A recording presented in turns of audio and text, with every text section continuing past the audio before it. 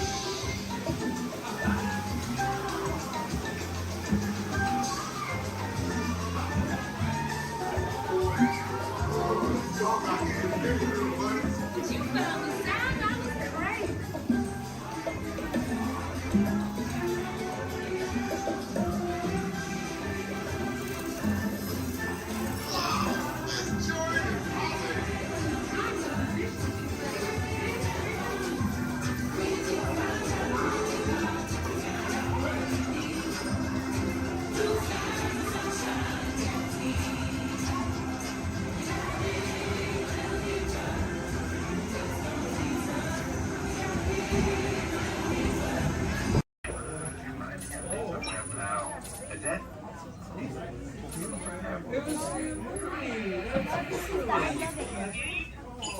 Ha! Gotcha. Oh! What are you guys still doing here? Tour's over. The cages are open and the creatures are loose. You gotta get out of here. Wait. Don't get out of here. I could use a hand. My little pal Groot is lost in the fortress somewhere, and I need to find him before he gets ate. I found his tiny little heat signature, see? All those other heat signatures are, well, don't worry about them. Listen up. You guys can be a big help while I look for my pal. A gantry lift full of warm parents makes a really great distraction. I just need you to wave your arms, scream, whatever it takes, and then all these things will, never mind. You in? It doesn't matter. That was rhetorical. Now let's move. Meet me at the gantry lift. Yep, I'm gonna go back that way.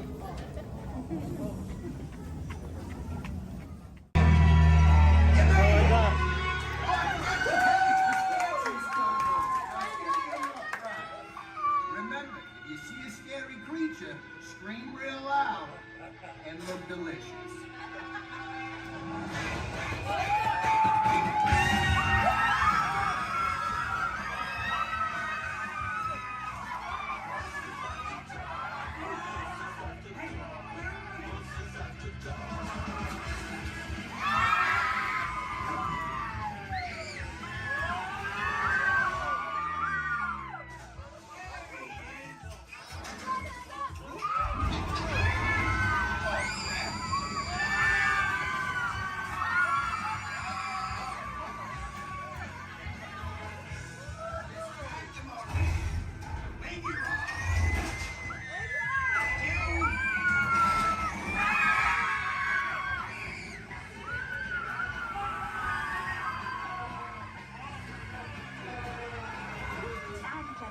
We do hope you've enjoyed our tour.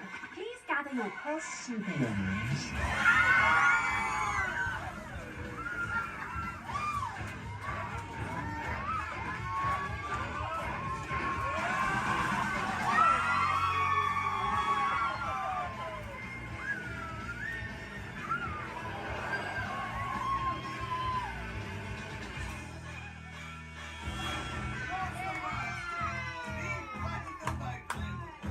Spit that out, it's not candy.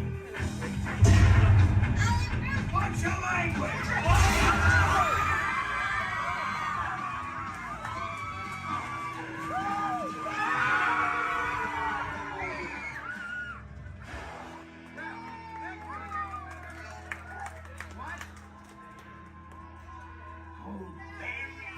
Very still.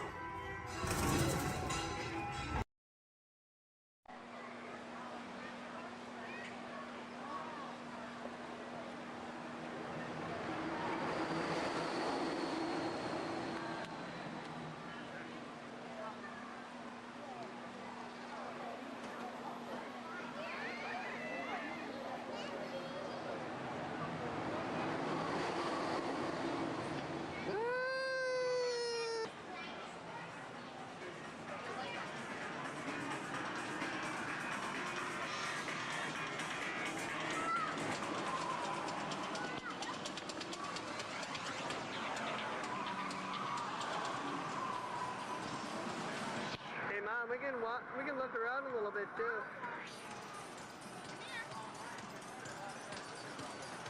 One ahead. Stick them out.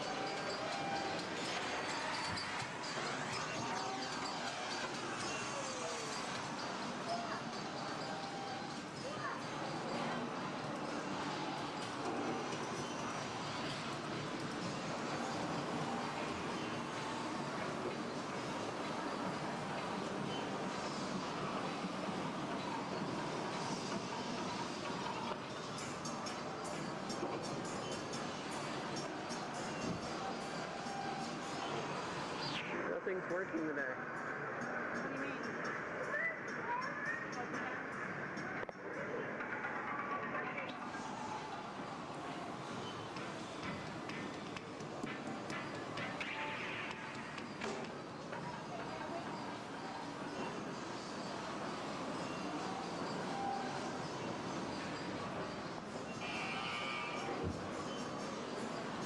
Mom. Oh, look at, watch this.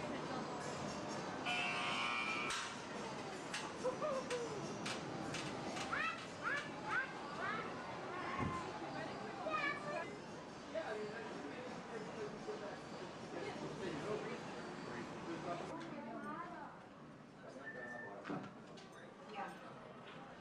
Uh-huh. Oh, yes. Oh, okay. One second. Okay, got it. Yeah? Okay. Thank you.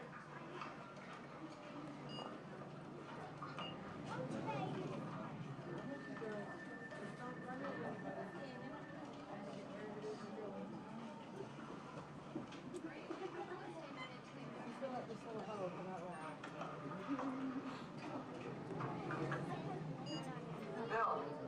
Yeah. The next group's ready. Oh.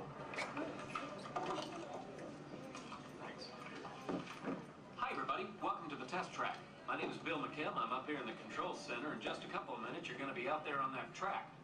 But first, let's put together your test schedule. These are the same kinds of tests that are run at GM test facilities all over the world. Let's put up the 26 8th grade. You got it. Okay, we're going to start you off on an accelerated hill climb. Now, these steep grades give us a chance to evaluate the effects of heat and stress on your engine and on the transmission. Twisted or blocks? Let's put up the blocks, German and Belgian.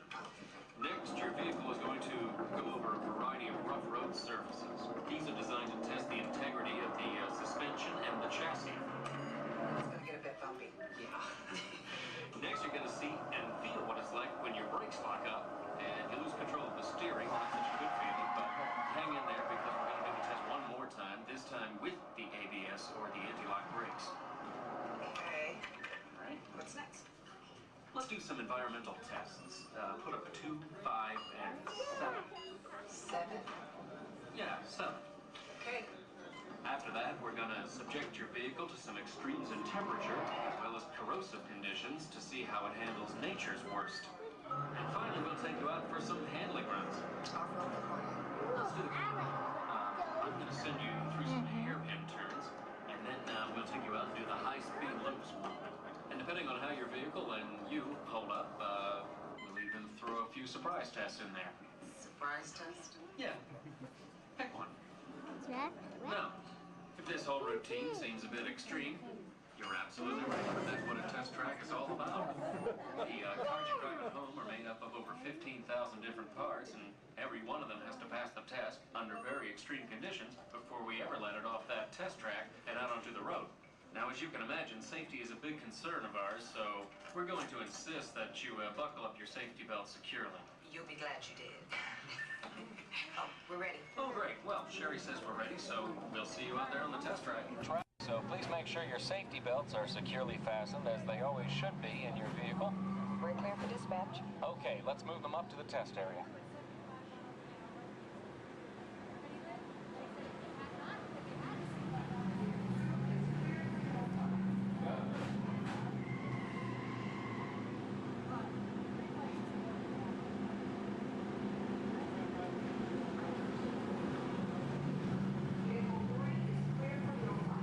Okay, here we go.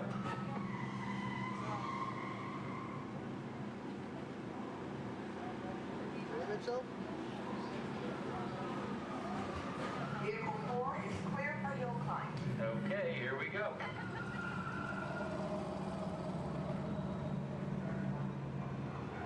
The torque and transmission load data are looking good. Great, let's proceed to the rough road tests. You got it. Like your car.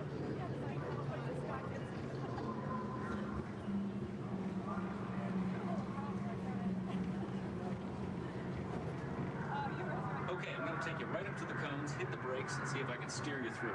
Hold on. Braking now. Okay, we're back on track. Let's do that other sequence. What, the crash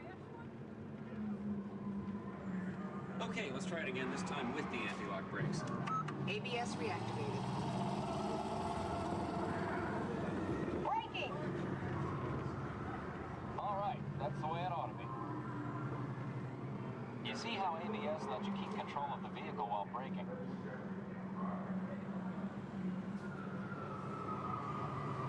Let's demonstrate some extreme test conditions. Okay.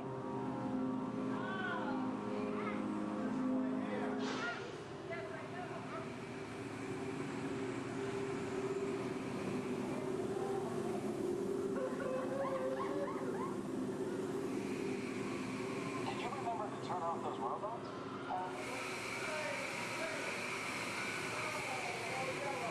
Clear for track course A. All right, let's pick up the pace. Increasing speed 10%. So it's not a matter of just playing along, it's just a matter of driving. 20%.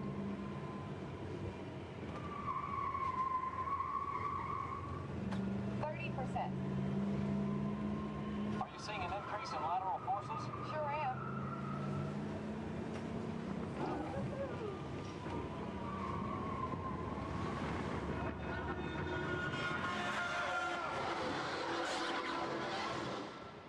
And that's what we call an evasive maneuver.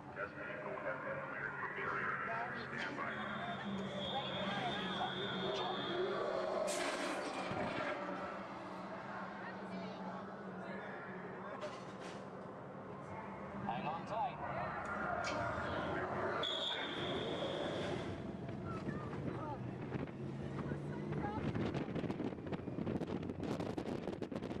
Increase speed for the loop. Accelerating.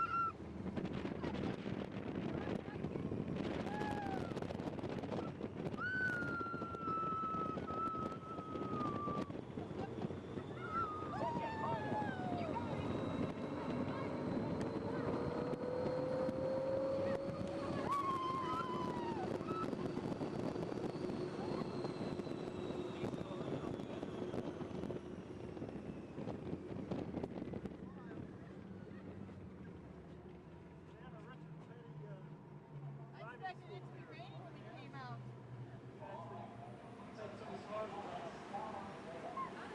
As long as they're heated up, let's grab a thermal image. Will do. Cameras on. Looks like all components are well within test parameters. Well, all right, that completes our test schedule. Let's download the data. Good job.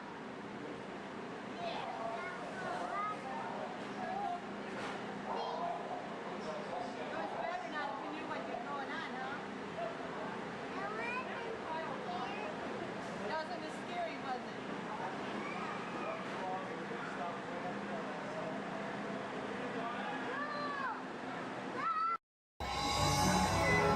Oh gosh, it's great to have so many friends here. Now we can all dance together.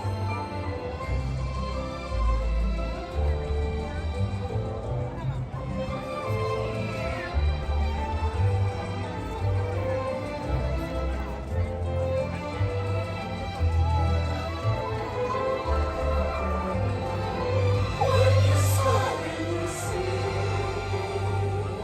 everything is in tune and it's free and life goes along with a smile and a song. We both lived and knew what we were to. Life goes along with a smile and a song.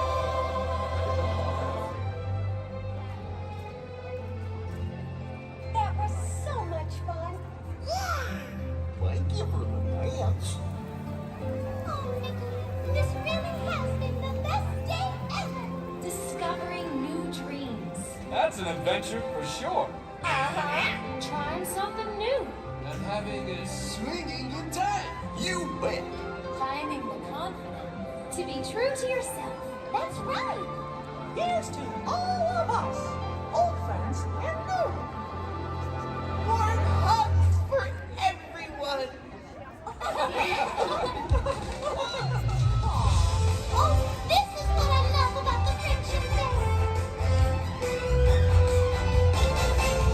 Wherever you are and wherever you're from, we're so glad you're here. The best is yet to come. Today we make history with our friends, family. We've just begun.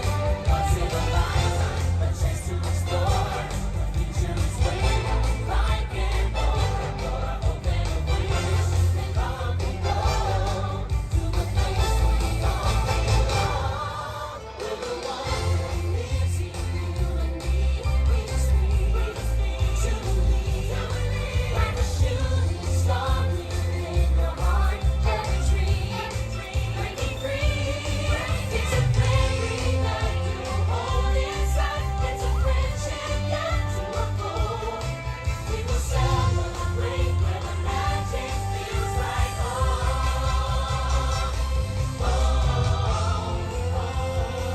Let's go where the magic feels like home. Let's go where the magic feels like home. Let's go where the magic feels like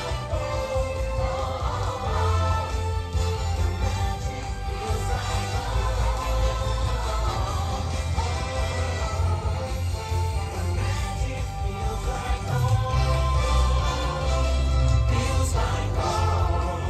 The magic feels like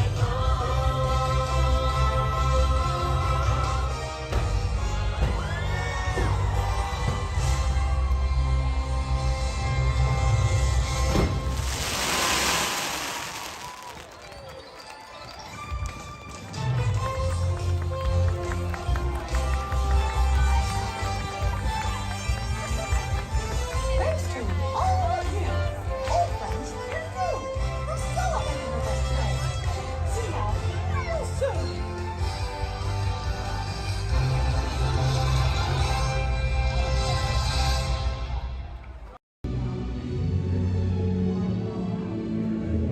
Hello, my name is Becky Klein, and I'm the director of the Walt Disney Archives. Here at the Archives, it is our mission to protect, preserve, and make available the history of the Walt Disney Company. So, in celebration of 100 years of Disney magic and entertainment, it's my honor to welcome you to Disney 100, the exhibition. This very special exhibition will travel the world for 5 years in 2 units, one in North America and one in international locations. Both units feature hundreds of iconic Disney artifacts from throughout its history, including props, costumes, models, attraction vehicles, and artwork, as well as our original immersive activities that are sure to please visitors of all ages. We hope you'll enjoy your visit today and look forward with us to the next 100 years of Disney magic. Theater at any time, please use the doors located to your right. You'll exit directly to Sea Base.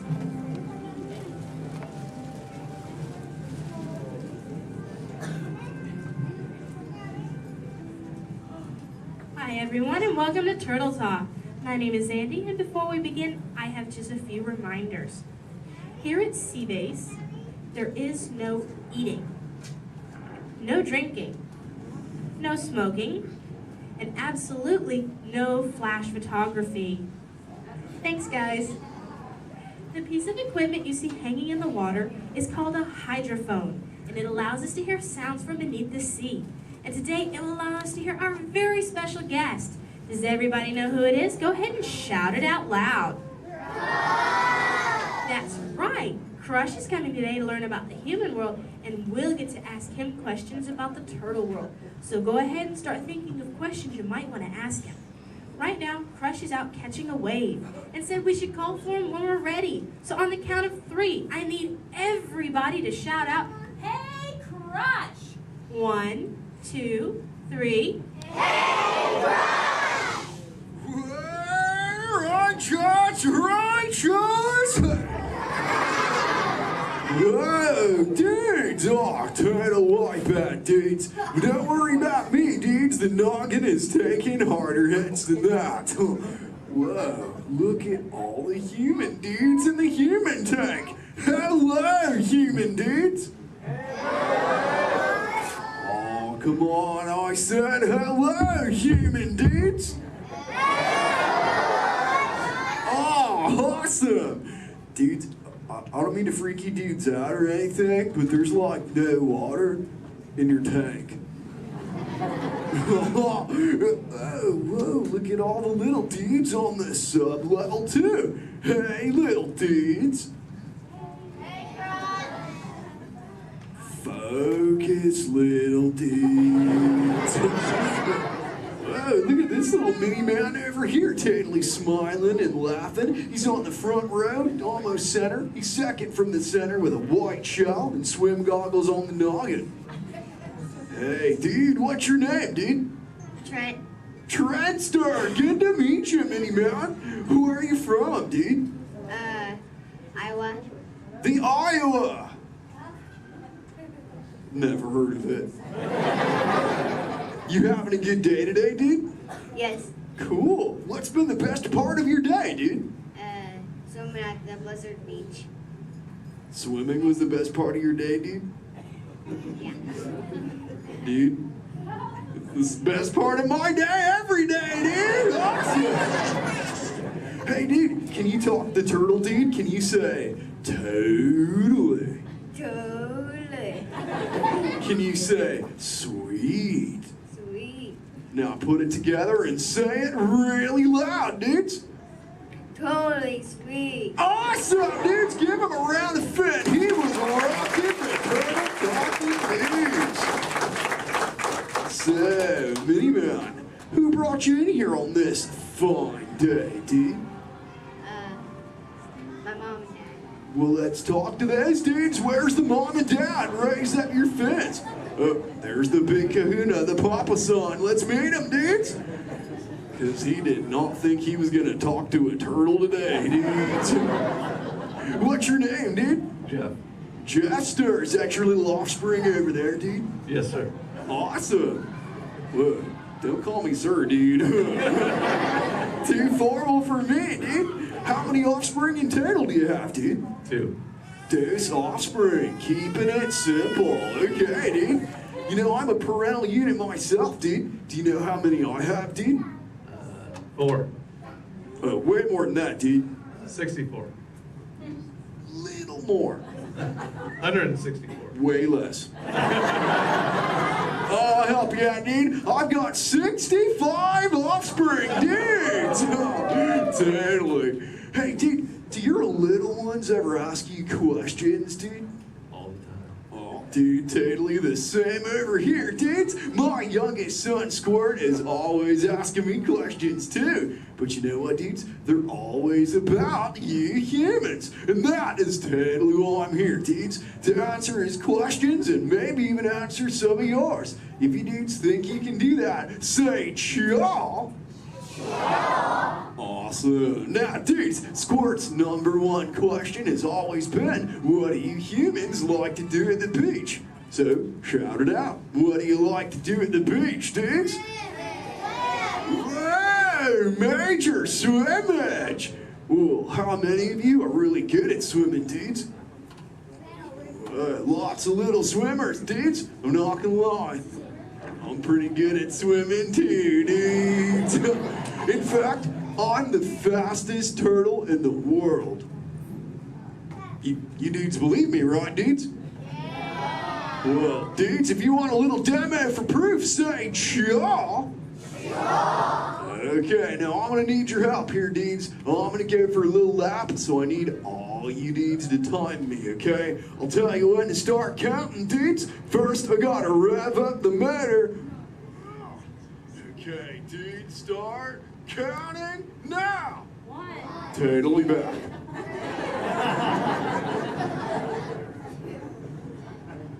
And you know what the best part is, dudes? I just swam around the world. Wait, dudes, manners, dudes. I'm eating up the Q&A time. Hey, if any of you humans have got any questions for me, raise up your fins. You know what? First fin I saw was this little dude over here with a red shell front row. What's your name, dude? Tyler. What was that, dude? Tyler. Tyler.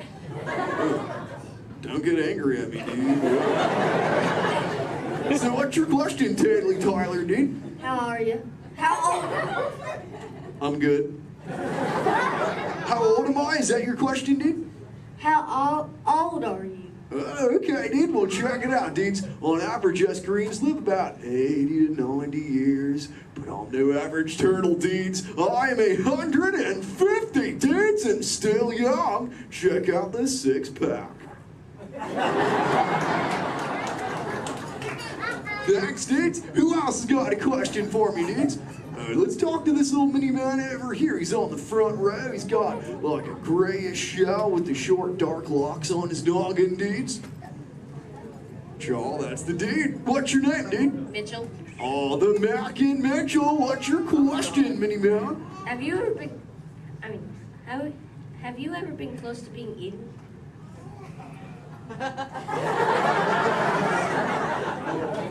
Dude, is there something behind me I should know about? You were worrying me, dude. Well, there have been a couple close calls, but as you can see, the shell is intact. Have you ever been almost eaten, dude? No. We'll keep that going, dude. Trust me. Hey, dudes, I just remembered one of Squirt's questions, dudes. We found this thing on one of my migrations, and it belongs to you humans. Maybe you can identify it for me, dudes. So what is it, dudes? A bra! Awesome! Wait, I thought that's what you said to your friends. Like, what's up, bro? Well, what's it for, dudes? Swimming? Well, I'm swimming right now. I must look pretty good on me, huh, dudes? It's for who, dudes?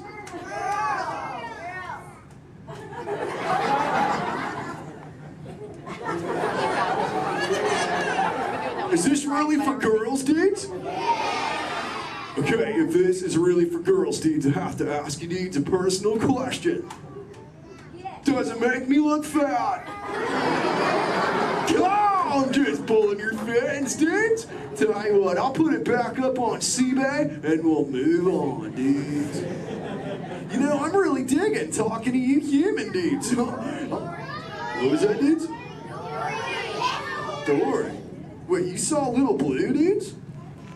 Where? Whoa, dudes! Hey. Hey, Little Blue. Don't I know you? Sure. Hi, I'm Dory. I remember you. You're Flush. Oh, totally my Little Blue. Say, Little Blue, before you got here, I was totally teaching all the humans the turtle knowledge. Hey, maybe we can teach you something together, like, I don't know, maybe how to speak the whalage. I can speak whale. Awesome. Okay, everyone, repeat after me. Hello.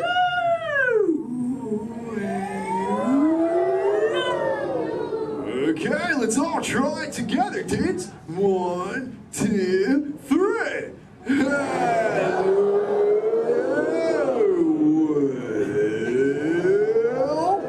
Awesome whalage, dudes. Totally. You know, sometimes you speak whale and there are like 80 whales swimming around you. Sure. But not today. No. Nope. No whales. No whales today. What is that? A whale?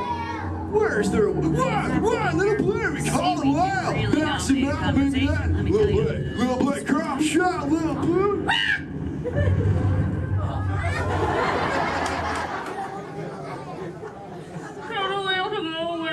Dude, we got a friend, Little Blue. Everyone together say, go away, whale. Thanks. Dudes, awesome, dudes, it's working, dudes. We did it. We saved Little Blue, dudes. Put your fins together. That was awesome, dudes.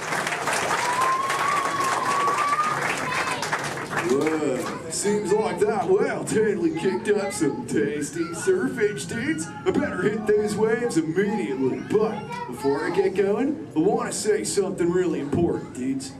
Be good to the ocean, and she will totally be good to you.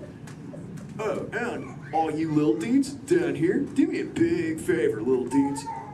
Keep using the word dude as much as you can till you get home, okay, dudes? Your parents will love you for it. All right, dudes, I'll catch you later. Bye, human dudes. Let's give it up for Crime.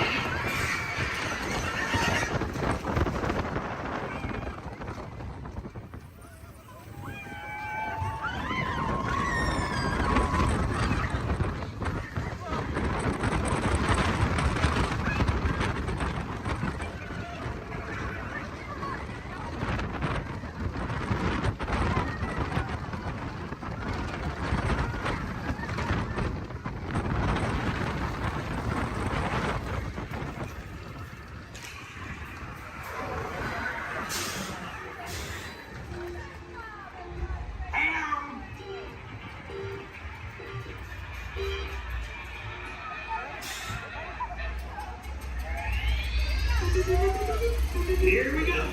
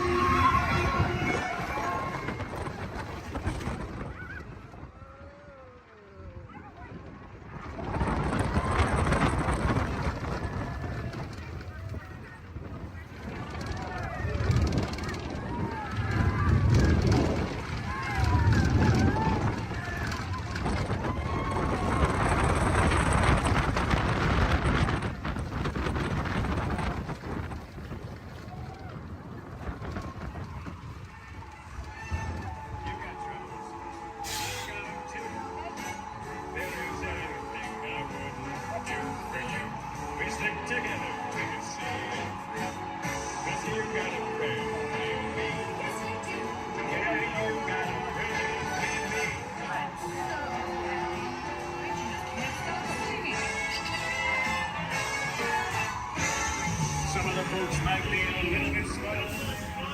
Stay safe until we come to it. Uno team ready. Affirmative. The engines are hot. Red 2, Blue 5, report. Red 2, check. Blue 5 standing by. Generator system scan ready. Affirmative. Let all be. Engage repulsors and hold on, recruits. More ships. Launch.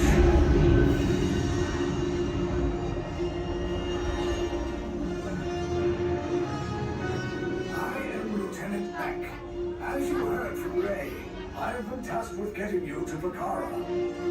Red 2, Blue 5, keep tight now. Let's get ready to make that jump to light speed on my mark. Black Leader, we're picking up an unusual signal. Are you spotting anything? Yeah, I see it. We'll check it out. BB-8, what do you got? There appear to be a number of small craft heading our way. Raise the shields. We got company. First order TIE fighters. Reroute. Reroute. Red 2, Blue 5, we got a clear path so transport can make a jump.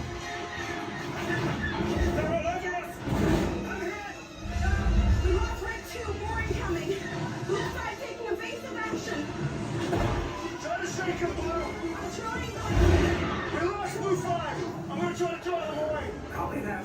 Get us clear so we can make the jump. Be ready. You won't have much time. Where are all those TIE fighters coming from? Star Destroyers. We can't. We're caught in a tractor beam. It's pulling us in. I'll get some friends and make this a fair fight. Don't worry, I'll come back for you. Stay strong.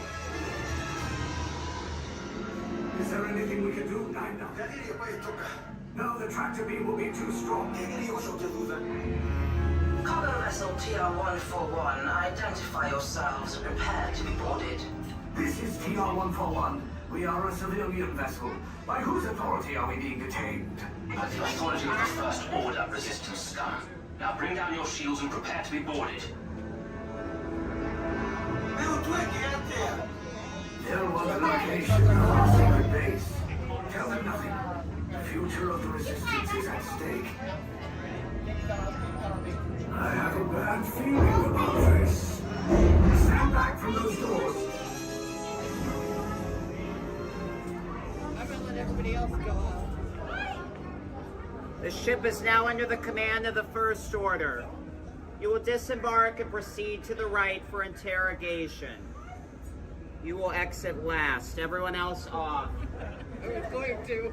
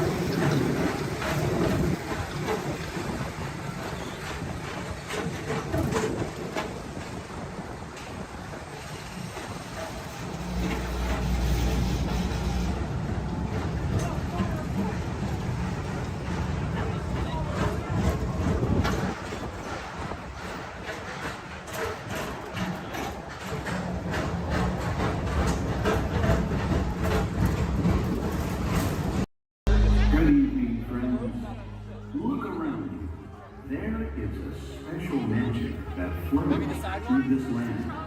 A magic of fantasy, swirling with pixie dust, made more brilliant by the light that lives within you. It inspires us to wish upon stars, follow our hearts, and find our happily ever afters. Tonight, as we gather together under the spires of this majestic castle, our dreams ignite the magic to create a beacon shining out and celebrating 50 years of the most magical place on earth.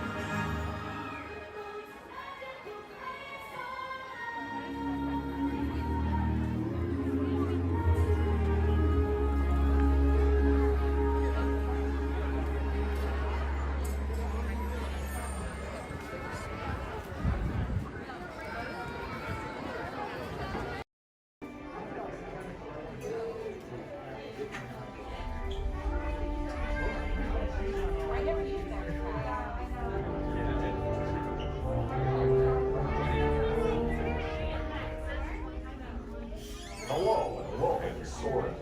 My name is Patrick and I'll be your chief flight attendant today. We'll begin boarding in a few minutes, but first I'd like to acquaint you with some important safety information. When the doors to your flight open, please take a seat and store all carry-on items in the under-seat compartment. This includes cameras, purses, hats, and of course, these little beauties. Next, fasten your seatbelts, inserting them into the buckle on your right. The smaller aviators don't measure up to the height indicator on the seat. Just put the belt through the loop in the center strap before buckling it.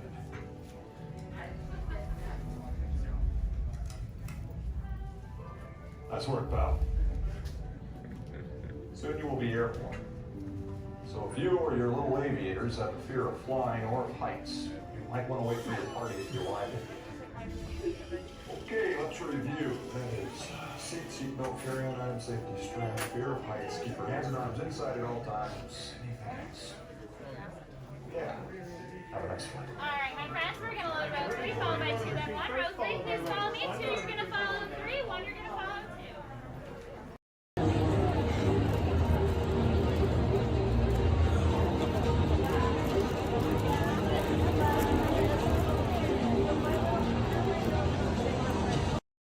Yes, Walt has some of the brightest minds in the world, but I keep things around here pretty chill, so the kids can create the next big idea that will give you the tools to become the next generation of heroes.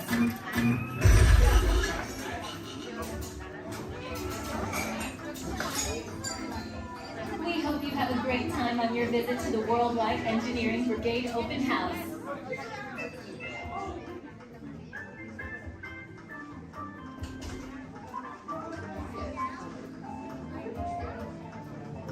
And now, our project lead, the brilliant, Peter Parker.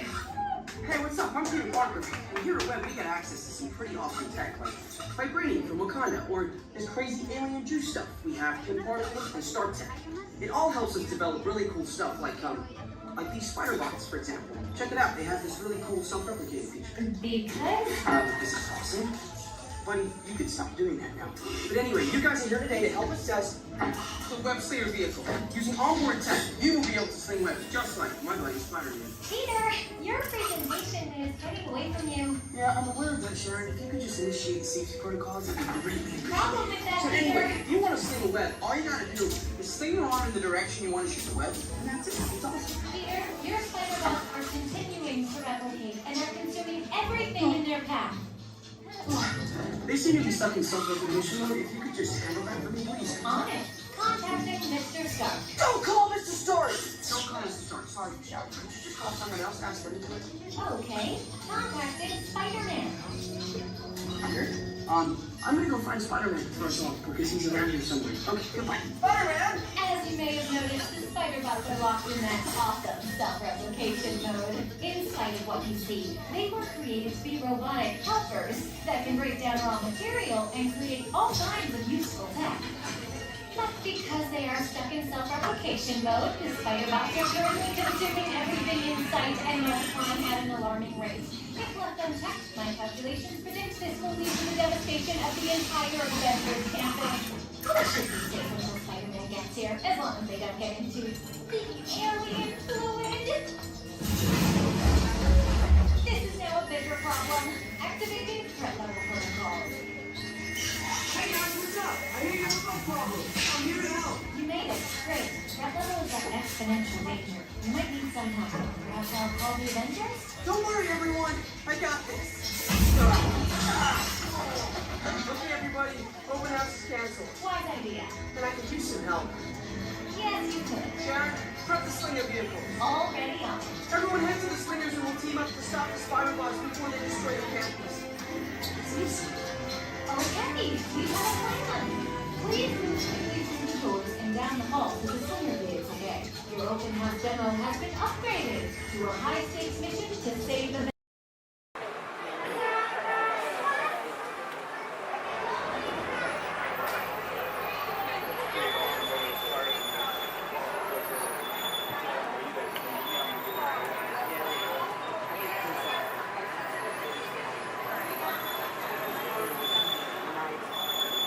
Hello everyone, my name's Don and welcome aboard. We're heading into the backlot of Disney's Hollywood Studios. This production area was built in 1988 as a Florida counterpart to the Walt Disney Studios in Burbank, California. We included sound stages, recording studios, high-tech editing rooms, all the tools needed to create movies, TV shows, and radio broadcasts. We've even got our very own water tower too. It's up ahead on the left side of our shuttle. We call it the Earful Tower. It's inspired by the water tower Walt Disney had built for his Burbank studio in 1939.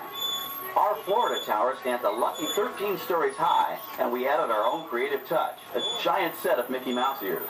If you wanted to wear those ears, you'd have to have a hat size of 342 3/8.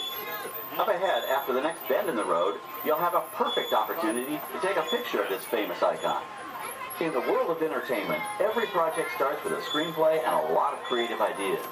A production studio is where the ideas of writers, producers, and directors are transformed into an on-screen reality. Within these huge spaces, filmmakers can literally create their own worlds. Our Florida sound stages are soundproof, weatherproof, and most importantly, air-conditioned, all vitally important for the cast, crew, and equipment. Many of the crafts needed for filmmaking are located right here on the lot.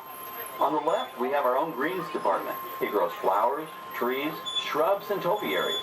A few well-placed plants can cover up empty spots in the set and add a touch of natural beauty to a scene. On the right are two of the aircraft from the 2001 blockbuster hit Pearl Harbor. These exact full-scale replicas of P-40 fighters were used in the special effect fight sequences. Of course, many of the planes you saw flying through the aerial battles or sitting on the ground weren't real at all. They were created entirely within a computer. Oh, keep your cameras focused to the right. We're coming up on that perfect angle of the Eiffel Tower I told you about. It's a true masterpiece.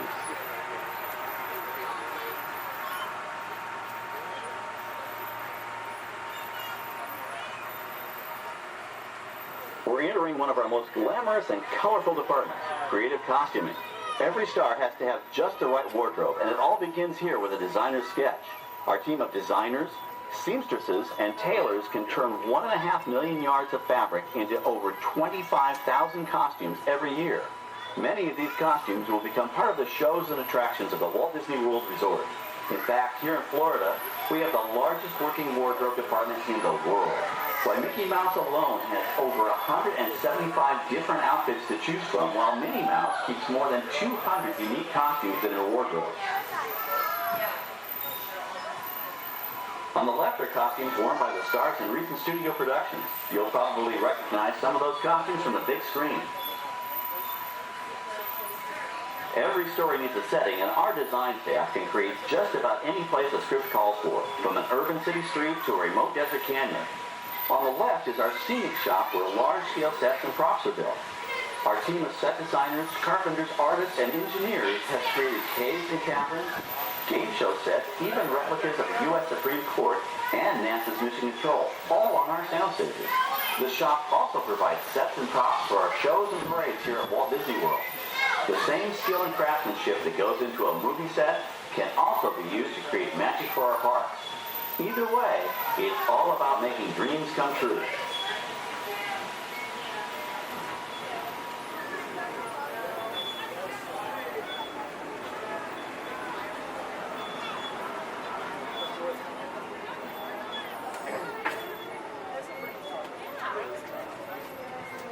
Now we're entering a zone we call the Boneyard. It's an outdoor storage area for oversized props and vehicles. Cars, trucks, boats, planes, we often save these props in case we need them for future productions.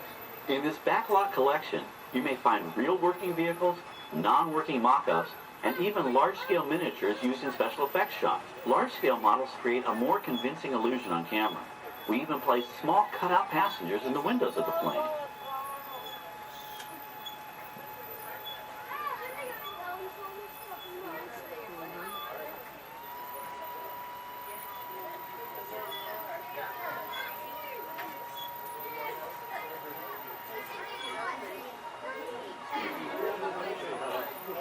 We're now passing by the sets for our Lights, Motors, Action Extreme Stunt Show. On the left, you may catch a glimpse of the Mediterranean fishing village that sets the stage for this thrilling attraction.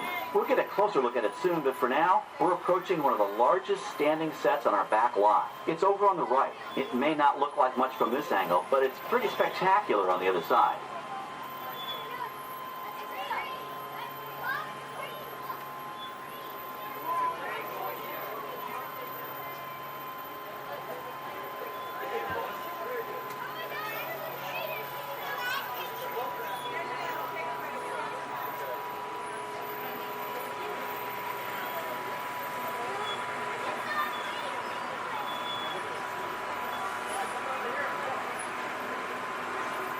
This is great, folks. The production crew has just given us clearance to enter the set.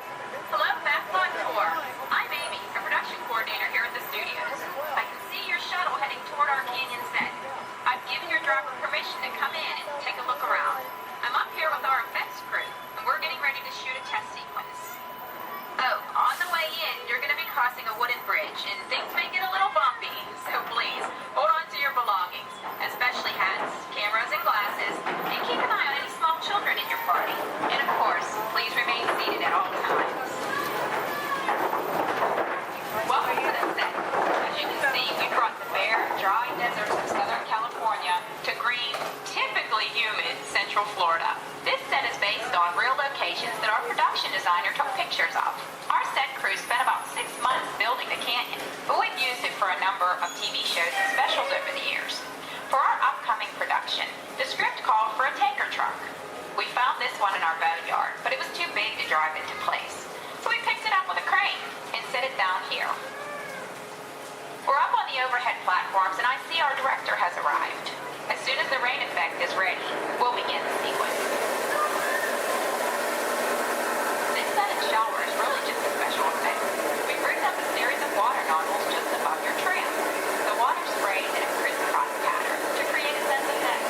But this storm only covers the first few feet.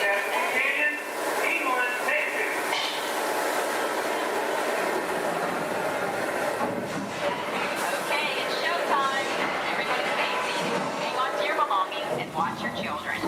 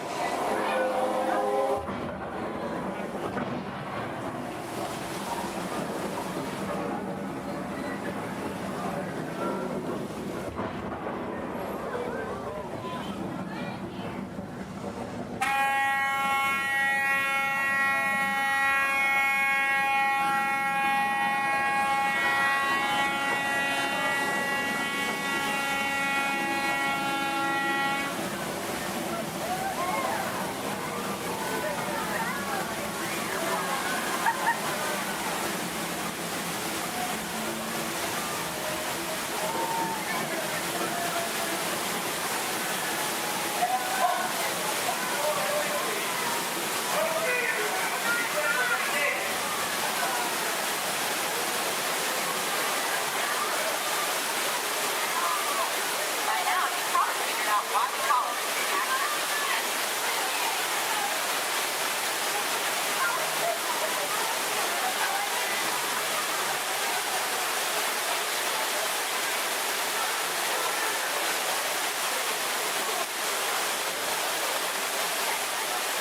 Now, let's go behind the scenes and find out how this spectacular sequence was created.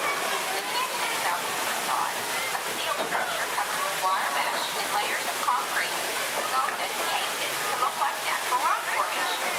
Narrow yellow pipes carry propane gas to fuel these flow tubes and fire engines. For the flash flood, we used 100% real water, about 70,000 gallons of it, dumped from overhead tanks. Oh, but don't worry, we recycle. All of that water will be pumped right back up to the top for the next take.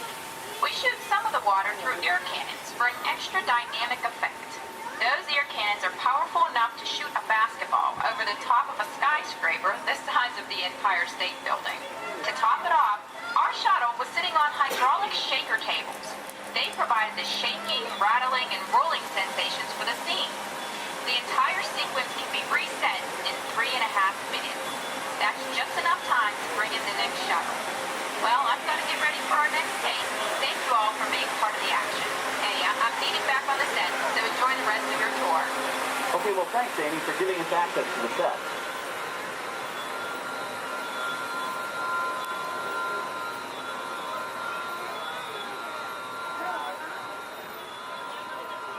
On the right, we have an authentic piece of Disney history. That Gulfstream 1 was known at airports across the country as November 234 Mickey Mouse, but we just call it the Mouse. In 1964, Walt Disney and his hand-picked team used this plane to scout locations for what he called the Florida Project. Soon, they secretly began purchasing thousands of acres of land, which became the Walt Disney World Resort in 1971. During the creation of the resort and later Epcot, the Mouse shuttled studio executives and Imagineers between Burbank and Orlando, making it the most used executive aircraft in the country. Appropriately, the Mouse retired here in 1992. As Walt used to say, it was all started by a mouse. In this case, the 234 Mickey Mouse. On our right, we once again sweep past the magnificent Mediterranean village of our Lights, Motors, Action Extreme Stunt Show. This high-octane attraction is based on the hit show from the Walt Disney Studios Park in France.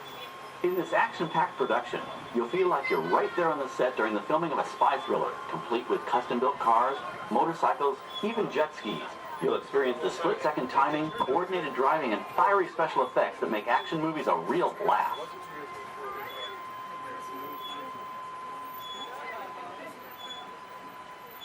The staging area to our right is known as Acceleration Alley. Here, the custom-built stunt show vehicles rev their engines up to 70 miles an hour before making their high-speed entrances onto the stage for our Lights, Motors, Action Extreme Stunt Show. Of course, these are professional stunt drivers. We hope you'll enjoy their daring driving skills, but please, don't try them yourself.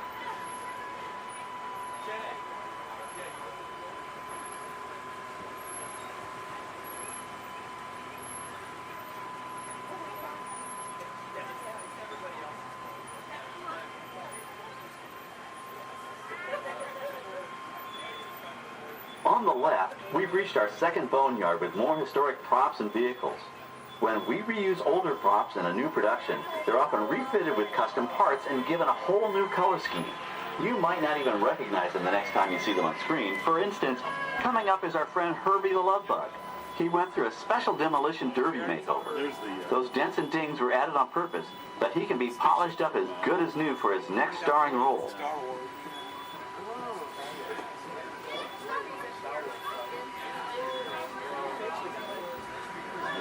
On our right, we now have a very different view of the fishing village set. From this point of view, you can see that there is no inside to the buildings.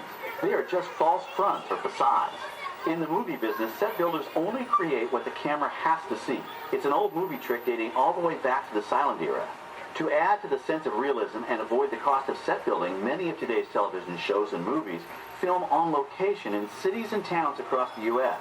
But out in the real world, you've got to contend with noise, traffic, crowds, and various visual elements that may or may not belong in your film. Here on the backlot, we can avoid these problems because we created our very own flexible urban environment. Our Streets of America facades can stand in for a small town or a giant metropolis.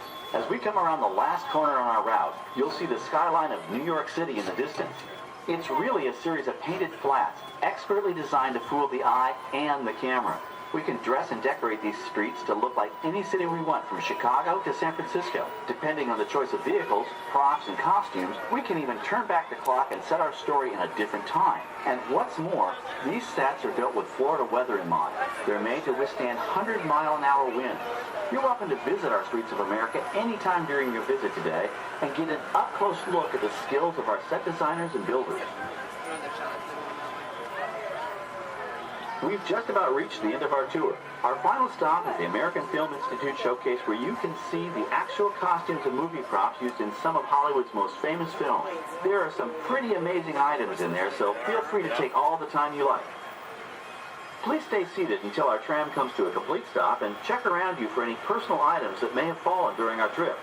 Well, as they say in Hollywood, that's a wrap. Thanks for joining our backlot tour, and we hope you'll come back to visit us again soon.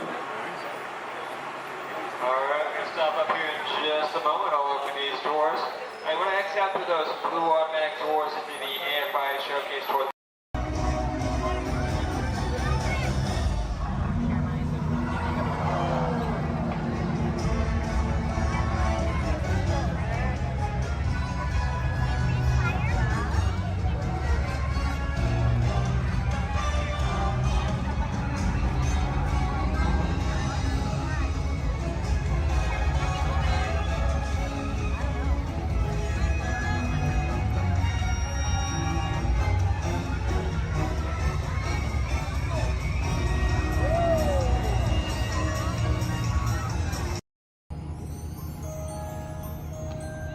Your attention, please. Disneyland has now ended its normal operating day. We thank you for your visit to the Magic Kingdom and that the memories you've made will bring you back again soon. While the rest of the park closes, Main Street will remain open for your shopping convenience. Thank you. Su atención, por favor. Disneyland ha terminado su día normal de operaciones. Les agradecemos su visita al Reino Mágico y esperamos que regresen pronto para crear aún más recuerdos. Mientras que el resto del parque comienza a cerrar, las tiendas de Main Street permanecerán abiertas para su comodidad. Gracias.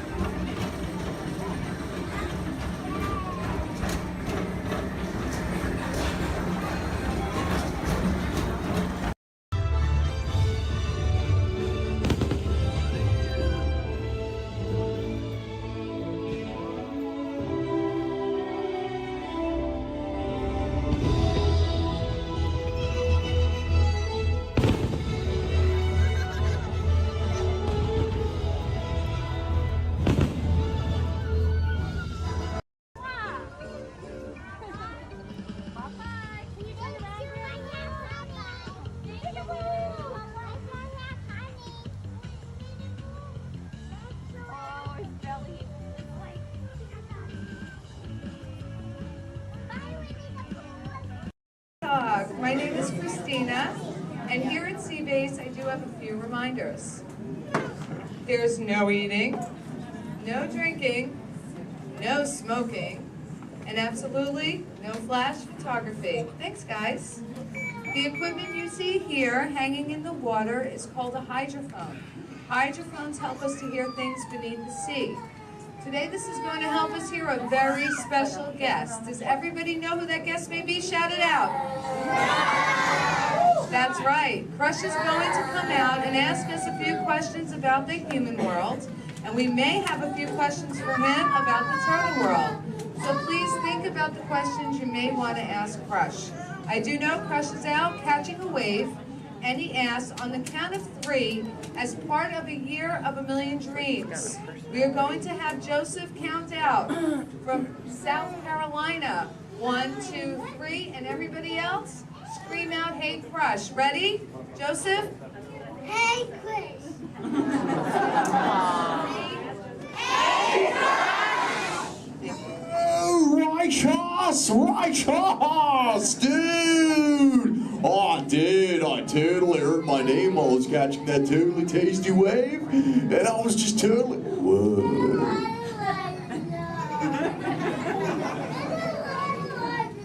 Check out all of you human dudes in the human tank. Hello, dudes! Oh, they live. Hey, dudes! Whoa, there's a little Brahmin sub-level. Awesome!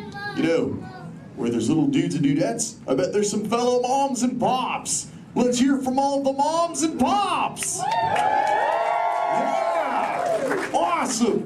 Let's meet some humans up close. Hey, there's a dude here with a light lid and a gray shell. Hey, dude. What's your name, mini man? Mitchell. Mitchell. Mighty Mitchell, dude. Where are you from, dude? Kansas. Whoa. Never heard of it. That's cool, though, Mitchell. Do you think any of your friends back home knew you'd be talking to a turtle? Not really, no. Yeah. Well, dude, if you told me earlier I'd be talking to a human, I'd have been like, no way. Hey, Mitchell, dude, it's really nice to meet you. I'll just assume the feeling is mutual, dude.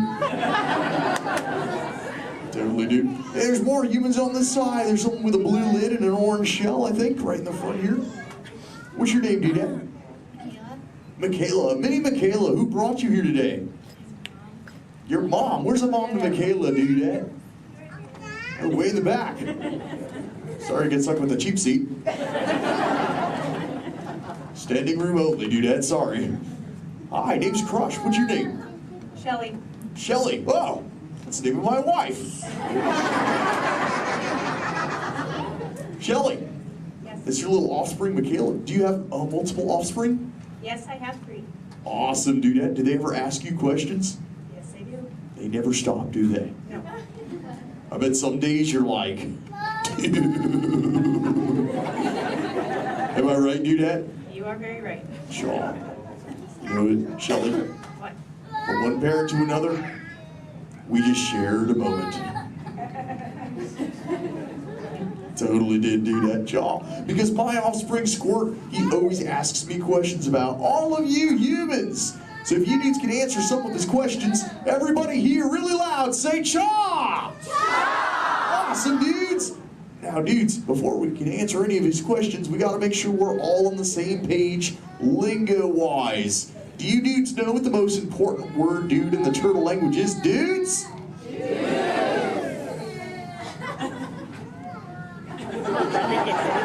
That's right, it's totally dude.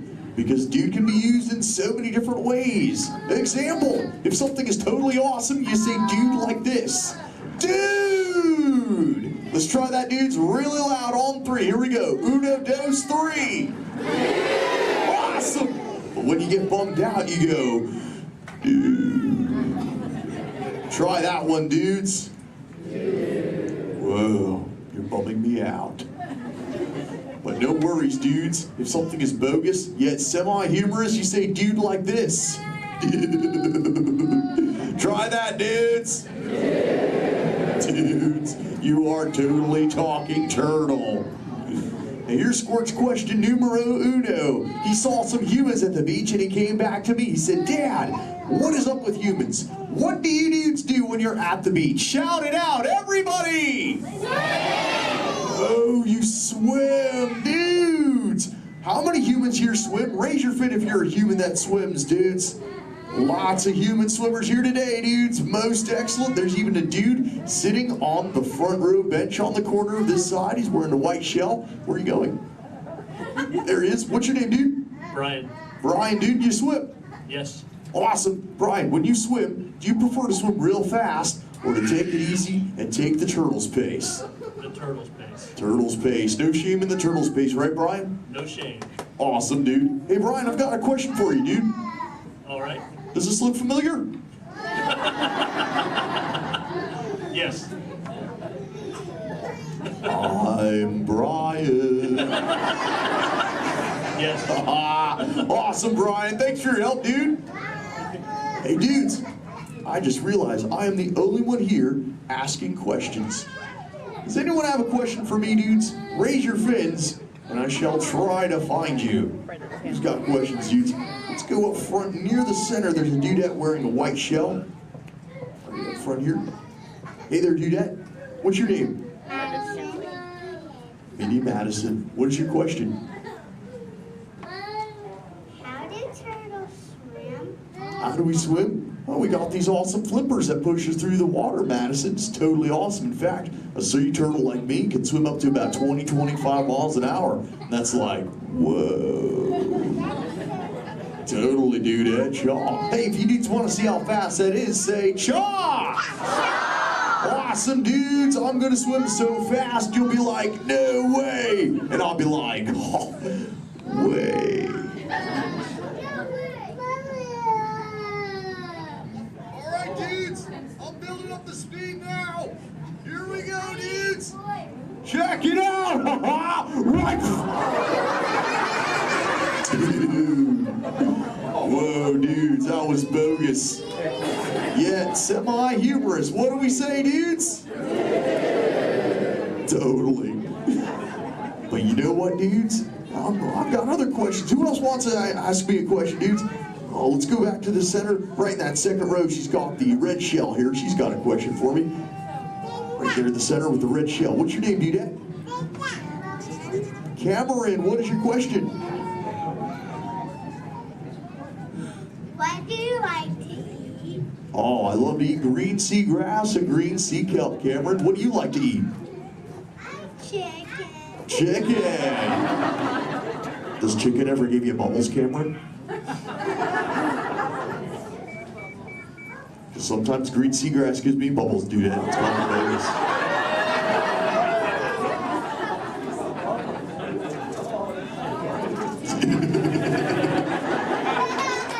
Sorry about that, dudes. Who else has a question for me? Whoa. Let's go over towards this side near the center. He's got the dark shell in that second row. Really dark shell in the second row, sub-level. What's your name, dude? Cameron. Another Cameron? Interesting. Guess they're running out of names in the human world. Well, Cameron, dude, what is your question? What is it like in the water? Oh, wet. Cameron, have you ever, what? How do you ever feel in it? How do I, wet. What? Have you ever been in the water, dude? Yeah. How do you feel in it? Good. Good. Oh, awesome. Well, oh, and wet. Well, that makes sense. Cameron, dude, what do you wear in the water? What you're wearing now? No, I wear a swimsuit. Oh, a swimsuit, Cameron, dude. Check it out, dude. Squirt said this is called a swimsuit right here. Check it out, dude. This is what Cameron wears. Awesome, dude. That's what you wear, right, Cam? No, it's a boiler. It's what? It's a boiler.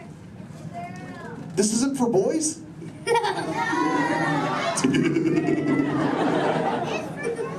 I didn't know that, dude. Cameron, dude, can I ask you a personal question, dude? Yeah. Does this make me look fat? No. No? Oh, thanks, dude. Cameron, dude, remember, when you get older, you'll find that will always be the correct answer to that question. Totally. What, dudes? No, dudes, the name's Crush. Where you see Little Blue? On the other side? No way, dudes. That'd be awesome if she were here, dudes, but she's totally not. Hey. Whoa, Little Blue. I know you. Chaw. Hi, I'm Dory. Totally. I remember you. You're Mush. Little Blue, the name's Crush. Well, what brings you here on this fine day? What brings me here? Chaw. My fin, silly. Watch. Woo ha, chee ha, woo. Ow, ow, yeah. Ow, ow, ow. Wow, that really clocked me there. Am I bleeding? Little Blue, I hope not, but... Look.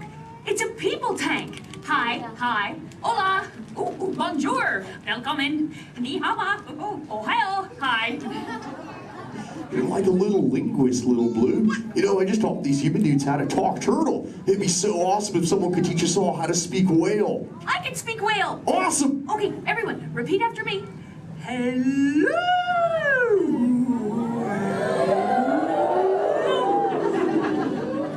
That sounded pretty good, dude. Let's try it all together real loud. Hello, whale. Awesome.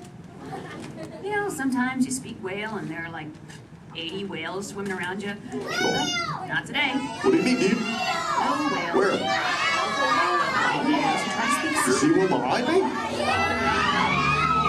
Whoa! Little Blue! Oh! Conversation. There's totally a whale, Little Blue. Swim, Little Blue!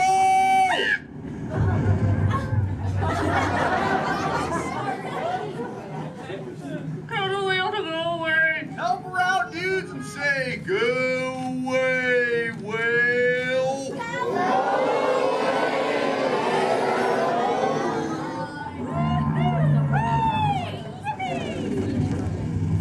You did it, dudes! You saved Little Blue! Put your fins together. That was awesome!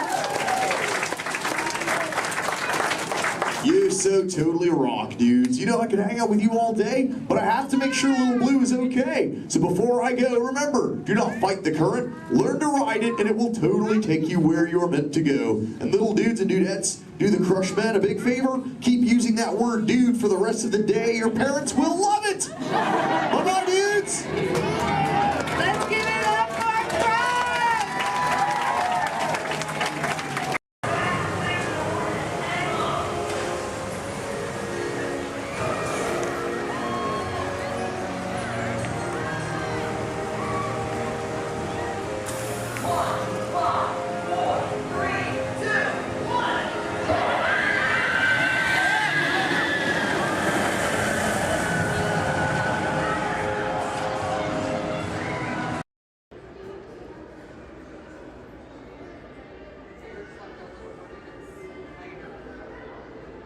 The eye chart to test your vision.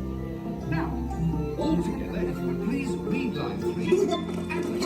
With F-I-G-M-E-N-T, you can see things differently. Sure, you can see with your eyes, but imagine what you could see if you used your imagination. Follow the bouncing figment. One spark of light can light your fancy. Your mind sees more than what your eyes see. Your sense of sight can make your fancy fly. There's more to sight than meets the eye. Right here in our very own special effects water tank.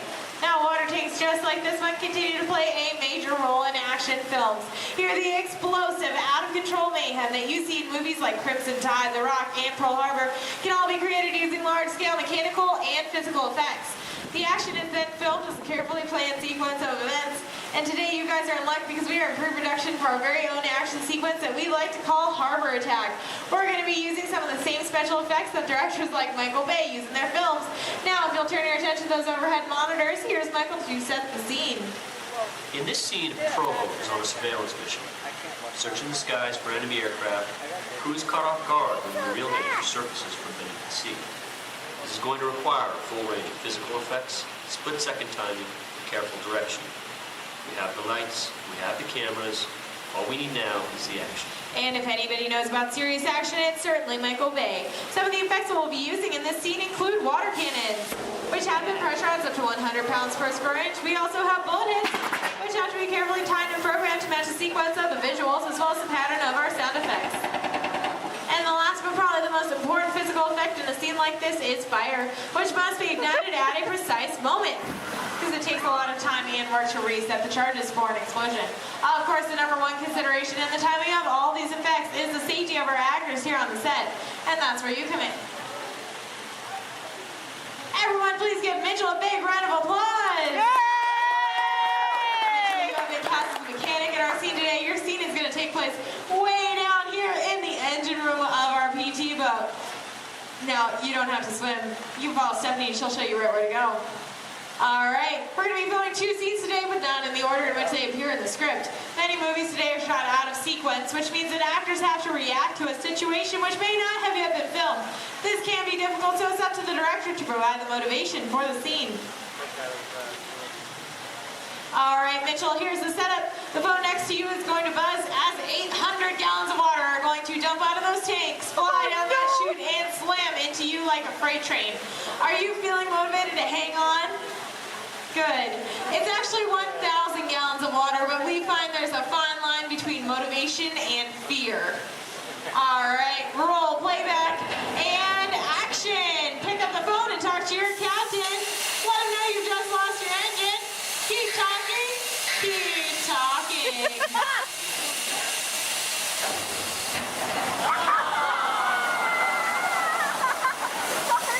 And cut! Everybody give Mitchell a big round of applause.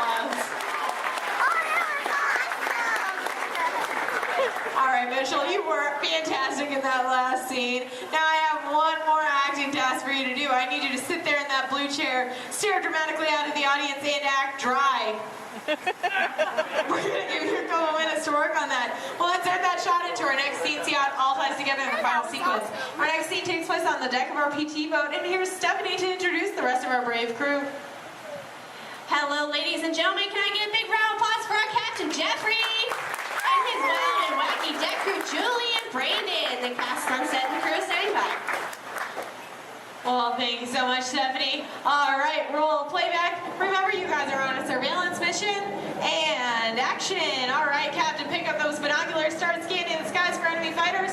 Crew, I want to see that deck nice and clean.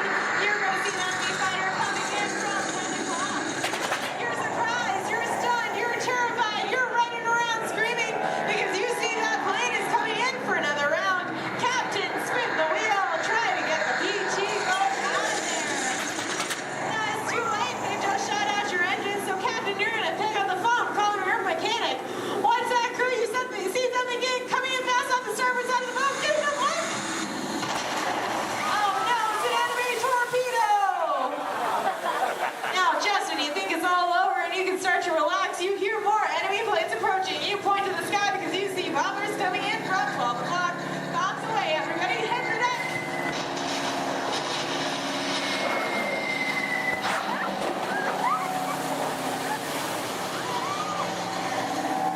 Now you have survived that aerial attack, but then you see two more torpedoes headed fast off the stern. Lucky for you, they pass right underneath the boat, but unfortunately that means they're headed straight for our audience. Point to the audience and yell, "Look out!"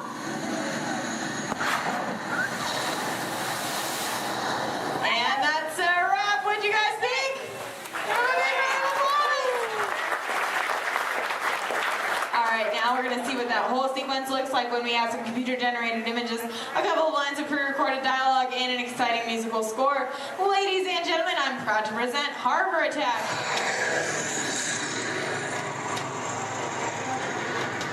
It's not one of ours.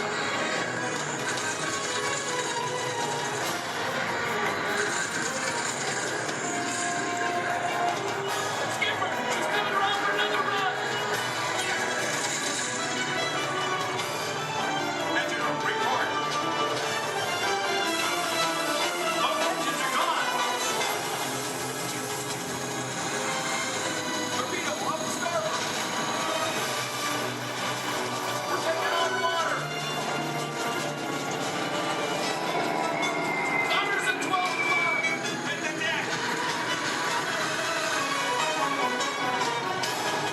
And that's a wrap.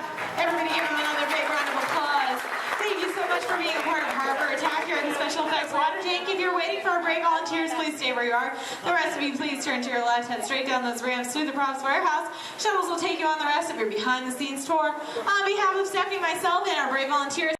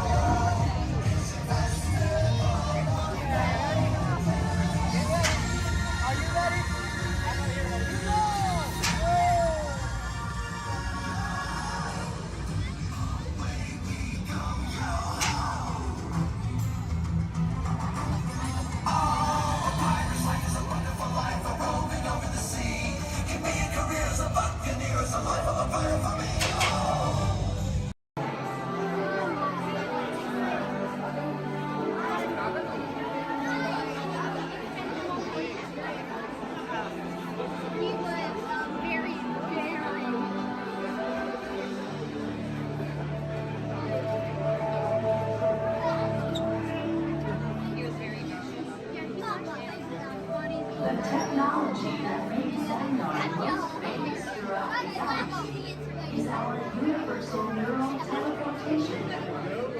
It generates artificial particles in the space-time continuum, which we call jump points. Jump points allow for ultra-rapid space travel. What you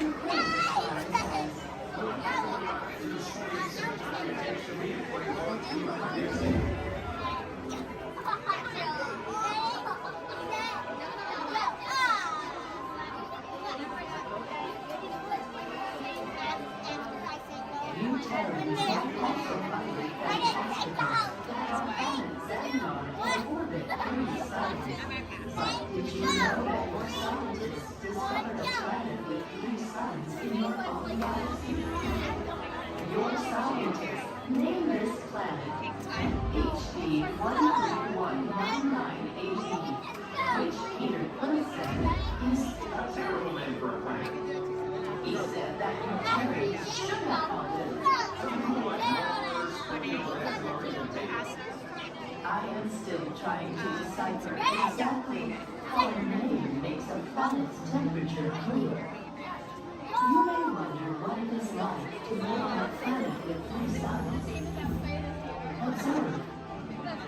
For much of the year, our suns appear close together in the sky, giving it a familiar Terran night and day cycle, yet with a unique triple sunset and sunrise each day. As our planet continues along its orbit, the suns grow further apart until they reach a point where the setting of one coincides with the rising of another. At this point, Xandar is in near constant daytime. Is that not wonderful? There are so many wonders in our universe. You will discover more of them as you continue your visit here in the wonders of Xandar.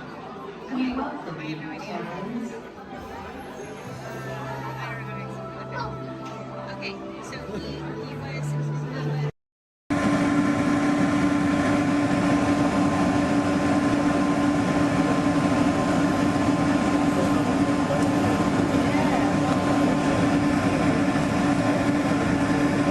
To those of you who have just joined us, welcome aboard the Disneyland Waterway. For your safety, please remain seated. Keep your hands, arms, feet, and legs inside the train. Watch your children and no smoking, please. Bienvenidos a bordo. Para su seguridad, pedimos que se sentados mantengan las manos sobre brazos, pies y piernas dentro del tren y cuiden los pies. Por favor, se quedan cómodos. Gracias. We're now moving to our final stop, the Tomorrowland Wonderland Station. Along the way, you can pick up bird's-eye look at the downtown Disney District, Disney's Grand California Rooftop Spa, and Disney's California Adventure. To the left of the monorail is the main entrance of Disneyland, the happiest place on earth. Disneyland is truly an American tradition. Since its opening in 1955, it has hosted more than 500 million guests around the world, including presidents, kings, and celebrities. It is the original Disney theme park, created and enjoyed by Walt Disney himself. To the right is our transportation plaza, where you'll find taxis, hotel shuttles, and other transit stops. We are about to enter Disneyland, so the closes are right time. So be sure to remain seated, keep your hands and arms inside the cabin.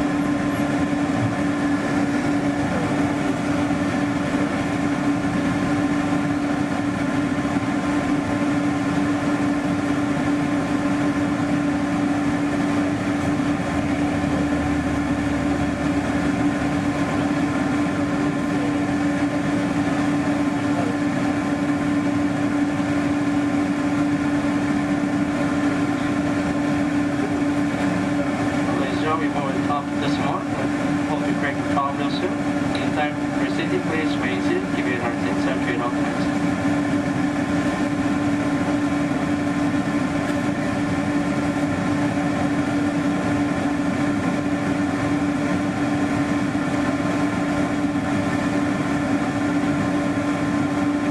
All right, ladies and gentlemen, now clear to proceed. Please remain seated. Keep your heart inside train all times.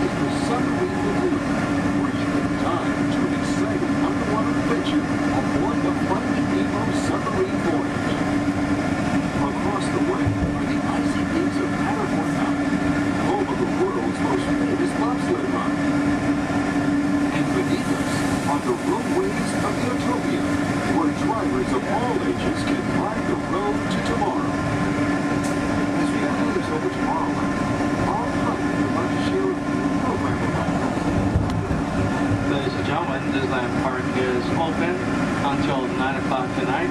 Meantime, a monorail train is departing every 5 minutes from the Tomorrowland station back to downtown Disney. If you would like to leave the park and return later today, please make sure you have with you your valid Disneyland passport ticket and a hand stamp so you can re-enter the park anytime up to 1/2 hour prior to Disney Park's closing. You can get your hand stamp whenever you depart today. Today here at Disneyland Park, we'll have Celebrate a Street Party down Main Street USA at 5:30 p.m.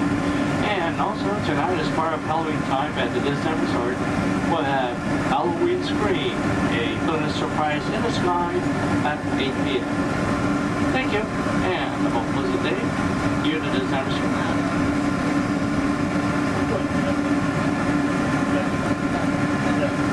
Just to the right of the train are the sparkling gold spires of one of Disney's most beloved attractions. It's a small world. Beyond it is the wacky world of Disney's classic cartoon characters, Mickey's Toontown. We're now riding alongside the happiest kingdom of them all, Fantasyland, home to Pinocchio, Snow White, Peter Pan, and other storybook characters.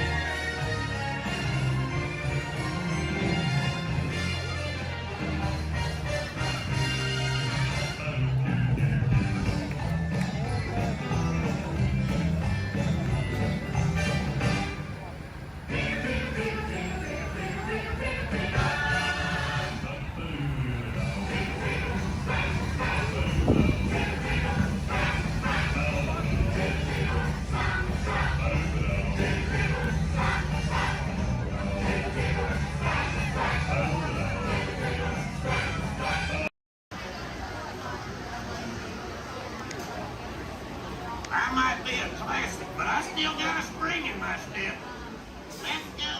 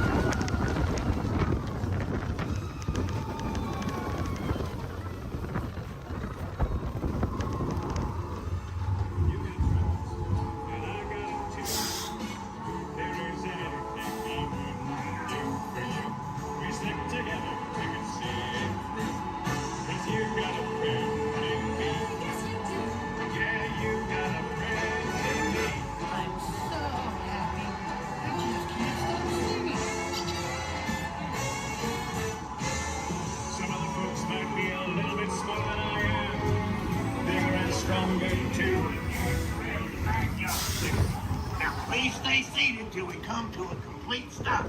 Remember to grab all your stuff and step out to your right. So long, pal.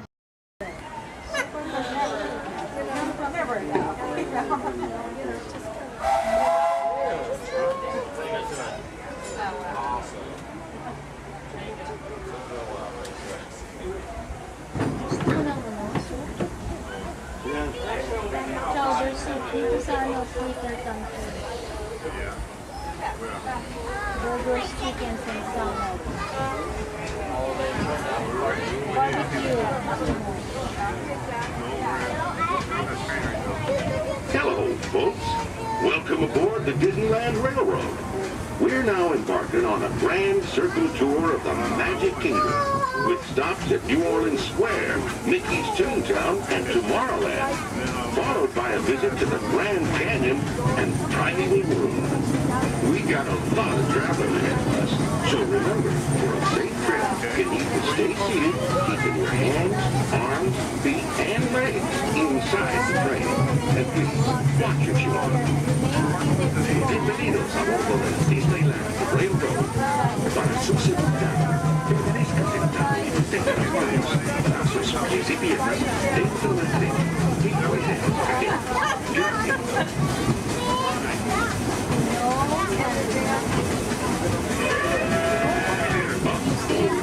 Did you folks hear that? Sounds to me like we've reached the wilds of Adventureland.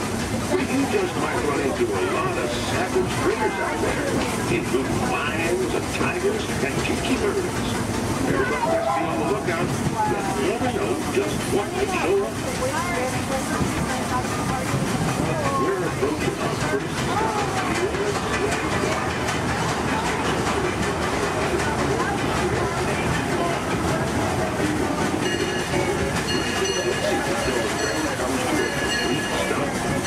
Watch your step, we'll get off. Have a good time at the frontier, yeah? For those of you continuing on with us, we'll be resuming our trip in just a moment. This is Warren Square. Take a drink.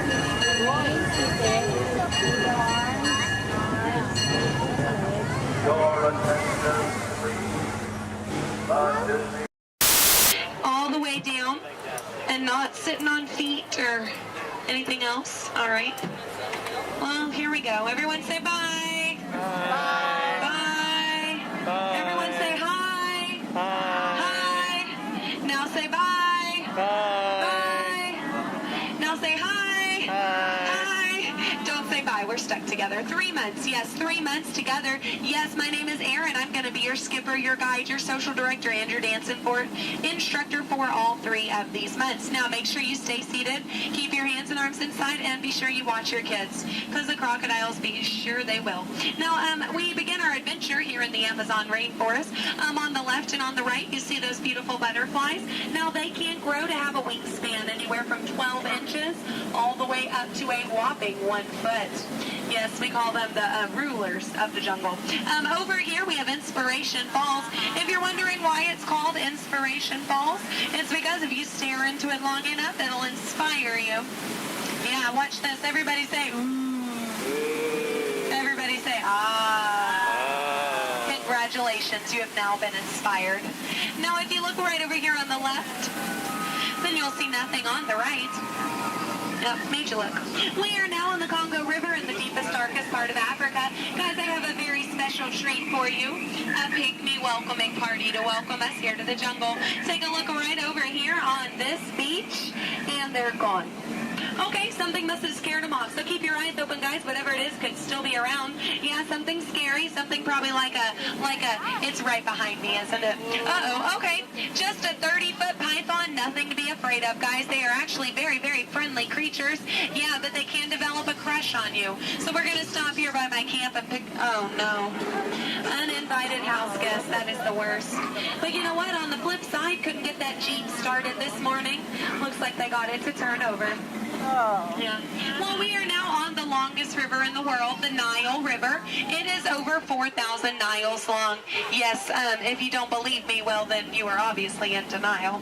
Up ahead on the left, we have a beautiful African elephant. You can tell that he's an African elephant because his ears are shaped like Africa. Yeah, he actually knows a, oh, he's not going to show off? What about this one over here? Do you feel like showing off? This one over here knows a great trick. We'll see if he decides to take attention. Speak. There we go. Louder. Stay. Good elephant. I want to point out the sandstone here. You know, many people just take it for granted. Yeah. But I definitely think it's one of our bolder attractions. This is the belt. Yes, the African belt where all the animals come down for water. They won't all return to their herd. Yeah, thanks to that pride of lions. Now, up here, this demonstrates the basic law of the jungle. Never, ever be a zebra. Now, another basic jungle law states that a safari on foot cannot outrun a charging rhinoceros. Yeah, I tried to warn them, but they didn't listen. But you know what? I feel like they got the point. In the end, you know, when you hate to be the low man on that totem pole.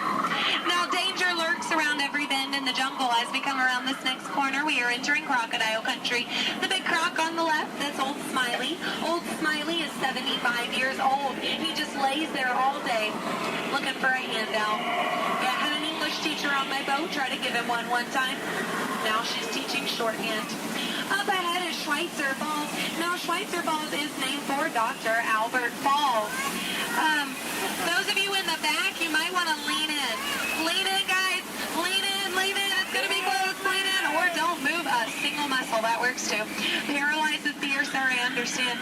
Now, people ask me all the time how I landed my job here at the world-famous Jungle Cruise. I think it's plain to see. I took a crash course, because when you've been here as long as I have, you just start to smell. Smell danger, that is. Like up ahead, this pool of hippos. Guys, I know they look cute, but they can actually capsize the boat. I'm going to use my gun to scare them off. Cover your ears, guys, this is going to be loud. Shoot! Shoot! Shoot! Shoot! Shoot! Shoot! There we go. Yeah, it's actually a little known fact about hippos. They are terrified of shoes. Now, up ahead, headhunters. This is bad. This is bad. This is a very bad place to be headed. All right, stay calm, guys. Don't lose your heads. Yeah, there's my last crew in that boat over there. Bunch of numbskulls. Now, that dance that they're doing, that does mean they are going to attack. But they only attack from the right-hand side. Stay focused on the right, and they can't ambush us. Over the top of the hill. They're on the left. Get down. Get down. Get down. Get down, sir. Don't worry about looking stupid. I'm doing it for you. Get down.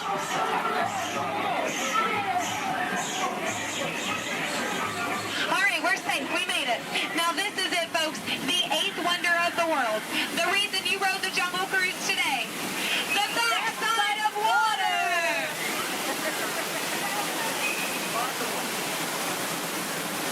Woo! Yeah, you feel that mist? Kind of nice, kind of cool. That is the largest concentration of bacteria in the jungle. You're welcome. Well, we are now in Southeast Asia, deep in the heart of Cambodia. Up ahead, we have a temple. Uh-oh. Guys, I was going to take you in this temple. I think there's been an earthquake or something. This is a new entrance. I don't know where it leads. It could lead to danger. It could lead to treasure. Should we go in? Yes? Good. I do not know how to reverse.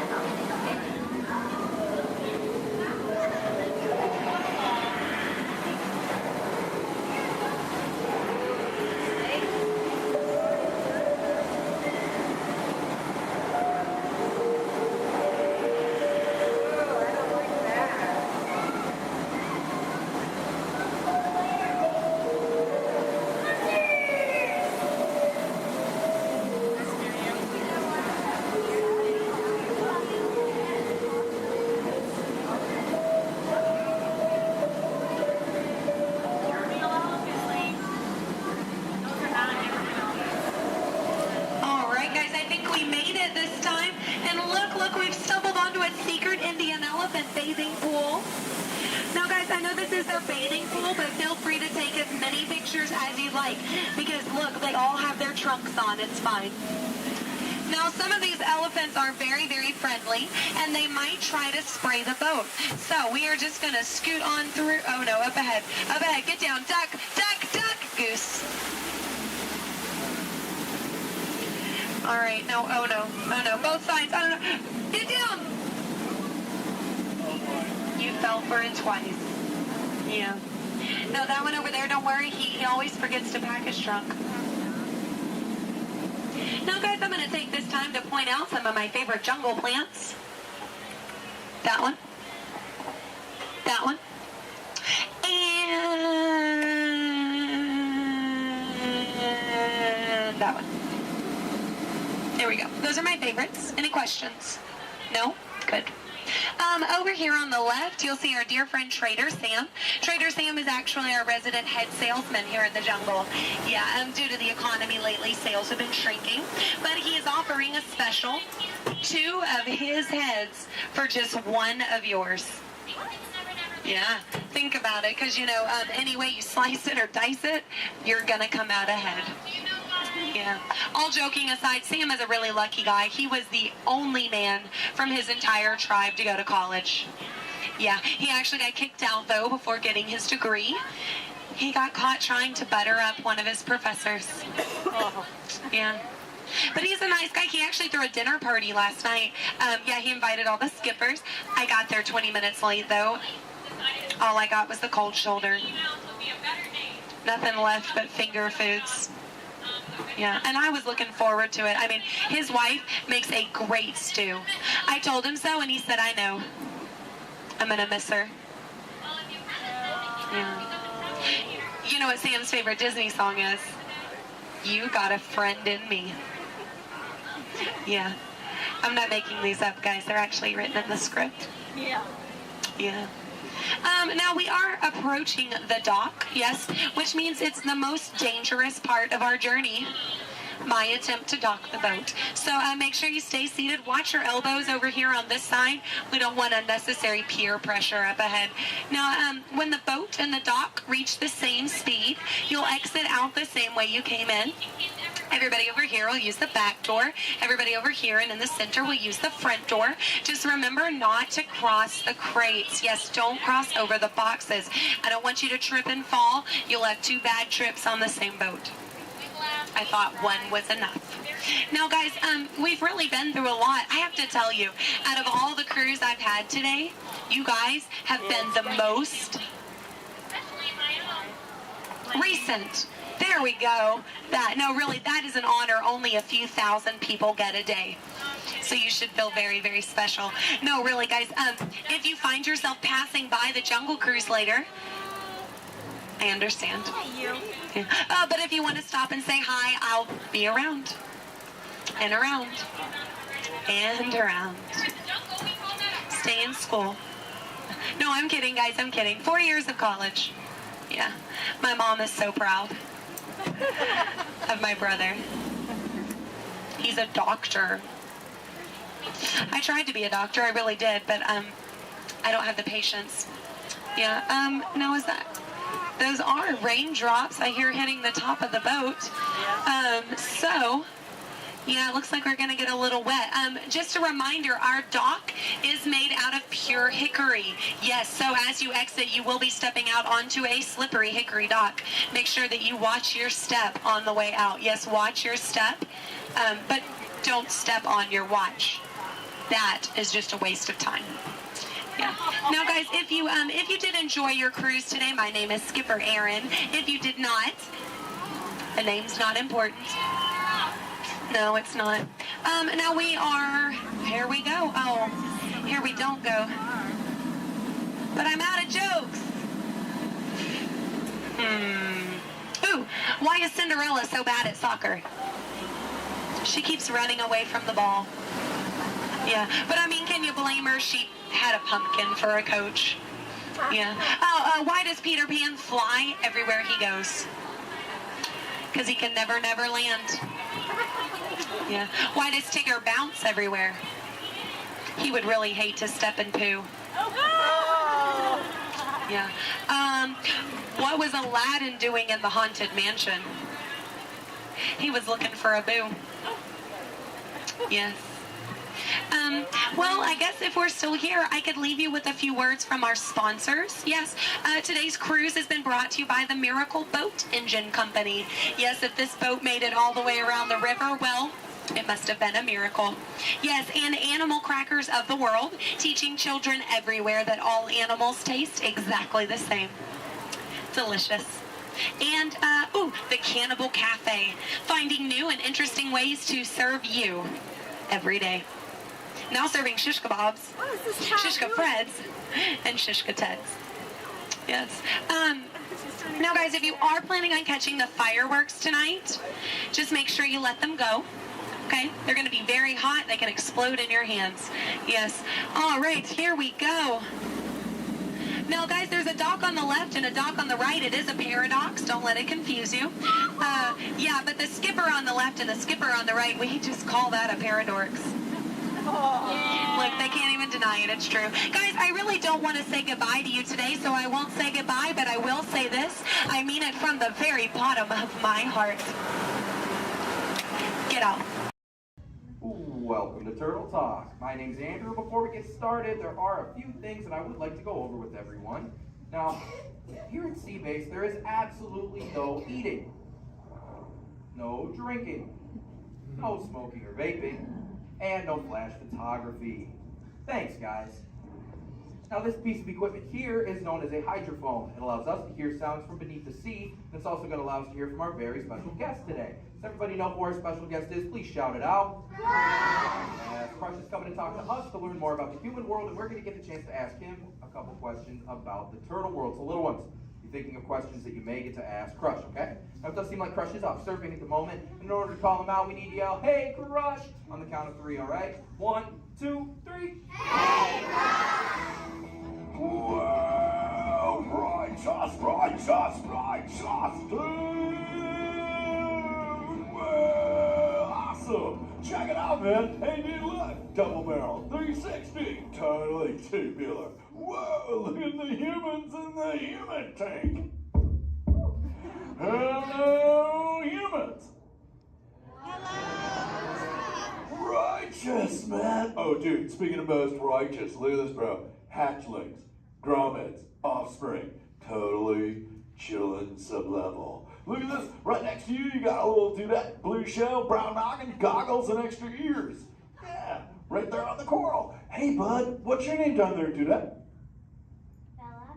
Hey, what's up, bud? Are you having a good day, man? Yeah. Awesome. Can you talk like a turtle? No. Oh, I got your back. It's really easy. Just say, awesome. Awesome. Nailed it. Try this one. Say totally. Put them together. Say totally awesome. Totally awesome. Give it up for that dude. That righteous. Good job, bud. Totally good. You talk like the turtle. Hey, I got a dude over here with a gray shell, curly noggin, and goggles too. Sweet. Hey, man, what's your name down there, bud? Gustavo. Hey, where are you from, Gustavo? Where are you from? New York. Whoa, dude. Who brought you here today? I went on my car. Oh, we'll find out together. Don't sweat it. Hey, dude, is there like maybe a parental unit, a life guardian of the Gustavo? If anybody's with them, right? Okay, let's talk to that chick and see what's up. All right, awesome. Hey, dude, what's up, bud? What is your name? Karen. Hey, Karen, what's up? How many kids you got? My English is not good. I'm from Brazil. Oh, I don't speak English either. I talk turtle.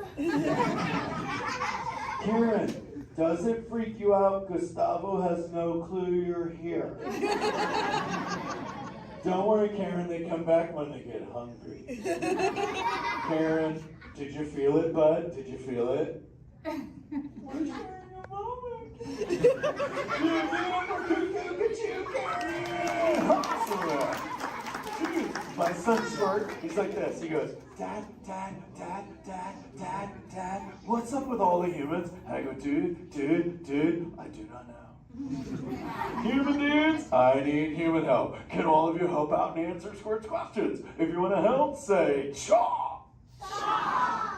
Righteous! You so totally rock, dude! Oh, wait a minute. Sorry, dude, my bad. Check this out. When a turtle says, you so totally rock, everyone says, dude! Here we go. You so totally rock! Dude! You so totally rock! Dude! Now all of you totally talk turtle. So, on to Squirt's question. Numero uno. He goes, Dad, if humans go to a beach, what do they do? I said, bro, I do not know. Humans, do you go to the beach? Yeah. Awesomeness. Okay, answer it for the Squirt dude. What does a human do at a beach? Shout it out. Swim. No way. Who likes to swim? Wave some fin if you love to swim, man.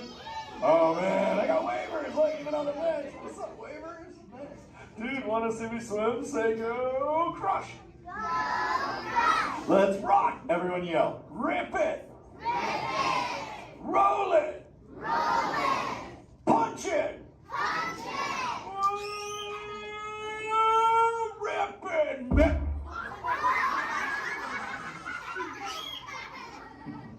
Hey, Crush, watch out for the glass. Hey, dude, thanks, Hank. How long has that dude been there? Oh, no, man. My bad, bro, my bad. Where are the manners? I've been asking the questions. Dudes, do any humans have a question about being a turtle? Raise a fin. Hi, if you have a question about turtles. Cool. Got a chick over here, aisle style, red shell, brown knock, hanging loose. Hello, bud. What's your name? Hey, bud. What's your question? What turtles eat? Oh, dude, we're chowing green seagrass and green sea kelp. Big dudes, you're sitting on green seagrass benches. But check it out, Harper. We only eat green stuff, and so it actually turned us green. So, like, I'm green, and my kids are green, and my parents are green. Oh, and my wife's green, and my favorite color ever, purple. He's pulling your fin. It's green. Hey, there's a purple chick over here with like a jellyfish lid. Let's talk at this one on this side. Hey, bud, what's your name down low? Scarlet. Hey, cool name, Scarlet. What's your question? My name's not Scarlet. Oh, wait, what's your name? It's Charlotte.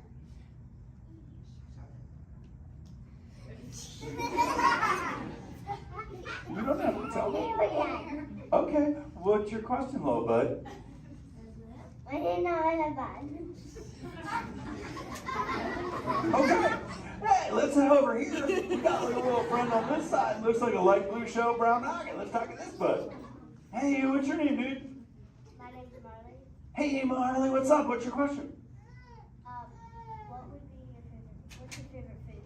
Oh, dude, besides eating green seagrass and green sea kelp, we totally chow on the jellies. Yeah, they're like so tasty. Hey, wait, Marley, do you eat food and sleep and stuff? Yeah. Do you know how to swim? Yeah. You're a turtle. Because all we do every day is eat, sleep, and surf. Hey, we got a bud by the bench. He's got a red shell curly noggin. Let's talk to that guy. Sweet. Hey, big man. What's your name, dude? Ezekiel. Hey, Ezekiel. What's your question, friend? How do turtles breathe? Okay, here's the deal. We have to go up every 15 minutes, bud, because I'm like you. I breathe oxygen. But here's the deal. We have to go up every 15. But when I sleep, Ezekiel, we can go in this little cave right there. See the green shell sticking out over there? We got to tuck under, and we can sleep 5 hours straight and absorb oxygen out of water when we're underwater. Who else has a question? This is kind of cool. Oh, whoa, dude, check it out. We got like a little friend chilling on this side by the bench. Looks like a grayish blue shell, brown ox sitting on her own flips. Dude, what's your name over there, bud? Abby. Hey, Abs, what's your question, Abby? How many babies can a turtle have? Well, mommy turtles, man, they go to a beach, but it's the same beach every time. And they drop off like 90 to 100 eggs. But here's the cool part. When the sand is really warm, Abby, everybody is a dudette. And when it's cold, they're all dudes. So we say, dudes are cool and chicks are hot. Yeah. This is awesome, humans. Hey, the Jelly Man. I was talking about you, buddy. Oh, Crush.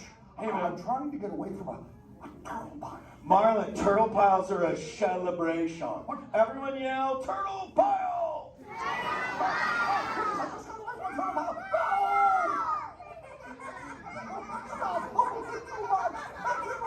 Oh, cool. Hey, boys, surf's up, dudes.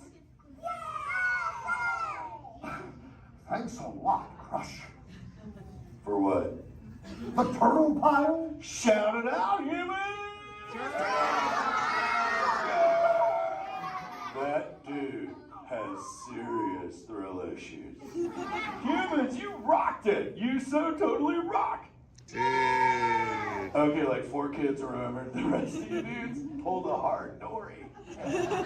Dudes, don't space out! Remember, Turtle says you so totally rock. Everyone screams! You so totally rock! There you go, you're back again. Oh, bummer. Hey bro, the frequency thing is not working. Whoa, it's Bailey! Call him back with your fins. Put your both fins up. Yeah, put your both fins up. Go.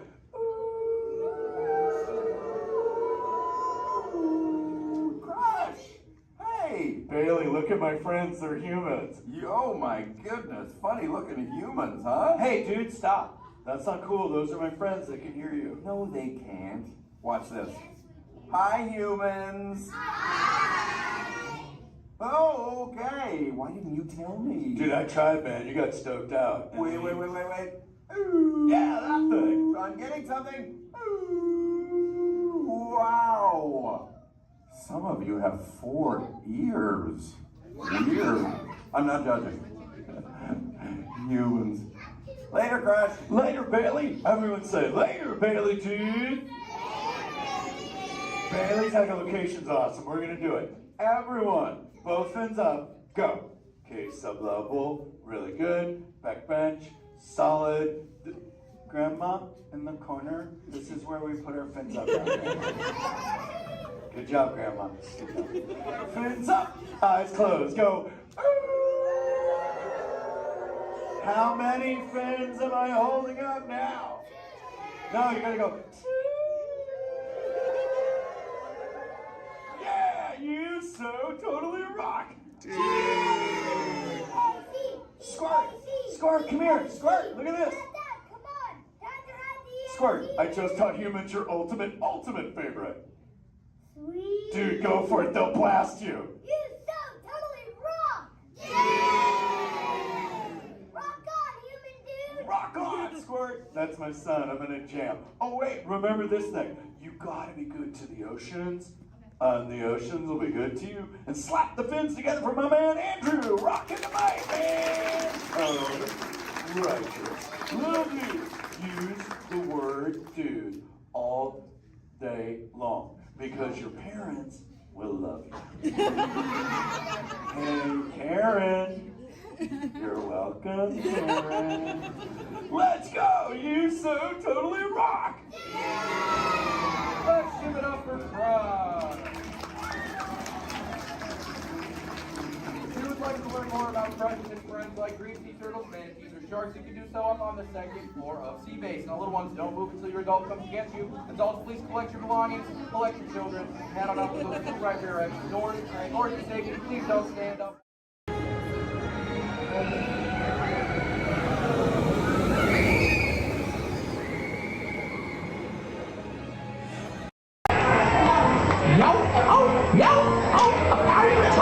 Boys doing this. I had a bandana complete full of they got the eyes, you know.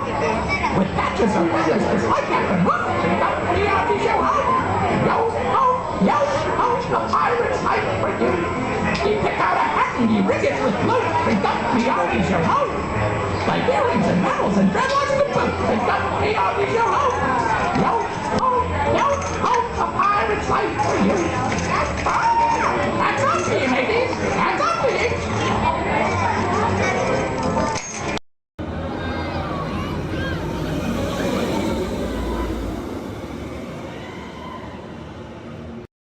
Living with the land.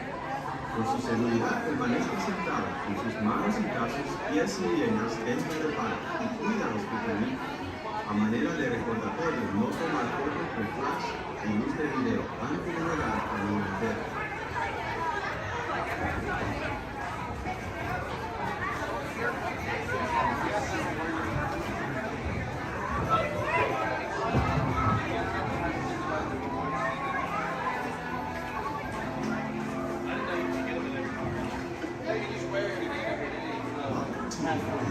Discovery of the richness and diversity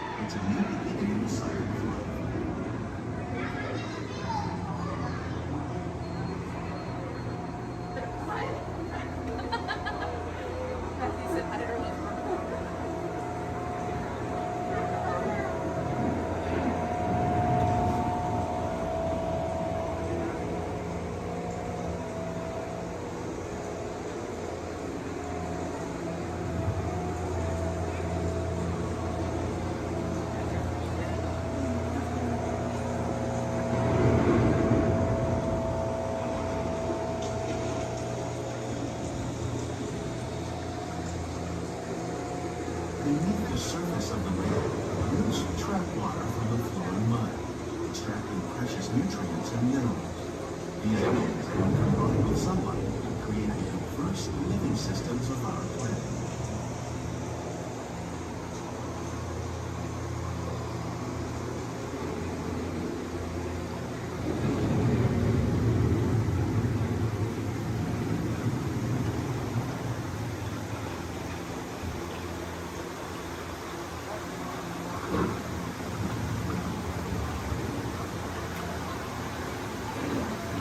One of those living systems is the rainforest, home to the most amazing concentration of life on our planet.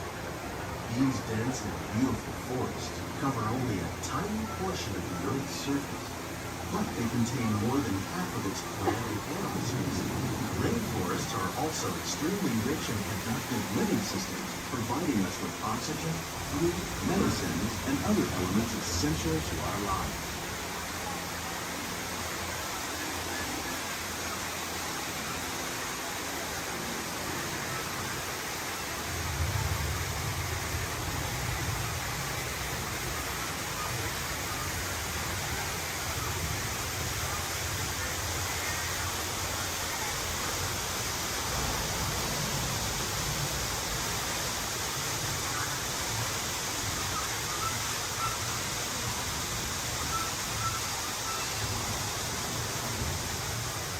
In the desert, nature has created a very different, but no less beautiful living system.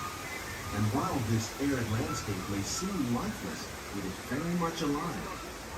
The plants and animals that have learned to survive in these harsh conditions make use of what little water they can find and avoid the scorching rays of the relentless sun.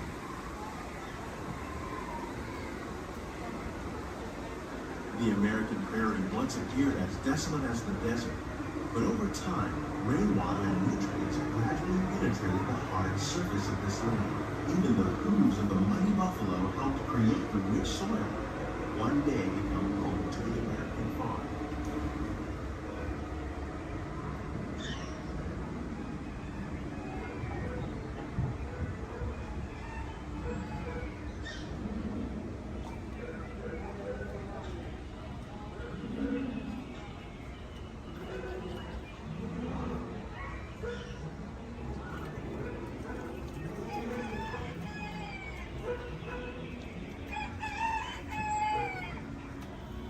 Of all the forces at work on the land, humans have had one of the most profound effects. The need to produce food for a growing world led to the enormous use and sometimes overuse of the land. In our search for more efficient ways to grow food, we often fail to realize the impact of our methods.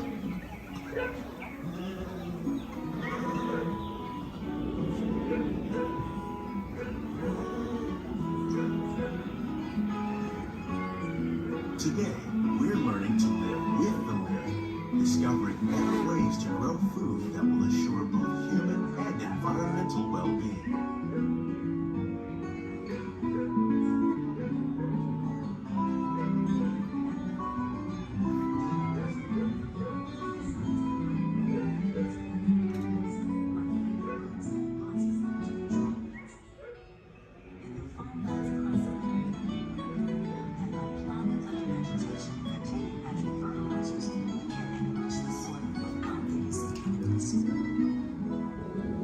In arid regions, we are learning to produce food on desert seacoasts by developing and planting crops that thrive on salt water. In Japan, we're learning that by mixing leaves and other living materials into our soil, we can make farmland more fertile without the need for chemicals. Here at Epcot, we're learning to reduce the need for chemical pesticides by breeding and using natural predators, like ladybugs and wasps, to control pests. How will we meet tomorrow's growing needs for food production, yet still respect the needs of the land? Some of the answers are being discovered just ahead. To help us maintain these carefully controlled ecosystems, and for your safety, please remain seated in your boat at all times.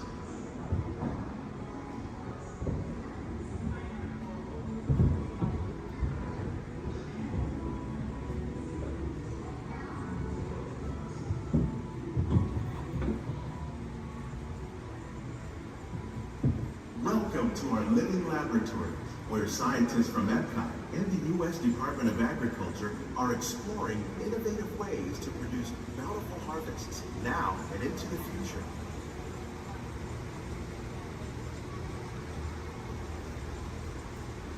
The tropics are home to the greatest diversity of plants on the planet. Many of these, like papaya, bananas, cacao, coffee, and rice, are well known around the world. These are just a few of the edible plants that have been an important source of nutrition for people living in the tropics. Many are rich in vitamins and minerals, while others are well adapted to growing in less than ideal conditions. Some, like the water lily, thrive in wet, swampy areas and waterways. All parts of this plant, even the flower petals, are edible. The starchy root of the plant has long been used to make flour for baking.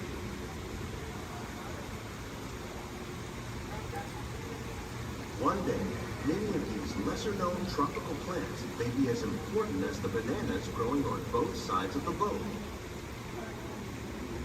More than 28 million tons of bananas are eaten annually, making it the most popular fruit in the world.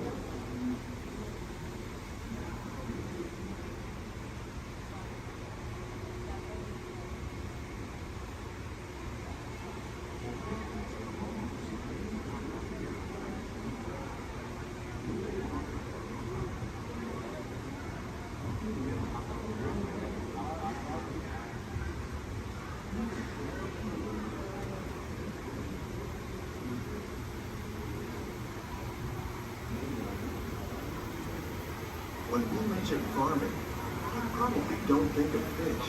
But fish farming, or aquaculture, accounts for nearly half of all the seafood consumed globally. Tilapia, bass, and catfish, like the ones you see here, are three of the more popular crops raised by fish farmers. The sustainable system we're using here recycles the water in the tanks. As a result, we're able to save millions of gallons each year.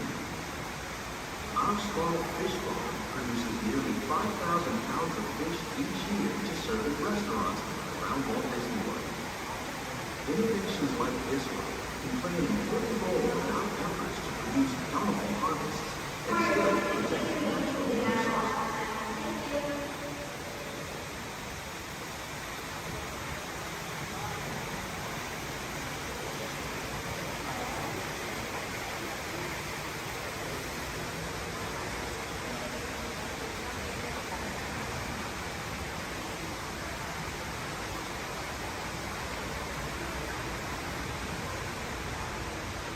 While there are more than 50,000 edible plant species in the world, most of us are only familiar with the handful that make up our everyday diet.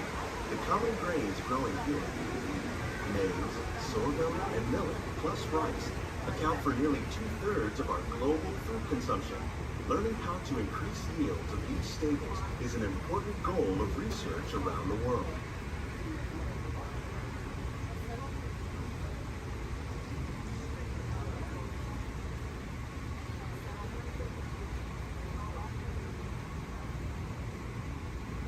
These plants are definitely on their way up. Innovative growing techniques like these increase yields while more efficiently using resources like water, fertilizer, and pesticides.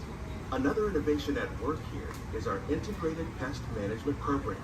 By populating our greenhouses with beneficial insects that prey on harmful pests like aphids and flies, we are significantly reducing our reliance on conventional pesticides. We're growing these crops using our nutrient film system. This technique precisely controls and recycles water and nutrients. With it, we can produce over 27,000 heads of lettuce a year in this one small area.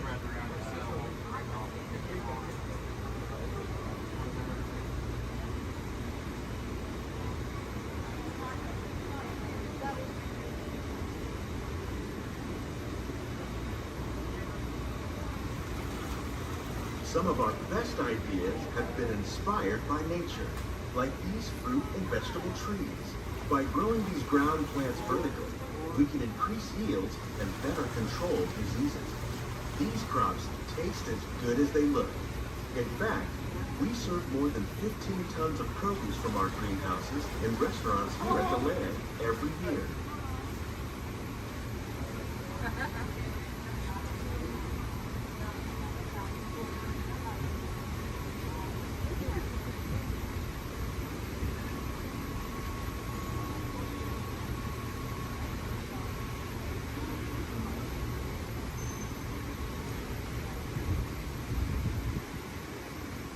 The future of agriculture may include innovative ideas like this vertical growing system. Plants grown in this way use a fraction of the space required by traditional growing methods. That saves water and increases production. The aquaponics system on your left combines hydroponics with aquaculture. The fish provide a natural source of fertilizer for the plants, and the plants help keep the water clean for the fish. It's another great way to produce more while using less. In our lab, Epcot scientists are working with the U.S. Department of Agriculture on a number of innovative projects. The goal of these efforts is to produce higher yielding and better quality plants.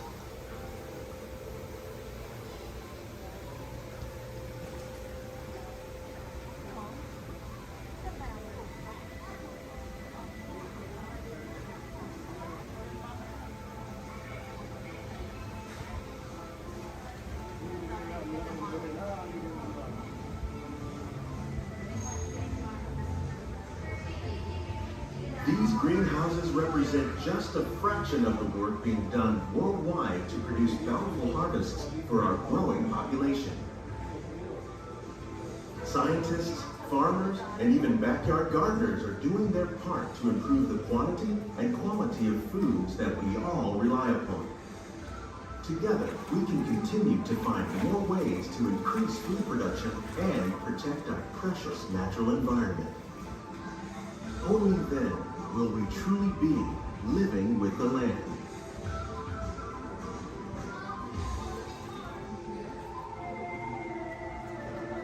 On behalf of Walt Disney World, we hope you've enjoyed this unique journey through our living laboratories. If you'd like a closer look, then check out the Behind the Scenes walking tour. It's a chance for the whole family to get up close and personal with the plants and growing techniques in our laboratory. Please keep your hands and feet inside the boat and remain seated until the boat comes to a complete stop.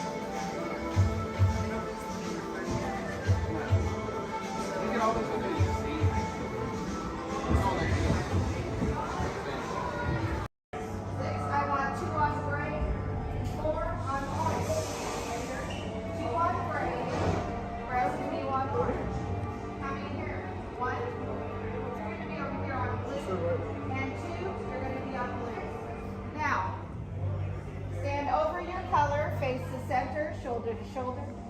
Now remember the color you've been assigned: blue, red, gray, and orange. It'll be an important part of your interrogation process. You're going to need to know that color at the end of your interrogation and possible long-term goals. How many? Okay, assign blue. Quickly to the end of the hallway. How many? 4. Yes. Okay, assign red. How many? Yeah. This cell door opens, I will call you in by your assigned color. And you will tell us everything. No, oh, you're going to have a tough time in interrogation. Get on your color. There you go. Scoot over, blue. Make a look room. Get on your color. Not the lights, on your color. Turn it on. Yeah. Right. Into your side.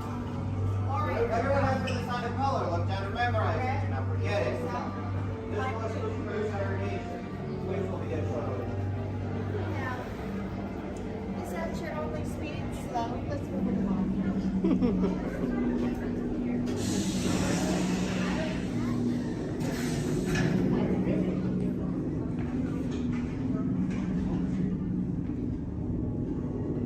Leave us. Yes, General.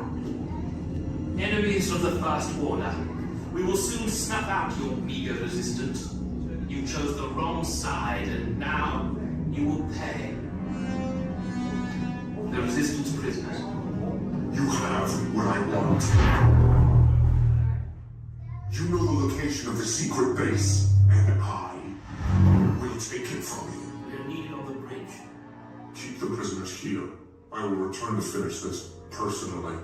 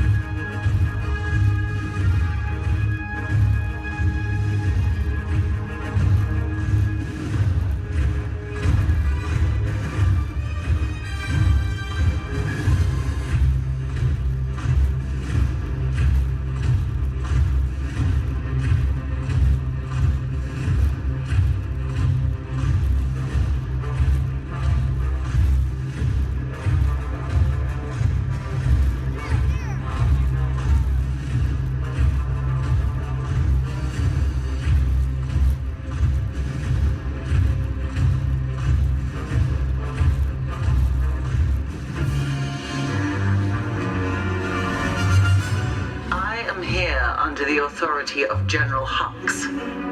You are here under the authority of me. Stand proud.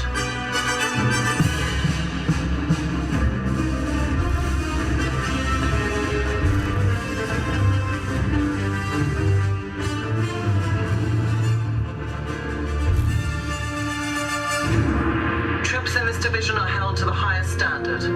Mine. Show me fearless.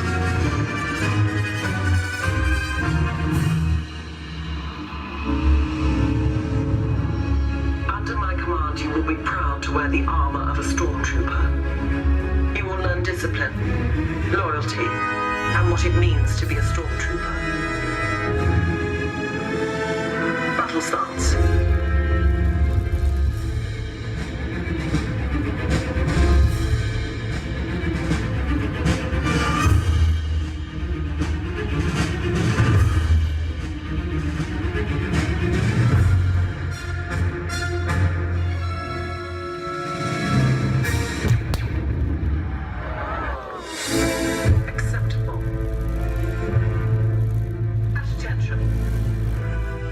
We do not tolerate traitors.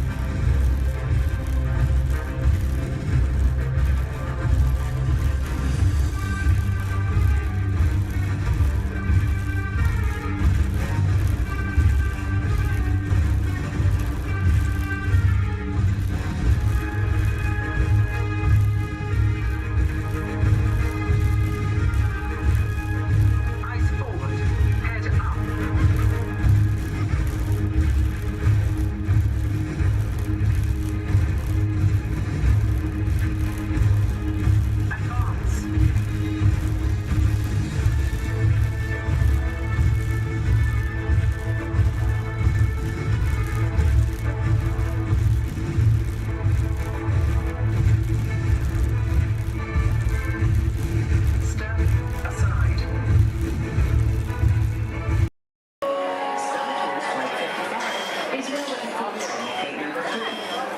this time, we'd like to board those passengers with droids or anyone requiring special assistance. Thank you.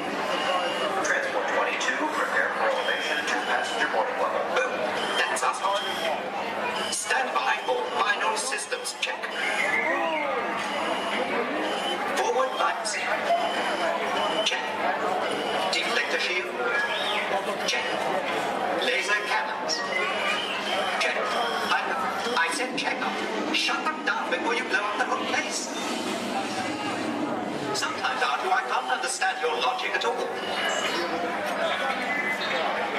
No, not at all.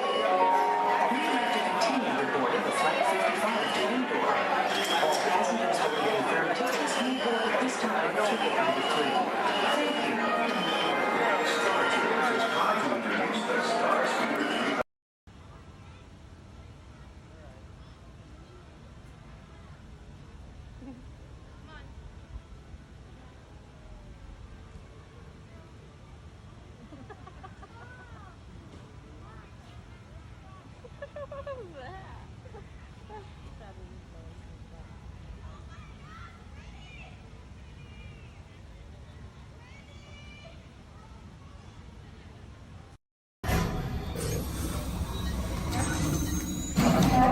Engineers. Automatic repair engaged.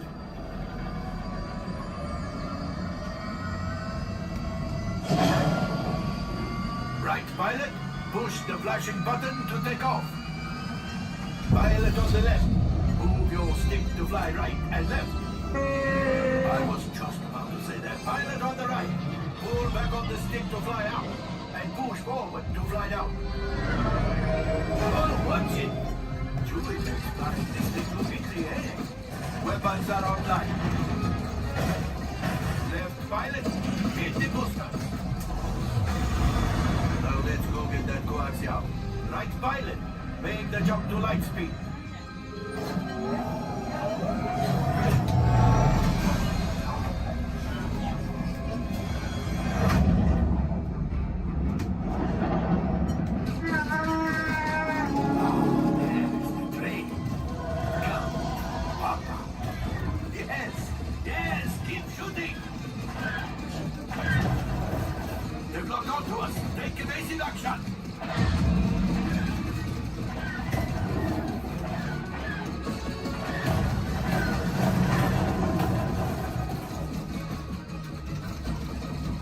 There it is, after that train.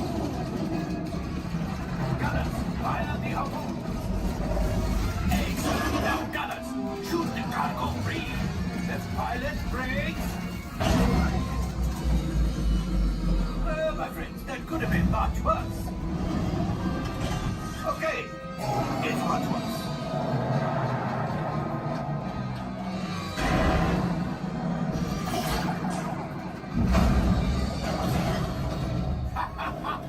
Yes, you got one. Excellent, my friends. Now power up the ship. Well, I grabbed the old axiom.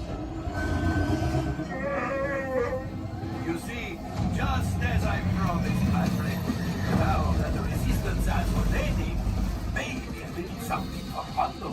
Pilots, line up behind the train so we can harpoon that last car. Gunners, fire the harpoon. Gunners, shoot the train. The cargo's bringing, keep shooting. Good job, my friends. Yes. We got the coaxium. I will grab it. You pick up the train.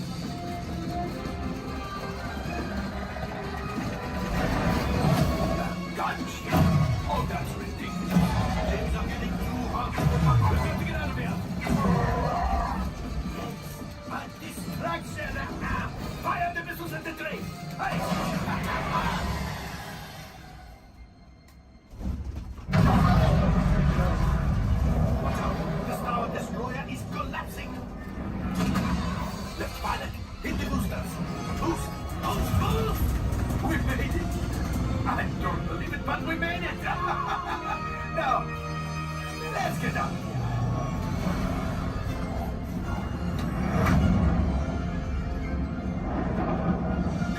job, my friends. You retrieved 2 containers of coaxium. This will greatly help the resistance. You have heard the First Order and made Chewie proud. Now, after my modest profit, your cut minus what you owe me for damaging the Falcon is... Hey, not bad.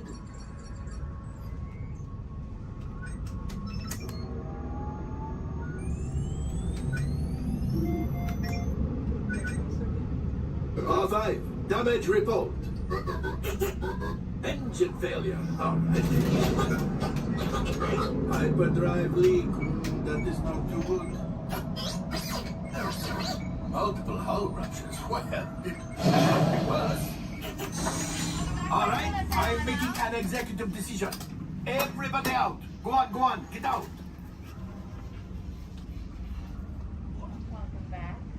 All available techs, we have a Corellian freighter that needs immediate transport back to the maintenance bay. This thing has seen better days. Better fix all that before the Wookiee sees it.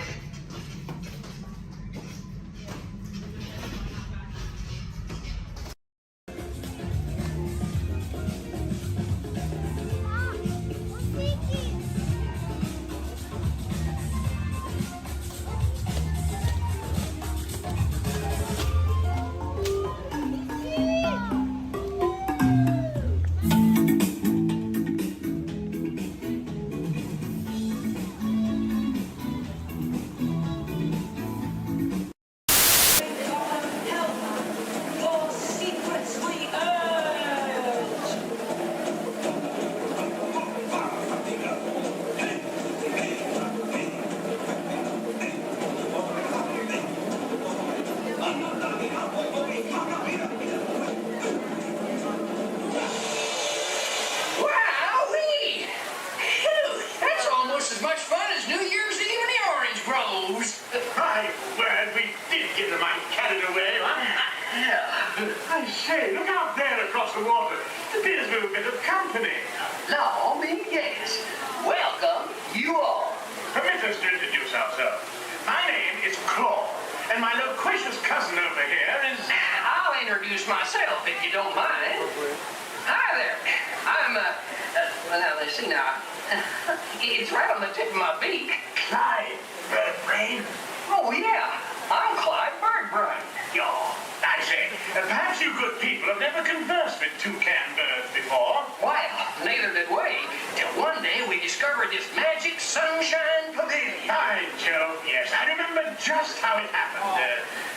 Many bird baths ago. There we were in an explorer's launch on a mysterious river in deepest Adventureland. Off in the distance comes the fierce roar of an African lion.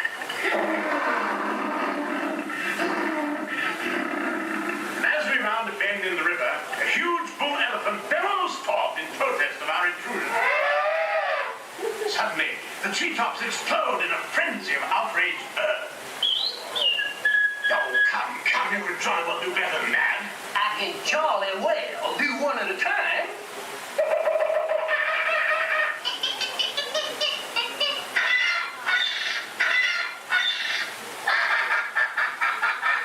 Meanwhile, shifty-eyed crocodiles lurk by the water's edge. Lurk, lurk, lurk. And the giant python slithers down from an overhanging limb. What's happened? What's wrong? I can't stand snakes. Don't be ridiculous. I'm only relating a story. Oh, all right, Clyde, enough is enough. That wasn't me. I never even opened my beak. Huh?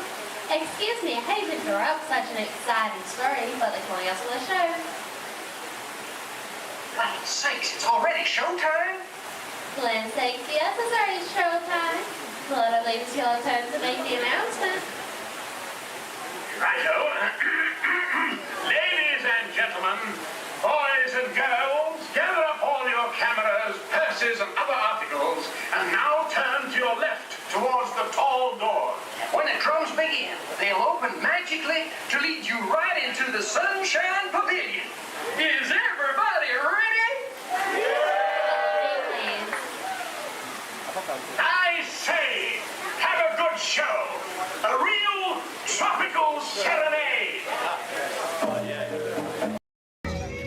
When the wind picks up just right, it can carry the sights and sounds from the lush jungles of India to the grand canvas of sky above. Join us now as we allow the magic of Disney storytelling to soar like never before.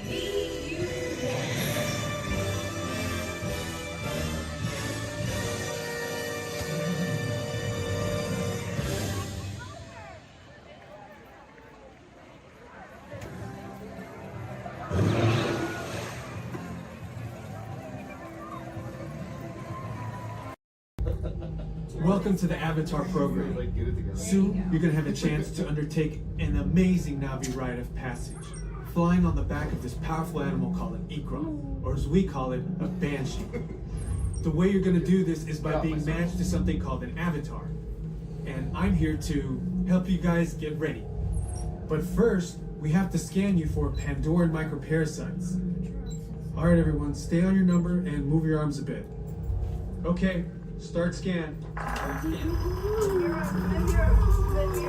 I'm red. You've all got them.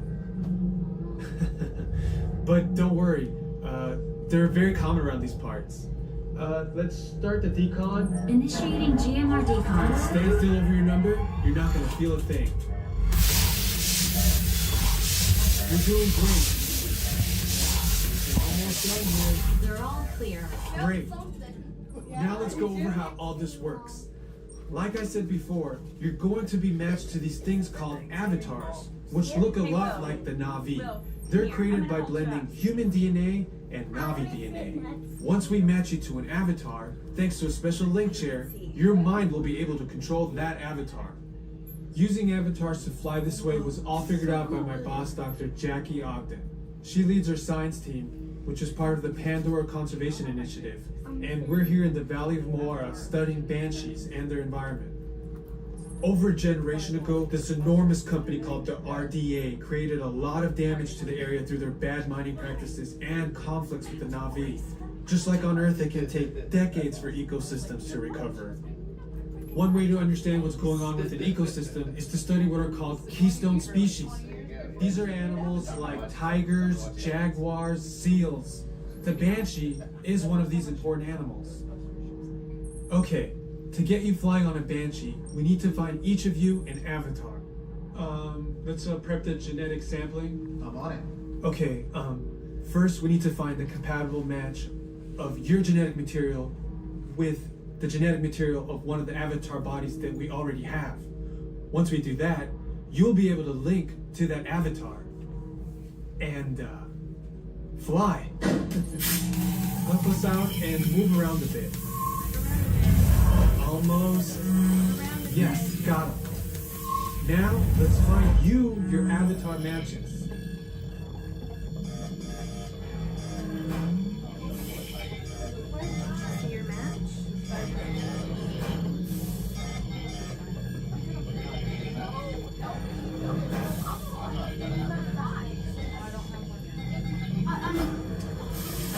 All right, you've all been matched with avatars. Looks like they're ready for you in the next room. When the door opens, please go inside, all the way in, and stand over the same number that you're standing over now. And I'll see you in there. I'll be for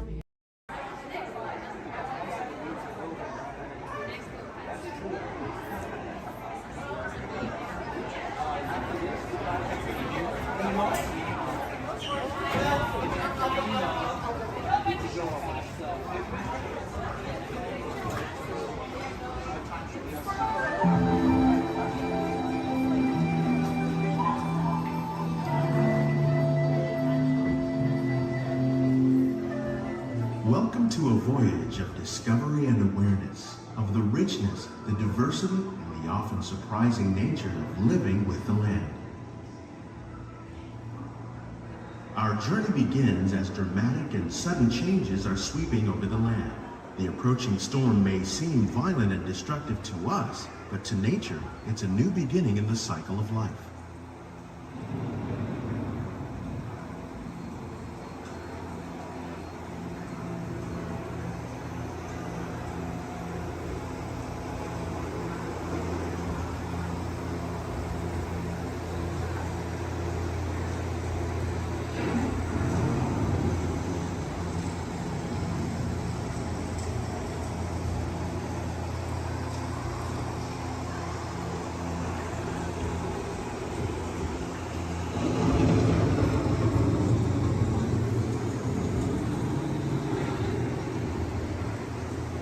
Beneath the surface of the land, roots trap water from the flowing mud, extracting precious nutrients and minerals.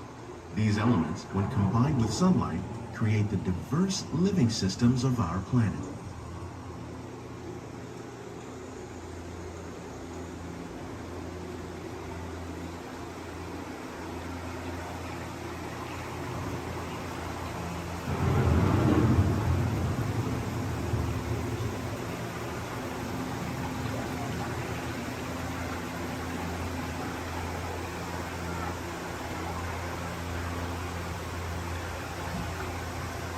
One of those living systems is the rainforest, home to the most amazing concentration of life on our planet. These dense and beautiful forests cover only a tiny portion of the Earth's surface, but they contain more than half of its plant and animal species. Rainforests are also extremely rich and productive living systems, providing us with oxygen, food, medicines, and other elements essential to our lives.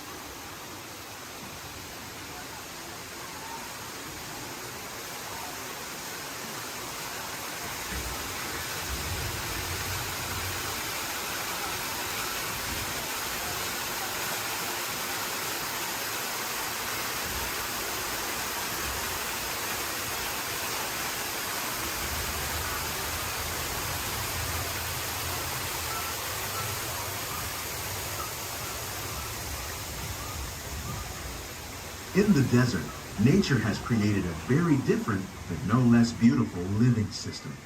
And while this arid landscape may seem lifeless, it is very much alive. The plants and animals that have learned to survive in these harsh conditions make use of what little water they can find and avoid the scorching rays of the relentless sun.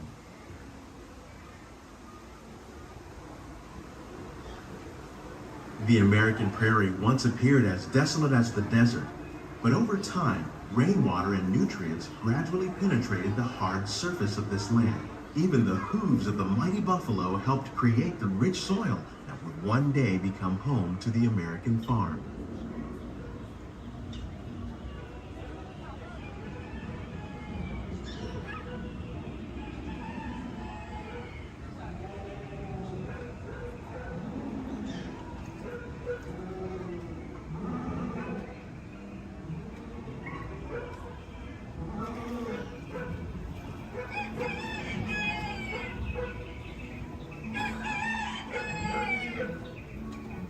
Of all the forces at work on the land, humans have had one of the most profound effects. The need to produce food for a growing world led to the enormous use and sometimes overuse of the land. In our search for more efficient ways to grow food, we often fail to realize the impact of our methods.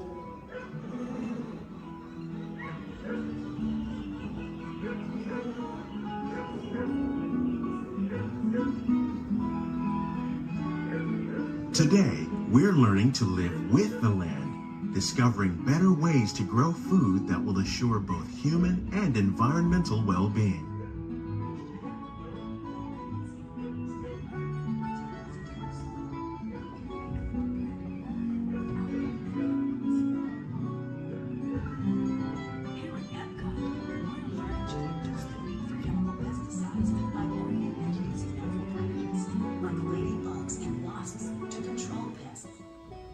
In the farmlands across America, we're learning that by plowing under vegetation containing natural fertilizers, we can enrich the soil without the use of chemicals.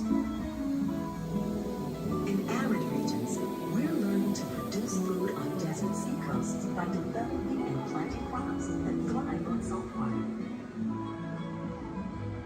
In Japan, we're learning that by mixing leaves and other living materials into our soil, we can make farmland more fertile without the need for chemicals. How will we meet tomorrow's growing needs for food production, yet still respect the needs of the land? Some of the answers are being discovered just ahead. To help us maintain these carefully controlled ecosystems, and for your safety, please remain seated in your boat at all times.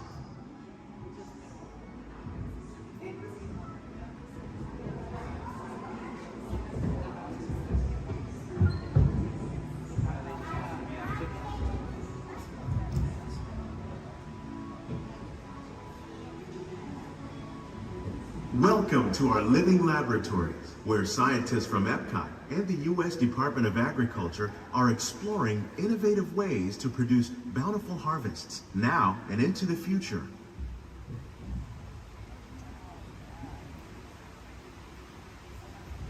The tropics are home to the greatest diversity of plants on the planet. Many of these, like papaya, bananas, cacao, coffee, and rice, are well known around the world. These are just a few of the edible plants that have been an important source of nutrition for people living in the tropics. Many are rich in vitamins and minerals, while others are well adapted to growing in less than ideal conditions. Some, like the water lily, thrive in wet, swampy areas and waterways. All parts of this plant, even the flower petals, are edible. The starchy root of the plant has long been used to make flour for baking.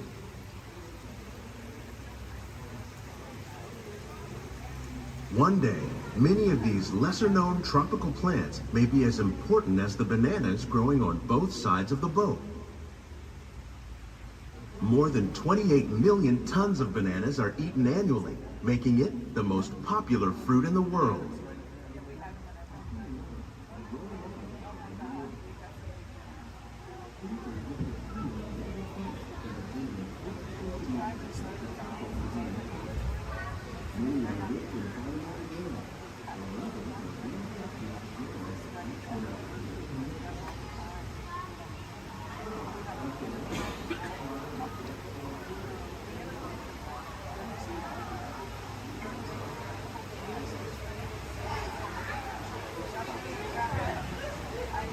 When we mention farming, you probably don't think of fish. But fish farming, or aquaculture, accounts for nearly half of all the seafood consumed globally. Tilapia, bass, and catfish, like the ones you see here, are three of the more popular crops raised by fish farmers. The sustainable system we're using here recycles the water in the tanks. As a result, we're able to save millions of gallons each year. Our small fish farm produces nearly 5,000 pounds of fish each year to serve in restaurants around Walt Disney World. Innovations like this one can play an important role in our efforts to produce bountiful harvests and still protect natural resources.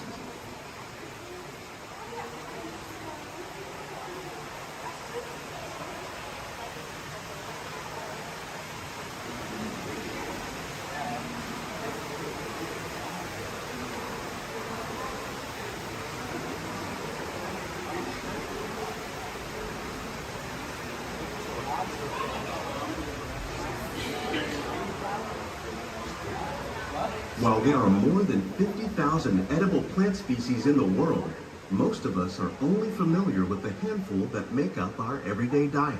The common grains growing here, wheat, maize, sorghum, and millet, plus rice, account for nearly 2/3 of our global food consumption.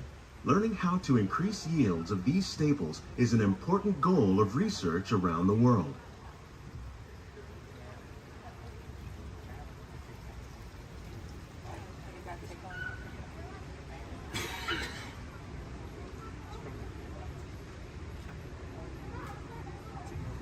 These plants are definitely on their way up.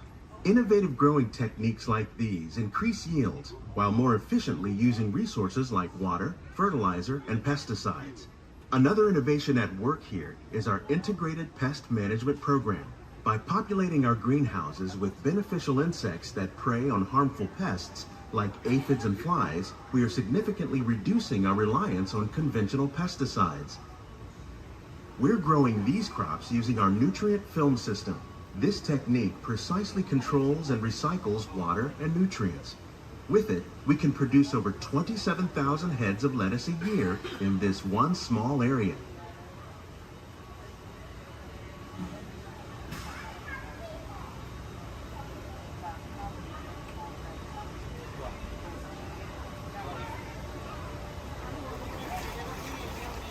Some of our best ideas have been inspired by nature, like these fruit and vegetable trees. By growing these ground plants vertically, we can increase yields and better control diseases. These crops taste as good as they look. In fact, We serve more than 15 tons of produce from our greenhouses in restaurants here at the land every year.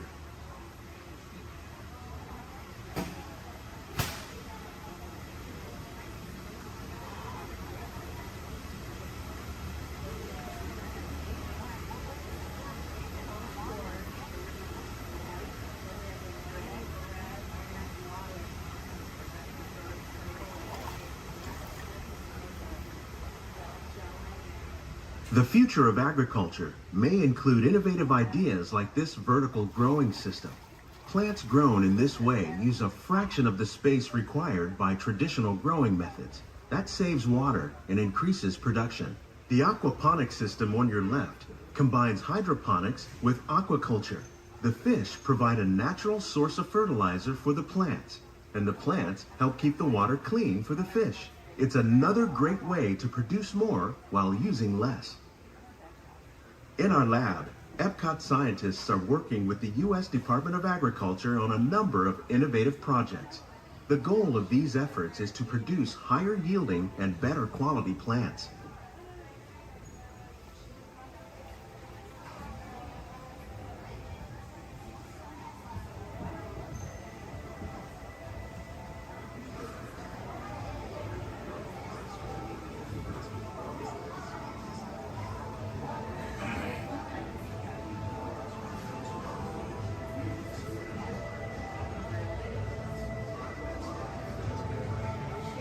These greenhouses represent just a fraction of the work being done worldwide to produce bountiful harvests for our growing population. Scientists, farmers, and even backyard gardeners are doing their part to improve the quantity and quality of foods that we all rely upon. Together, we can continue to find more ways to increase food production and protect our precious natural environment. Only then will we truly be living with the land.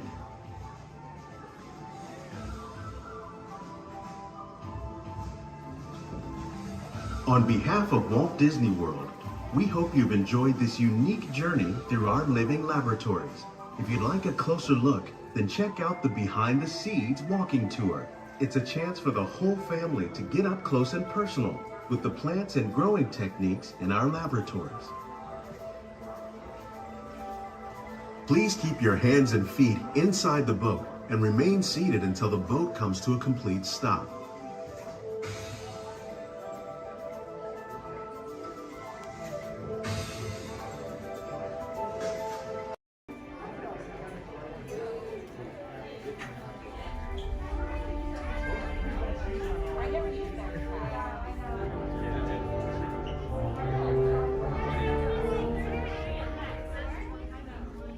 Hello and welcome to Soaring. My name is Patrick and I'll be your chief flight attendant today. We'll begin boarding in a few minutes, but first I'd like to acquaint you with some important safety information. When the doors to your flight open, please take a seat and store all carry-on items in the under-seat compartment. This includes cameras, purses, hats, and of course, these little beauties. Next, fasten your seatbelts, inserting them into the buckle on your right. If smaller aviators don't measure up to the height indicator on the seat, just put the belt through the loop in the center strap before buckling it.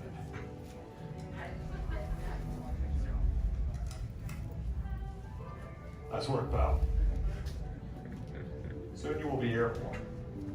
So if you or your little aviators have a fear of flying or of heights, you might want to wait for your party if you like it. Okay, let's review. That is seat belt, carry-on item, safety strap, fear of heights, keep your hands and arms inside at all times. Anything else? Yeah. Have a nice flight. Alright, my friends, we're gonna load row 3, followed by 2 and 1. Row 3, please follow me. 2, you're gonna follow 3. 1, you're gonna follow 2.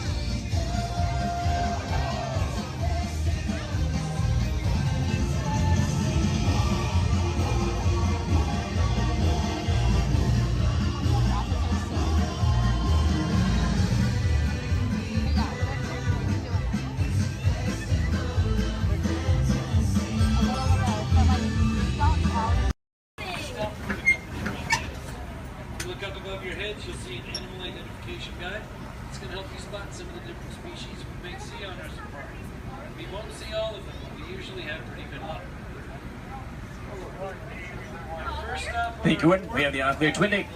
That means let's go. Job over. My name is Derek. I'll be your driver today through the Haram Bay Wildlife Reserve. Is everyone having a good day so far? Yes. Great, that's good to hear. Hopefully it gets even better from here. If you have any loose articles like phones or cameras, make sure you hold on to them. If you drop them, I can't stop and get them. Also, if you have a camera, I recommend keeping it out and running. We can't stop for all the animals we see, and if we do stop for them, they don't always stop for us. It's the best way of getting a clear picture of them. During our entire journey, I do ask everyone, please remain seated at all times. Keep your arms and hands inside the vehicle. This includes children. They can sit on your lap, but they can't stand out or anywhere else, just for everyone's safety. Our first stop here today will be the Little Ituri Forest. It's home to some very shy animals. I like to use the vegetation around them as kind of a natural camouflage. When I see animals, I'll point them out and talk about them. If you see any, there's a spotting guide up above you. I'll help you identify what you're looking at. We won't see everything up there, but hopefully we can see most of them. We're going to start off strong out to the right-hand side. There's some animals up on the hill there with striped legs. They kind of look like zebra, but they're not related to zebra at all. Actually, the only living, no relative of giraffe. They're called okapi. They're extremely shy, recluse animals. They're so shy they weren't even discovered by Westerners until 1901. Just like giraffe, they have really long tongues to help them reach their food.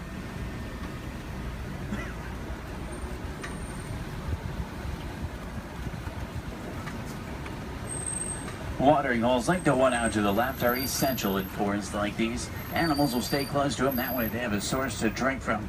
If you look straight across the water up on the ledge up there, you'll see a black rhino. Actually really rare to see. They weigh about 3,000 pounds, charge about 35 miles an hour. They're virtually indestructible animals except in the hands of humans. Due to poaching, there's less than 5,000 of them left. They're poached for their horns, which don't have typical bony cores. They're made of the same material as their hair and nails. That's all they're poached for. The bird out to the right is called a saddle-billed stork. They get their name from the saddle shape on their bill. They stand about 5 feet tall, have a wingspan of about 9 feet. They're very unique birds that travel in pairs of male and female together, pretty much just the two of them their entire life. Females have yellow eyes, males have brown.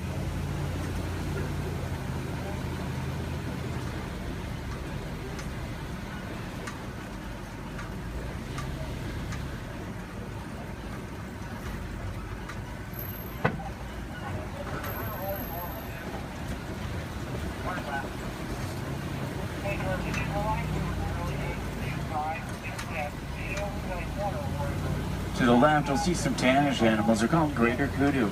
The second largest antelope in Africa. Males have horns, females don't. They're shy nocturnal animals. Next to them are bongo. They're known as the ghosts of the forest because they're so shy and timid. Males and females have very uniquely shaped horns that help them run through the brush without getting tangled. There's even some babies back there. Along the edge of the Ituri Forest runs the Sape River. Sometimes we'll spot hippos there. Do we have any hippo fans? Awesome. Let's see if we can find any. Hippopotamus means river horse, but they're actually closely related to whales. They weigh about 5,500 pounds, can run about 30 miles an hour. Hippos are nocturnal. At night, they leave the water searching for food. They'll walk up to 6 miles looking for it, and once they find it, they'll consume about 90 pounds of grass each every single night. They can hold their breath for about 8 minutes, and they walk along the ground under the water, which makes it challenging to spot them. If you see a blob discoloration or bubbles in the water, it's probably a hippo. Keep in mind, you might not always see them on the surface, but that doesn't always mean they're not there. A group of hippo together is called a bloat. There's 2 in the water out to the right, you can kind of see, and there's quite a bit more in the water out to the left behind that island there.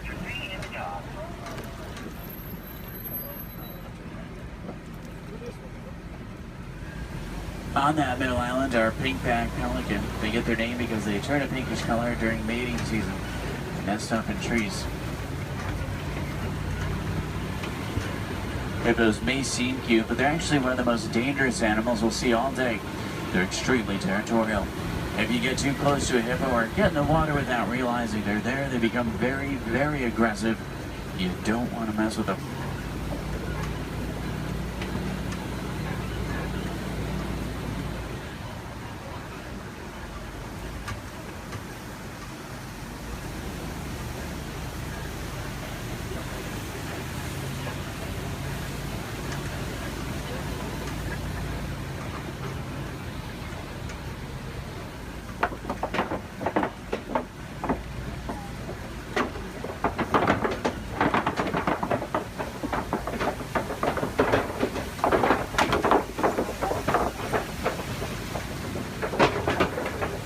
any favorite animals we're looking for today? Giraffe fans. Maybe a few. There's babies out in the reserve. What about elephants? Some elephant fans. Any lion fans? Lions are my favorite. Don't tell the other animals, though they get kind of jealous. I'm sure we're looking for some more. Let's head over to the savannah. It's an entirely different ecosystem, a great place to start looking for some of our favorites. Now on the right up here, we're going to see a baobab tree. We'll see them all throughout the reserve. They're also known as upside-down trees because they look like they're upside down. They do really well in droughts. They store water in their trunks and go about 9 months of the year without leaves, which helps to conserve water. Because of this, they can live to be thousands of years old. We're entering the African savanna we're all working hard to conserve. It serves as a home to millions of animals. Every year is a roaming grave searching for food. It does work like a big circle here. The elephants, they're the bulldozers. They push down the trees, which helps the grass grow and helps provide food. The giraffe will eat the leaves under the trees, which lets sunlight through to also help the grass grow. The zebra and the antelope will eat the grass, and then smaller animals like warthogs, they do the edge work. Helps create the image we're all looking at today. In a balanced ecosystem, there's food for everyone.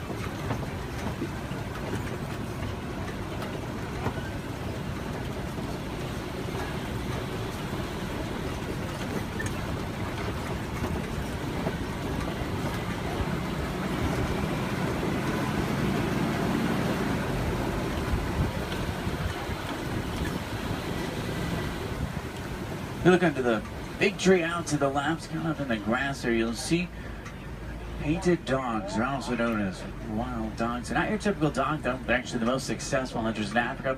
They're more successful at hunting than the big cats, including lions. They rally before they hunt. They'll hunt in the morning and the evening. They follow their prey until it drops them exhausted. And once they get it, they'll consume 1/3 of their body weight in just one sitting.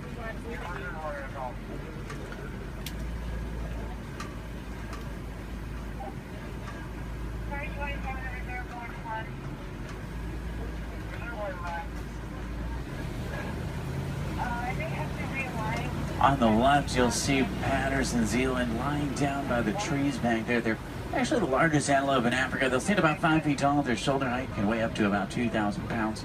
They can jump up to about 8 feet in the air. Both males and females have spiral-shaped horns on their head. The orangish mounds we're passing are called termite mounds. They're hard as concrete. Elephants use them as scratching posts. Once they wear them down a little, antelopes stand on top of them. That way they can see predators like lions approaching. Inside each mound are millions of termites. There's also a series of tunnels and canals that help them to move.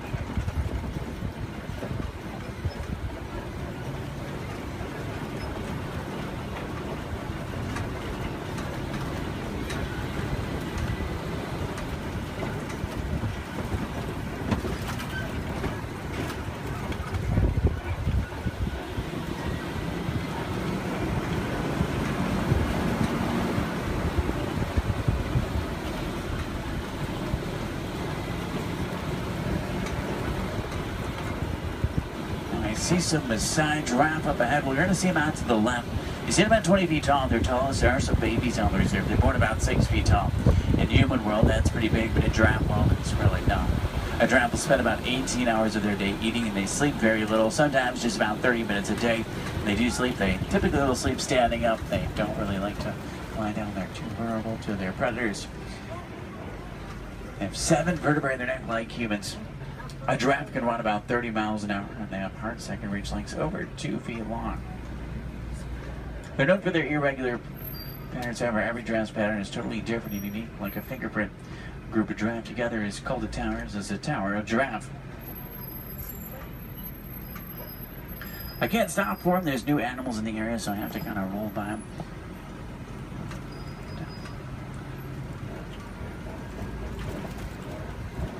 I see a lot of downed trees up here as well. That's normally a pretty good sign. There's elephants nearby. Elephants are extremely social creatures as well. Except for adult males, though. Adult males tend to be very solitary. They really like to be alone or with only other males. They weigh about 12,000 pounds. Adult females weigh about 8,000, and each elephant consumes up to 300 pounds of food every single day. When you think about what they're eating, it's mostly grass and leaves, so that's pretty impressive. Start heading towards elephant country. I know the road that will take us there. It's a short drive. We should be there pretty quickly. Maybe we can see one along the way. Left and up, you'll see some mandrills. They're the largest, most colorful monkey in Africa. Males weigh about 100 pounds. Females weigh about 30. Males will be much larger, much more colorful. The leader of the group of monkeys, which is called a troop. To the right-hand side is an African elephant. That's a male. He's alone and larger, which is what gives it away. Trying to get a better view of him. Uh-oh. The road I was going to take is closed. I know a different way. There's an old rickety bridge. I haven't been there in a while. What do you say? Should we go for it? Yeah. Let's do it. We're going to see some more elephants, right?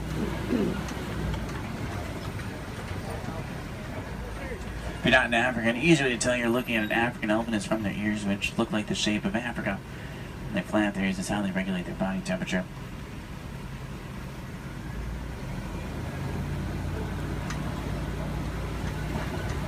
Trying to find some more. I just hope they worked on this bridge. Last time it was pretty bumpy. Almost. Everyone made it. It's a little worse than I remember. The good news is there's still a few parts of it connected. Is anyone on board Scared Heights? If you are, just close your eyes like me. Steady. Oh, they tried to fix it. I see a new patch of duct tape. That stuff really can't fix anything.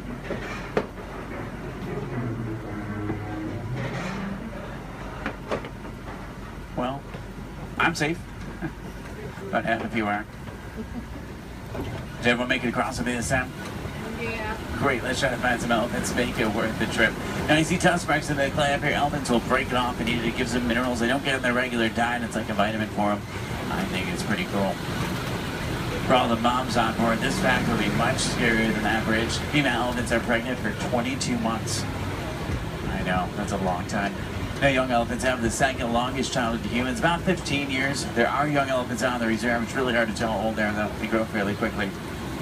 We'll try to find the best place to see them up ahead. Hopefully we can find some down by the watering hole. I'm still in that area where the new animals are, so I have to keep rolling for the elephants, too. I can't come to a complete stop, but I can slow down quite a bit. So make sure you have your cameras out and ready so you can get a good picture if you want one.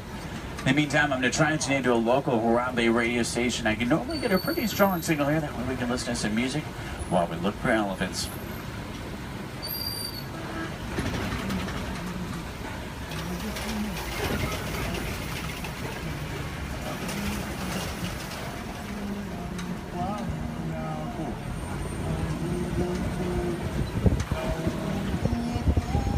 I think most of the herd is down by the watering hole, which is great news for us. Normally that's a pretty cool view. If you see any elephants throwing dirt on their back or rolling in dirt, they can actually get sunburned, and they'll use dirt like a sunblock. Both male and female African elephants have ivory tusks, which are what they're built for.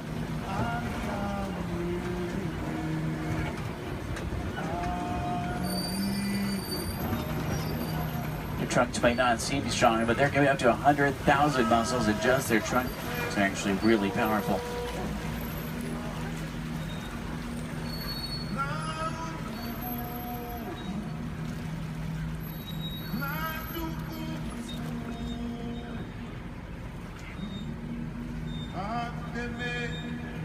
Out to the left are greater flamingo. They're born gray, but after about a year of eating brine shrimp and other seafood, they turn the pinkish color we see right now.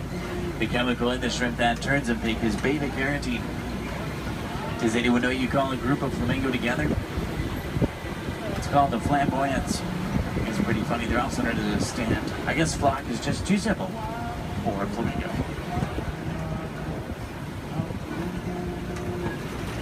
Now, I see white rhino markings up ahead here. White rhinos are bigger than black rhino. They weigh about 5,000 pounds compared to 3,000. They're not named after their color. Both white and black rhinos are both actually gray. They're named after the shape of their mouth and their size. Their mouths are wider. They get their name after the African word bite, which means wide, but it's translated into white. Let's see if we can find any up ahead. Looks like they might be moving around a little bit. In the meantime, out to the left, we do see some zebra. A zebra's skin mirrors the pattern of their fur. Their hind leg is so strong that with one kick it could break a lion's jaw. Zebra are also blind runners, which means if they get scared or spooked and start running, they can't see. They'll run in any direction and hope there's nothing in front of them. The little brown animals out to the left are called Bontebok. They're related to wildebeest. At one point, there was only about 17 total Bontebok left. They were put on reserves and safe farms. Now they're doing much better. They're poached for their coat, which has a very unique coloring to it. They're extremely gentle animals.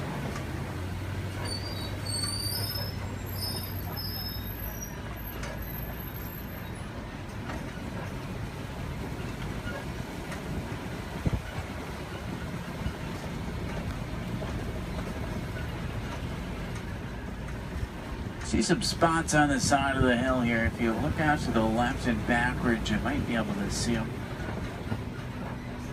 It's kind of a tough angle. There's some up ahead as well. These are a little bit easier to see. These are cheetah. Cheetah run an average speed of 60 miles an hour. Their daytime hunters have phenomenal vision. It takes them about 3 seconds to reach that 60-mile-an-hour mark. Once they hit it, they can only run it for a short distance. If you look out to the left, you'll see them lying down. It's really hard to see them. They blend in well with the sun and shade combination. Does anyone see them over there? They're kind of, if you look out to the left and then to the right a little bit, you'll see them out to the bushes. They're in this direction, this way. Maybe if you see them. I know, they're really hard to see. They're camouflage. They're not powerful animals, they're speedy animals. If they come across an animal that is powerful like a lion, they'll turn around and run the other way. Speaking of lions, I see a Kobe rock formation up ahead, which is a good place to look for them. Lions are inactive about 20 hours of the day. That doesn't necessarily mean they sleep all day, it just means they really like to lay around a lot. You can hear lions roar for up to 5 miles. Females are the hunters. Males typically stay back and protect the pride. At night, a lion's vision is 6 times stronger than a human and helps them hunt. They're rabid hunters, so they hunt what they see moving. If there's something standing still, they may not even notice it. In Swahili, lion is Simba. I know, what a coincidence. If there's any wilderness explorers on board, you're on the Simba 1. That's SIMBA1, page 13 of your handbook, Simba 1. There's a crash of rhinos out to the right. You can get a pretty cool view of them. There's even some babies. Babies stay pretty close to mom. Keep in mind, mom weighs 5,000 pounds, can run 35 miles an hour. So if you thought your mom was scary when she's mad, these are a little scarier. Left it up is a pride of lion. There's a male. Look higher, you'll see a female. She's way up on top of the rocks up there. Extremely graceful animals, but they're also very powerful. You get that sense when you're around them.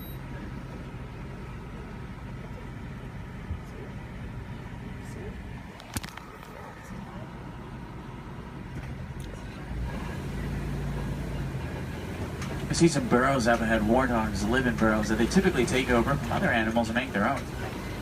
Sleep with their tusks out to protect themselves. The males do actually have warts on the side of their head, so it's not as literal as it sounds. They may seem harmless, but they can run 35 miles an hour, and their tusks are razor sharp, so you don't want to get in their way. On the left and down again up here, we're going to see some ostrich eggs in the dirt. Ostrich eggs are the largest eggs in the world. Each one will weigh around 3 pounds. You can stand on one of them and it wouldn't even crack.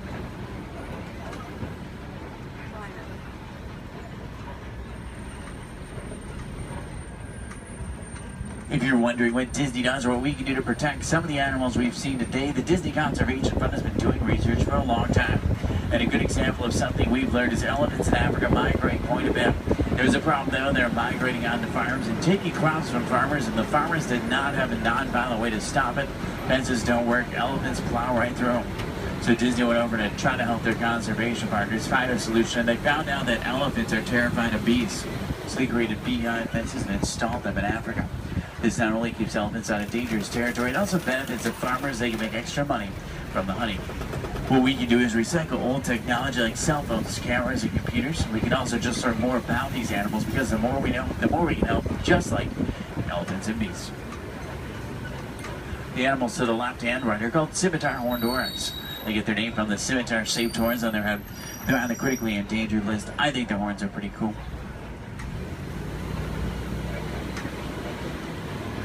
If you have any questions about anything we've seen today or anything I can help you with for the rest of your day, feel free to let me know. I would be more than happy to help.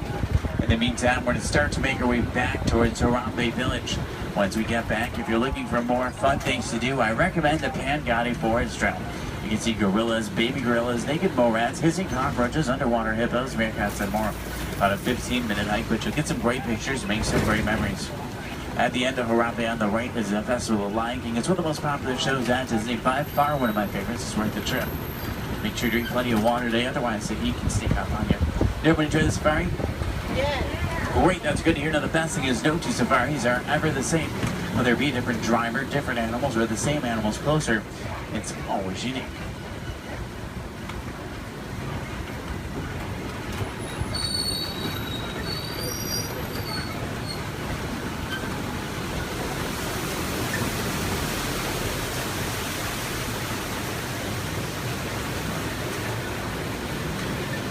Here we say Asante-san to say thank you so Asante-san for joining me today. It's been a pleasure having you.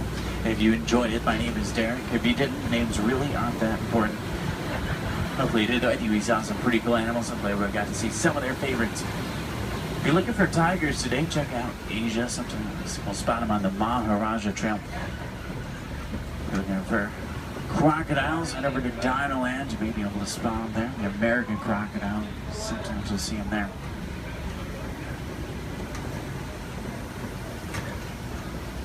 And take you right back to where I picked you up. It's a short drive back. We should be back in just a few minutes. Gracias. Now, Casey, let's get this show on the road, or track. All aboard! All aboard! All aboard! Let's go!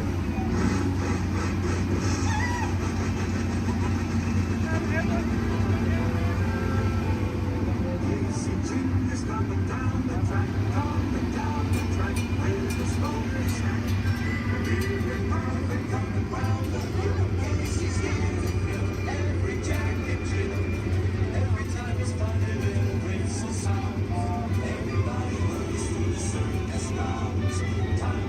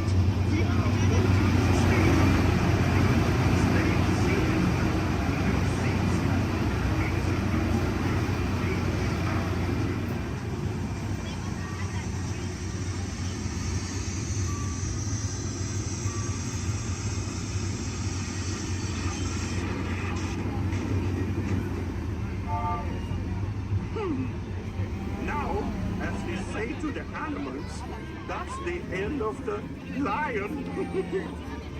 Fantasyland. Fantasyland.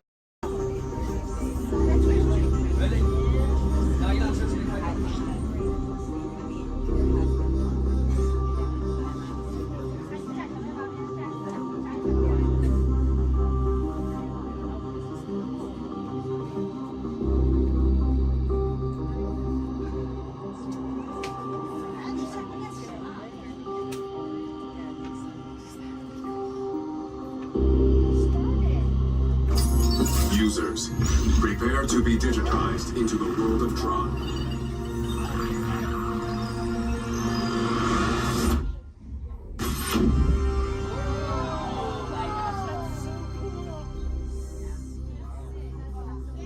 Team Blue, welcome to the grid. Proceed to games.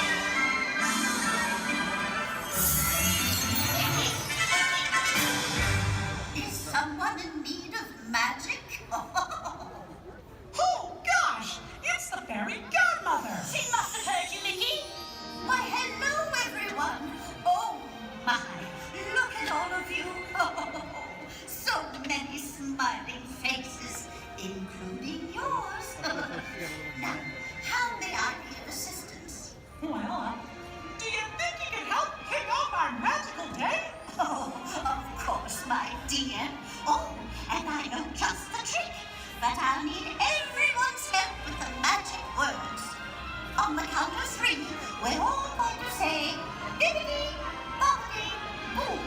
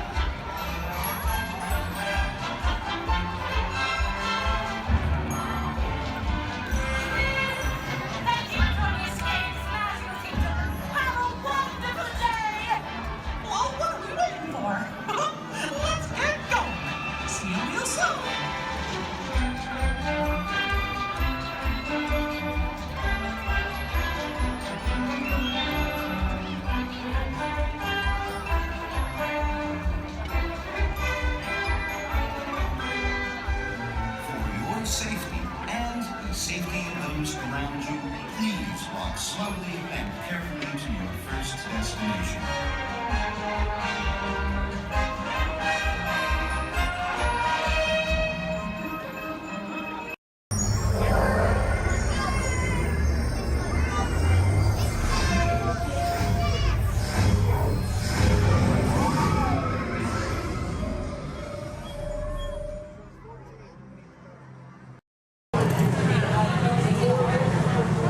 Hello.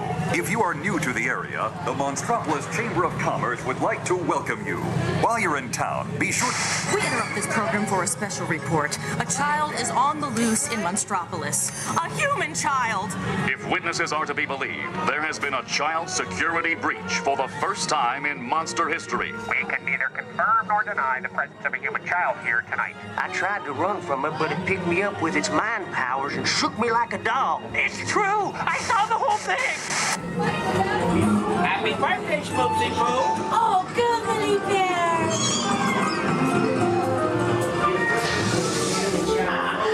It's telepathic control. It made me dance like a chicken. I thought toward my own. Then it grabbed me with its giant forked tongue and rolled me up and down like a show. Oh, we gotta get you home.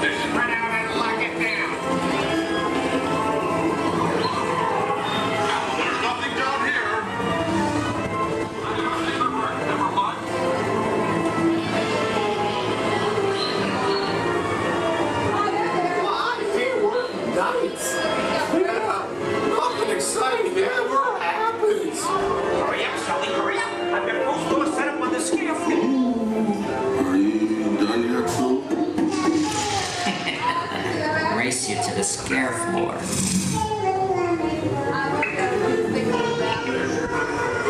Almost there.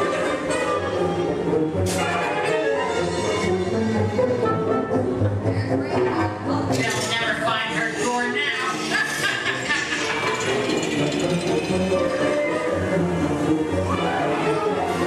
Oh, there's your door. We're almost there, kiddo. Not so fast, Sullivan. They'll never get her home now.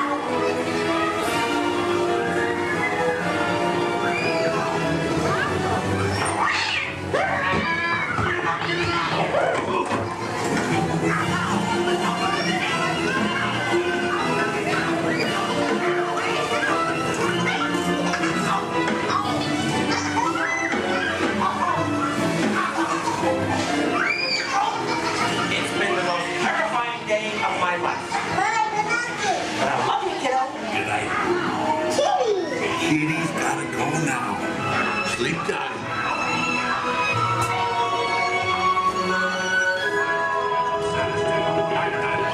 Get ready, folks. We have to decontaminate you. Sorry, Eddie. We have to do this for your own good.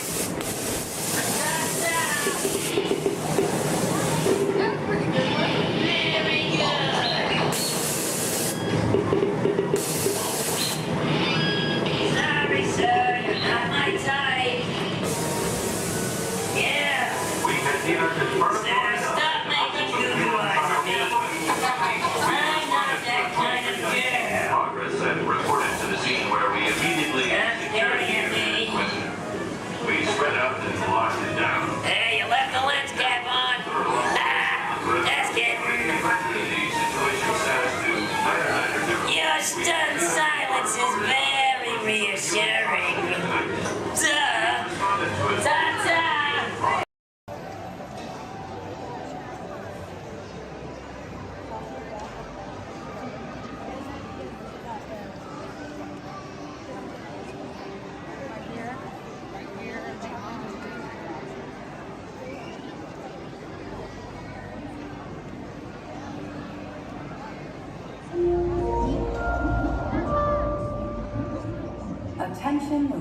life explorers. Do you ever wonder why pufferfish puff? It's a special adaptation that keeps them safe from predators. Thanks to elastic-like skin that stretches easily, puffers inflate their stomach when they're scared or threatened. And some are even covered in spines that ward off danger.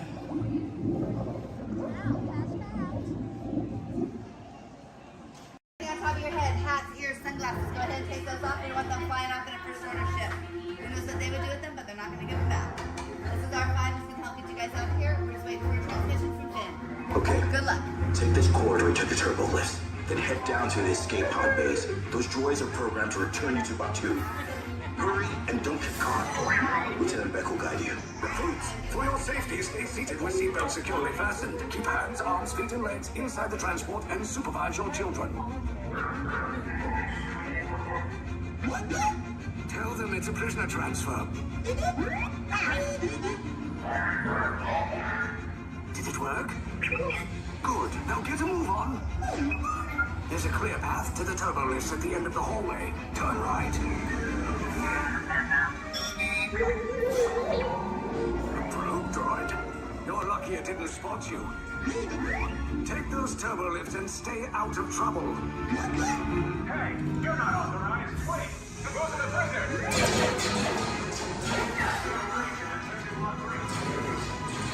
Your cover is blown. Find an alternate route. Who picked these two droids anyway? Detection breach. Users not seen identity. Adding on! Fire!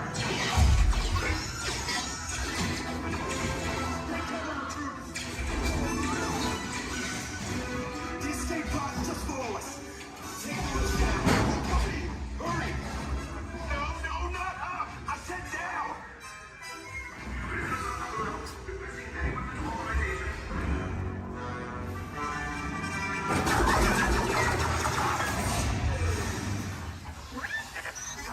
This does not look good. Try to find another way down to the escape pods. The Resistance will attempt to rescue the prisoners. They have neither the resources nor the courage to engage us. You underestimate their conviction. Raise the shields! Shields? I see no evidence. Now! Sound the alarm! All personnel to their stations! Sir, the prisoners have escaped. How brave, but ultimately hopeless. There's nowhere to run.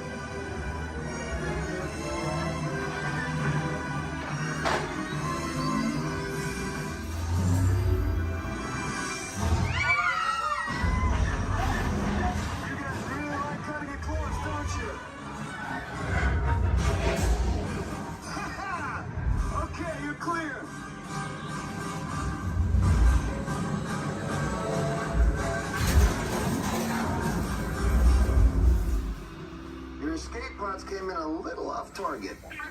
Ground crews will meet you outside the wreck. All right, nice job, recruits. Not what you signed on for, but hey, you're Resistance now. I think I have that authority. Right, Beck? Where's the lieutenant? I need eyes on Beck. I know, scout for his clock beacon. More escape pods down in Sector 4. Verification pending from Key Command personnel. Where's the lieutenant? I need eyes on that. Lieutenant back here. Back? You're right. I should hope so. Great job, recruits. Thanks to your heroism, the location of the resistance base is secure. Bravo! Yes, R5, you too.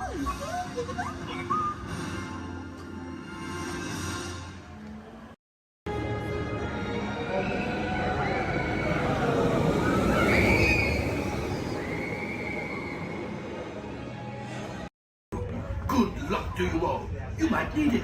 Today's flight takes you to the planet Corellia. You will be intercepting a first-order train shipment of coaxium. Gunners, you clear the path. Pilots, line up behind the train. And engineers, you harpoon that precious cargo. Now get a move on and know that I have complete faith in you. But I am coming along with you just in case.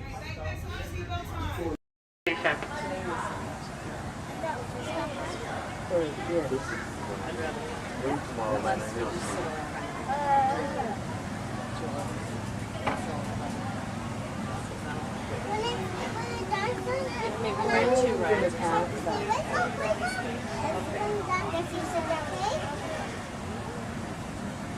You should go get the fast pass. Oh, Lord!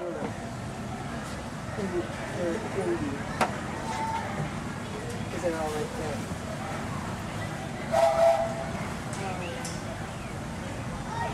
And folks, on our way to Main Street Station, we'll be passing through the Grand Canyon in Primeval World. This is a perfect opportunity to take out your cameras and snap a few pictures. However, as a courtesy to those around you, we ask you please turn off the flash photography and video lighting on your cameras. Once again, no flash photography or video lighting inside the tunnel. Thank you.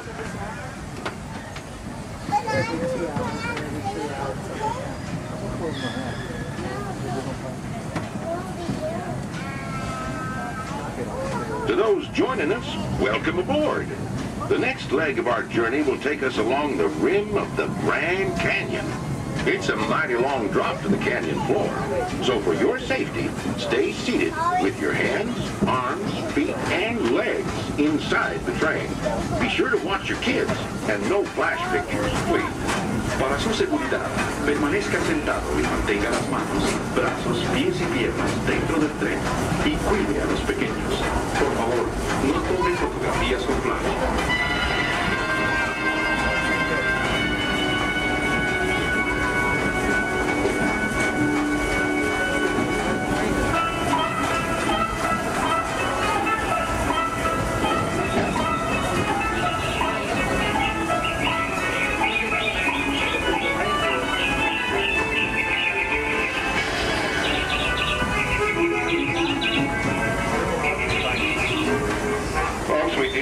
To please remain seated at all times. Thank you.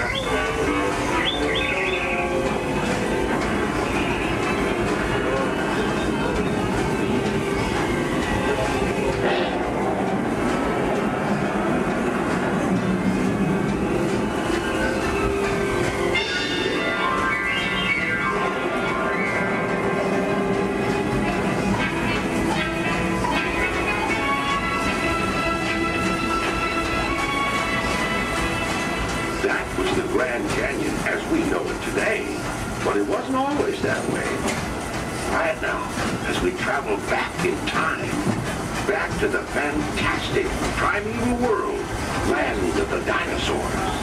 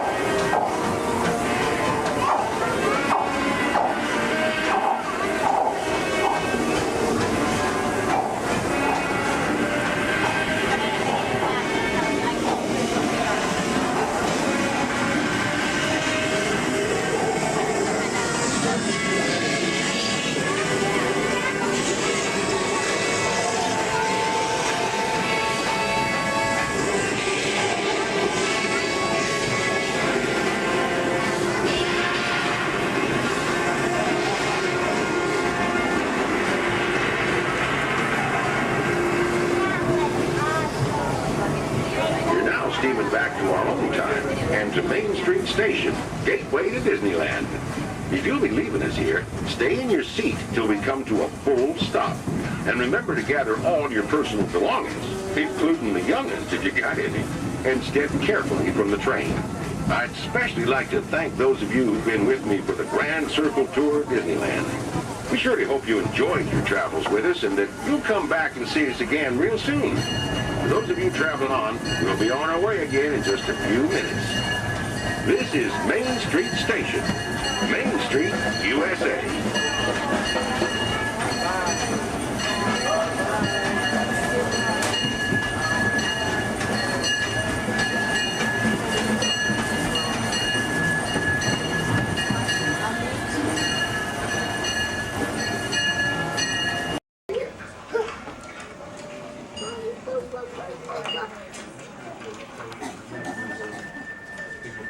Sorry. Mommy, you wanted me to ride with you? Only if you want to. 'Cause otherwise, nobody's gonna be there to hold your hand. You want to be able to hold my hand? Yeah. The next group's ready. I put my hands up in the car. You gotta get it. Hi, everybody. Welcome to the test track. My name is Bill McHale. I'm up here in the control center. In just a couple of minutes, you're going to be out there on that track. But first, let's put together your test schedule. These are the same kinds of tests that are run at GM test facilities all over the world. Let's put up the 26-8 grade. You got it. Okay, we're going to start you off on an accelerated hill climb. Now, these steep grades give us a chance to evaluate the effects of heat and stress on your engine and on the transmission. Twisted jar blocks. Let's put up the blocks, German and Belgian. Next, your vehicle is going to go over a variety of rough road surfaces. These are designed to test the integrity of the suspension and the chassis. It's gonna get a bit bumpy. Yeah. Next, you're going to see and feel what it's like when your brakes lock up and you lose control of the steering. Hang in there because we're going to do the test one more time, this time with the ABS or the anti-lock brakes. Okay. What's next? Let's do some environmental tests. Put up 2, 5, and 7. 7? Yeah, 7. Okay. After that, we're going to subject your vehicle to some extremes in temperature, as well as corrosive conditions to see how it handles nature's worst. And finally, we'll take you out for some handling runs. Let's do the corner run. I'm going to send you through some hairpin turns, and then we'll take you out and do the high-speed loops. And depending on how your vehicle and you hold up, we'll even throw a few surprise tests in there. Surprise test? Yeah. Pick one. Now, if this whole routine seems a bit extreme, you're absolutely right. That's what a test track is all about. The cars you drive at home are made up of over 15,000 different parts, and every one of them has to pass the test under very extreme conditions before we ever let it off that test track and out onto the road. Now, as you can imagine, safety is a big concern of ours, so we're going to insist that you buckle up your safety belt securely. You'll be glad you did. Oh, we're ready.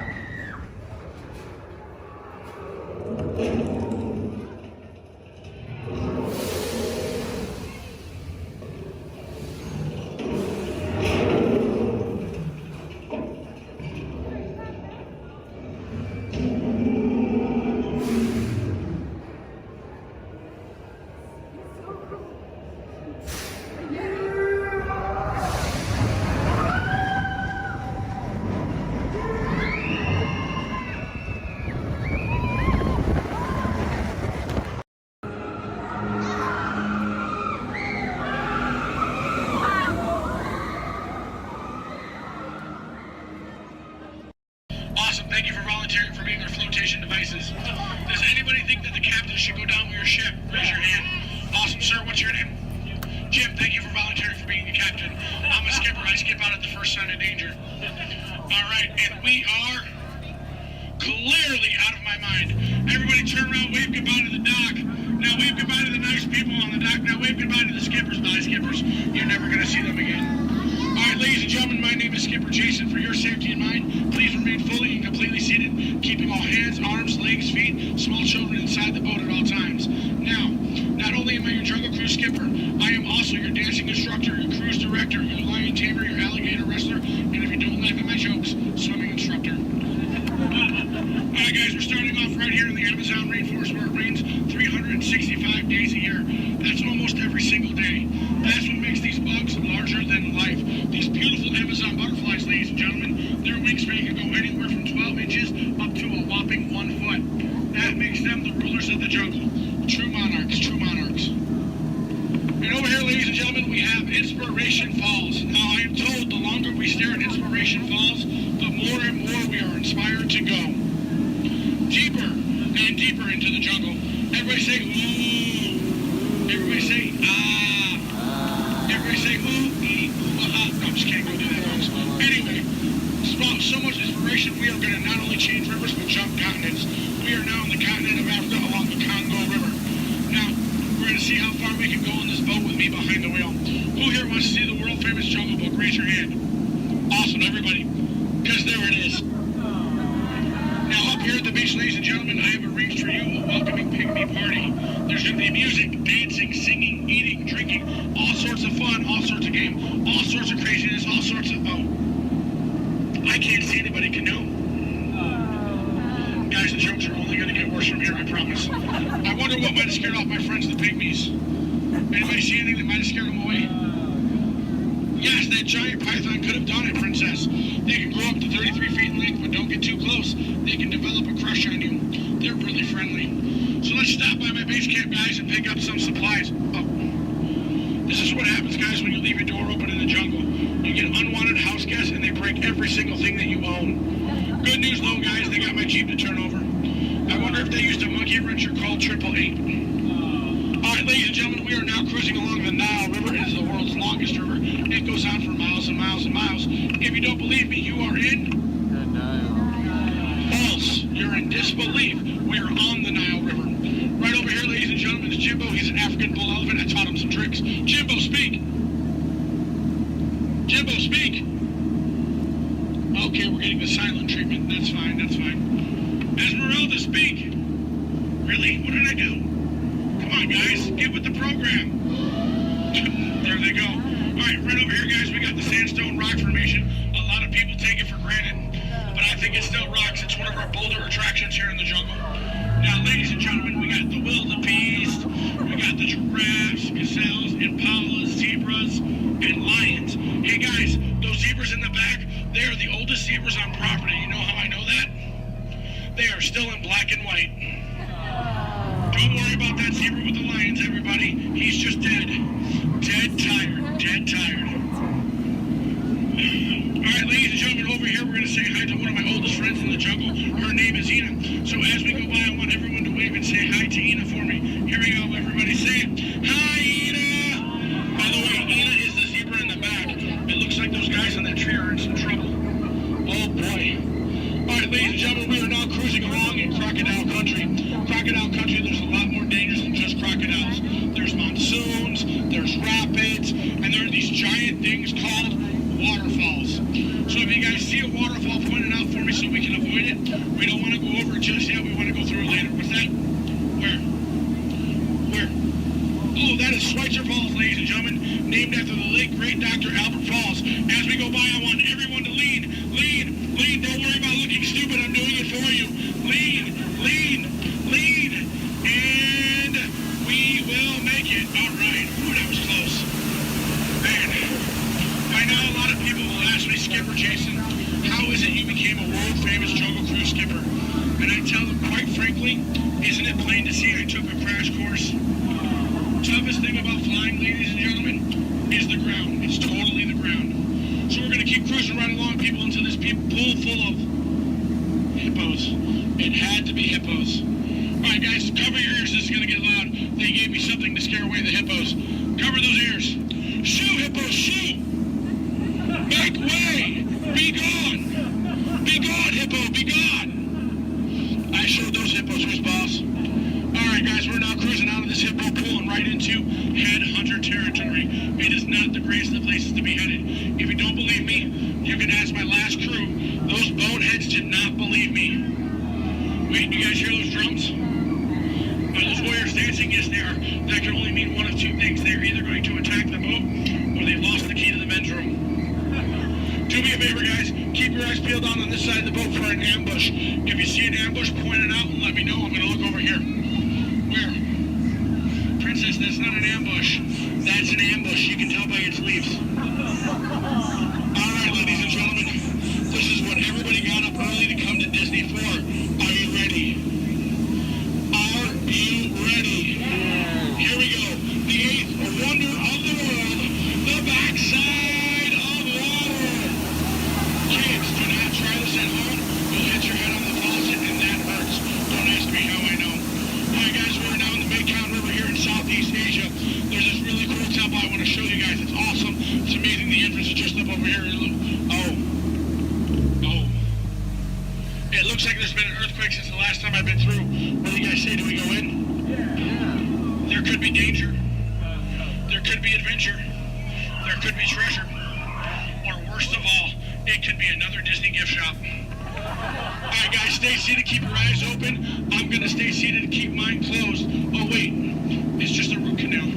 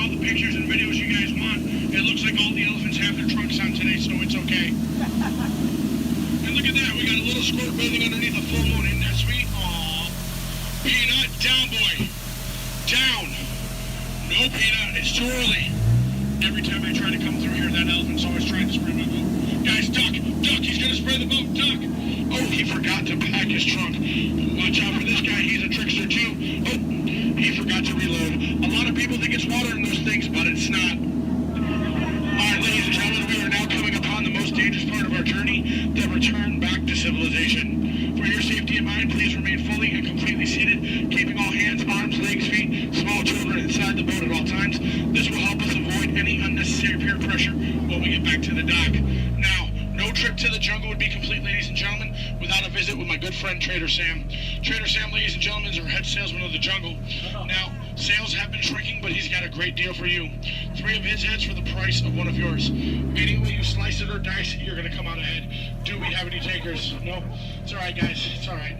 Now, ladies and gentlemen, when we get up to the dock, we're going to rope this boat. When we rope this boat, stay seated till I give you guys the all clear. When I give you guys the all clear, then I want everyone to stand up together. That does 2 things. 1, keep the boat balanced, and 2, look like you're giving me a standing ovation. At that time, I want you guys to clap, yell, holler as much as you possibly can, because then it looks like not only did I do my job, but it'll also help out my self-esteem. When you guys go to exit out the boat, you are my jungle side, you will stand up, exit out through the back. You here on my dock side, you will stand up, exit out through the front. At no point in time do you ever cross those crates in the center. It is not a crate idea, it is very disgraceful. I don't go to your house and cross your crate, so please don't cross mine. Once again, guys, it's also a tripping hazard. You might trip, fall, and that'd be 2 bad trips in one boat. I'm only responsible for the first. Now, guys, I really want to thank you guys for joining me out in the jungle today, but most of all, I want to thank my legs for always supporting me. I also want to thank my arms for always being at my side, and I really do want to thank my fingers and toes because I can always count on them, always. All right, ladies and gentlemen, out of all my crews today, you guys have been my first. Yeah, you've been my first. Now, you guys have been obviously the most recent. Now, guys, you've been awesome. You've been amazing, and pretty soon you're going to be outstanding on that dock. All right, guys, here we go. Once again, guys, for your safety, please remain fully and completely seated, keeping all hands, arms, legs, feet, small children inside the boat. Linda, Skipper Linda, what are we teaching that rope today? 2 plus 2. Okay. Now, we're going to wait. Linda has been practicing for like years. She's been training for months. She's going to learn and show you guys how to rope this boat at the first shot. All right, Linda, here we go. It's your turn. You can do it, Linda. You can shine like a star. No. Back of the boat, Linda, not the guest. Stay seated, guys. Stay seated. So now we're going to teach this rope about 2 plus 2. Now, in some cases, rope secure. A lot of people think 2 plus 2 equals 4. But in some theories of math, people say 2 plus 2 equals 3. Or 8. Or 12. But I say you're done. Let's go. Rope start. Everybody out of my boat. Bye, guys.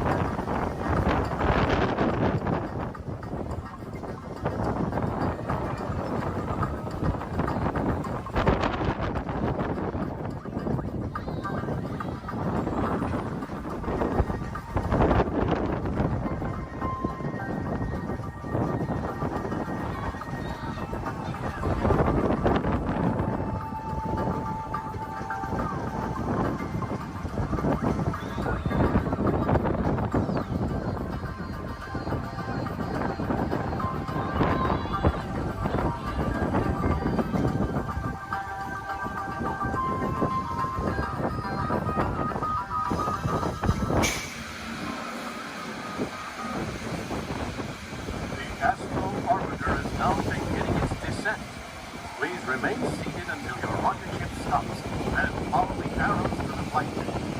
Welcome back, pilots. Travelers, for your safety, please remain seated until your rocket comes to that full and complete stop. Gather all your Star Tours announces the arrival of the Indoor Express. Once we've had a chance to service the Star Speeder, we'll begin our boarding procedures. Thank you.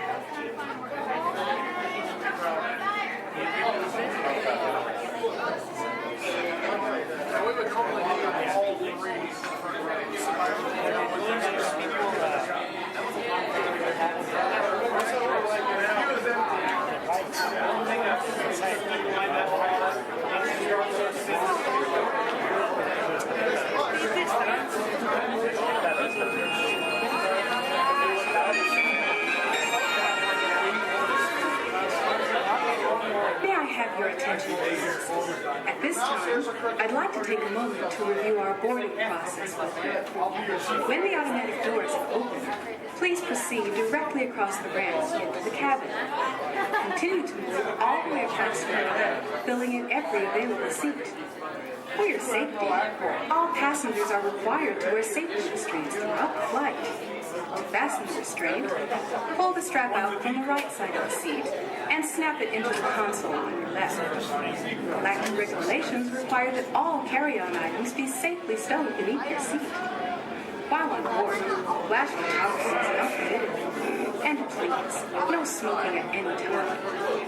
If you have any questions, feel free to ask an attendant. You'll be boarding in just a few moments. Thank you, and have a pleasant time.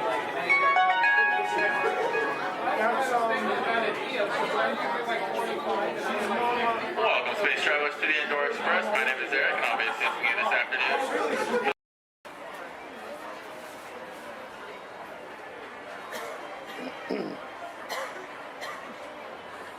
Ladies and gentlemen, boys and girls, before we do the party dance, everyone, please maintain for some hours for the train's emotion.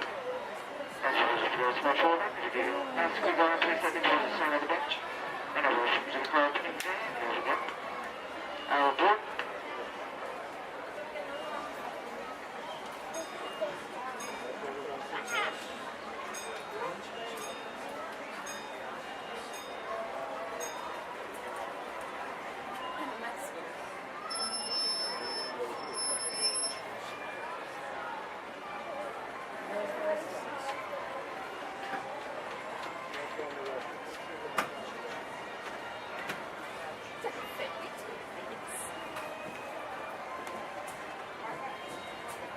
Hello, folks. Welcome aboard the Disneyland Railroad.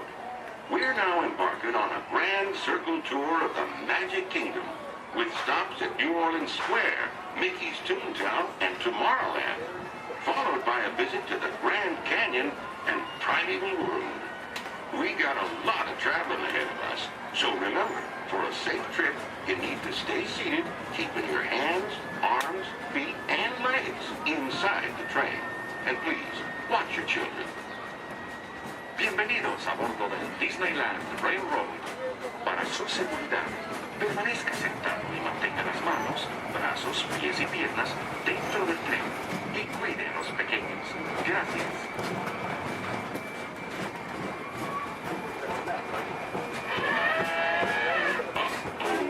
Did you folks hear that? Sounds to me like we've reached the wilds of Adventureland, where you just might run into a lot of savage critters out there, including lions and tigers and tiki birds. Everybody best be on the lookout. You never know just what may show up. We're approaching our first stop, New Orleans Square Station. This station serves Frontierland, New Orleans Square, and Critter Country. If you believe it is here, please remain seated till the train comes to a complete stop. Then watch your step while getting on. Have a good time at the Frontier, yeah? For those of you who continue on, please resume our journey in just a moment. This is New Orleans Square.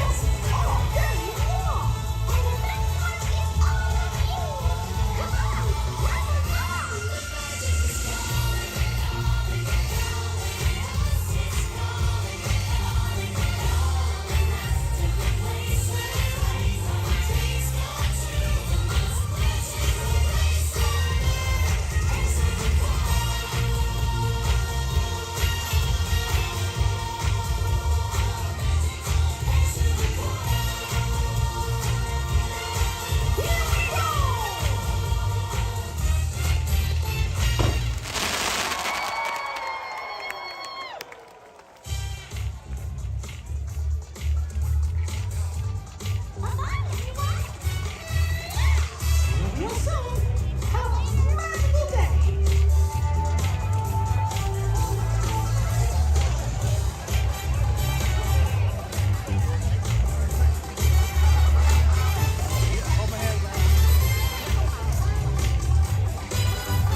For your safety and the safety of those around you, please walk slowly and carefully on to your next adventure.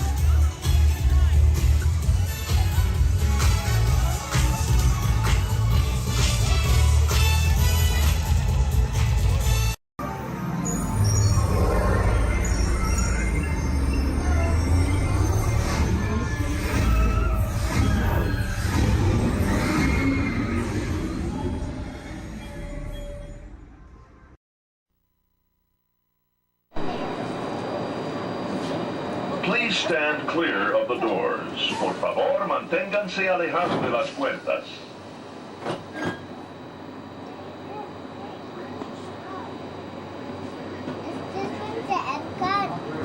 Welcome aboard the Walt Disney World monorail to Epcot. For those of you standing, please hold on to the handrails throughout our journey and stay clear of the doors. For the comfort of others, no smoking, please. Thank you. As we turn south, you can catch a glimpse of the spires of Space Mountain in the Magic Kingdom. Nearby is Disney's 8th-ranked contemporary resort. Where are we at? That's where we were just at.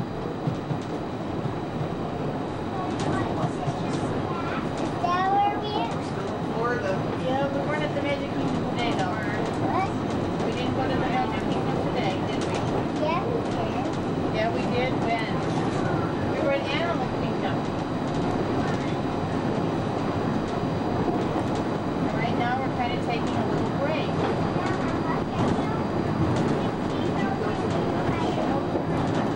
Not today. Yeah, we've seen it. Yeah.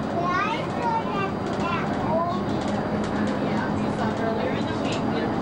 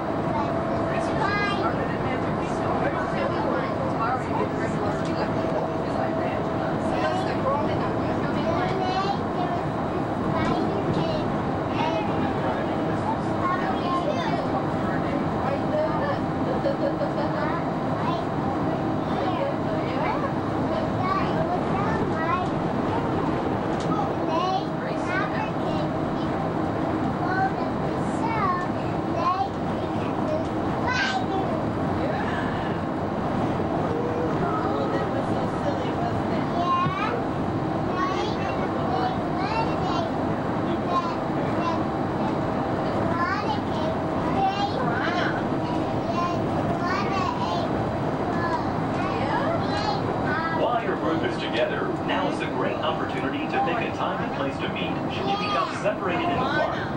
If you should need any assistance, please go to Guest Relations, located in Interventions East. Guest Relations can also assist you in making dining arrangements, provide special tours of Epcot, or make other suggestions for planning your visit to Walt Disney World.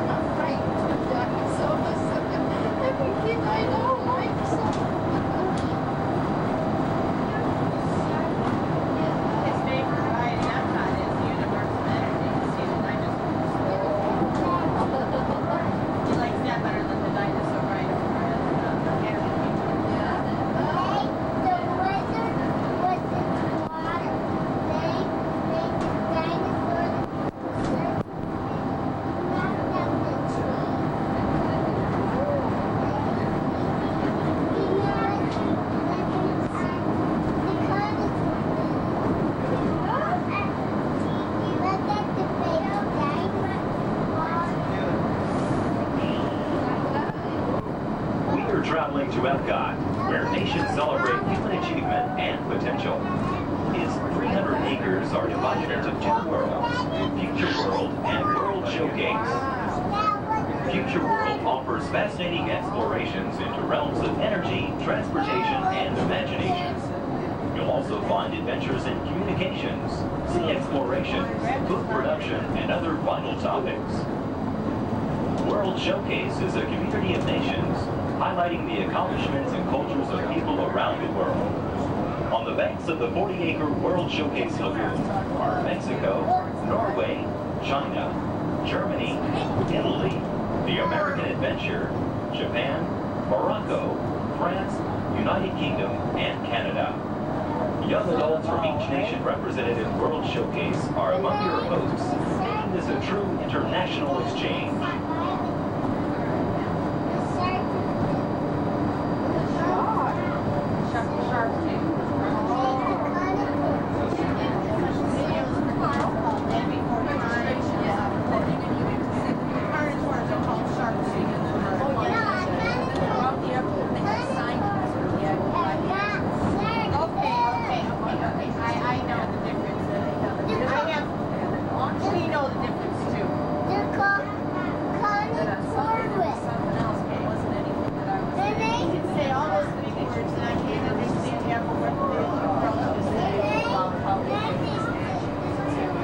Beyond the trees ahead and to the right-hand side of our forward motion is Spaceship Earth. This 18-story geosphere marks the entrance to Epcot. Inside Spaceship Earth, time machine vehicles take you through the evolution of human communications, from a distant yesterday to the dawn of tomorrow.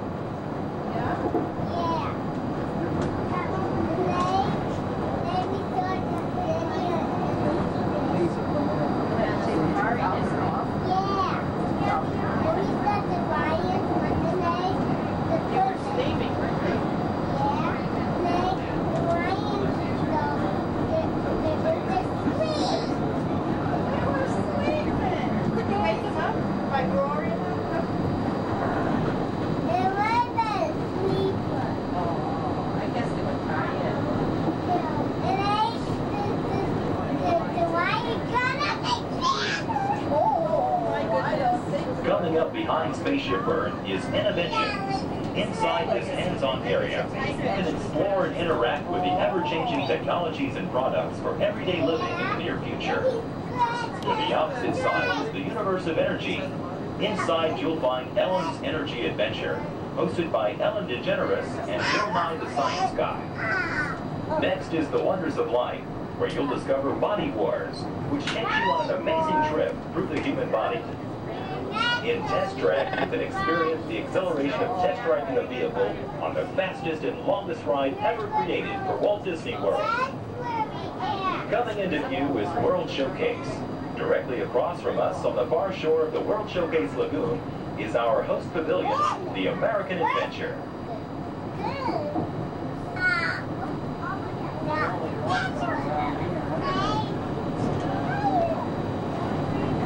The glass pyramids are the gateway to your journey into imagination.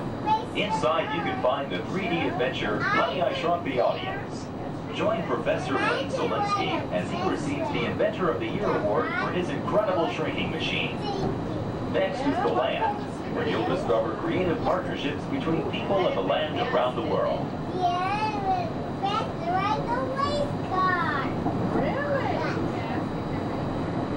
In the living seas, you can descend via hydrolator to Seabase Alpha and navigate the largest, most spectacular coral reef environment ever created by humankind.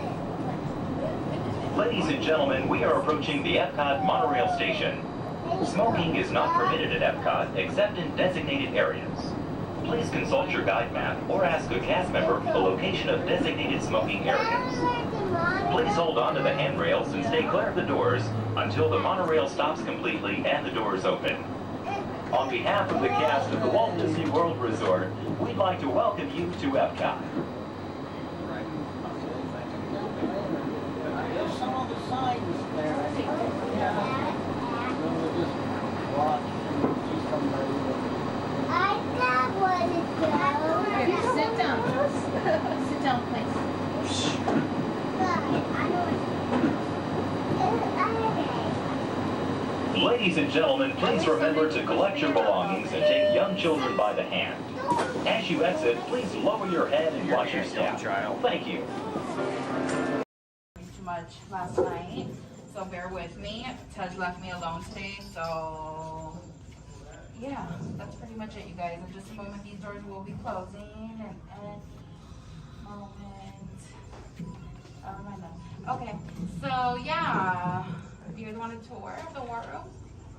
Okay, so basically, we've got some monitors over here. My name is Jamie, by the way, you guys. Oh, and there is Tej. Jamie, the buses are here. Okay, what do you want me to do with them? They're just staring at me. Should I send them now? Dom's calling. I got this, Jamie. Okay, great. Dom, what up? Tej, just got a heads up from Hobbs. The FBI is about to raid your location. Oh, man, they always ruining our fun. For real. It gets worse. They're leading Owen Shaw right to your door. Shaw? That cockroach we beat down in Spain? What's he got to do with this? Everything, right? Nothing yet. And let's keep it that way. Get those people on those buses. You need to start plugging out right now. And get that turbo truck ready.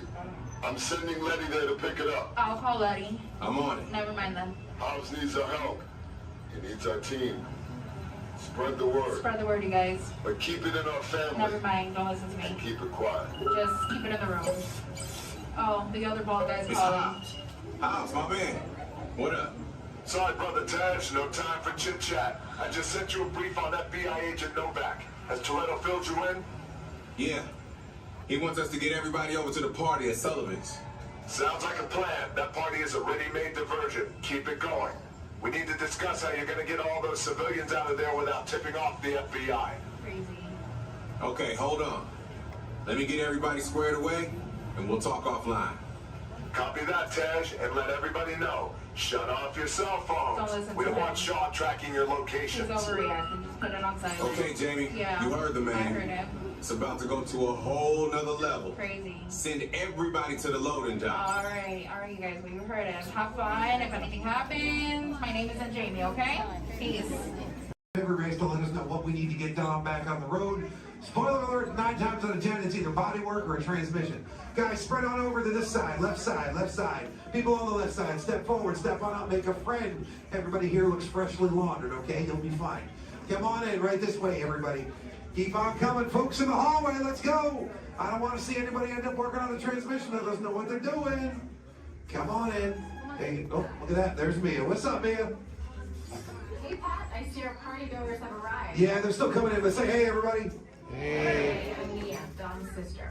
Well, another race just wrapped, and it looks like my brother has another car for his collection. Anybody surprised? Honestly, I don't know why anybody challenges him. Me either, Mia. Well, we're meeting up at Sullivan's Garage for the after party, and while Tej works on your rides, you guys enjoy the break room. My brother calls this the family room. Oh, here we go. Dom says he doesn't have friends, he has Family. And the faces you see on these walls are our Family. When I'm in this room, I feel like we're all Family. So, welcome to our family. There it is. It's a thing around here. Hey, Tej, how's that Matthew McConaughey impression? All right. What's up, Mia? Get better. Tej, just welcoming these good people to our family. How are their rides coming along? The rides are ready to roll out and roll out inside. Perfect. Let's get the show on the road. I'll let Dom know. You guys have fun at the party. Bye, Mia. Bye. She just called. Okay. All right, Pat. Yeah. Let's get these people on their way. Send them over to the war room. Sounds like a plan. Are you sure, though, Jamie's kind of a piece of work? Right. And he hung up. Okay, so in a moment, those doors are going to open. When they do, head on into the war room with Jamie. That's Tej's new assistant, first day without Tej, so good luck. Be nice. Don't touch nothing.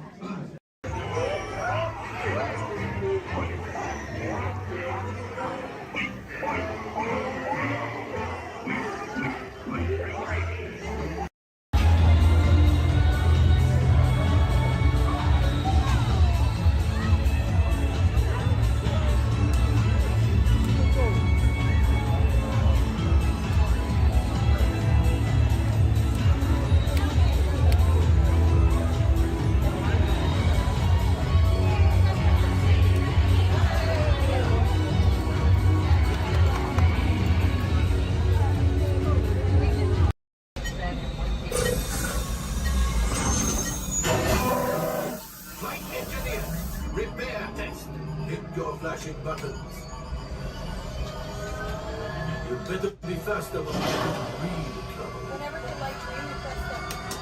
Right, pilot, push the flashing button to take off. Pilot on the left.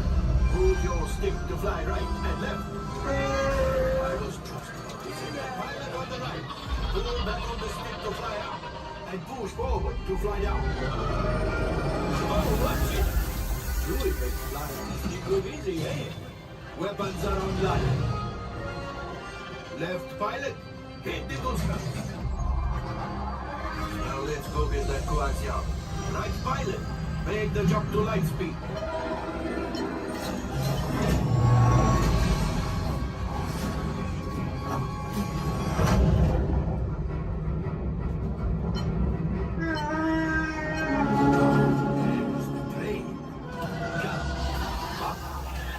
Yes, yes, keep shooting.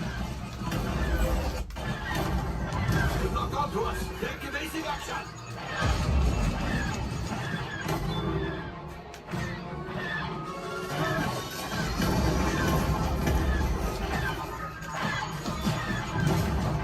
There it is. After that train.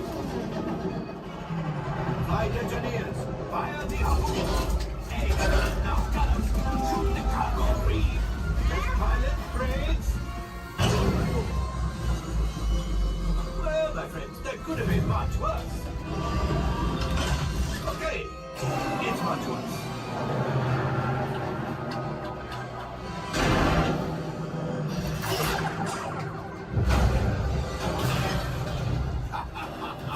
Yes, you got one. Excellent, my friends. All right, ship. Well, I grab the coaxium. You see, just as I promised, my friend, now that the resistance has already made it, did something for Paldo. Pilot, line up behind the train so we can harpoon that last car. Pilots, shoot the train. Yes, keep mashing those controls. I'm so close. Keep breathing.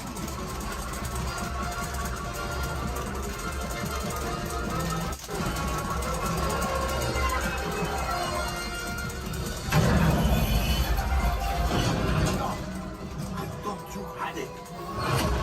Gunship. Oh, that's ridiculous. Things are getting too hot. We've got to get out of here. Yes, a distraction. Fire the missiles at the train. Hurry.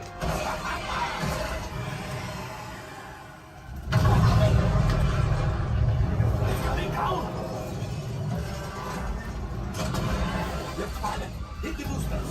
Boost, boost, boost. Look, we did not die. Let's get out of here.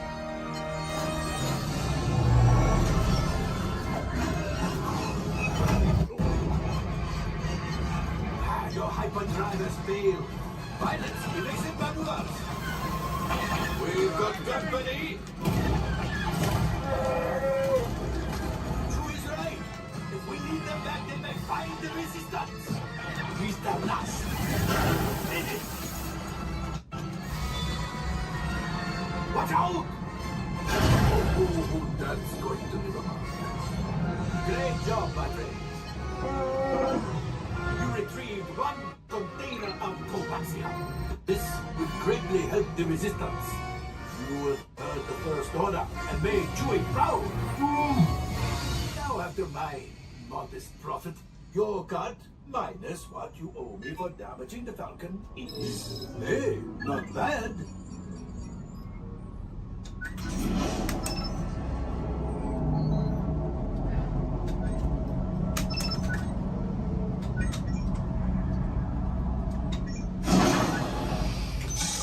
All right, I am making an executive decision.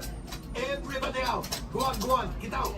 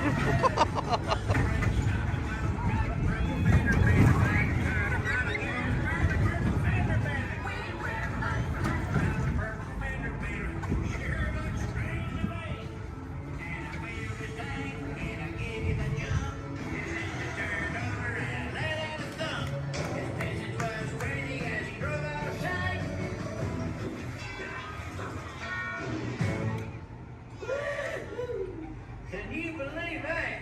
All right, grab all your junk and keep an eye out for that purple fender bender. This is Starport 75, or as we locals call it, Space Mountain, our high-speed rocket port to distant deep space destinations.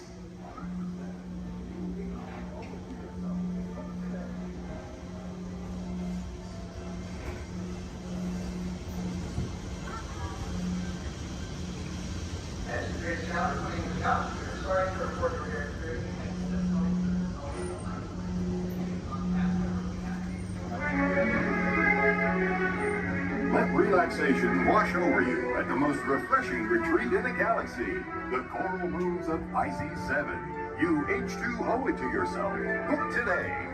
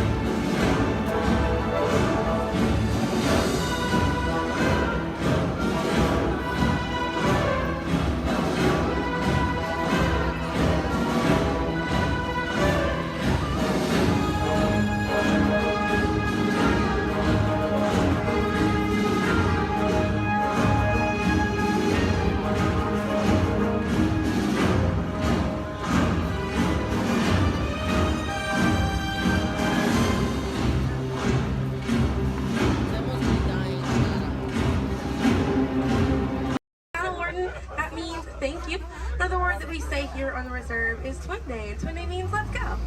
Jumbo everyone, my name is Selena. I'm going to be your safari guide here today. Before we get out in the reserve, I do have a few safety reminders. Please make sure that we keep our hands, arms, feet, and legs inside the vehicle at all times, and that we remain fully seated throughout our entire journey today. Now, if you take a look above your head, we have an animal spotting guide. You can use that guide to help me spot some animals out here on the reserve. I can't promise that we're going to see all of them, but I usually have some pretty good luck. Now, we're going to be heading into the Little Aturi Forest here first. And this area is home to animals that tend to be shy. They like to use camouflage to blend in with their environments, but we're going to see what we can find today. We already see, looks like we're going to see that saddle-billed stork. They're high up on that left-hand side of the road there. And the saddle-billed stork gets its name after the little yellow patch that's on its beak. It's shaped like a saddle. Those birds are 5 feet tall and have a wingspan of 9 feet, about the same width of the canopy that's above your head. Now on that right-hand side there, we have the okapi. And the okapi have stripes on their legs that make them look like they're related to the zebra, but they're not. They're actually related to the giraffe. They have long, prehensile tongues that they use to grab vegetation. Their tongues are so long, they touch their eyeballs and clean their ears. As we're looping around here, you can see we have some greater kudu way up there, as well as the bongo. Now, the bongos are going to have that deep, almost penny-colored coat to them, with those antlers over there, and then the greater kudu, the tan-colored coat right there. Now, the bongos are known as the ghosts of the forest because of how rare they are to spot in the wild. And their antlers, they angle backwards, and that's to help them get through thick vegetation and underbrush very quickly. Now, the raider kudu that we see right there, the raider kudu are one of the tallest antelopes in Africa, or the second tallest antelope here on the reserve. They stand at 55 inches tall at their shoulder, and they can leap about 8 feet forward. Now, coming up here on the left-hand side, we're going to see the black rhino.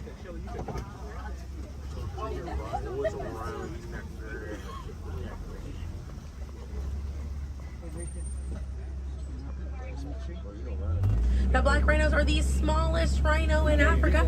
They weigh about 3,000 pounds.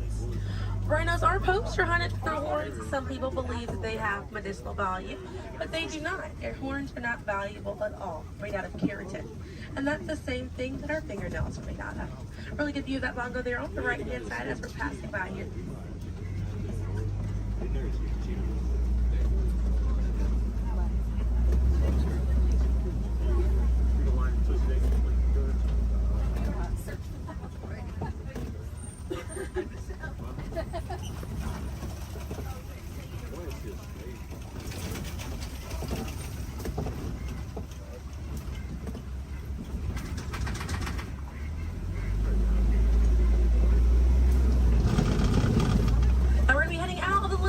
Forest, but we're going to be on our way to the Safi River, and animals in this area like to hang out in and around the water.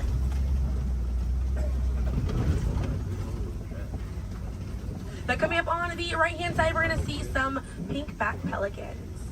And the pink-back pelicans get their name for the pink skin that occurs on their back during mating season. Now, those animals are colonial nesters, so they'll nest between 20 and 500 pairs. That's a group of 40 to 1,000 pink-back pelicans.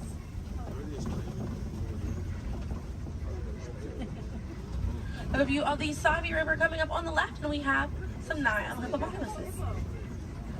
Now, a group of hippos is called a bloat, and they spend most of their time submerged in that water to avoid overheating, but they will come out to graze. And they can stay submerged in that water up to 8 minutes at a time. And instead of swimming through the water, hippos will actually walk or run along the bottom of the riverbank, helps them glide through that water right there. One of the ways you can help out your waterways is by checking your sunscreen to see if it's reef safe. Another way is just being aware of how much water that you use and trying to conserve as much as possible.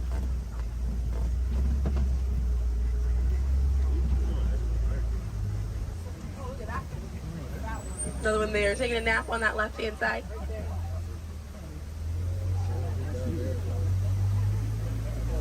Yeah, coming up on the left, we're going to see the Nile crocodiles.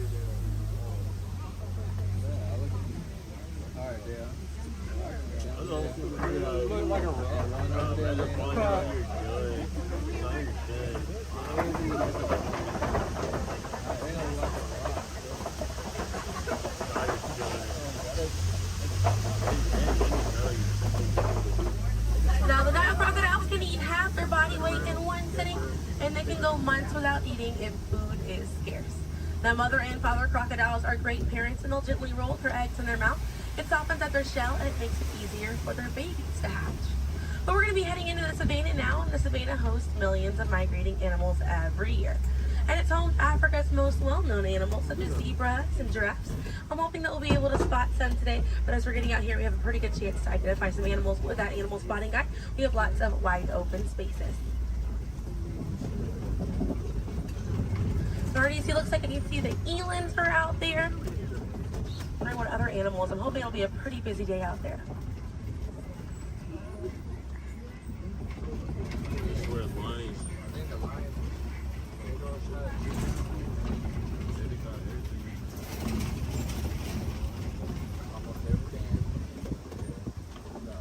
Let's see, also some springbok. It does look pretty busy out there.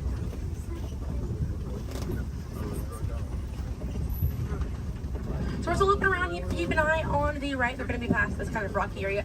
It's a herd of wildebeest way back there in that pathway. And the name wildebeest means wild beast in Afrikaans. And they'll travel in groups of 1.5 million, and they'll go about 500 to 1,000 miles every year. That's roughly the distance between here and New York. And during a wildebeest great migration, they can kick up so much dust that their dust cloud can sometimes be seen from space. Now, wildebeest are very impressive animals. They're able to run about 15 minutes after they're born. But this group of trees there on the right-hand side, they're all kind of pruned underneath to the same height, and that's about as far as those giraffes can reach. Looking at the vegetation on these trees all around this area here. Now that's going to be the Maasai giraffe, and the Maasai giraffes have an irregular coat pattern. They don't have those clean lines around their spots like the reticulated giraffe that's on your animal spotting guide does.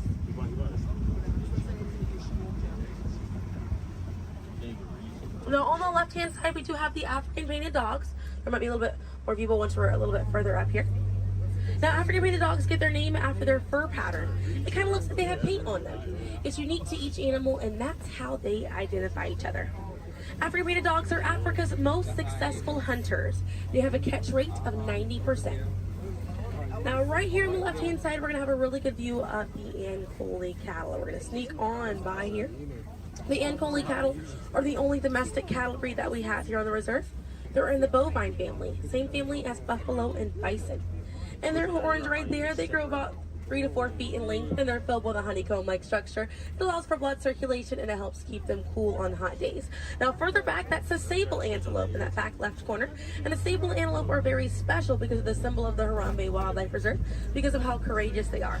So in a choice between fight or flight, the sable antelope will choose to fight, just so we should fight to protect these animals and the environment that they live in.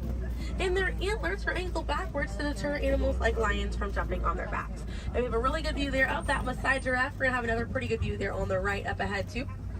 Maasai giraffes stand about 18 to 20 feet tall when they're adults. And when they're born around 6 feet tall. They have about a 6-foot drop the moment that they're born. And just like the okapi, they do have those long prehensile tongues that they use to grab vegetation. They kind of use like how we use our fingers to grab food.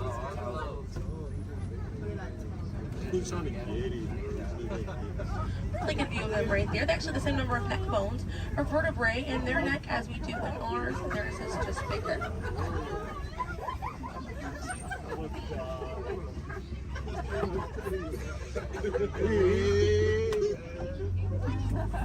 Group of giraffes is called a tower.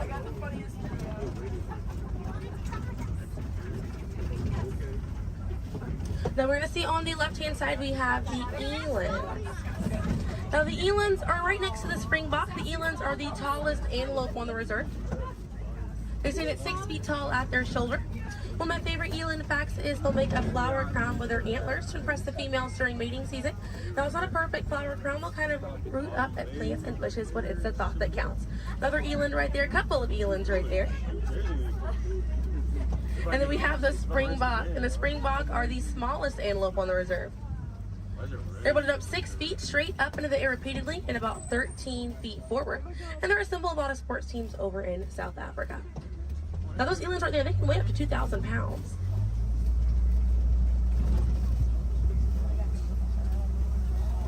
Another view of that Maasai giraffe right there.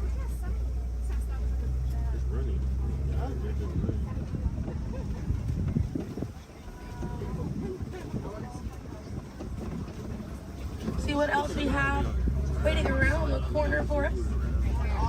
Another Maasai giraffe there. But a bit big for these giraffes.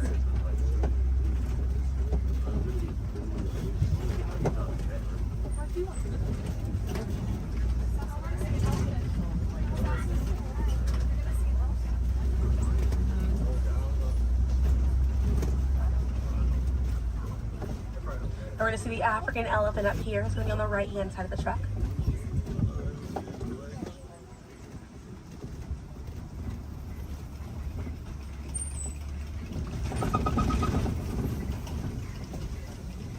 Really good view of that African elephant there on the right-hand side.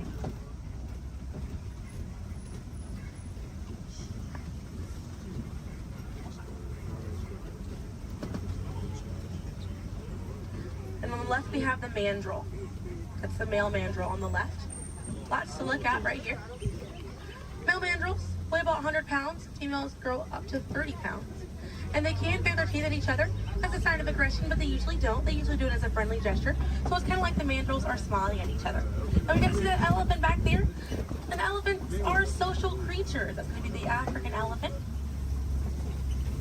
The females and their young will hang out in large groups together, and the males will form a loose bachelor group, or sometimes they will kind of hang out on their own, depending on their mood. And the way that African elephants stay cool is by flapping their ears. It runs air over the blood vessels that are dispersed all throughout their ears, and it helps bring their body temperature down.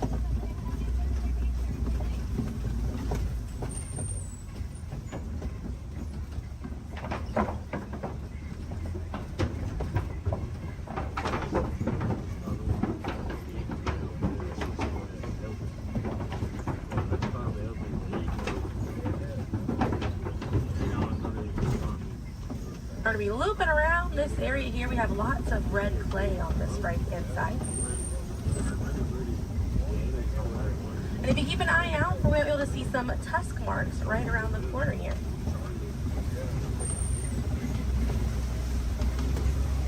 So those tusk marks on the right were caused by African elephants. And they'll scrape up against that clay and they'll eat it. More elephants there on the left hand side. And they eat it because it contains the minerals that they need, sort of like how we take vitamins.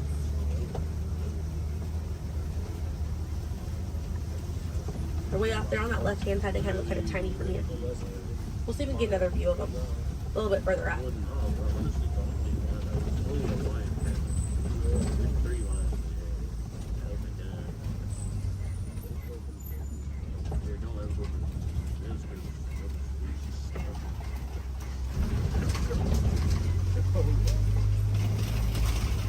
So on the right hand side, we're going to pass by a couple of trees. There's one on the left by those elephants as well.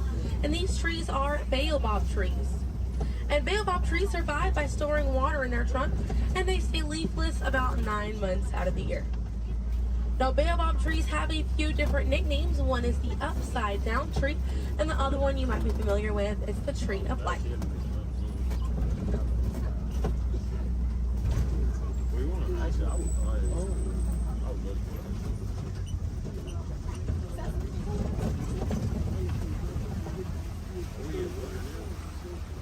And we're coming up here on a group of flamingos. Group of flamingos is called a flamboyant. So here we have that flamboyant of flamingos. Now this particular species is the greater flamingo species, and they're the lightest colored flamingo in their family. They get their color from the brine shrimp that they eat, and over time it turns their feathers pink. It takes about 1 to 2 years to get that full pink coloring right there. When they're born all gray and fluffy.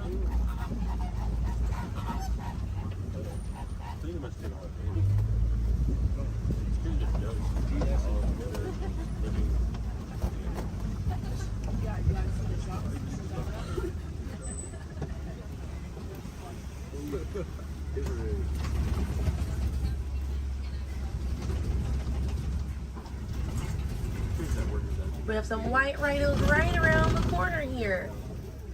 So they're going to be hanging out by a mud wallow on this left-hand side, and they'll use this mud wallow to cool off it.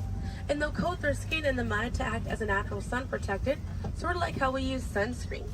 Now, elephants will do something very similar, and they'll fling dirt and mud on their backs as well. Just how important it is to protect ourselves outside in these environments by wearing hats, sunglasses, sunscreen. Very, very important, as well as staying hydrated. Now that white rhino right there, they weigh about 4,000 to 5,000 pounds. Group of rhinos is called a crash, and they can run at 35 miles an hour. Now on the right hand side, those are some ostriches way back there.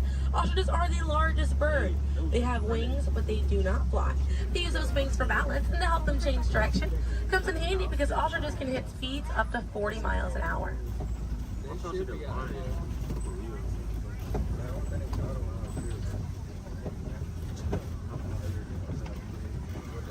You see some cheetahs right around the bend here.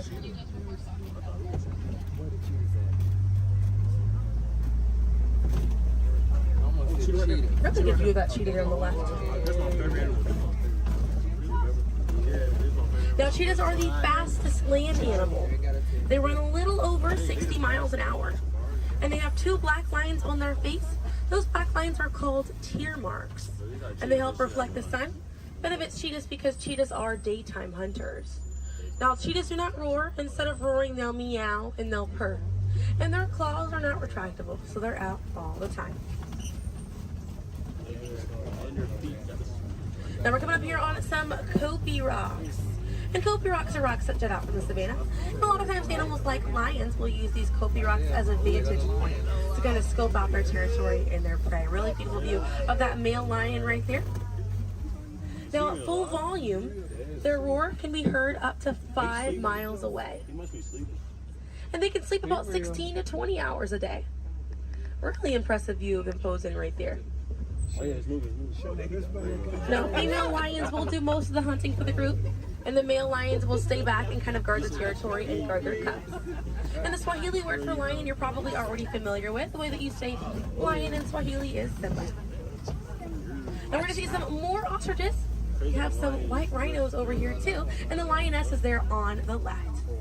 Looks like she's posing for us as well. Really cute view of that white rhino as well on the left here. Or, excuse me, yeah, right hand side. That's how they have it right there. I think that's what they have like round up, so they can't even get it. They really try. Not really. I can see some warthogs right around the corner because it wouldn't be a safari without them. Few of them over here. Warthogs are in the same family as domestic pigs. They're really intelligent animals and are the largest burrowing animal as well. And oftentimes they'll reuse burrows made by other animals and they'll back themselves into it with their tusks spacing out for protection. They're pretty fast. They can also run at 35 miles an hour. They're kind of rooting up over there. And they also have a mud wall that they use to cool off and to coat their skin in it to get some relief from bugs and insects. Also have a really good view of these white rhinos again on that right hand side. Now the white tail difference between a white rhino and a black rhino because they're both the same color. So the shape of their mouth. White rhinos have a wide mouth and black rhinos have a V-shaped or pointed mouth. Original word for white rhino was vite. Vite means wide in Afrikaans, but over time it was misheard and mispronounced and it turned into the white rhino. Another view of those warthogs as we're passing by on the left-hand side. But on the right, we're going to see some ostrich eggs in that tall, grassy area. And each one of those eggs right there weigh 3 pounds, and it's the equivalent of 2 dozen chicken eggs. Now, those shells are so strong that the average man can stand on them and they will not break.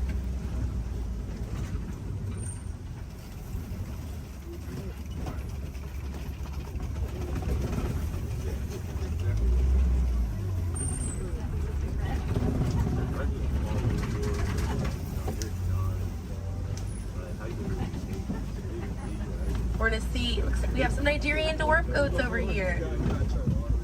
And these goats are used for their dairy products, such as milk and cheese. So they take up a lot less land than cattle, so they're a bit easier on the environment, and they're very cute. Now their milk is considered high value, so selling that milk helps take away the need to rely on wildlife. Now if you do want to see some more goats today, you can head over to Rafiki's Planet Watch. They have a petting zoo area, an animators area, and a kind of behind the scenes look at Disney's Animal Kingdom. Very, very cool. Definitely check it out if you have the time. They have a conservation station over there, and inside that they do have an animal hospital as well. Pretty cool. It's going to be a train right away through the Wildlife Express. Those trains are going to start running at 9:30. The last train leaves at 4:30 today. The petting zoo is going to close at 5 o'clock once you're over there, and the animators experience is going to close at 4:45. But we got to see a lot of really cool animals today. If you'd like to learn some more information, you can check out DisneyAnimals.com, or National Geographic is a really good resource. Some ways to help out these animals at home include volunteering at your local nature center, or a conservation organization, or even joining a local beach or river cleanup. Some more simple ways to help out at home include turning off the water while you brush your teeth, or using reusable water bottles instead of disposable ones. Now, those small changes really add up to make a big difference. And on behalf of Kilimanjaro Safaris, my name is Selena. I'm from Pensacola, Florida, and it was an honor to be your safari guide here today. I hope that you were able to see the importance of these animals and the environment that they live in. Now here in the reserve, we don't like to say goodbye because goodbyes are far too sad and far too final. So I will leave you with the Swahili word, kwaherini. And kwaherini means to go well, with the intentions of seeing each other again one day. So kwaherini, my friends. Another word that we say here on the reserve is asante sana. And again, that means thank you. So thank you for joining me here at Kilimanjaro Safaris. I'll be dropping you off right around the bend here, right where I picked you up, so we still have a bit more of a journey together.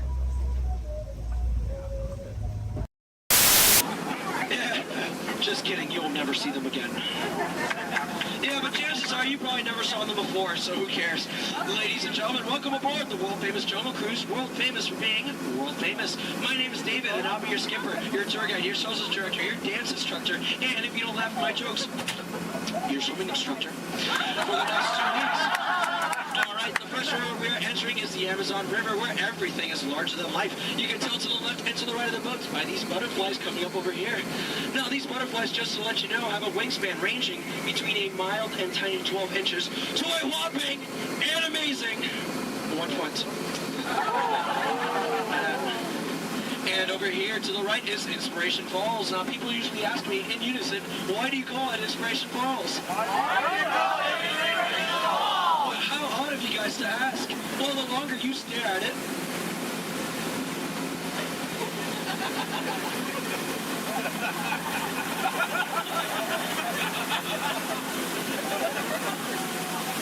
the more it inspires you to travel deeper and deeper into the jungle. Everyone say, ooh. Everyone say, ah. That is an inspiration that I don't know what is. So let's keep going. We are now entering the Congo River, where we have a very special treat for you guys. A special welcoming party set up for you by the Pygmies. Ladies and gentlemen, here they are. The Pygmies! The Pygmies! Shh. This is not good. Usually they don't run off. Something really, really big must have scared them off. Yeah, that's not good. Okay, folks, no need to worry. That is a giant python. It spreads up to 24 feet, and it's actually quite friendly. So friendly, it might develop a crush on you. Now, let's see if we can scare off that bad boy by getting something over here from my cat home. Folks, please do me a favor. For any of you wearing yellow, please do not make us sound like a banana. I find it very appealing. Don't laugh. That's not cool. Yeah, the bitch and everything. Okay. All right, folks, we are now entering the Nile River, where it goes on for Niles and Niles and Niles and Niles and Niles and Niles and Niles. And if you don't believe me, well, you're in the Nile. Disbelief, but nice try, though. All right, coming up over here is an African elephant. Now, this elephant is special because I taught it a really cool trick. Watch. All right, Bertha, speak in Spanish. I'm just kidding. I haven't taught him that yet. Over here to the right, you'll see a sandstone formation. Now, I like to point this out because most people take it for granted. Come on, that joke rocks. All right, we're now entering the African veldt, where you'll find all sorts of animals such as wildebeests, impalas, zebras, giraffes, and lions. These lions over here are demonstrating the first law of the jungle, survival of the fittest. You're demonstrating it by protecting that sleeping zebra. Yeah, that zebra looks dead. Tired. All right. And folks, it's a very special treat. The second law of the jungle, survival of the fastest, just up ahead. You know, I told these guys over here on the pole, you know, African rhinos, they're just as fast as horses. But they didn't believe me, and it looks like now they're about to get the point. In the end, oh dear. That is what hurt in the morning. All right, we are now entering crocodile country, where danger lurks every corner. So please do me a favor. If you have any family members that you want to get rid of, now is the time to do it. All right, over here to the right, on the left-hand side, you'll see Old Smiley. Now, Old Smiley is 75 years old, and he loves to take free handouts. Now, crocodiles are some of the dangers we have here in the jungle. We also have monsoons, whirlpools, hurricanes, rapids, and waterfall, that's right. Ah! Okay, let's see if we can make this really tight turn over here, folks. All right, just in case any of it's a lead to the right. Lead to the right, lead. I'm so sorry. Lead to the right. Lead. We're not gonna make it. Okay. All right, folks, thank you very much. Just to let you know, that was Schweitzer Falls, named after the world-renowned professor, Dr. Albert Falls. Now, people usually ask me, you know, David, how did you land your job here at the Jungle Cruise? Well, it's plain to see. I took a crash course, but now I'm just winging it. Yeah. Don't laugh. This is the story of my life. Oh, no. Okay, folks, looks like we're still upon a pool of hippos. Okay. Everyone, please do me a favor. Don't do anything stupid. I'm going to try to scare them off here. Oh, God, go away!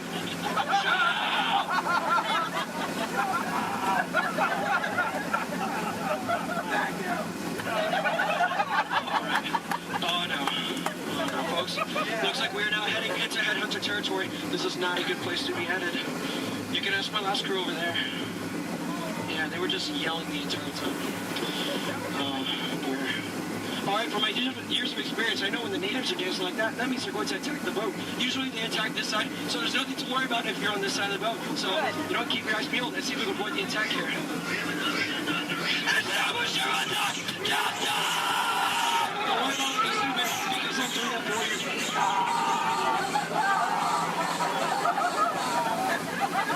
Is the coast clear?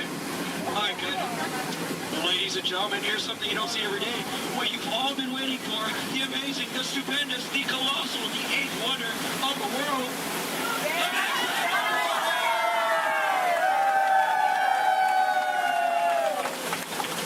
I love you guys.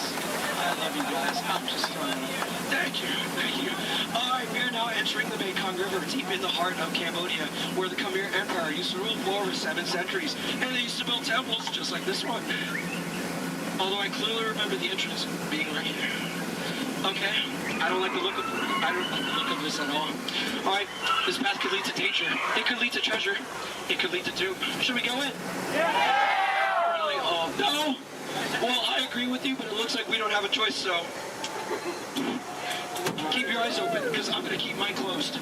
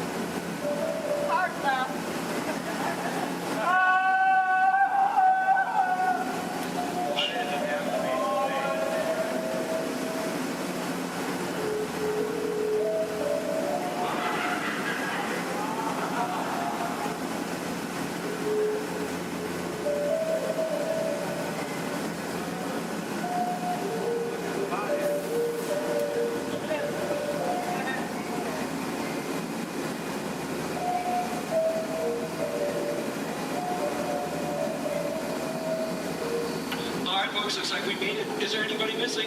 Please raise your hand if you're lost. Oh, cool. Me too. Looks like we're on the same boat. Get it? Because we're... Never mind. Okay, folks. Looks like we stumbled upon a sacred Indian elephant bathing pool. It's right to take pictures because it looks like they have their trunks on. You know, people usually wonder, is that water coming out of their nose? Well, it's not. It's not.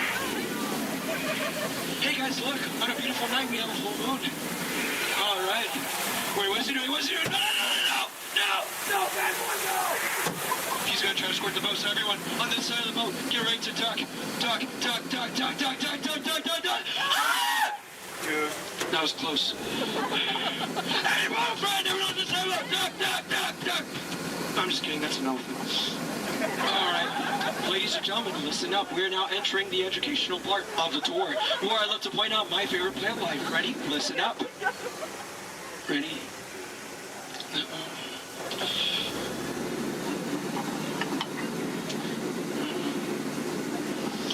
No, and that one. Any questions? No? Which one's over here? The green one. Alright, now over here is Trader Sam. Now, Trader Sam's a close friend of mine, and he has just been promoted to head salesman. Now, lately his sales have been shrinking, so he has a very special deal for you guys. 2 of his heads for one of yours. Any takers? No? Well, either way you slice it or dice it, you always come out ahead of the deal. Alright, folks, now returning to the sad part of our journey, the return to civilization. So, I know, trust me, I feel your pain. Alright, you want to go one more? I'm sorry. Alright, now please listen up, this is very important. When exiting the boat, please exit the way you entered. Please do not cross these center crates over here. Trust me, it is a tripping hazard. You will trip, you will fall, and that would be 2 bad trips in one boat, and I'm only responsible for the first. And please remain seated at all times. Okay, everyone? Thank you so much for joining me. Now get out. I'm so sorry. Thank you so much. Standing ovation. Oh my goodness. Standing ovation. shouldn't clap. Oh my goodness, you guys made my night. Like really, you guys did. All right. Hope you guys enjoyed your time here at the world famous Jungle Cruise. My name is Skipper David, and if you didn't enjoy your time, well, my name is Tito, and I have no idea what I'm doing here. So, all right. Please watch your head and watch your step.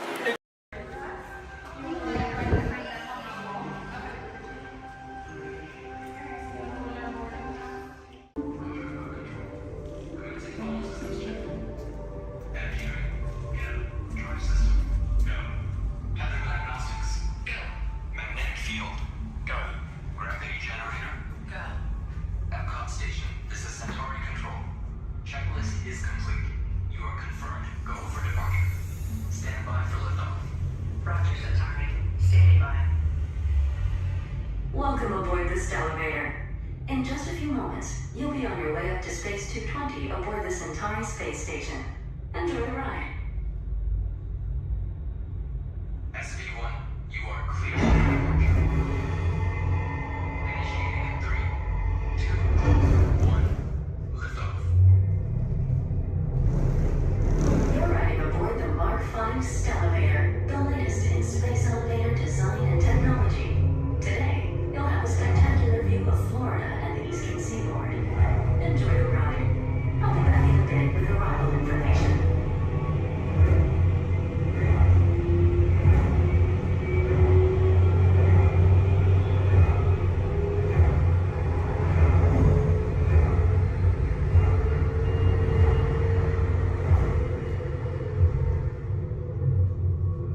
SV1, we are on our final approach.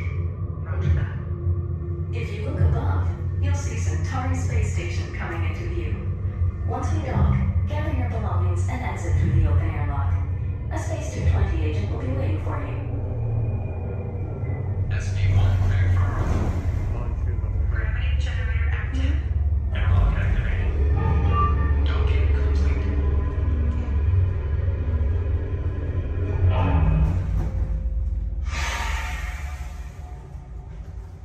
Welcome aboard. Is this where we go down? Yeah. Give me one moment. You guys gonna head right down this way. Somebody should meet you there. If there's nobody, oh, there is somebody. Okay. Head on down. Thank you. All right, guys. Is it okay? We're safe.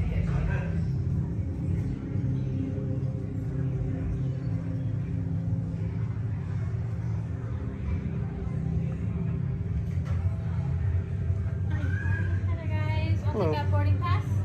And what's the last name? Niece? Alright, for Joffrey? Yes. Alright, you guys can follow me. How was the trip up today? Was it good? Very good. Awesome.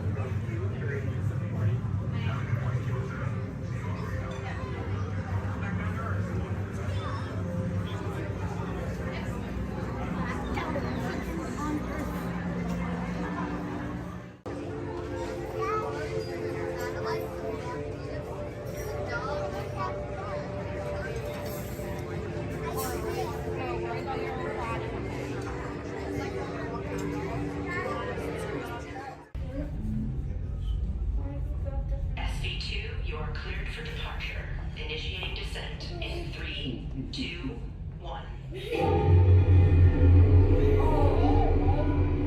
Your journey back to Epcot will be a smooth and quick one today, so enjoy the ride.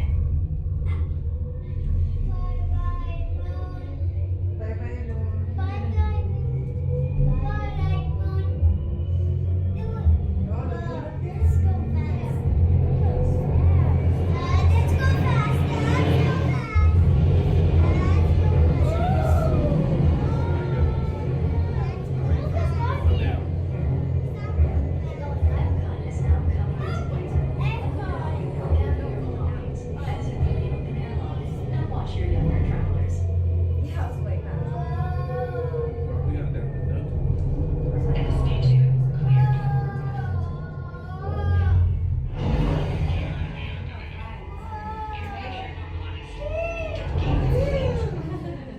We hope you enjoyed your visit to Space 220 and look forward to seeing you again The soon. ground is in the sky.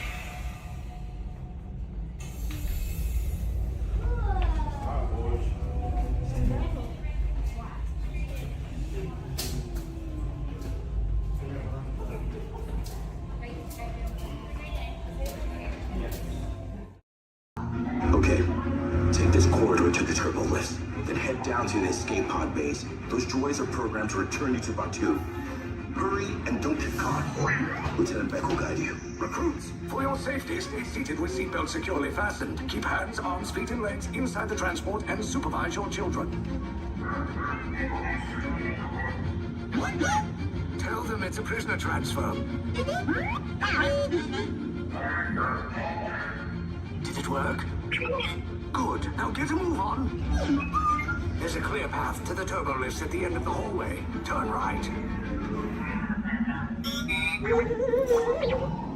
A probe droid. You're lucky it didn't spot you. Take those turbo lifts and stay out of trouble. Hey, you're not authorized. Wait, it goes to the prisoners. We have a breach in detention block 3. Your cover is blown. Find an alternate route. Who picked these two droids anyway?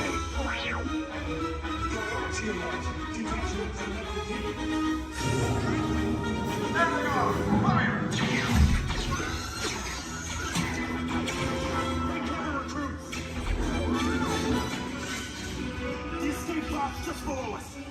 Take the lift down. Hurry! Hurry! No, not up! I said down!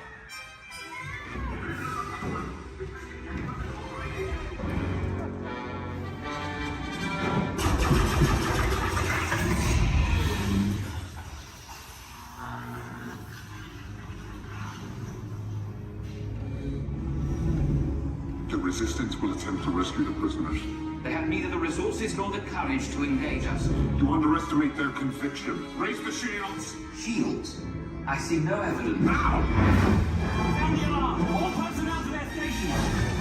Sir, the prisoners have escaped. How brave, but ultimately hopeless. There's nowhere to run.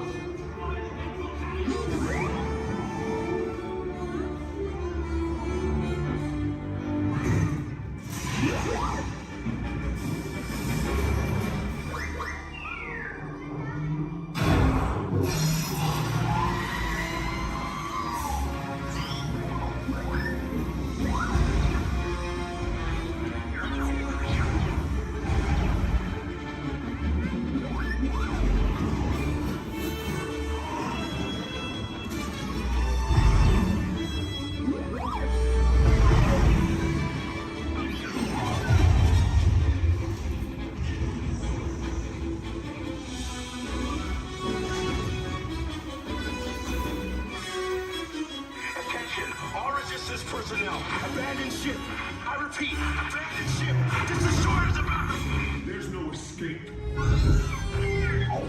You will tell me the location of the secret base, and then I will destroy you and the Resistance.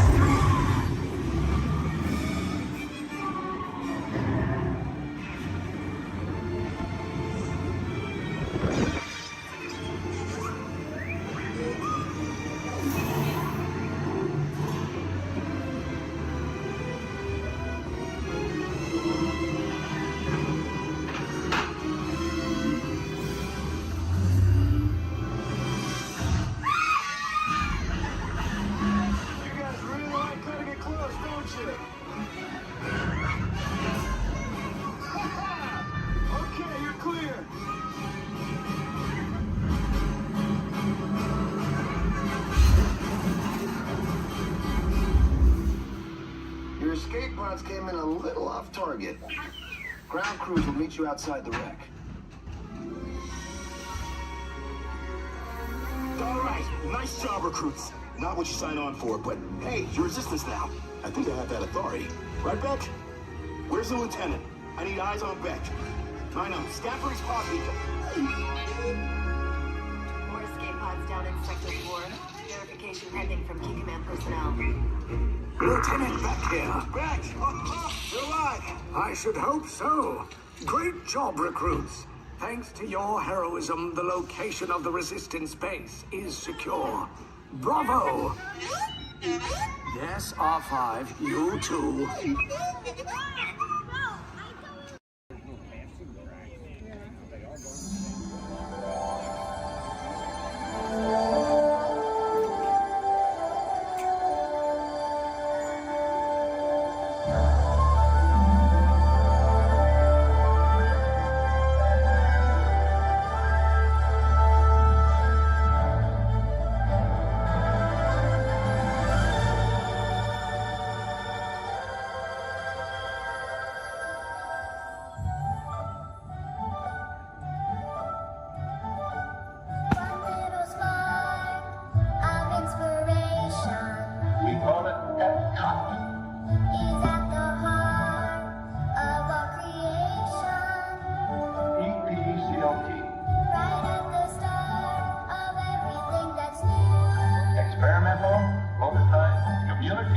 of the month. One little star.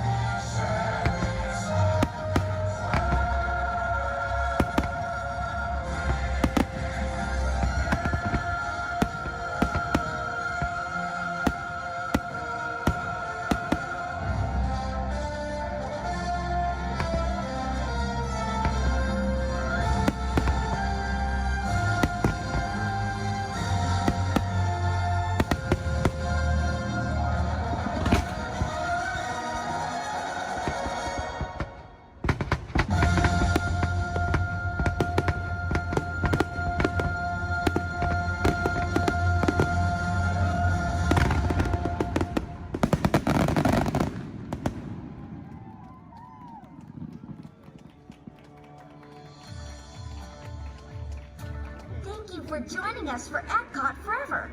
As you take your next steps into the future, we hope you'll continue exploring, creating, and discovering wherever you go. Remember, it only takes one little spark of inspiration to unlock the possibilities of tomorrow. From all of us here at Epcot, we wish you a wonderful evening and a safe journey home. Thank you and good night.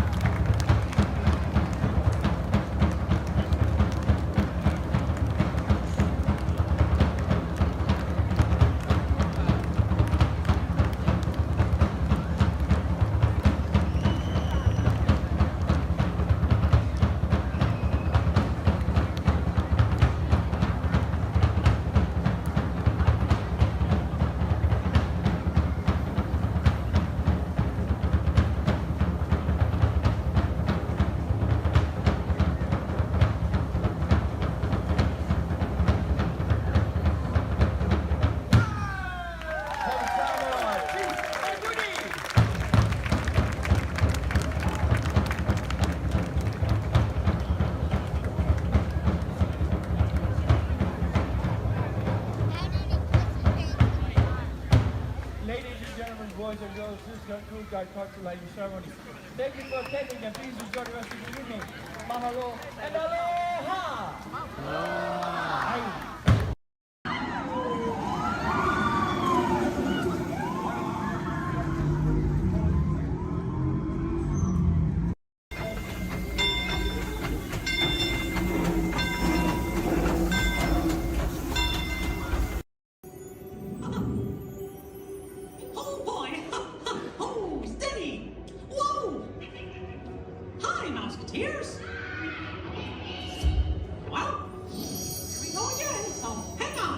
Anything goes. You ready? And let the show begin. Here's my pal Walt to tell you how the magic is made. There's a lot of satisfaction in developing ideas into reality. When we consider a new project, we really study it. Not just the surface idea, but everything about it. And when we go into that new project, we believe in it all the way. We have confidence in our ability to do it right, and we work hard to do the best possible job. There's really no secret about our approach. We keep moving forward, opening up new doors, doing new things, because we're curious. And curiosity keeps leading us down new paths. We're always exploring and experimenting. Everybody ready? Then on with the show!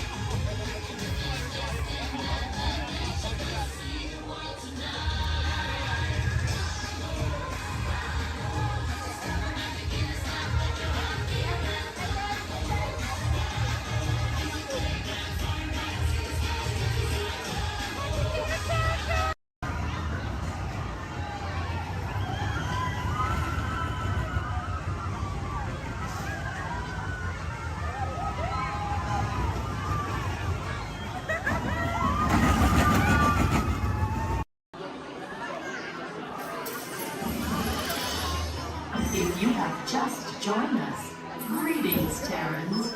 I am World Mind, the Xandarian sentient supercomputer. In my extensive databanks are stored the combined knowledge of every Xandarian that has ever lived.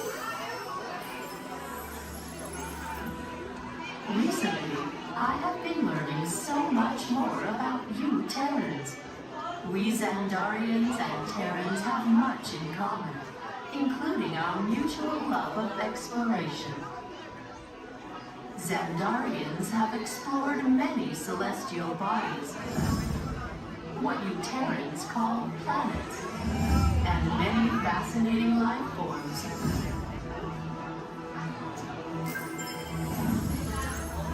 In the past, when you witnessed our homes, you referred to our ships as unidentified flying objects, or UFOs. Peter Quill told me that many of you Terrans still believe that these UFOs are flown by little green dudes with big eyes and small mouths and antennas and whatnot. In your Terran year of 1977, your scientists launched spacecraft on an exploratory mission.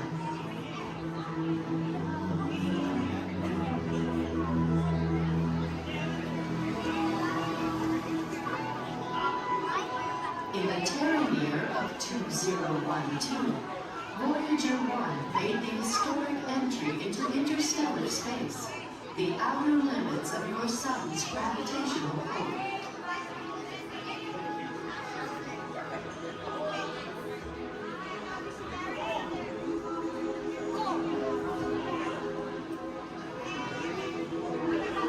Voyager 2 entered interstellar space 6 years later, and I detect that both are still sending you data about their surroundings.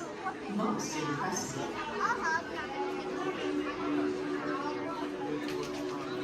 What I find intriguing is that not only are your Voyagers receiving and sending data, they are also serving as ambassadors, carrying greetings from you Terrans to the universe.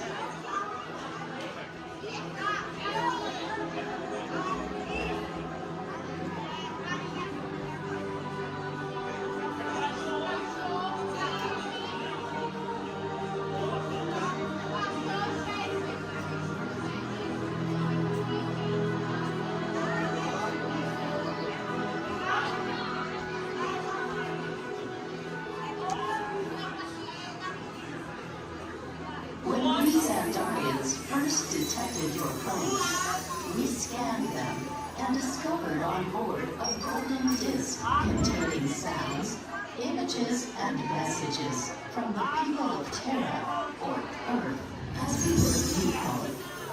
Peter Quill has claimed that the most important item on the disc worth sharing with the universe is the musical message from your Terran, Chuck Berry. I am still processing this message, but am... Good evening, friends. Look around you. There is a special magic that flows through this land. A magic of fantasy, swirling with pixie dust, made more brilliant by the light that lives within you. It inspires us to wish upon stars, follow our hearts, and find our happily ever afters.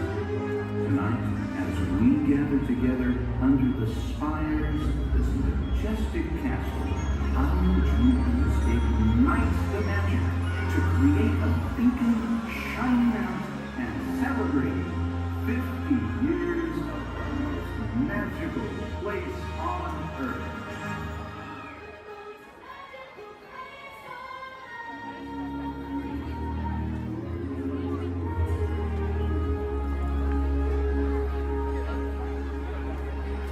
Everybody's to let us know what we need to get done back on the road. Spoiler alert, 9 times out of 10, it's either body work or a transmission. Guys, spread on over to this side, left side, left side. People on the left side, step forward, step on up, make a friend. Everybody here looks freshly laundered, okay? You'll be fine. Come on in, right this way, everybody. Keep on coming, folks in the hallway, let's go. I don't want to see anybody end up working on the transmission that doesn't know what they're doing. Come on in. Hey, oh, look at that, there's Mia. What's up, Mia? Hey, Pat, I see our party goers have arrived. Yeah, they're still coming in, but say hey, everybody. Hey, I'm Mia, Dom's sister. Well, another race just wrapped, and it looks like my brother with another car for his collection. Anybody surprised? Honestly, I don't know why anybody challenges him. Me either, Mia. Well, we're meeting up at Sullivan's Garage for the after party, and while Tej works on your rides, you guys enjoy the break room. My brother calls this the family room. Oh, here we go. Dom says he doesn't have friends, he has Family. And the faces you see on these walls are our Family. When I'm in this room, I feel like we're all Family. So, welcome to our family. There it is. It's a thing around here. Hey, Tej, how's that Matthew McConaughey impression? All right, all right. What's up, Mia? Hey, Tej, just welcoming these good people to our family. How are their rides coming along? The rides are ready to roll out and roll out inside. Perfect. Let's get the show on the road. I'll let Dom know. You guys have fun at the party. Bye, Mia. Bye. She just called. Okay. All right, Pat. Yeah. Let's get these people on their way. Send them over to the war room. Sounds like a plan. Are you sure, though, Jamie's kind of a piece of work? Right. And he hung up. Okay, so in a moment, those doors are going to open. When they do, head on into the war room with Jamie. That's Tej's new assistant. First day without Tej, so good luck. Be nice. Don't touch nothing. Too much last night, so bear with me. Tej left me alone today, so yeah, that's pretty much it, you guys. In just a moment, these doors will be closing, and okay, so yeah, you guys want a tour of the war room?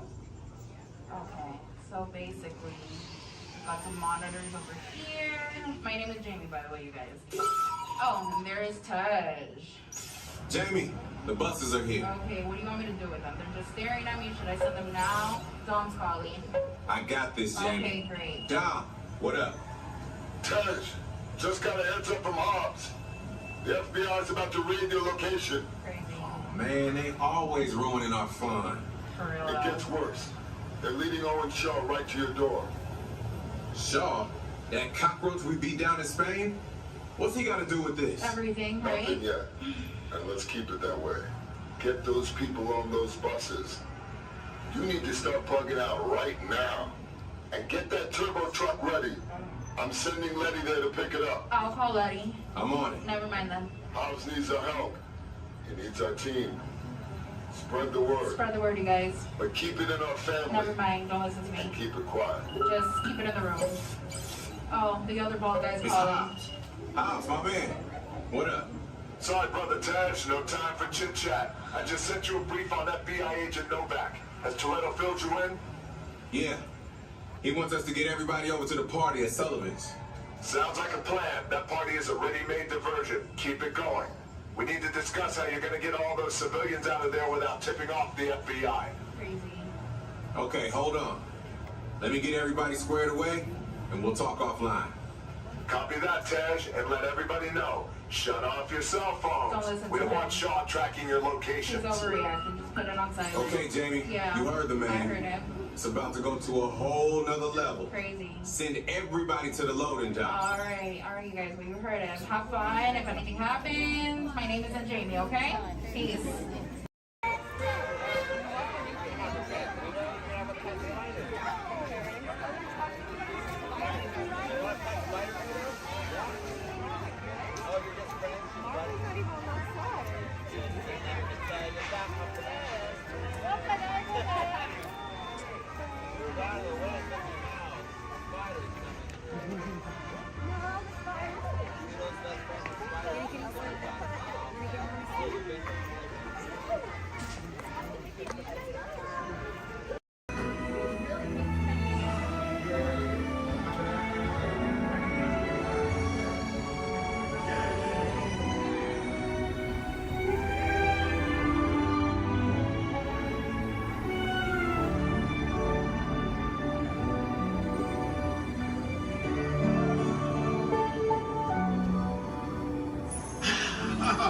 Voilà. Venez, venez, venez. Suivez-moi, je vous prie.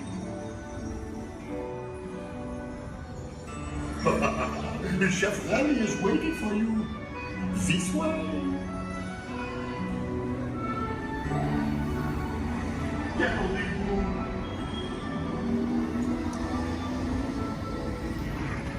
Oh, misérable. Les invités pour le dîner. Yes, what you here? Hein? Vous n'aurez pas idée. Coq au vin? Non. Simple omelet? Too simple. What? Mais oui, that's it.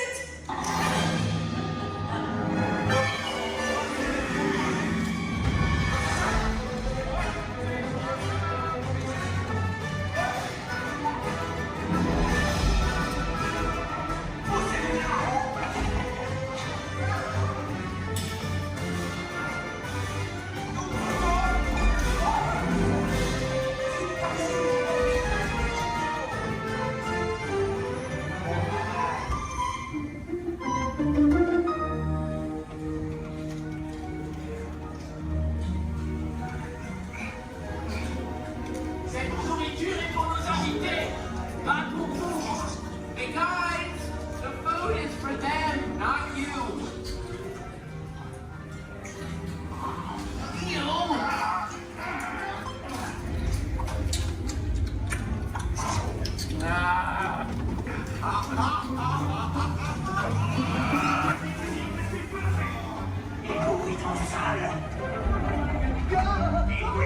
What are you doing?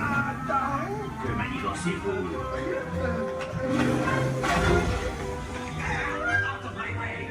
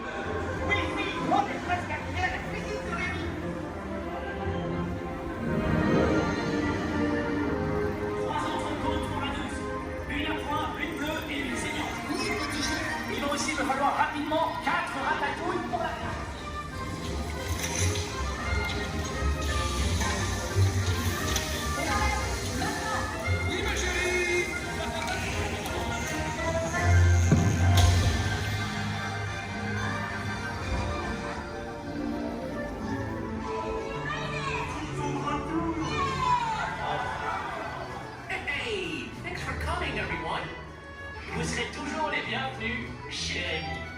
À bientôt et bon appétit. Et Mino. Au revoir.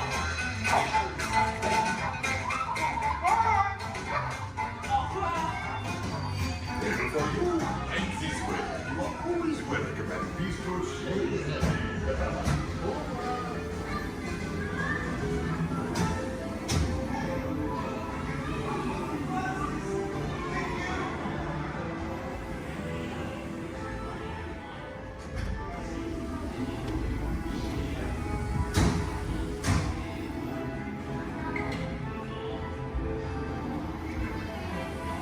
Okay, be sure to pack all your stuff and lock your step as you exit.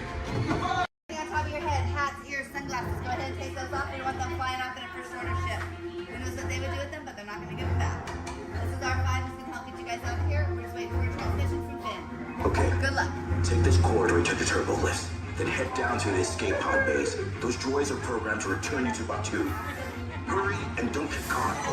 Lieutenant Beck will guide you. Recruits, for your safety, stay seated with seatbelts securely fastened. Keep hands, arms, feet, and legs inside the transport and supervise your children. Tell them it's a prisoner transfer. Did it work? Good. Now get a move on. There's a clear path to the turbo lifts at the end of the hallway. Turn right. Probe droid. You're lucky it didn't spot you. Take those turbo lifts and stay out of trouble. Hey, you're not authorized. Wait, it goes to the prisoner.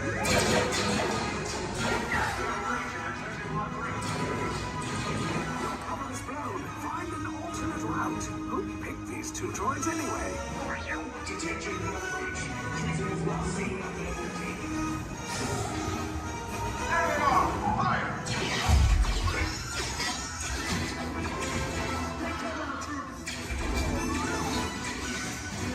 The escape pod just below us. Take those down. Copy. Hurry. No, not up. I said down.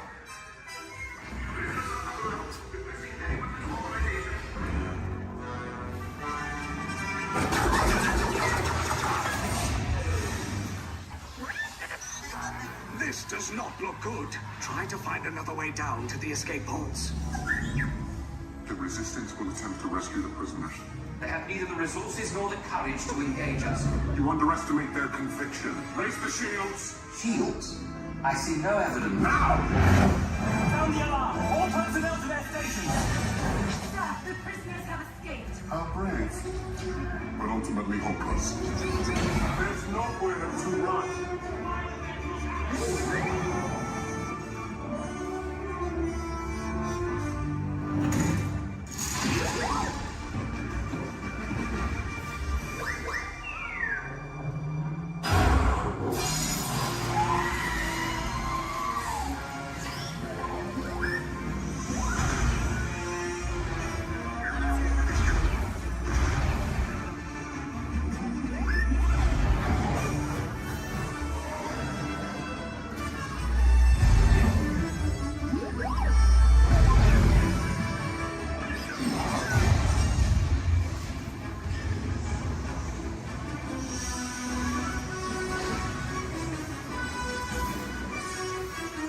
Attention, all resistance personnel. Abandon ship. I repeat, abandon ship. This destroyer's about. There's no escape. You will tell me the location of the secret base, and then I will destroy you and the Resistance.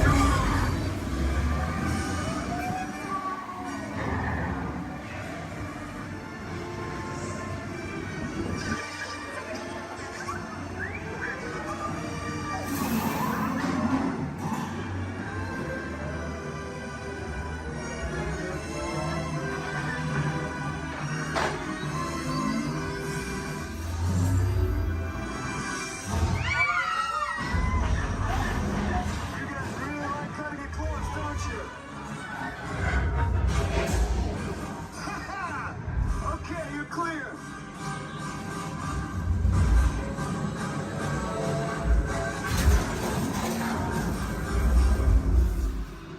Your escape pods came in a little off target. Ground crews will meet you outside the wreck. All right, nice job, recruits. Not what you signed on for, but hey, you're Resistance now. I think I have that authority. Right, Beck? Where's the lieutenant? I need eyes on Beck. I know, Scaffold's copy. More escape pods down in Sector 4. Verification pending from Key Command personnel. Where's the lieutenant? I need eyes on Beck. Lieutenant back here. Beck! You're right. I should hope so. Great job, recruits. Thanks to your heroism, the location of the Resistance base is secure. Bravo! Yes, R5, you too.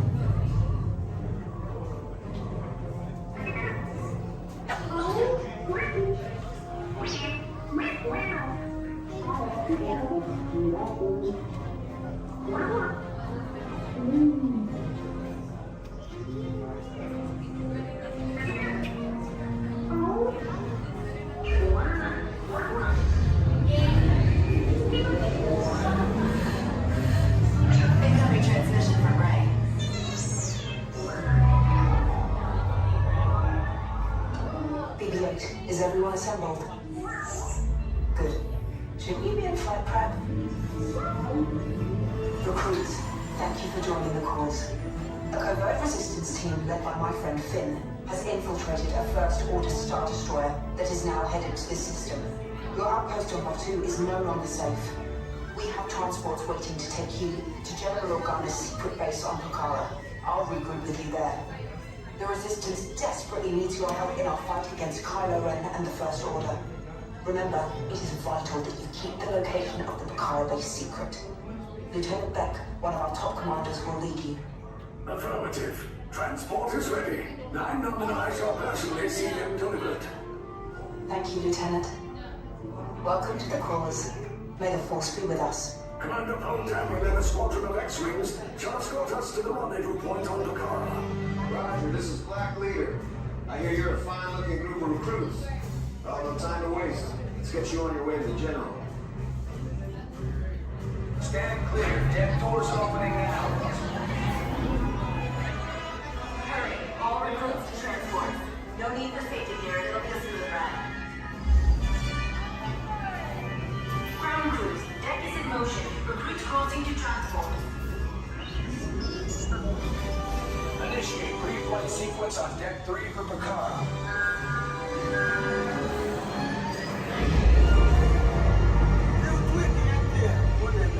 Affirmative.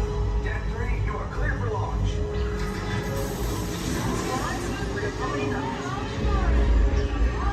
Pucara personnel, this is your final call on board. Transport away from the blast doors. All the way forward.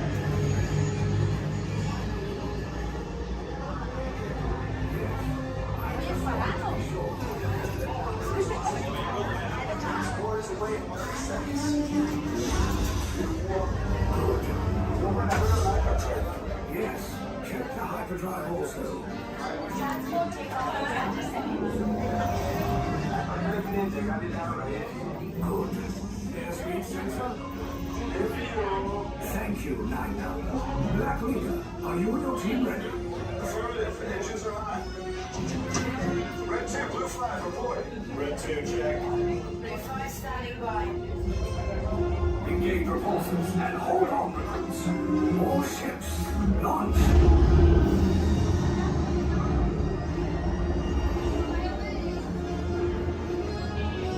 I am Lieutenant Beck. As you heard from Ray, I have been tasked with getting you to Pucara.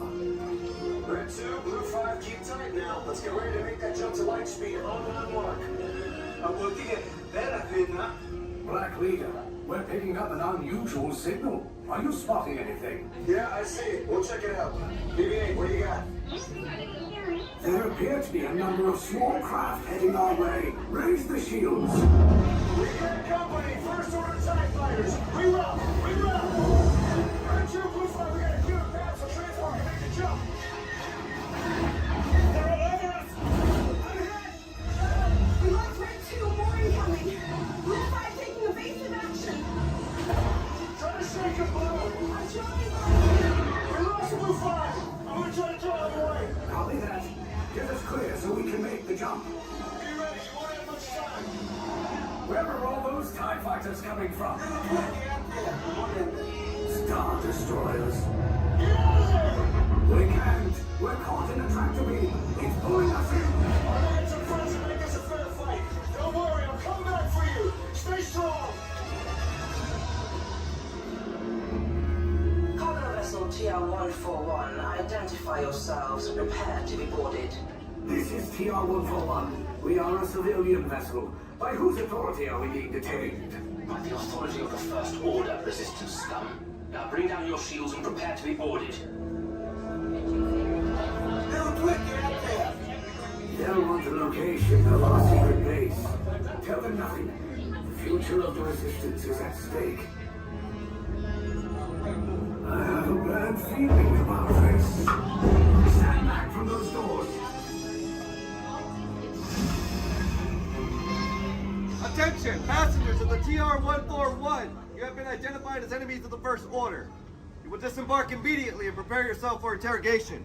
Proceed forward, now.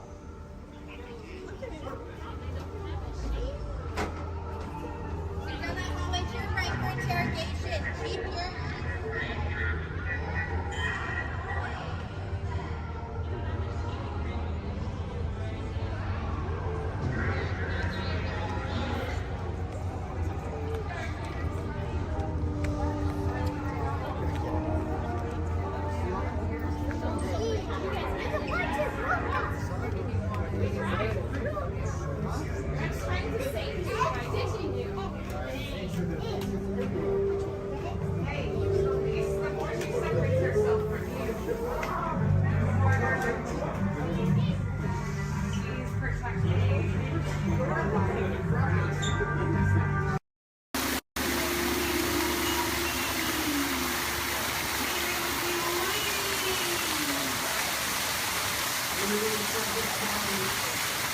your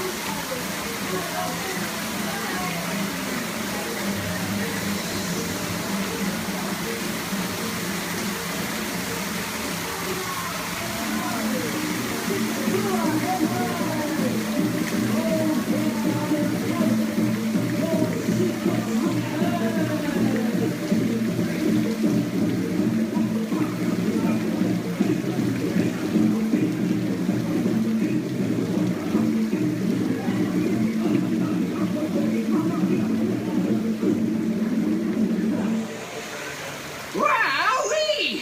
Phew, that's almost as much fun as New Year's Eve in the orange groves. My word, we did get a mite carried away, huh? Yeah. I say, look out there across the water. It appears we're a bit of company. Law me, yes.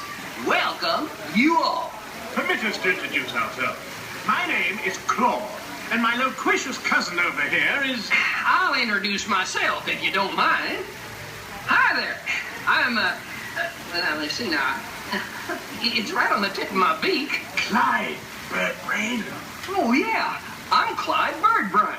Yo, I say, perhaps you good people have never conversed with toucan birds before. Well, neither did we, till one day we discovered this magic sunshine pavilion. By Jove, yes. I remember just how it happened, many bird baths ago.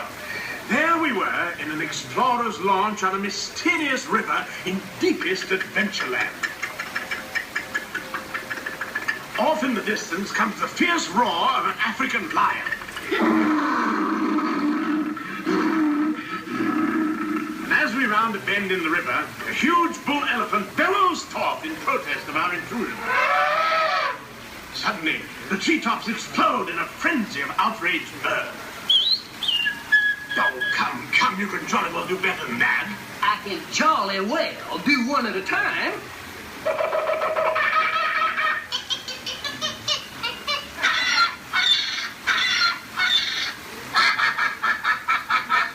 Meanwhile, shifty-eyed crocodiles lurk by the water's edge.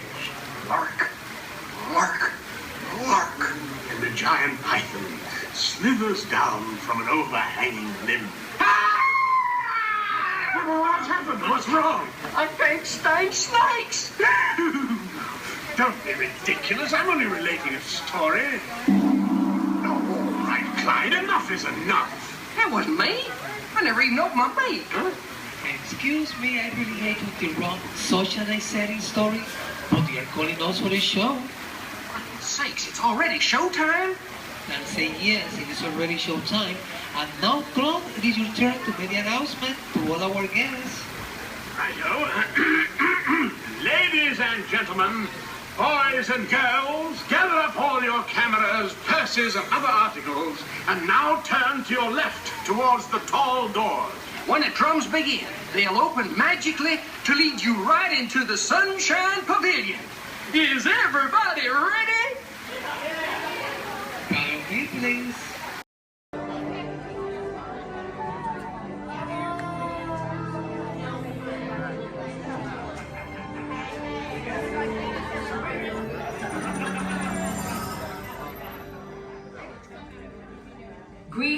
Terrans. I am Nova Prime Irani Real, commander of the Nova Corps. On behalf of all Xandarians, I hope you have enjoyed exploring the wonders of Xandar.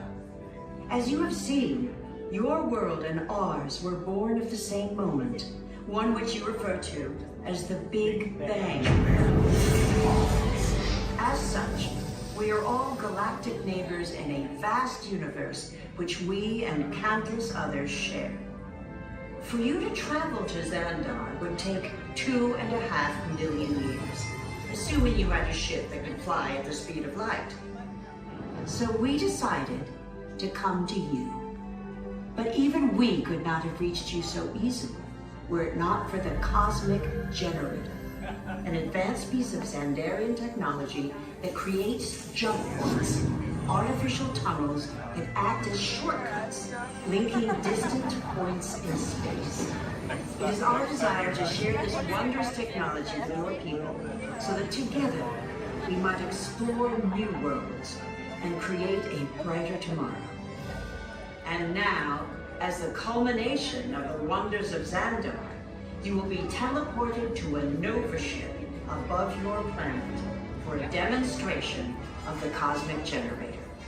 I trust you will find it an unforgettable experience.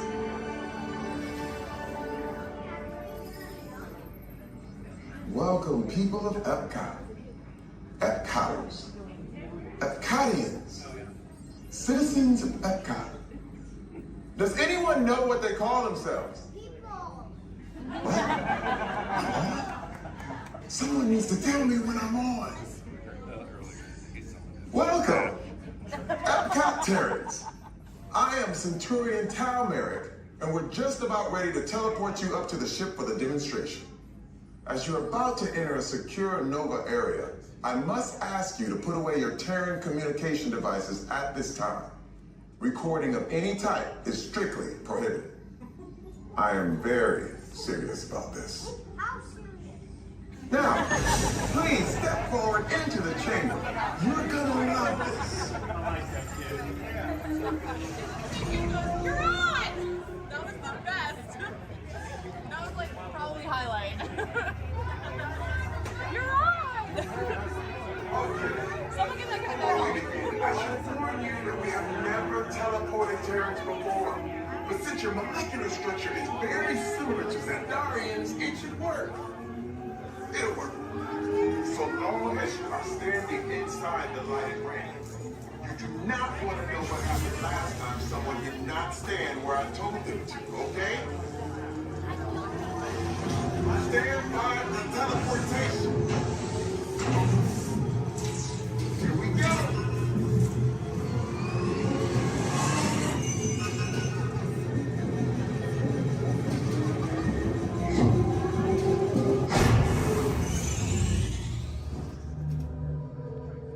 You made it. I mean, of course you did. Nova Prime, they're ready. Excellent. What you see before you is the Cosmic Generator. And in just a few moments, we'll be activating it so you can experience for yourself what's happening. I'm not sure. Our power's out. And the Cosmic Generator is gone. Interior Mark, go to Code Red. Prepare the fleet. And call the Guardians. Now. There is no cause for alarm. Turn off that alarm. I've got an important transmission coming in. Hey, what's up, Nova Corps? Our Cosmic Generator has been stolen. What? How? Why didn't we think of that? That thing's gotta be worth a fortune. I am Groot. Good question. Yeah, who do you think took it? Perhaps that really big man outside your ship. Oh, that is a big man. I need to alert Nova Prime. I'm watching Terrans for dogs. That's not creepy at all. This species has failed. Wait, whoa, we didn't even know there was a test. He's got the Cosmic Generator. He's creating a new jump point. Jump point to where? When? It's some kind of mutant jump point. It's going back to the dawn of time. Dawn of time, why? To erase an error. Well, that doesn't sound good. Your time is over. Wait, what do you mean? What do you mean that's so vague? The jump point is closing.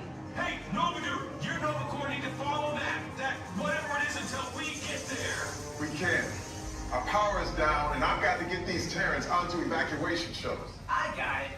I reprogrammed the shuttles to follow them through the jump point. Wait, what? Look, they're our only chance of keeping track of that whack job until we get the cosmic generator back.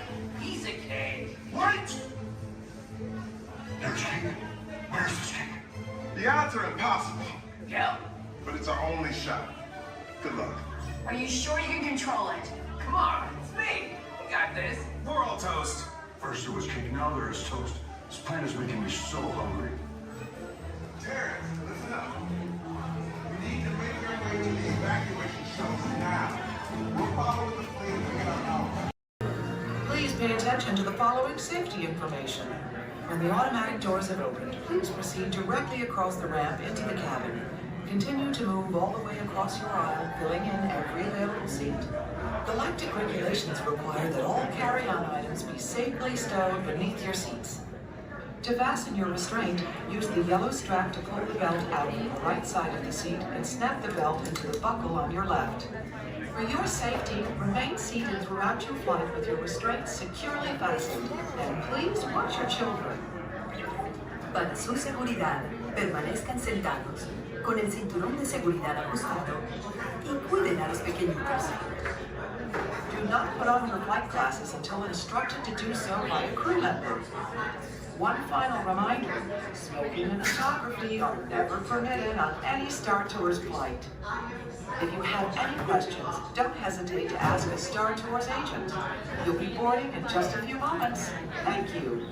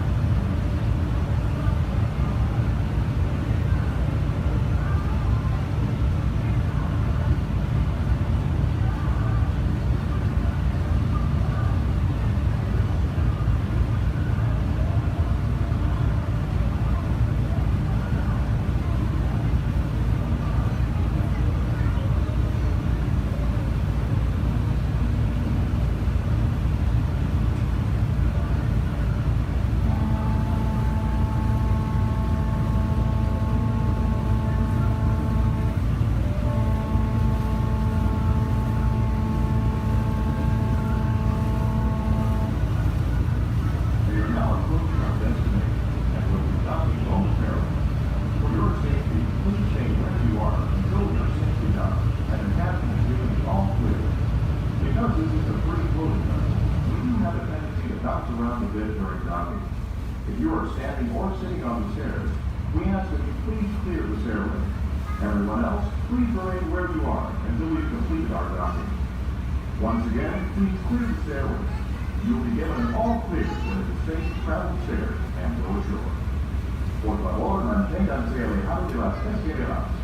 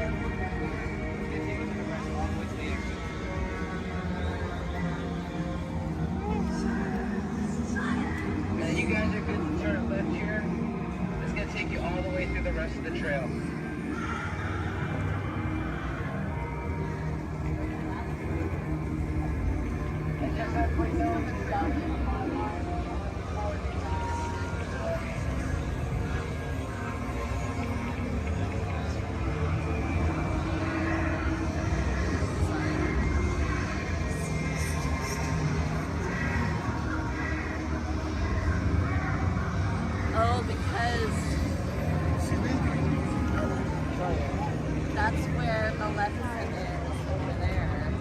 So the doors at ice.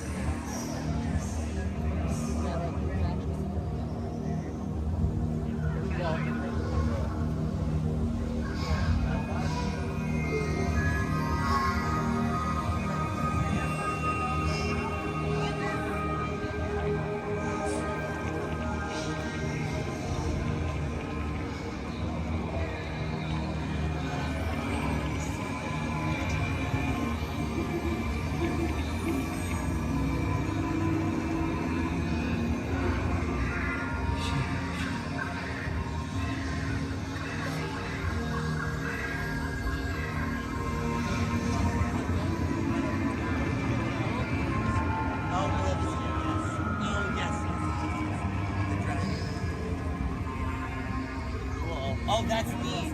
Yeah.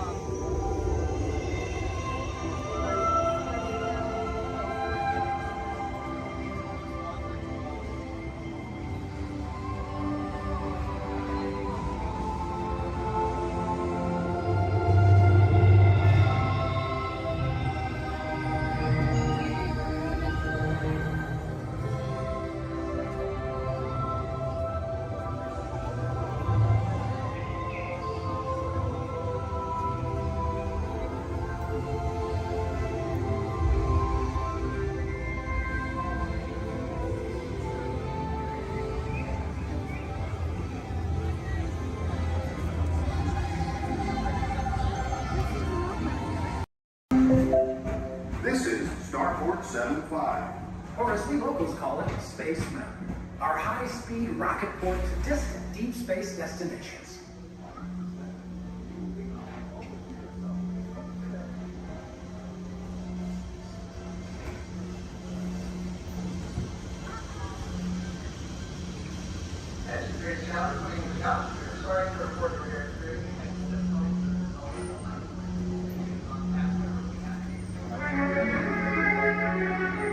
Let relaxation wash over you at the most refreshing retreat in the galaxy, the coral rooms of Pisces 7.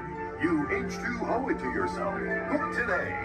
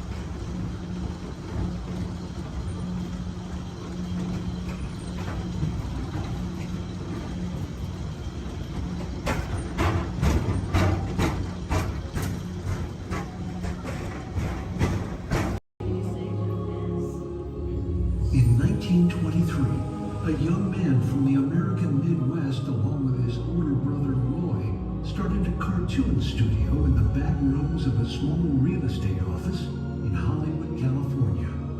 This was the small beginning of a family entertainment company that would create unforgettable stories, characters that become beloved friends, wondrous experiences, and music that has become the soundtrack of our lives.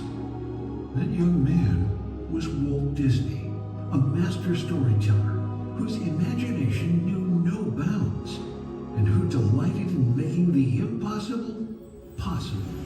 Disney 100, the exhibition, is a journey through 100 years of Disney magic, presented in themed galleries based on Walt Disney's creative concepts and philosophies. These include storytelling, creating believable characters, the spirit of adventure and discovery, the magic of sound and music, the world around us, real and imagined, curiosity, imagination, and technological innovation, the worldwide wonder of the Disney parks, and an everlasting sense of optimism about the future. Walt Disney famously said that it was all started by a mouse, but it really was all started by Walt himself. His philosophies became the foundation of the Walt Disney Company. They still inspire Disney's artists, filmmakers, Imagineers, and the storytellers of today. Oh boy! Oh, steady! Whoa! Hi, Mouseketeers! Well, here we go again, so hang on. Anything goes. You ready? And let the show begin! Here's my pal Walt to tell you how the magic is made. There's a lot of satisfaction in developing ideas into reality when we consider a new project we really studied. Not just the surface idea, but everything about it. And when we go into that new project, we believe in it all the way. We have confidence in our ability to do it right, and we work hard to do the best possible job. There's really no secret about our approach. We keep moving forward, opening up new doors, doing new things, because we're curious. And curiosity keeps leading us down new paths. We're always exploring and experimenting. Everybody ready? Then on with the show!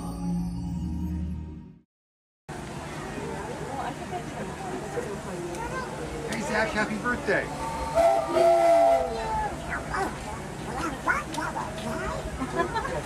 Who's that?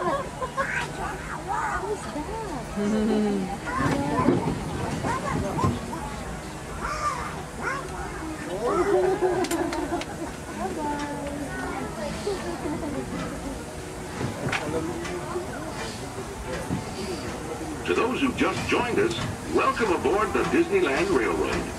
To ensure a safe ride, remember to stay seated with your hands, arms, feet, and legs inside the train. And please, watch your kids.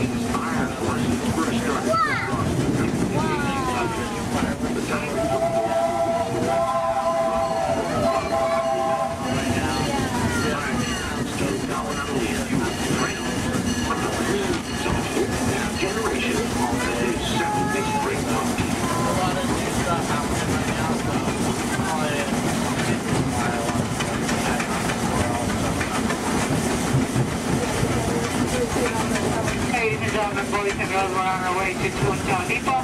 Now we're going to stop for all the attractions in Fantasyland, Toontown, and then we have our Fantasyland Theater, where your princesses can meet our princesses. They can ask all the questions they like, and they can many pictures as they like. They do close a lot earlier than the park. Make sure you visit the schedule, or ask one of us, we'll let you know. But they do close earlier than the park. If you're up here at Toontown Depot, please wake up. There comes a full stop.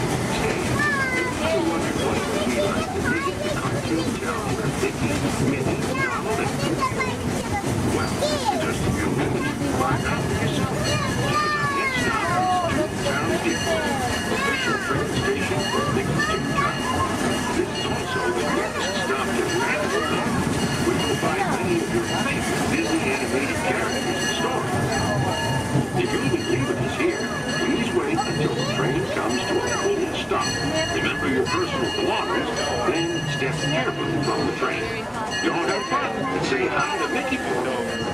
For those of you continuing on with us, we'll be resuming our trip in just a moment. This is Toontown Depot.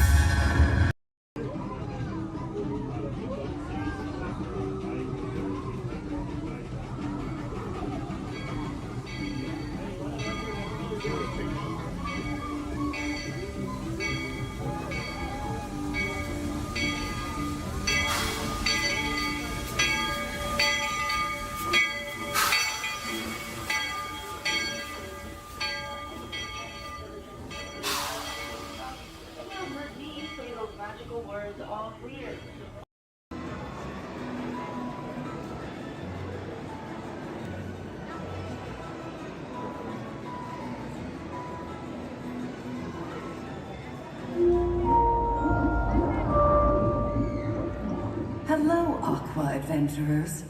Here's a little fish food for thought. Sea turtles often confuse trash, like plastic bags, for food. but you can make a positive impact by recycling and limiting the use of single-use plastics.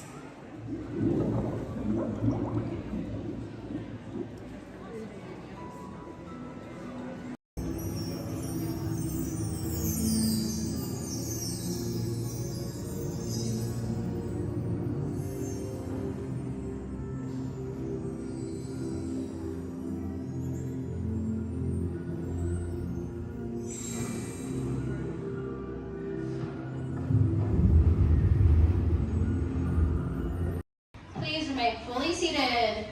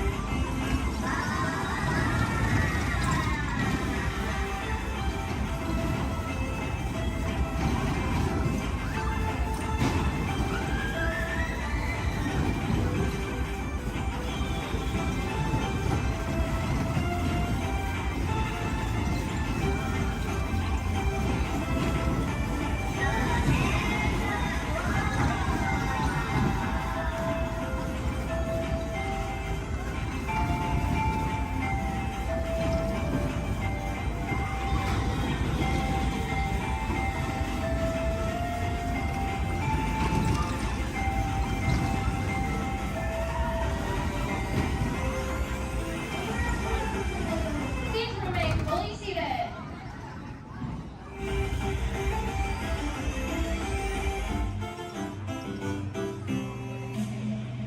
We are eternally busy.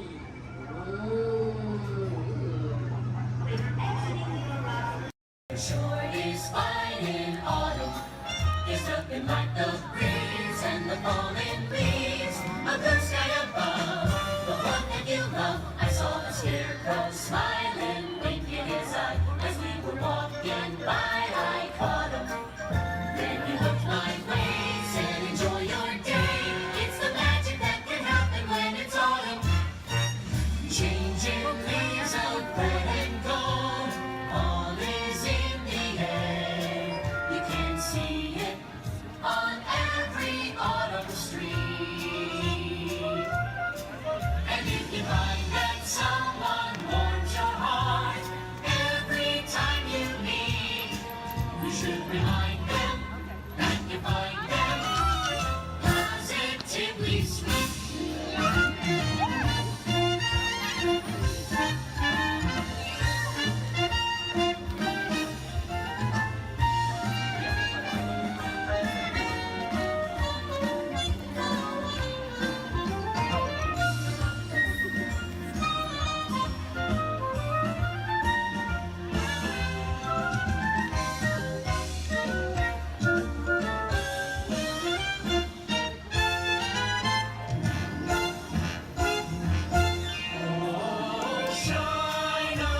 Shine on, harvest moon, up in the sky. I ain't had no lovin' since January, February, June or July. Snow time ain't no time to stay. Outdoors it's good, so shine on, harvest moon, for me and my gal.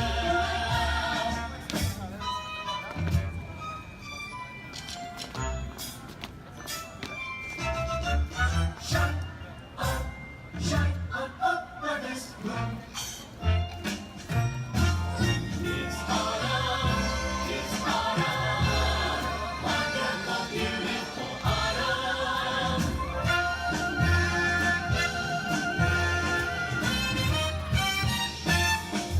Let's take another hayride under the trees. It makes me smile from top to bottom, because they're autumn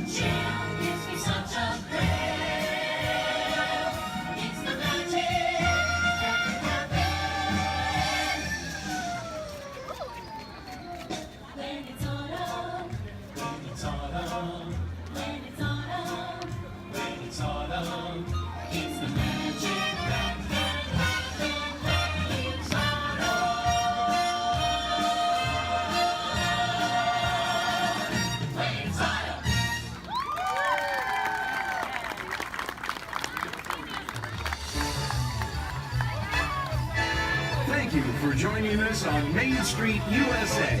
And from all of us here in the Magic Kingdom, we hope to see you again real soon.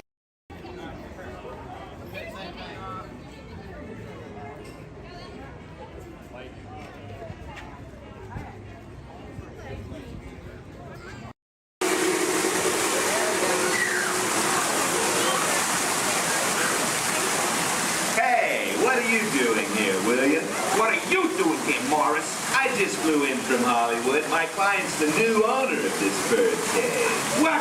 Are you cuckoo? My client's the new owner. Disney gave me an exclusive. Co-exclusive. Didn't read your contract. I gave it a bird's-eye glance. And you call yourself a talent agent? I negotiated my tail feathers off for this deal. Well, my client does not share credit. He's a very big bird. Your client is Big Bird? Not Big Bird, a big bird, you bird brain. Well, your dim little star is now half owner of the Enchanted Tiki Room with my superstar. Think again, Chickie babe. Stop grousing. Just look at these paying customers waiting to get in. Did you say paying? As in money. As in 10%? Hey, who am I to go against the status quo? Sorry to interrupt, but I would like to inform our guests about the next show that will be starting soon. In just a few moments, the door will be opening and you will enter into a room of joyous song, island splendor. Here at the Enchanted Tiki Room. Mahalo. Wait, our clients are not here. Maybe they hit traffic. Don't say that. Sorry. Anyway, babe, I gotta fly this coop and migrate back to Hollywood. My birds will call your birds. We'll do lunch. What's the rush? I'm about to sign Donald Duck. Oh, yeah? Big deal, you hockey puck. I've got the mighty ducks in the wing. You do not. Do too. Do not. Do too. Not. Two. Not. Two. Not. Two. You down. Come on.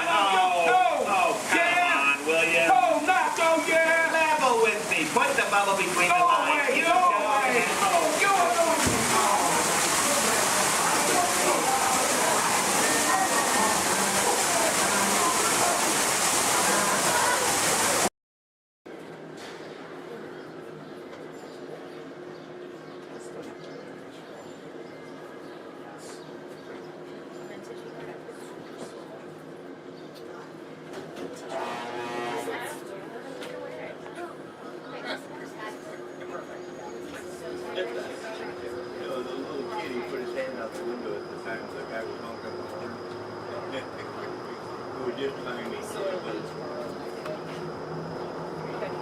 To those of you who have just joined us, welcome aboard the Disneyland monorail. For your safety, please remain seated, keeping your hands, arms, feet, and legs inside the train. Watch your children, and no smoking, please. Bienvenidos a bordo. Para su seguridad, permanezca sentado y mantenga las manos, brazos, pies y piernas dentro del tren y cuide a los niños. Por favor, se ruega no fumar. Gracias. We're now en route to our final stop, the Tomorrowland monorail station. Along the way, you can get a bird's eye look at the downtown Disney district, Disney's Grand Californian Hotel and Spa, and Disney's California Adventure. To the left of the monorail is the main entrance of Disneyland, the happiest place on earth. Disneyland is truly an American origin. Since its opening in 1955, it has hosted more than 500 million guests from around the world, including presidents, kings, and celebrities. It is the original Disney theme park, created and enjoyed by Walt Disney himself. To the right is our transportation plaza, where you'll find taxis, hotel shuttles, and public transit stops. We're about to enter Disneyland. Some of the clearances are pretty tight up ahead, so be sure to remain seated, keeping your hands and arms inside the cabin.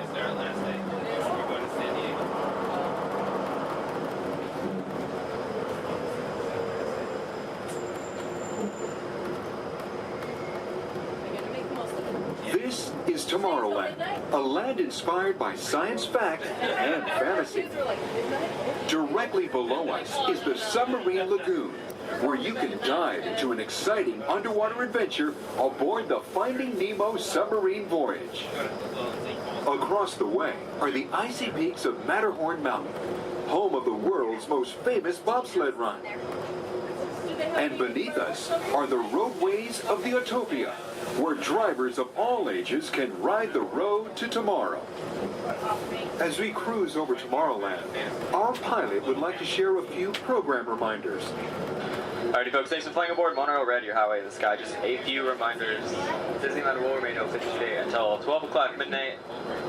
All passengers are required to be on board this monorail at approximately 12 o'clock midnight to catch that final flight. We're also going to be having Celebrate a Street Party along Main Street at 6:30 p.m. today. Fantastic along the Rivers of America at 9:05 and 10:30 p.m. And then Magical, our fireworks spectacular, at approximately 9:30 p.m. So once again, for all passengers wishing to exit Disneyland via the monorail, please remember that the last flight will be at approximately 12 o'clock midnight. We thank you for flying aboard your highway in the sky and enjoy the rest of your stay here at Disneyland. Thank you.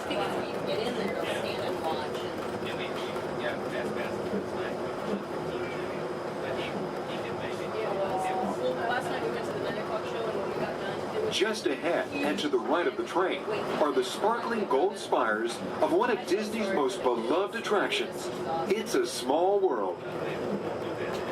Beyond it is the wacky world of Disney's classic cartoon characters, Mickey's Toontown.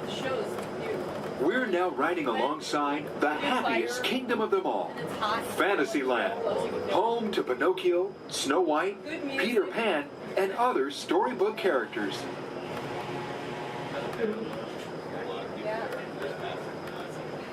Yeah, it's brand new.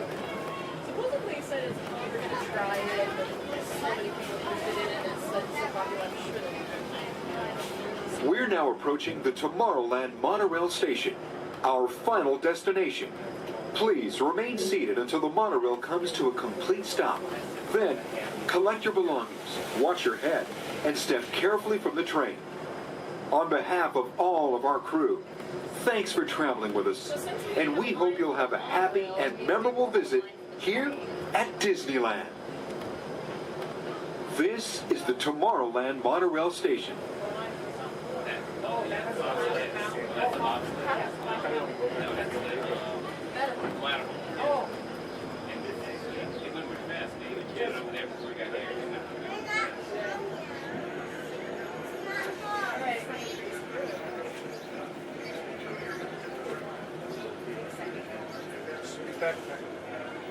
We did? Okay.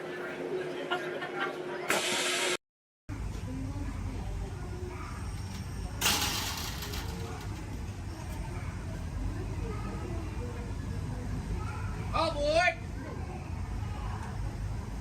For those of you just joining us, welcome aboard Excursion 3 on the Disneyland Railroad. For your safety, please remain seated at all times, keeping your hands, arms, feet, and legs inside the train. Please supervise all children, making sure they are seated away from the train openings, either fully on a lap or on a bench. Our next stop will be Main Street, but before that, we will travel into the tunnel ahead and journey through the Grand Canyon and Primeval World. While you are more than welcome to take as many photos and videos as you'd like, we do ask that you please turn off all flash photography, video lighting, lighted toys, and accessories, including any lightsabers, light up ears, bubble box buildings, and many more.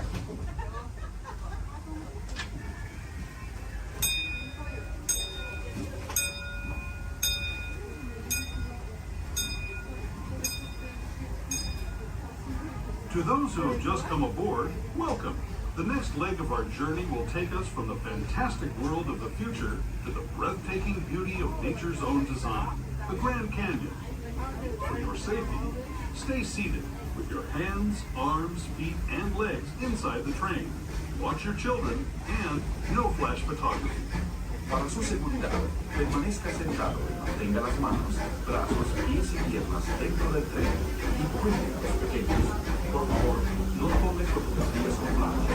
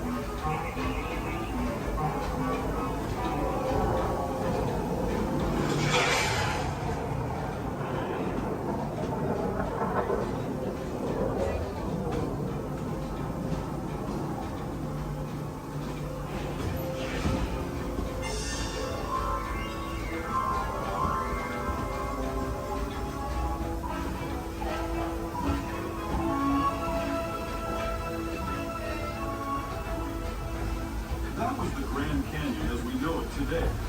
But it wasn't always this way. Now, let's travel back in time, way back in time, to the conservative past of the primeval world, land of the dinosaurs.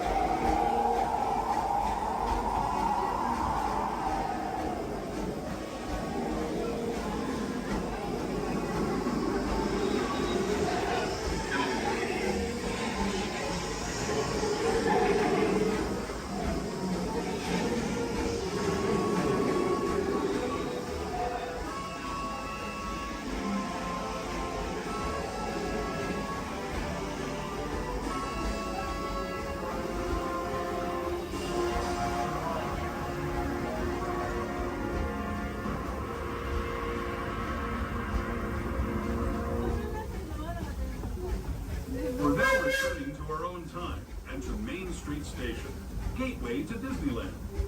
If you're leaving us here, stay in your seat until we come to a full stop. Remember to gather all your personal belongings and step carefully from the train. I'd especially like to thank those of you who've been with me. As we make our way back to Main Street Station, remain fully seated until the train has come to a full and complete stop. As a reminder, Main Street Station has lifts. There are no ramps or elevators, so if you got there, you can everything wheelchairs only that they can reach the very bottom of the exit stand. This will be your stop for the down to Disney District Park exit and of course Main Street.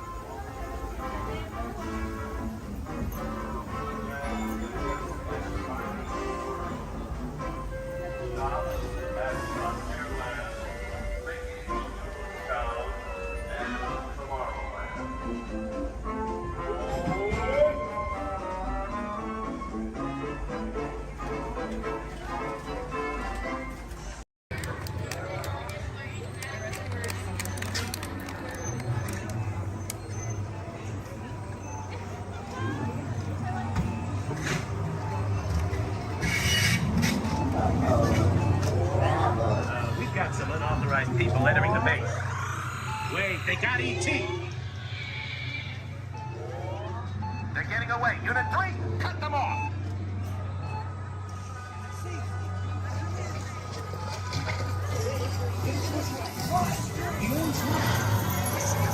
Let's go.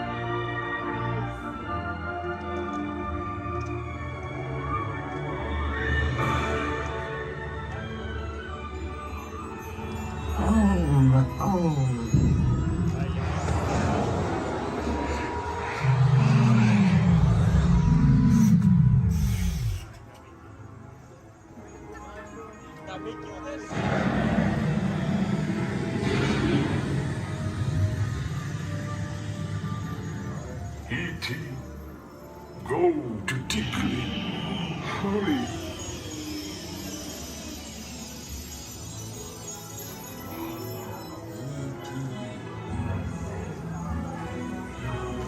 Sickly. Ouch. Welcome home. Orb dog. Welcome home. You are Mad dog. You have saved our planet. Come, celebrate with us.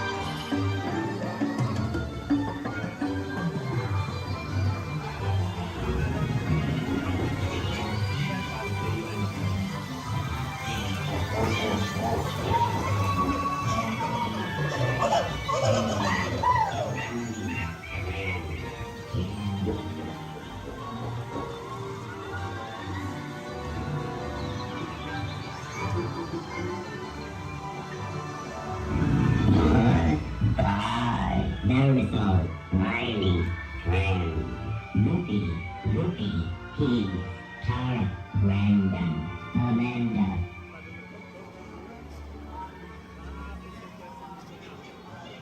Attention, please remain seated, keeping your hands and feet inside the ride vehicle.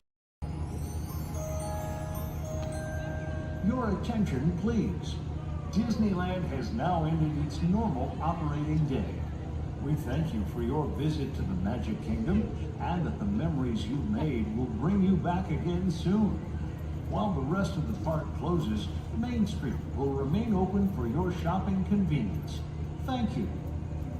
Su atención, por favor. Disneyland ha terminado su día normal de operaciones. Les agradecemos su visita al Reino Mágico y esperamos que regresen pronto para crear aún más recuerdos. Mientras que el resto del parque comienza a cerrar, las tiendas de Main Street permanecerán abiertas para su comodidad. Gracias.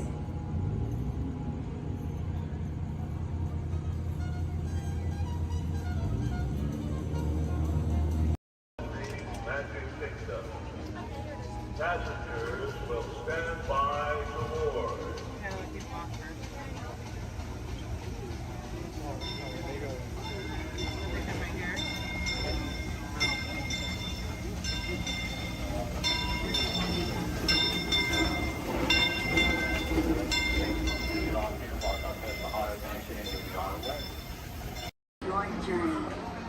Para su seguridad, permanezca sentado y mantenga sus manos, brazos, pies y piernas dentro del vehículo. Y cuide a sus niños. Gracias. Please step carefully onto the moving platform, then step into the car. For your safety, remain seated at all times, keeping hands, arms, feet, legs, and other appendages inside your car. And please stay by the other. Thank you. Stay clear of the doors. Please keep on.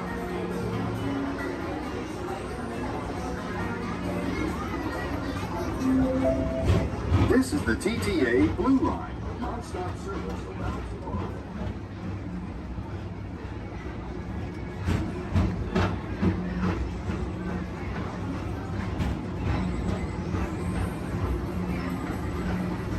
Greetings, intergalactic travelers. Welcome aboard the People Mover, presented by Enterprise. I'm Borak 5, your guide aboard this highway in the sky, the absolute best way to see Tomorrowland. And my stars, is there ever lots to see? From spacecraft to monster labs, there's really nothing like today in Tomorrowland. For your safety, if you have wings, jetpacks, or gravity polarizers, please do not take flight while on board. Thank you.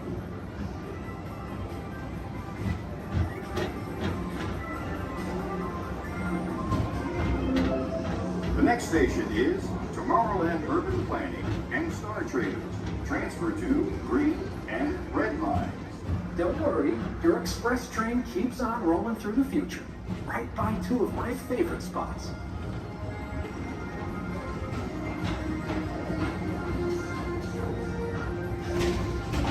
First up, Progress City, Walt Disney's amazing dream for a community of tomorrow.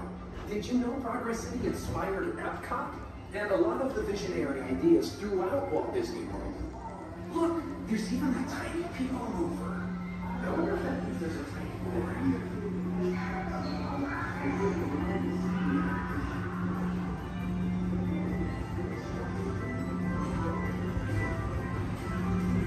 On your right is Star Traders, home to the greatest goods in the galaxy. Except actual stars. Those are no longer sold.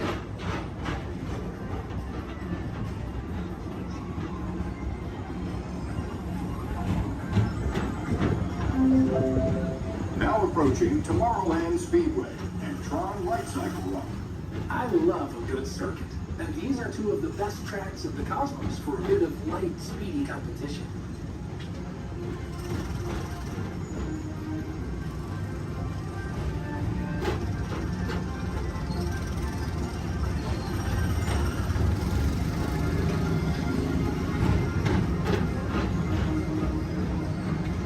Attention all visitors from Galaxy M31. Please keep forward-facing tentacles clear of oncoming vehicles. Thank you.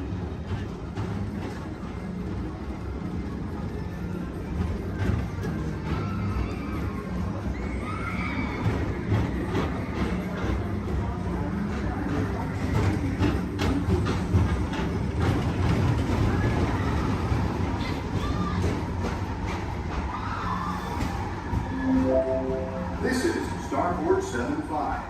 Or as we locals call it, Space Mountain. Our high-speed rocket port to distant deep space destinations.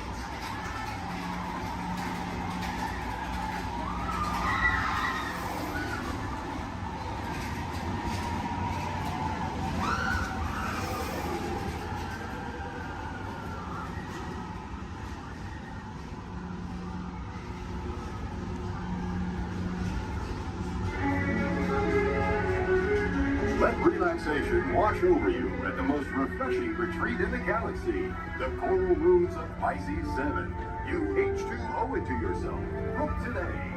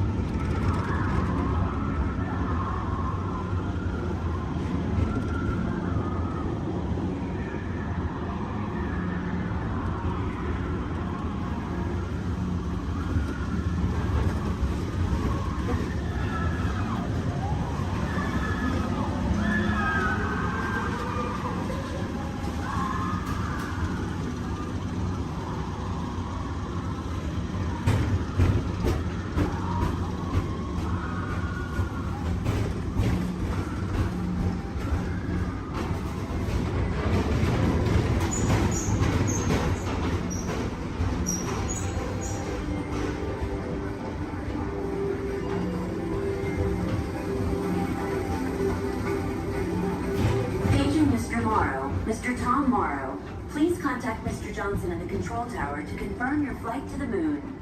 Thank you.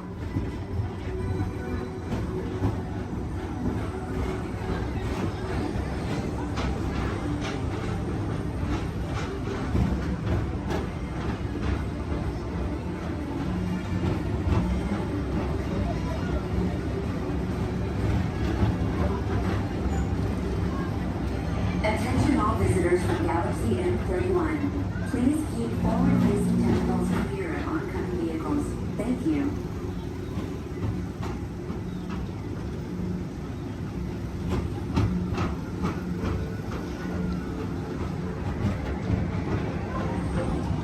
To your right is the Astro Orbiter, our celestial symbol of interplanetary harmony and fellowship. Hop aboard and launch high above Tomorrowland for a spin amongst the planets.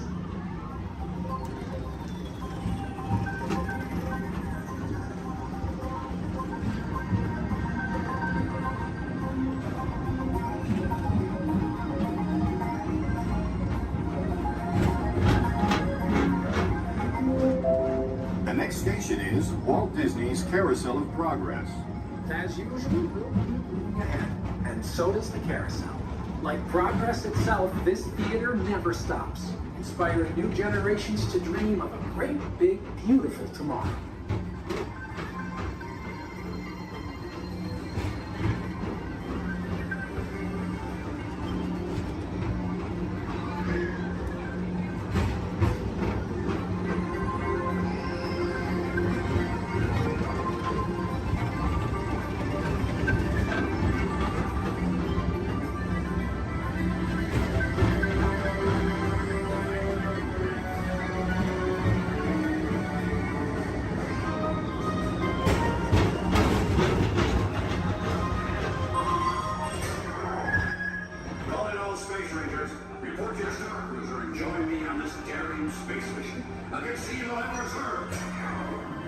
Affirmative. We run it, Buzz. You can count on us.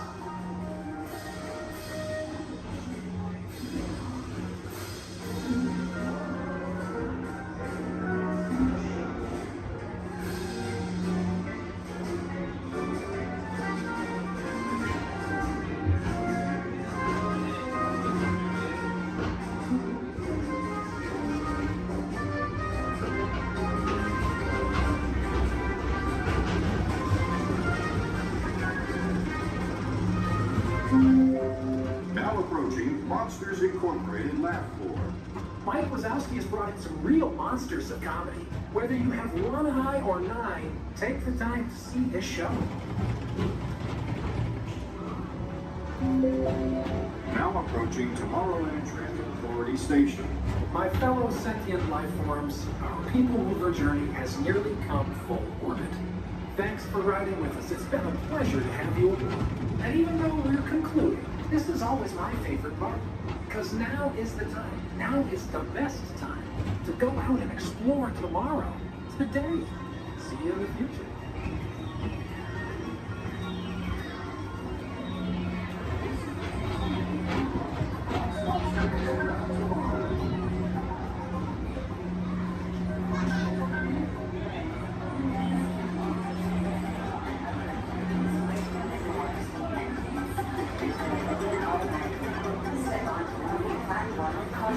And exit by stepping away from the car.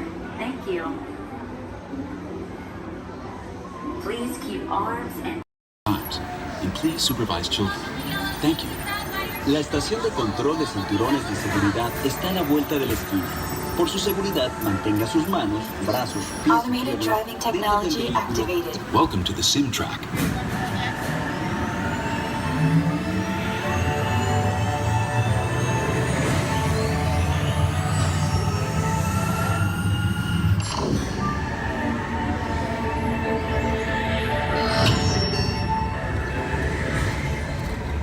We'll begin with the capability test to see how your vehicle designs perform under challenging weather and surface conditions. Monitoring road surface. Connecting to OnStar. SIM car performance data acquired.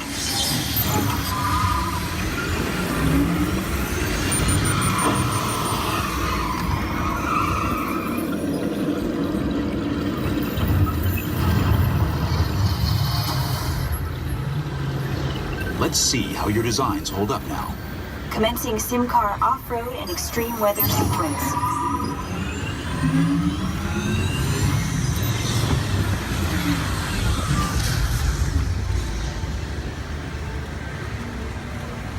Capability test results displayed and verified.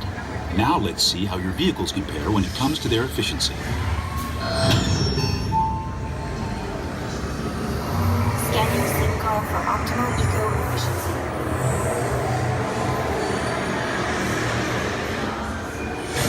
Engaging eco-scan for aerodynamic efficiency.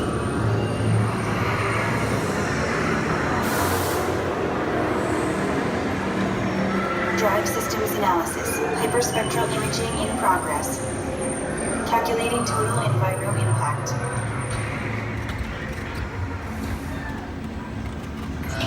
Commencing responsiveness test. Okay, The responsiveness data is now being synchronized. Automated driving technology verified and active.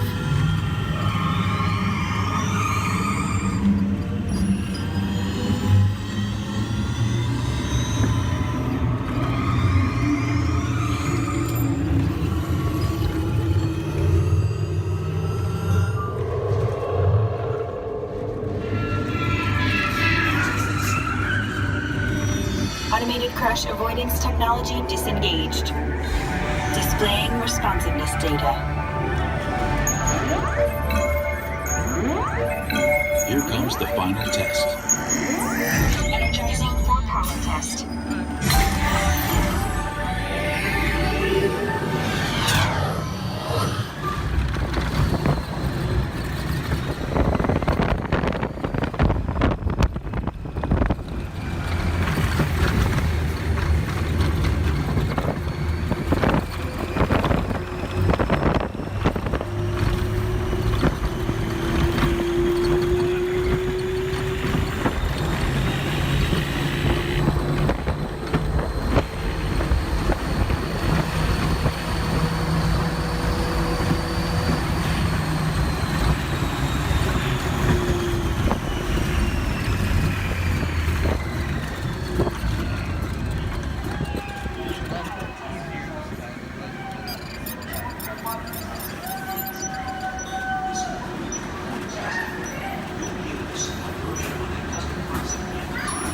Displaying power test results.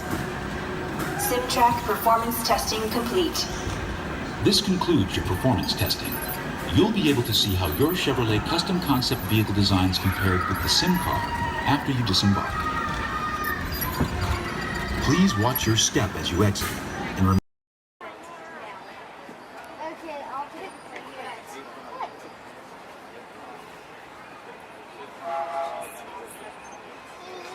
Okay, look at Mama when you say cheese. Josh.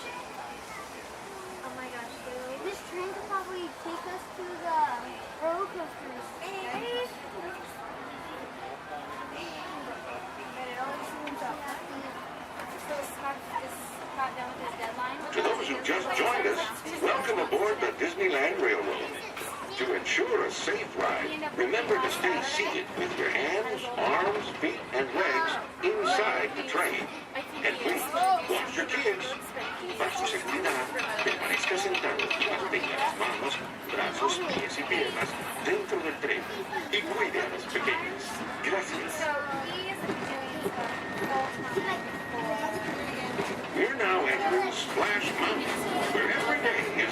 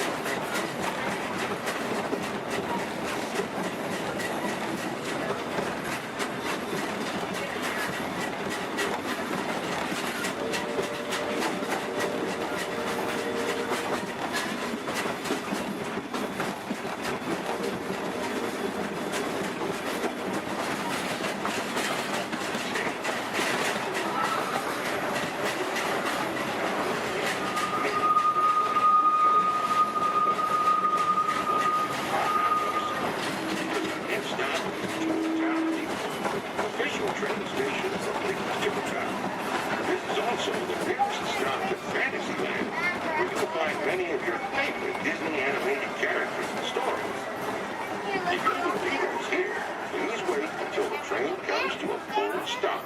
Remember your personal belongings and step carefully from the train. You all have fun and say hi to Mickey for me. For those of you continuing on with us, we'll be resuming our trip in just a moment.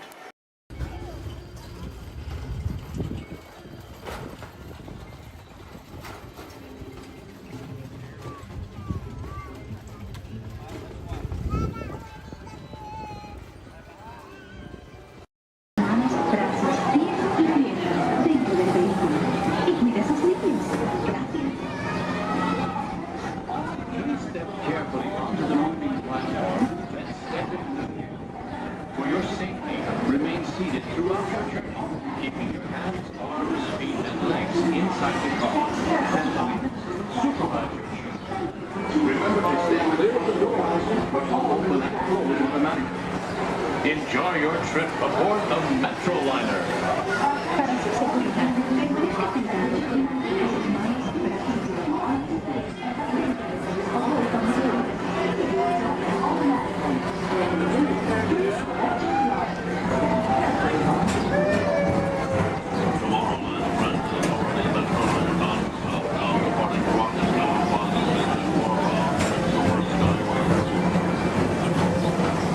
Welcome aboard, TTA travelers. We hope you enjoy Tomorrowland Transit Authority's Super Skyway.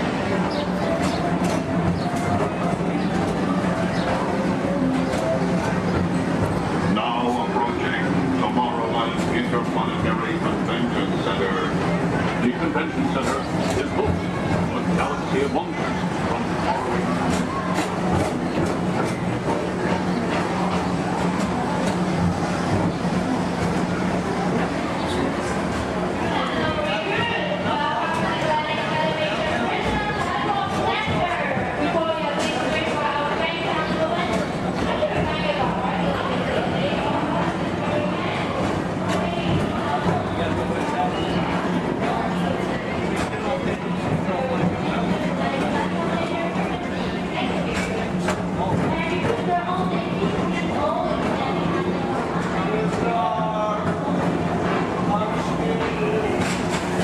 The Tomorrowland Metro Historical Society presents Walt Disney's 20th century vision for the future.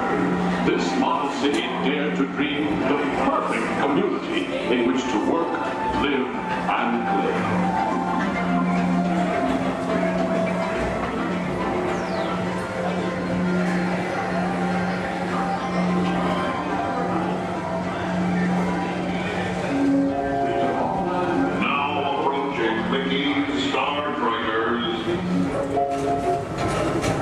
For your convenience, the ground crew and Mickey Star Triggers will be glad to rocket ship to any planet in the galaxy.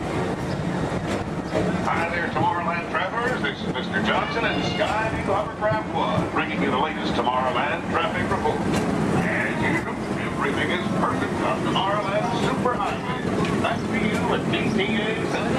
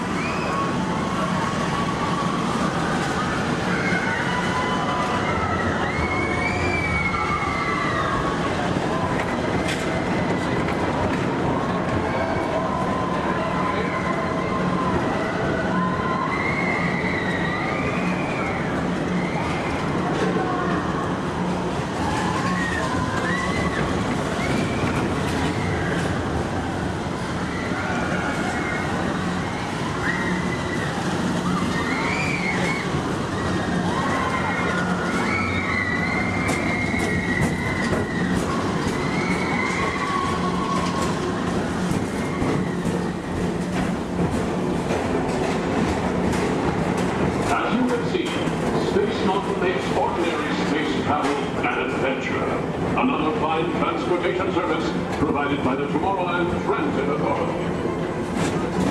Attention, all visitors from Galaxy M31. Please keep forward-facing tentacles clear of oncoming Metroliner vehicles. Thank you.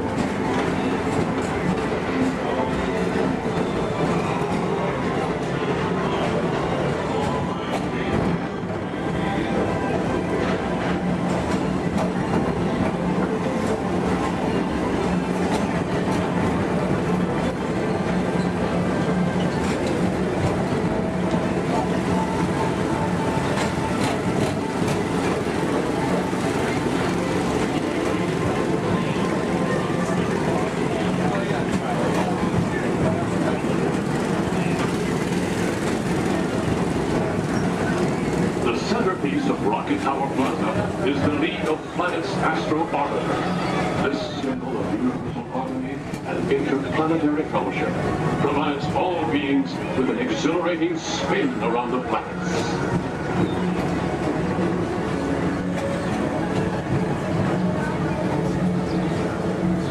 Remember, Blue Line passengers, for all your future travel needs, the TTA services all of Tomorrowland's outlying areas, including the personal rocket ship docking lot, and of course, perfect park acres.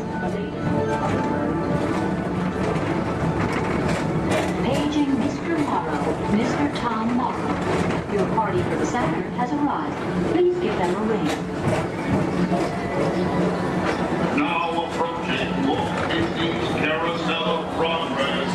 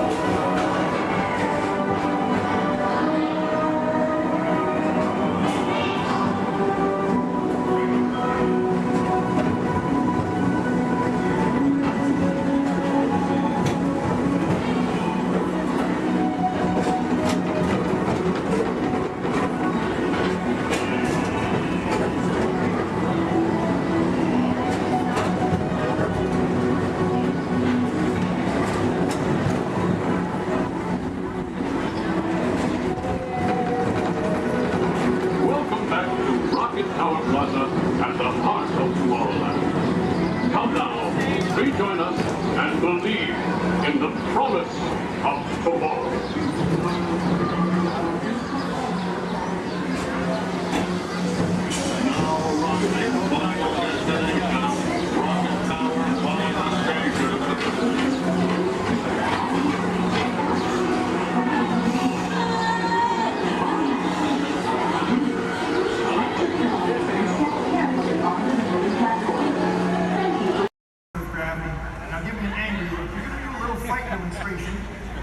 Stuntman. All right, turn around. Here he is. My bad. You know what, Steve? I'm sorry. You're just too big for this. Why don't you go get set up for the desert scene? All right. Thank you for one help out. Oh, where are you going? We're not done. We're not done yet. He was a little big, right? Scared you a little bit. Sign that waiver, all right? You're good. You're good. Let me see if I can find you somebody a little bit more your size to pick on. Hey, Devin. Yes, sir. Come on over here. So I'm doing a little fight demonstration for our guests, and I've got a volunteer. RT, this is Devin. Think it's something real simple. Okay. Basic, all right? Nothing too crazy. Just listen to her. Do exactly as she says. I've actually got to go over notes. I'll be right over here with me. No problem. I'm like, okay, thanks for helping. So I guess I'm going to show you a few things. I'll make it super easy, but I tell you what, let's turn around. We're going to face this way, and you're just going to stand right here.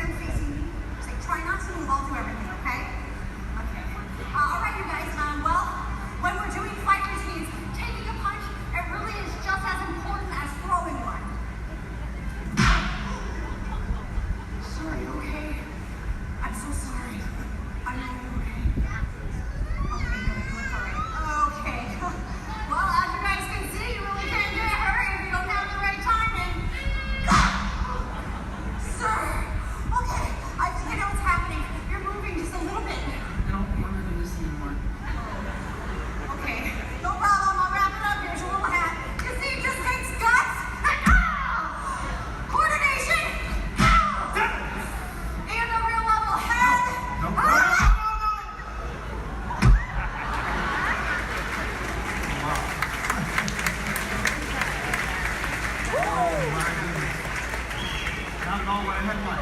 Would you say something to the folks while I check on the man on the floor? No problem.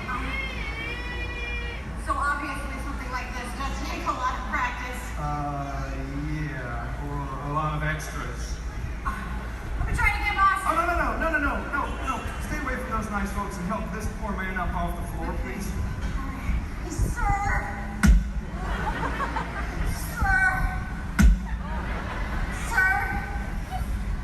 Ladies and gentlemen, that is indeed one of my stuntmen. Give it up for Mr. R.T.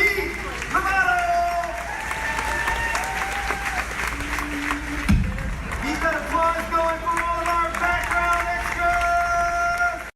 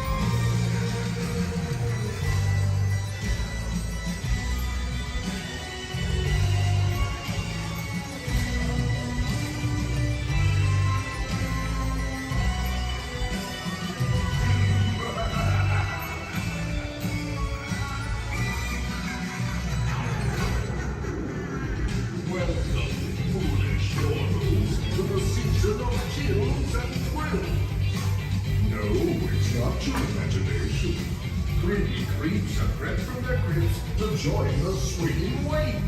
Aren't you dying to join them? Ghosts only appear when the candles are flickering, Do you sense a disquieting metamorphosis?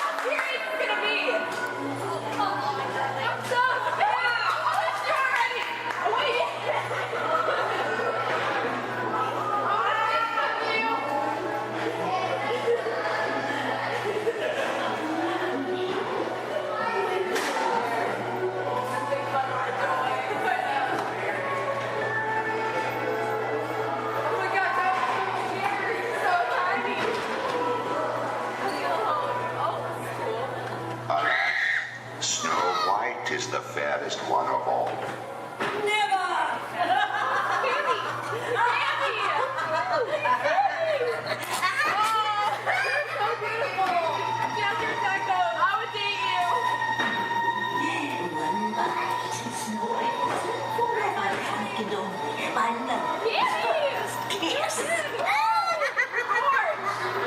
Princess, run away and never come back.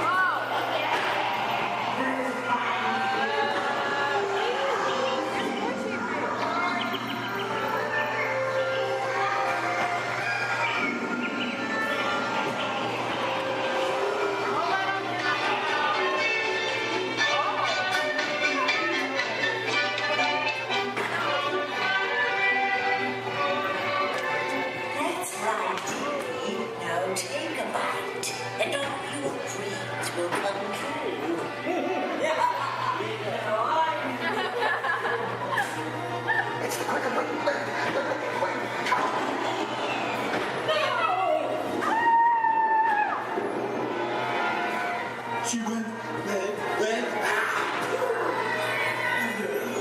She's getting away. Hurry. Stop on the cliff. Let's go.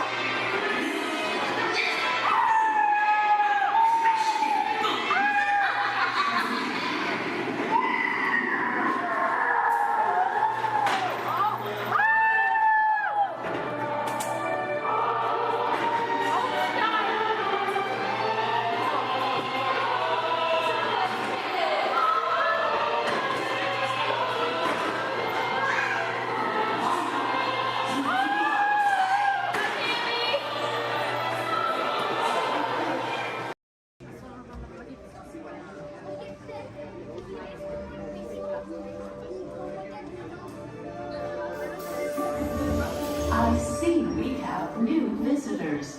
Welcome, Terrans, to the wonders of Xandar.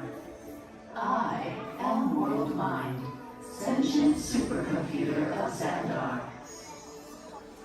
I hold the knowledge, memory, and experiences of all Xandarian citizens, past and present. This gives me extensive knowledge, yet I am constantly learning, and I am now learning about you and your planet, Terra.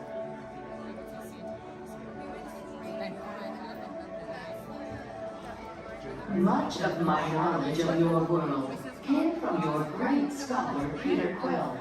However, many of his facts have yet to be confirmed, such as the incredible importance of a legend called Footloose. Through my fellow Xandarians working here at the wonders of Xandar, I am discovering more about you Terrans. Such as your fascination with eating the turkey leg. Why only the leg? What about the rest of this creature?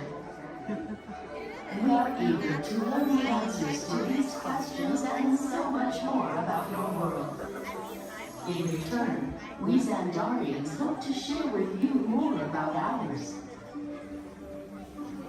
Although Xandar is 2.537 million light years away from your planet Terra, our worlds are actually quite similar and began at precisely the same moment.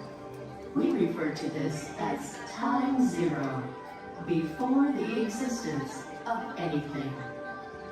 Our worlds were born of a single point of matter and energy that blasted outward in what you Terrans refer to as the Big Bang.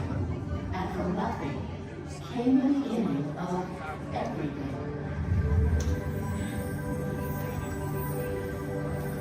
Incredibly hot and extraordinarily powerful, this explosion filled the cosmos with a cloud of rapidly moving particles. Over the next 100 million years, space continued to expand, and the particles cooled and slowed. As they coalesced into huge swirling clouds, gravity pulled them into larger, denser clusters.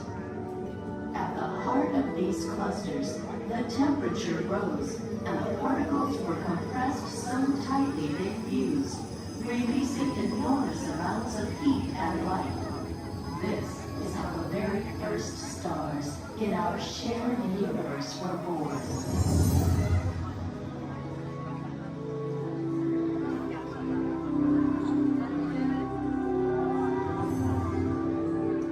The singularity is just one of the commonalities between our two worlds that we will explore today.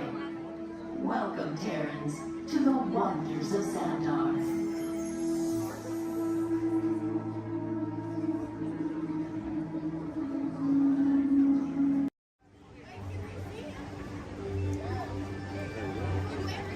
Hey there! See ya! This is your family climb the stairs. Don't forget to tag you on your video. Hashtag Amazing Spider-Man.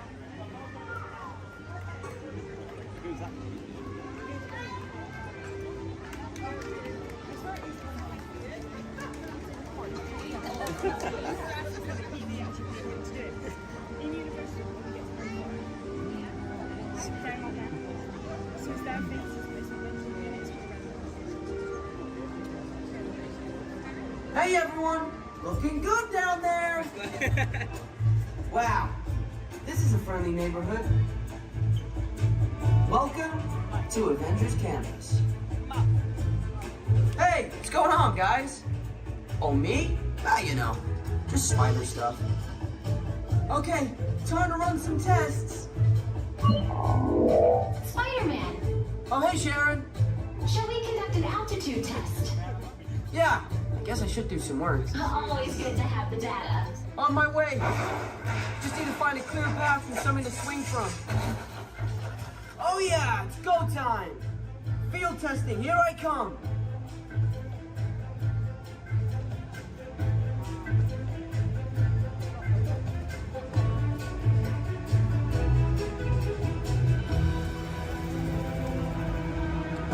Time for some field testing. Here goes something.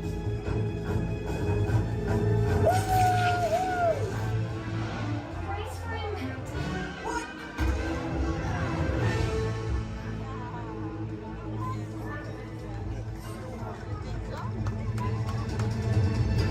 I'm good.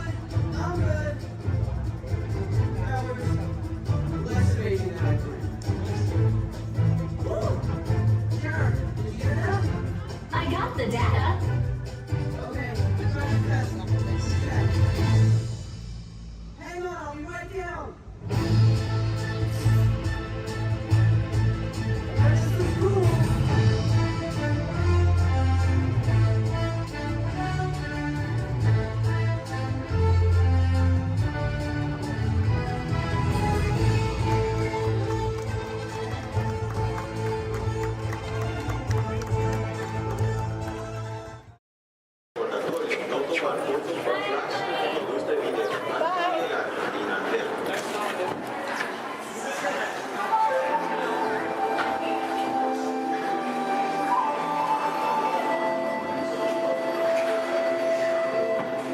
Welcome to the voyage of discovery and awareness. The richness, the diversity, the often surprising nature of living with the land. Our journey begins as dramatic and sudden changes are sweeping over the land. The approaching storm may seem violent and destructive to us, but to nature, it's a new beginning in the cycle of life.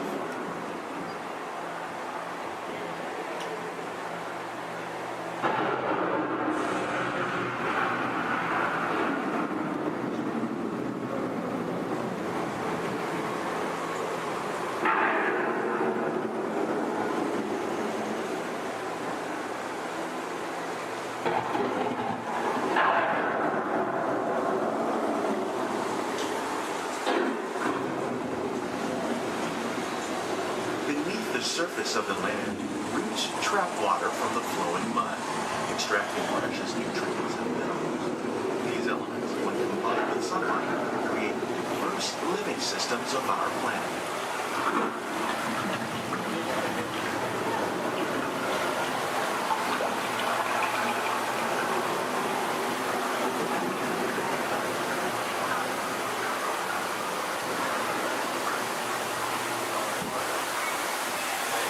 One of those living systems is the rainforest, home to the most amazing concentration of life on our planet. These dense and beautiful forests cover only a tiny portion of the Earth's surface, but they contain more than half of its plant and animal life. Rainforests are also extremely rich in adaptive living systems, providing us with oxygen, food, medicine, and other elements essential to our lives.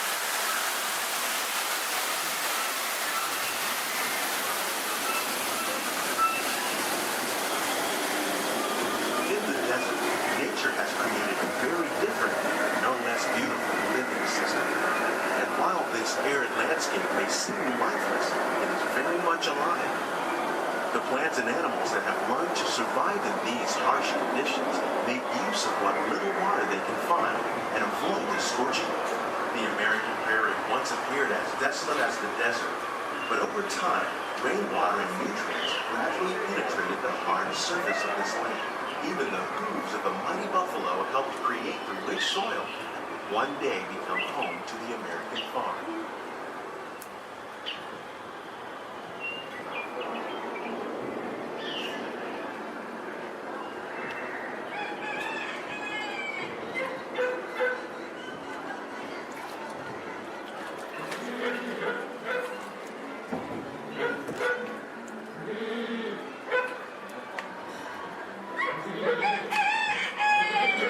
Of all the forces at work on the land, humans have had one of the most profound effects.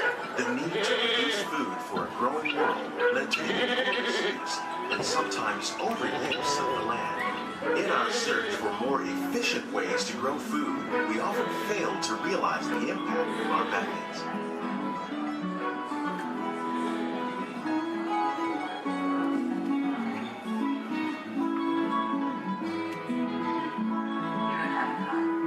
Today, we're learning to live with the land, discovering better ways to grow food that will assure both human and environmental well-being. In Japan, we're learning that by adding compost of leaves and other plant material to our soil, we can reduce the need for fertilizers. In farmlands across America, we're learning that by plowing under vegetation containing natural fertilizers, we can enrich the soil without the use of chemicals. In Saudi Arabia and Mexico, we're learning to produce food on desert seacoasts by developing and planting crops that thrive on saltwater. Here at Epcot, we're learning to reduce the need for pesticides by using natural predators like ladybugs and wasps to control pests. How will we meet tomorrow's growing needs for food production, yet still respect the needs of the land? Some of the answers are being discovered just ahead. To help us maintain these carefully controlled ecosystems, and for your safety, please remain seated in your boat at all times.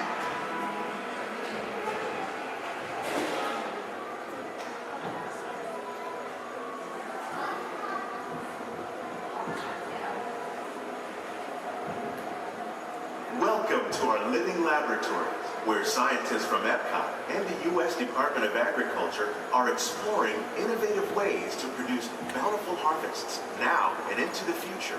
The tropics are home to the greatest diversity of plants on the planet. Many of these, like papaya, bananas, cacao, coffee, and rice, are well known around the world. Others, like the jackfruit, fluted pumpkins, and dragon fruit growing here, represent the vast number of lesser-known tropical plants. As we learn more about these crops, we discover that many are rich in vitamins and minerals, while others are well adapted to growing in less than ideal conditions.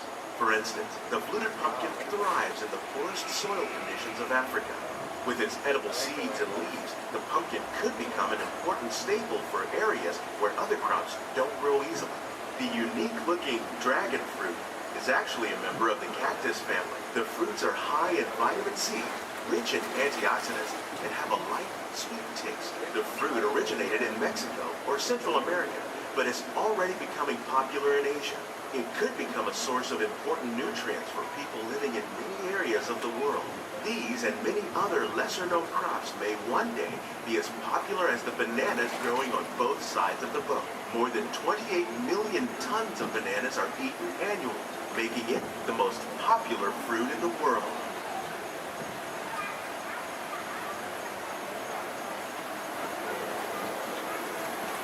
When we mention farming, you probably don't think of fish, but fish farming, or aquaculture, is an innovative way to increase harvests, protect wild fish population, and produce a healthy crop, like these sturgeon that grow to over 300 pounds.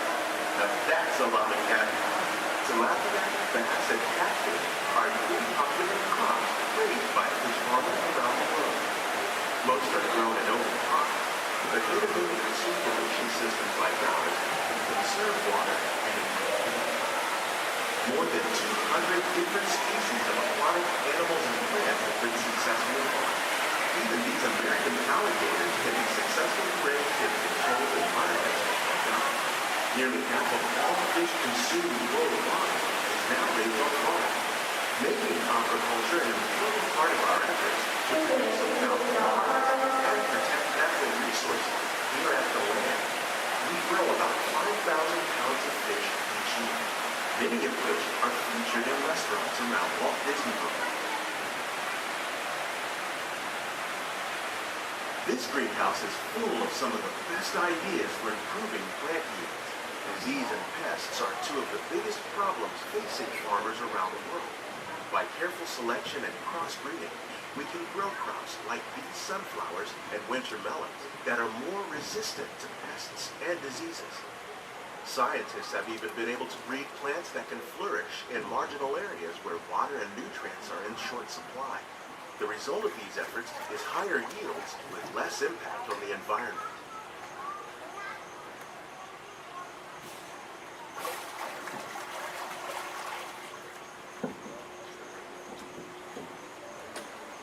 These plants are definitely on their way up. Innovative growing techniques like the ones you see help to increase yields while more efficiently using resources like water, fertilizer, and pesticides. We're growing these nutritious sweet potatoes above ground. This method increases yields, produces larger potatoes, and can be used where rich soil is in short supply. We're growing lettuce using our nutrient film system. This technique precisely controls and recycles water and nutrients. With it, we can produce over 27,000 heads of lettuce a year in this one small area.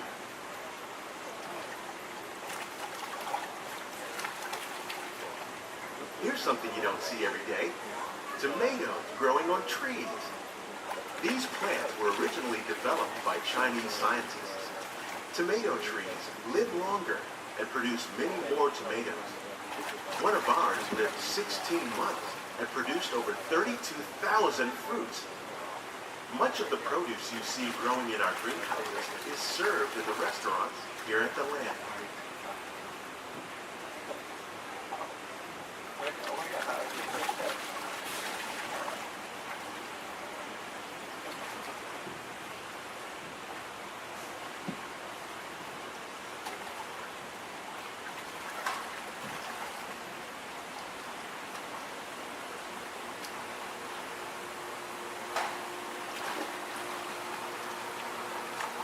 The future of agriculture includes some high-flying ideas like the ones you see here. The aquaponics system on your left integrates hydroponics with aquaculture. The fish provide a source of natural fertilizer for the plants, and the plants help keep the water clean for the fish. It's another great way to produce more while using less resources. In our lab, Epcot scientists are working with the U.S. Department of Agriculture on a number of innovative projects. The goal of these efforts is to produce higher yielding and better quality plants.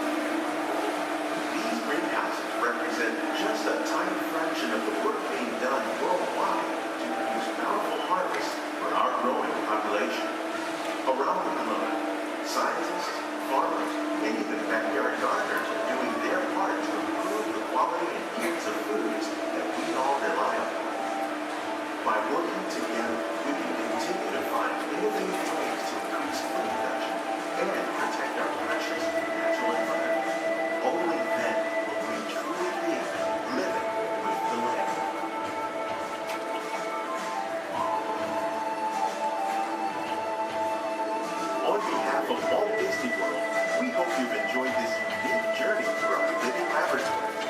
Those of you interested in an even closer look at our greenhouse might consider the behind-the-scenes walking tour. It's a great experience for the whole family. The tour desk is near the entrance to Soaring. Please keep your hands and feet inside the boat and remain seated until the boat comes to a complete stop.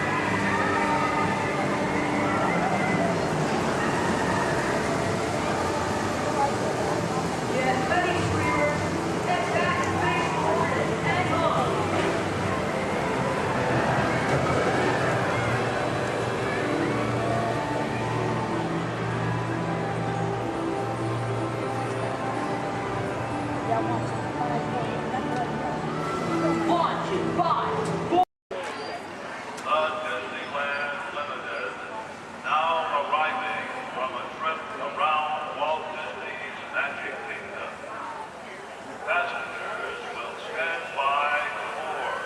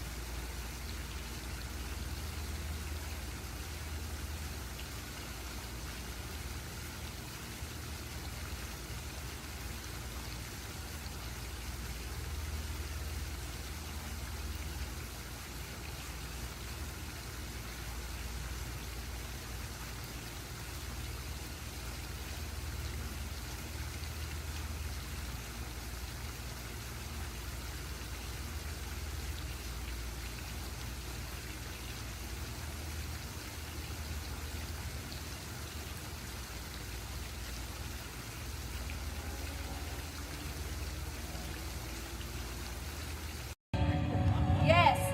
Turn around. What do you have going on? Your horns are sprouting nice. Oh, a dog. Goodness, these creatures. At least he's quiet. In fact, he's almost to nothing. He's just zero. Turn it around. I don't like it looking at me. Yes. I think we all need to have a party and not invite someone. I think you're right. And I know who it is, the Queen. She's not here this year. My, how the tables turn. I got the invitation. You know what's worse? For those of you just joining us, welcome aboard Excursion 3 on the Disneyland railroad. For your safety, please remain seated at all times, keeping your hands, arms, feet, and legs inside the train. Please supervise all children, making sure they are seated away from the train openings, either fully on a lap or on a bench. Our next stop will be Beacon to Town Depot, your gateway to all Fantasyland attractions. We'll meet you at the front. We're taking the train to the front. Oh, perfect. Okay, bye. To those just joining us, welcome aboard the Disneyland Railroad. To ensure a safe ride, stay seated with your hands, arms, feet, and legs inside the train. And please watch your kids. Para su seguridad, permanezca sentado y mantenga las manos, brazos, pies y piernas dentro del tren y cuide a los pequeños. We're now here in Splash Mountain, rumored to be the location of one and only Rappin' Place. If you look real hard, just for a second, it's where the critters are celebrating a zippity-doo-dah day.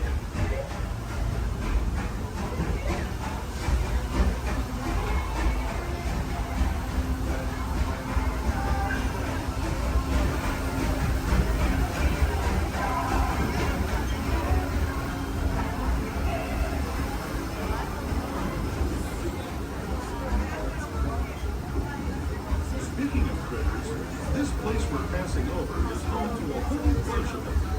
Here in Critter Country, you can join Winnie the Pooh, Tigger, Brer Rabbit, and Brer Bear on their fun-filled adventures.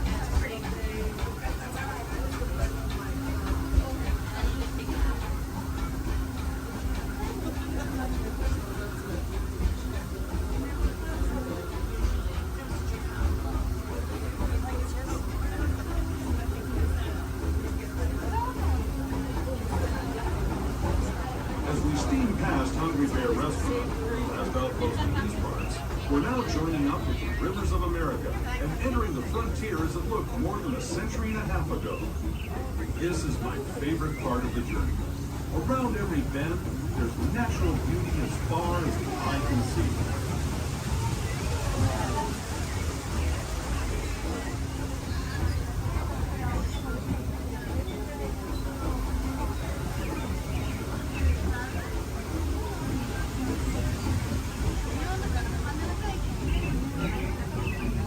There is the revered Indian shaman, sharing his stories with those in the great river valley below.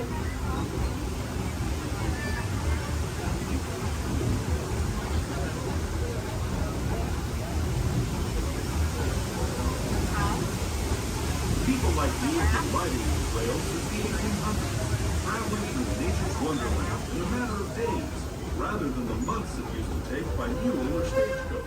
Steam power not only fueled these iron horses, but the dreams of a whole new generation as it moved west into this great frontier. Of course, some of those dreams, and the stories that went with them, were pretty darn wild and downright unbelievable, like on Big Thunder Mountain, where I hear that mysterious spirits have grabbed hold of those mining trains and turned them into the wildest ride in the wilderness.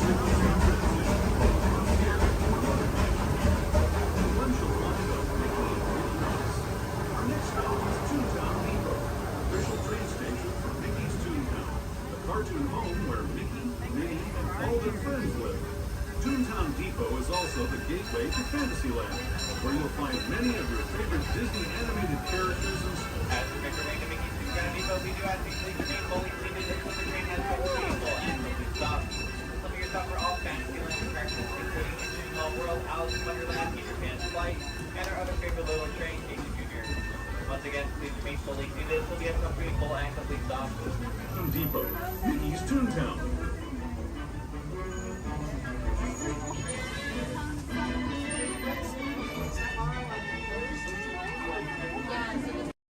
Spot, so let me ask, how's everyone doing today? Sweet. Welcome everyone to the Aquatorium and welcome to Turtle Talk. My name's John, I'll be your host. You're all here to have a conversation with the coolest sea turtle in the entire ocean. Do you know his name? That's right, it's Crush, so let me show you how it's going to work. Right here is our window to the Pacific. It allows us to see all of the undersea life that swim by. Up there in the corner is our hydrophone that allows us to communicate with all the undersea life. So it's going to be very conversational, meaning Crush will talk to you. You'll be able to talk to Crush. He's got questions for you, and hopefully you all have some questions for him. You can ask him anything you want. You can ask him what he likes to eat, what he does in his free time, what's the meaning of life, anything like that. He'll be happy to try to answer.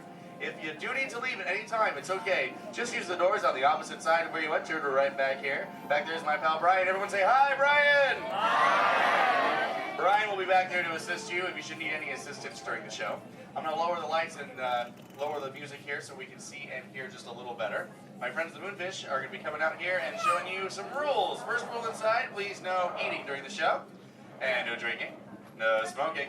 And the last one, take all the pictures and video you like, just please no flash photography or video lighting. Round of applause for the Moonfish! Excellent. All right, Crush is up there surfing. He said when you're ready, just call him down. So on the count of 3, yell, hey Crush. Ready? 1, 2, 3!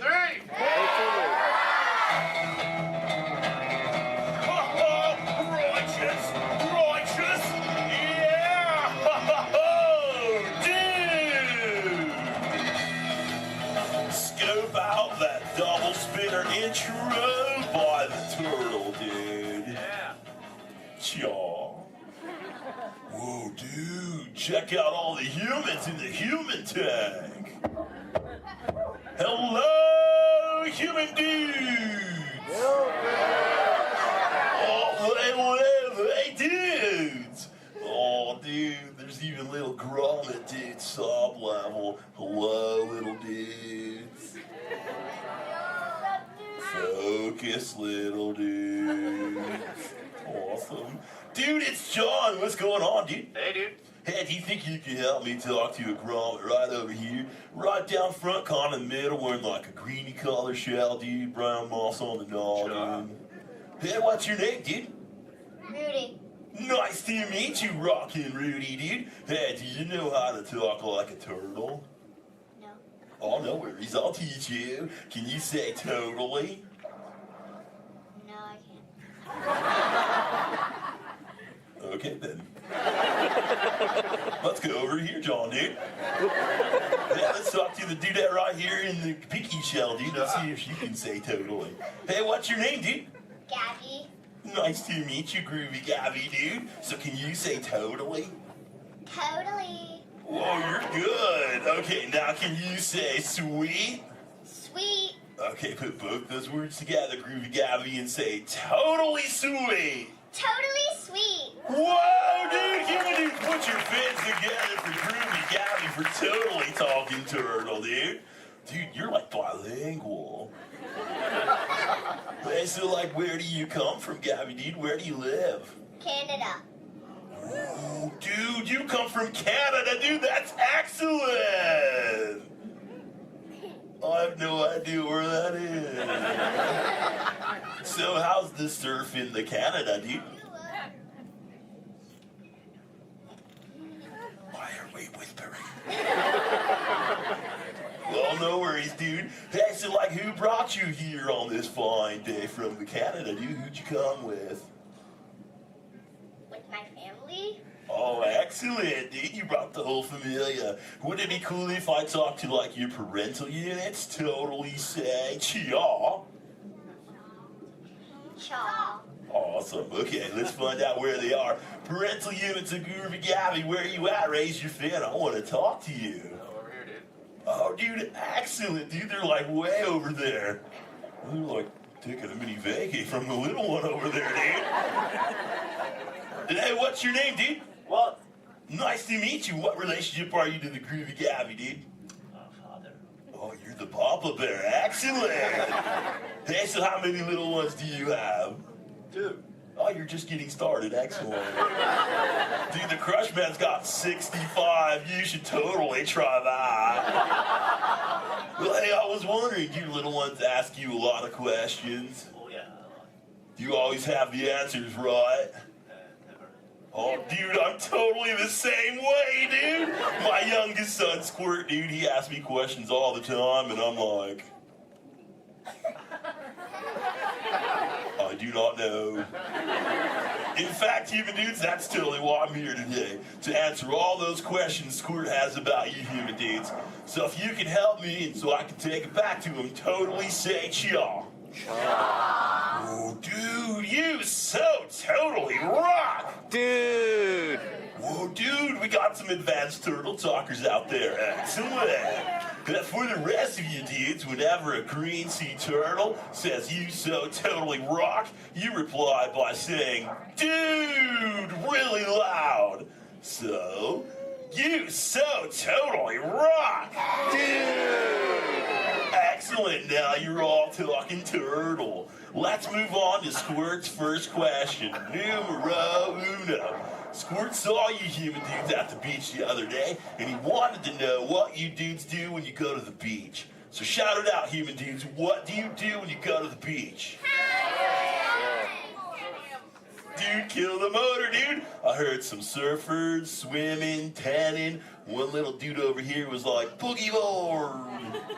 That was awesome. Well, let's see you swimmers out there. Raise your fin if you know how to swim. Oh, not many adults know how to swim. Okay, this is muy importante, human dudes. Raise your fin if you've ever swam or swummed or swam it in your entire life, dude. Oh, that's more like it. Hey, John, dude, let's go to this side of the tank in the first row, fourth noggin. That dude, that looks like a most excellent swimmer. Hey, dudette, what's your name? Me? Sandra. Nice to meet you, Surfing Sandra, dude. You should have seen your face when I first called on you. You were like... It was totally awesome. Oh, go ahead, Sandra, dude, what's up? Are there any sea creatures you're actually afraid of? Oh, dude. Those tiger sharks got some serious thrill issues. They're real jerks. Dude, but I'm a pretty fast swimmer, so I can get away from them pretty good, dude. But I do have 2 very good friends, Chum and Bruce. Oh, and Anchor, too, don't forget about him. Well, Bruce and them started this 12-step program called Fish Your Friends, Not Food. Oh, you know it, dude. You took it, too. That's excellent. It's spreading onto the land. Very cool. Well, hey, I was wondering, dude, do you ever go swimming? Do you like to go fast or slow? I like to slow down my path. Oh, dude. I like your style, Sandra, dude. There you go. Just kind of like flip back and close your lids and be like, dude. I'm Sandra. I hope there's no tiger sharks around. Dude, that's excellent. But I am a green sea turtle, and because of those tiger sharks and my love for the thrill of speed, I totally love to go fast. Hey, human dudes, you want to see how fast I can swim? Totally say y'all. Excellent. I'm going to go get my motor running, and human dudes, I need you to time me. So start counting when I say go, and count nice and loud so I can hear you, okay, dudes? Ready, set, go! 1, 2. Back, dudes. Dude, I just swam all the way around the world. I did, dude. Right through Canada.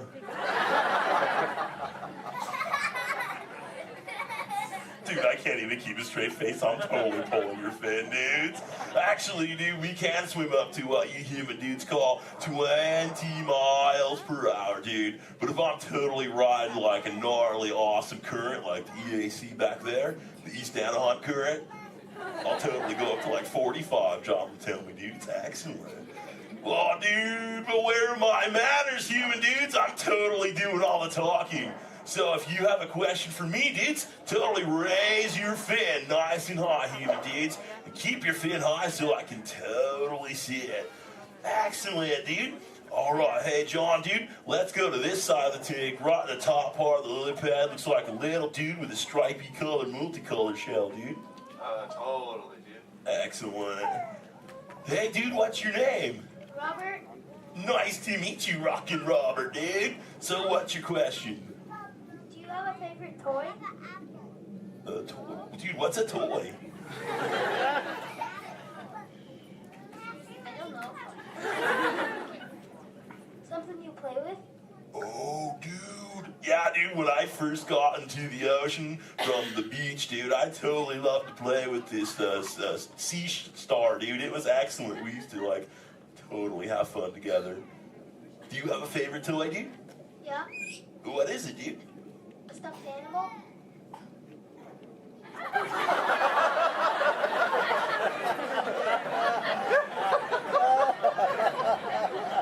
What kind of animal? One from Disneyland?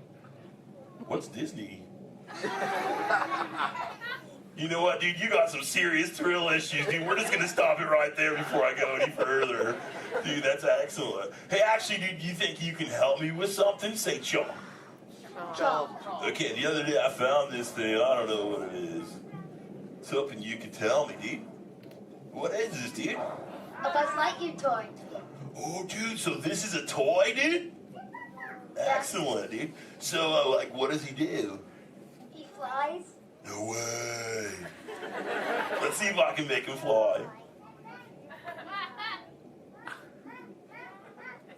Dude, that was awesome! Dude, the other day when I found this little mini man, he started talking to me, dude. He was like, I don't know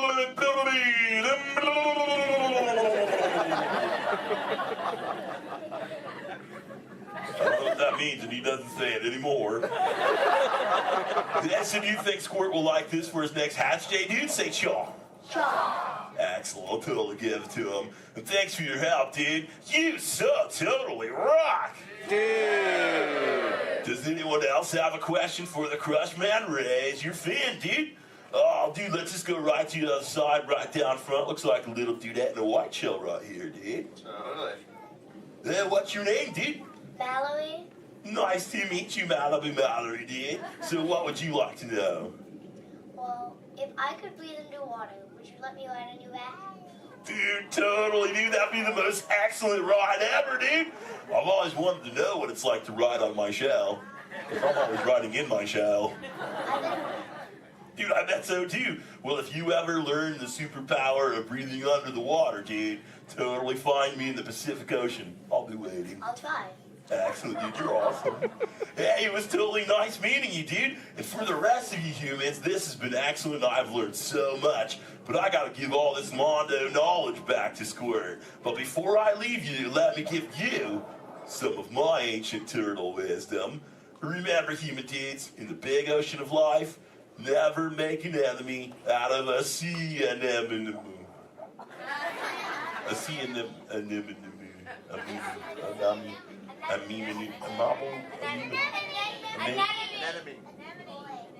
Stay in schools, dude! And remember, you so totally rock! Give it up for the Crush Man! Alright, give it to each one your exit money and escape to the doors of the bags.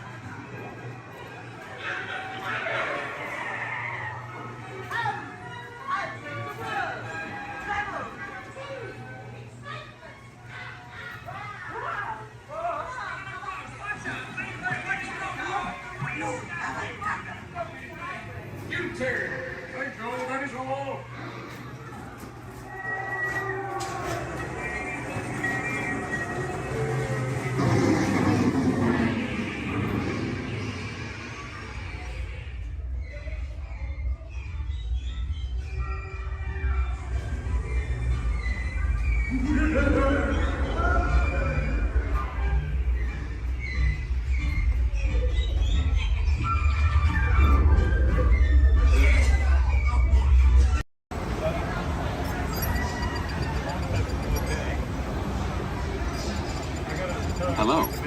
The seatbelt check is around the corner. For your safety, remain seated with your seatbelt fastened and your hands, arms, feet, and legs inside the vehicle at all times. And please supervise children. Thank you. La estación de control de cinturones de seguridad está a la vuelta de la esquina. Por su seguridad, mantenga sus manos, brazos, pies y piernas dentro del vehículo y cuide a los niños.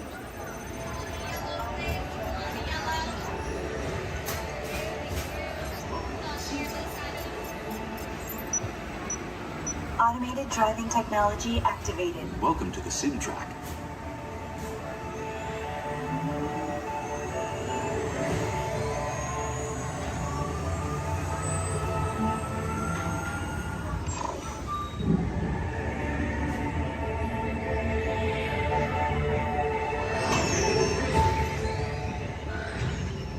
We'll begin with the capability test to see how your vehicle designs perform under challenging weather and surface conditions.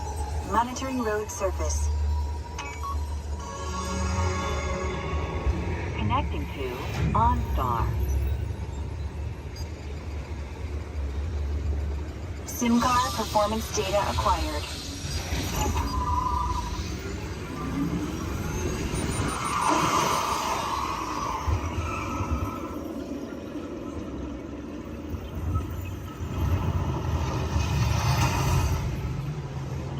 Let's see how your designs hold up now. Commencing SIMCAR off-road and extreme weather sequence.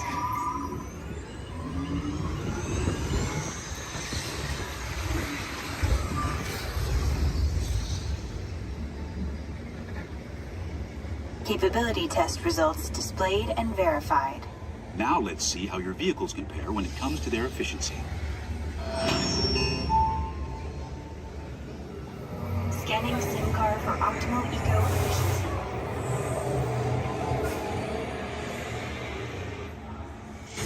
Engaging EcoScan for aerodynamic efficiency.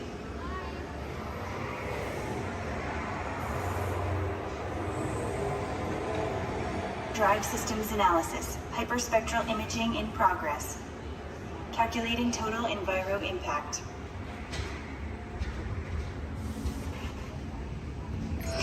Commencing responsiveness test. Okay, the responsiveness data is now being synchronized. Automated driving technology verified and active.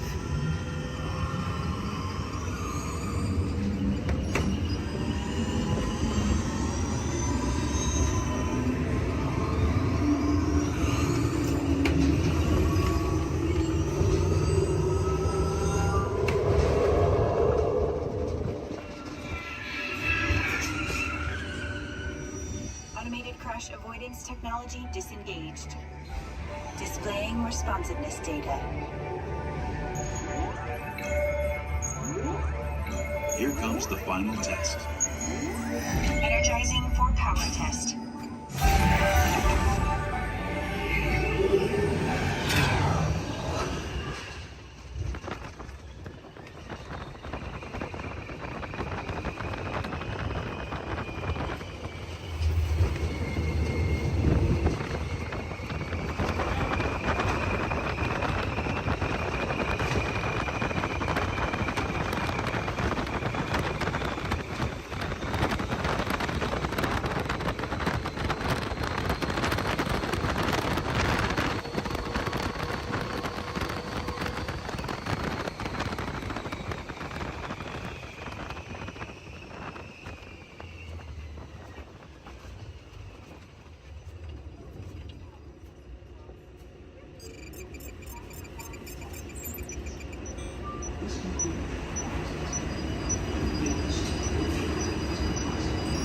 Displaying power test results.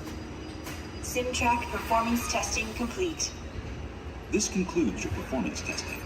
You'll be able to see how your Chevrolet custom concept vehicle designs compared with the SimCar after you disembark.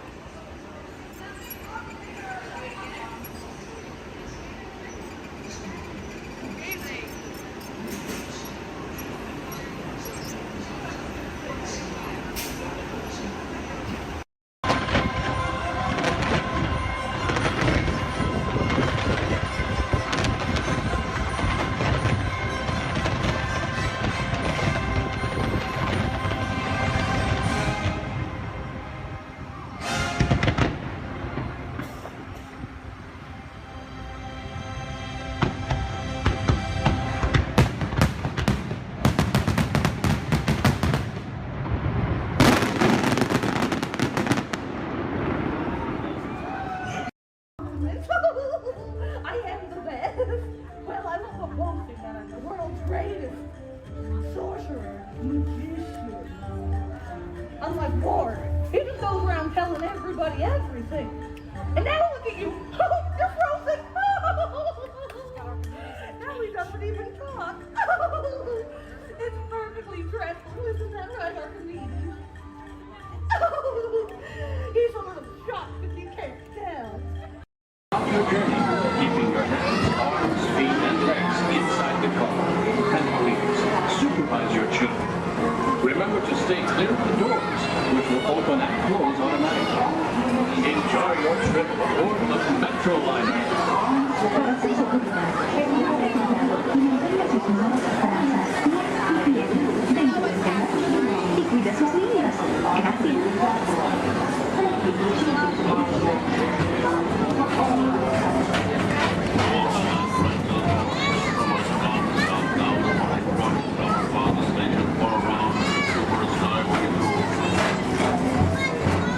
Welcome aboard, CTA travelers. We hope you enjoy Tomorrowland Transit Authority's Super Skyway.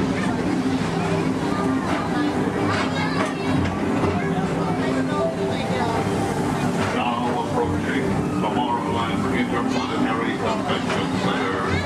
The convention center is host to a galaxy of wonders from the following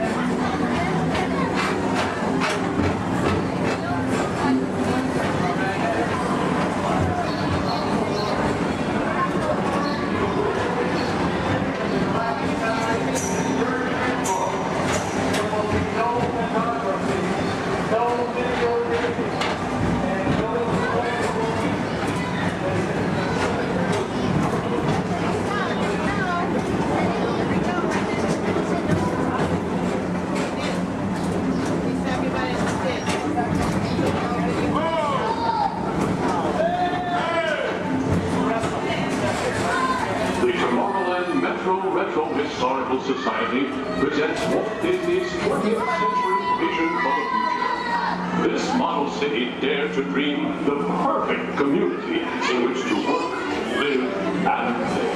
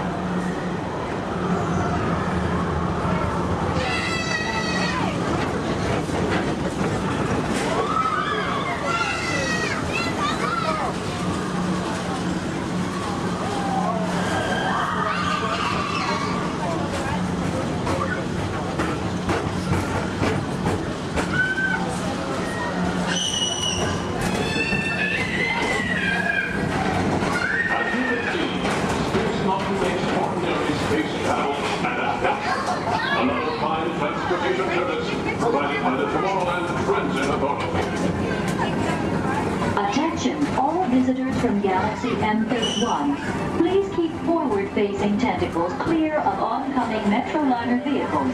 Thank you.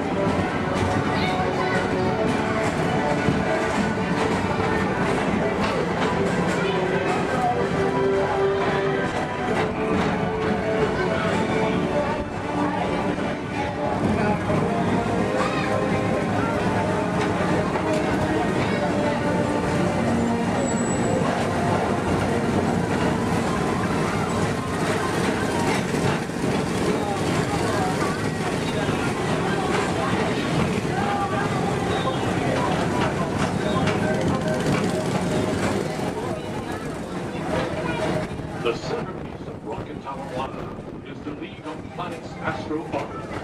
This symbol of universal harmony and interplanetary fellowship provides all beings with an exhilarating spin around the planets.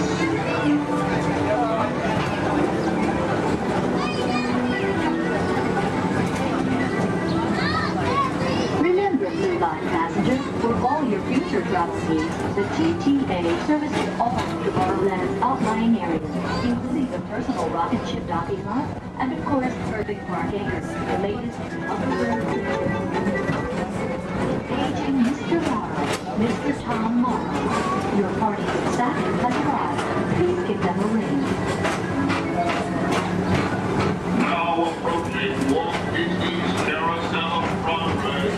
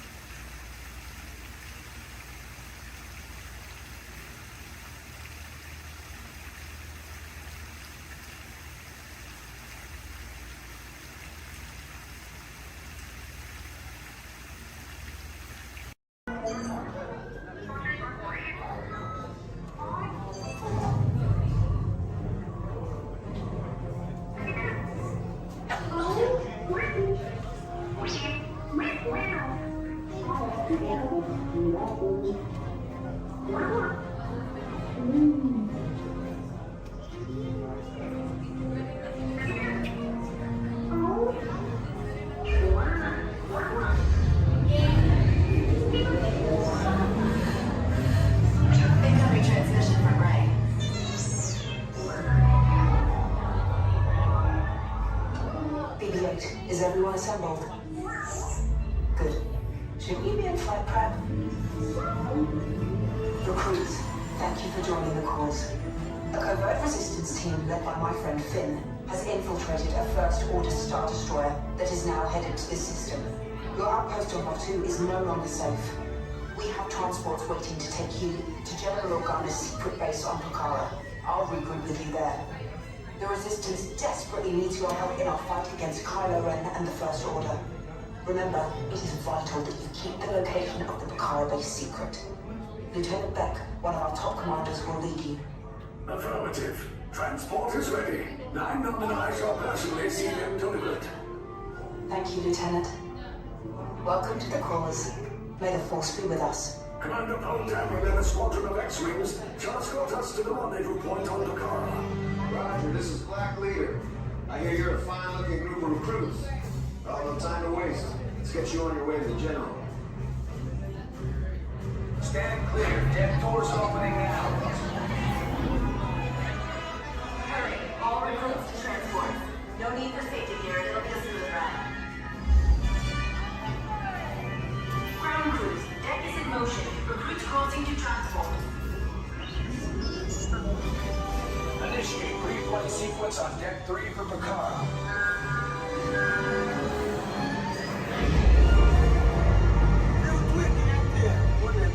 Affirmative. Deck 3, you are clear for launch.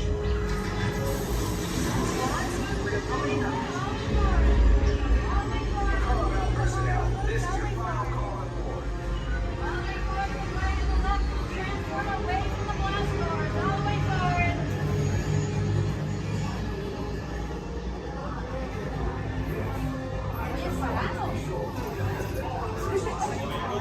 Transport is away in 30 seconds.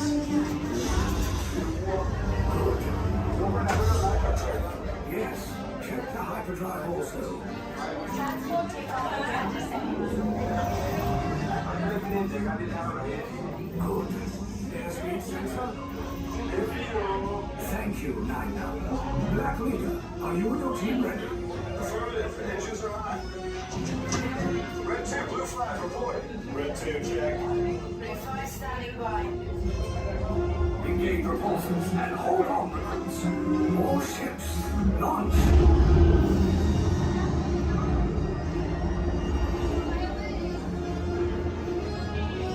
I am Lieutenant Beck. As you heard from Ray, I have been tasked with getting you to Pucara. Red 2, blue 5, keep tight now. Let's get ready to make that jump to light speed on my mark. Black Leader, we're picking up an unusual signal. Are you spotting anything? Yeah, I see it. We'll check it out. BB-8, what do you got?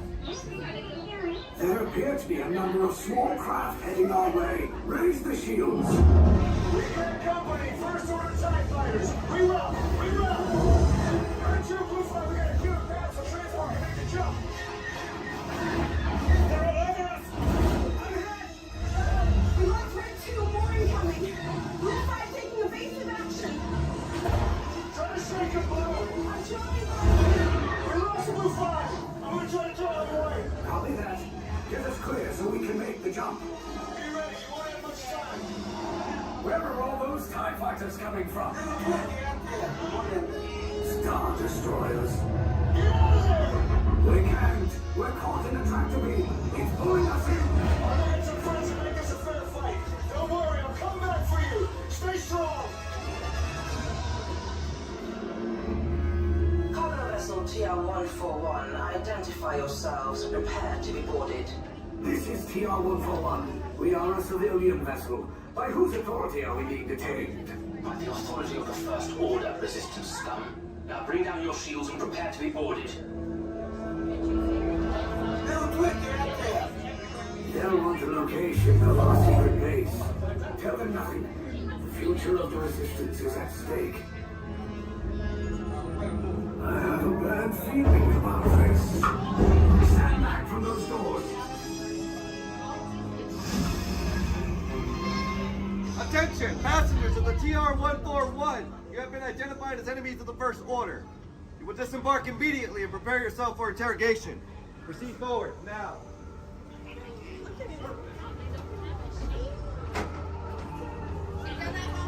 time for interrogation. Keep your...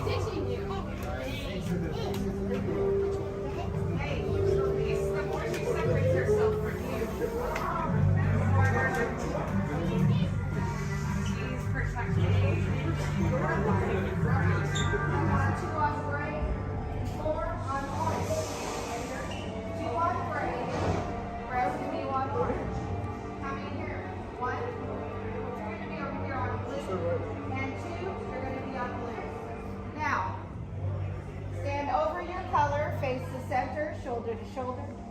Now remember the color you've been assigned: blue, red, gray, and orange. It'll be an important part of your interrogation process. You're going to need to know that color at the end of your interrogation and possible long-term motive.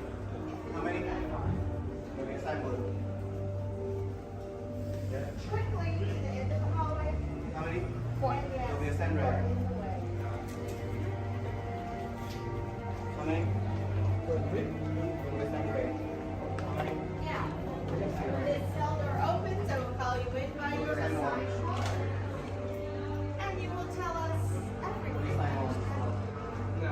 No, you're going to have a tough time in interrogation. Get on your color. There you go. Scoot over, blue. Make a look for him. Get on your color.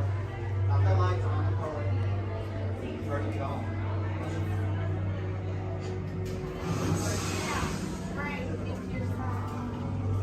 Everyone has been assigned a color. Look down and memorize it. Do not forget it. This was for interrogation. Please will get trouble. Now, is that your only speed? Slow. Let's move it along.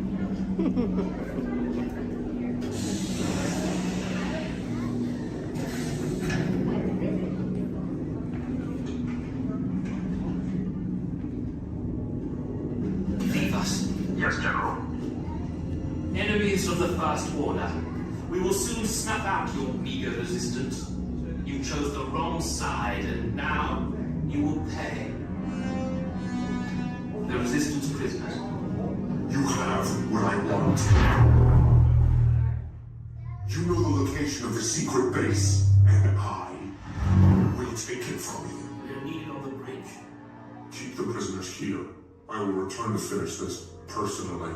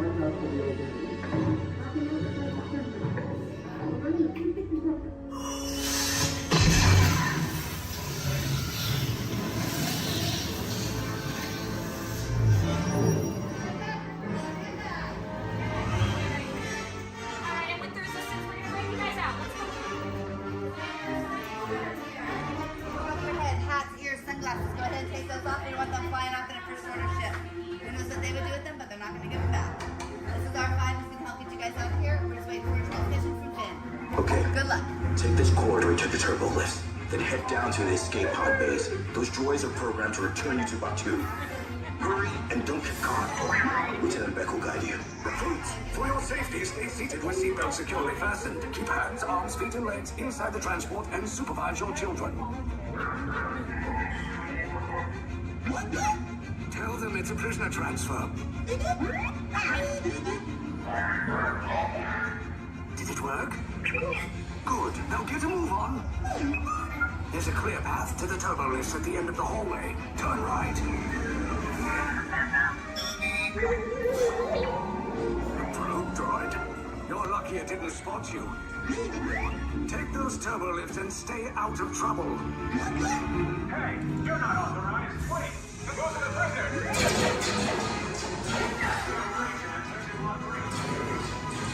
Your cover is blown. Find an alternate route. Who picked these two droids anyway? Detention approach. Prisoners will see nothing of the team. Hang on! Fire!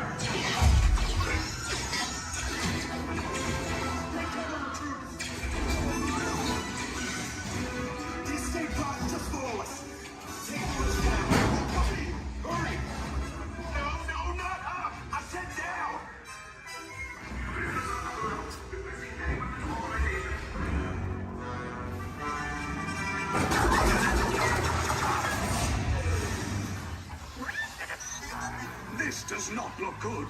Try to find another way down to the escape pods. The Resistance will attempt to rescue the prisoners. They have neither the resources nor the courage to engage us. You underestimate their conviction. Raise the shields! Shields? I see no evidence. Now! Sound the alarm! All personnel to their stations! Sir, the prisoners have escaped. How brave, but ultimately hopeless. There's nowhere to run.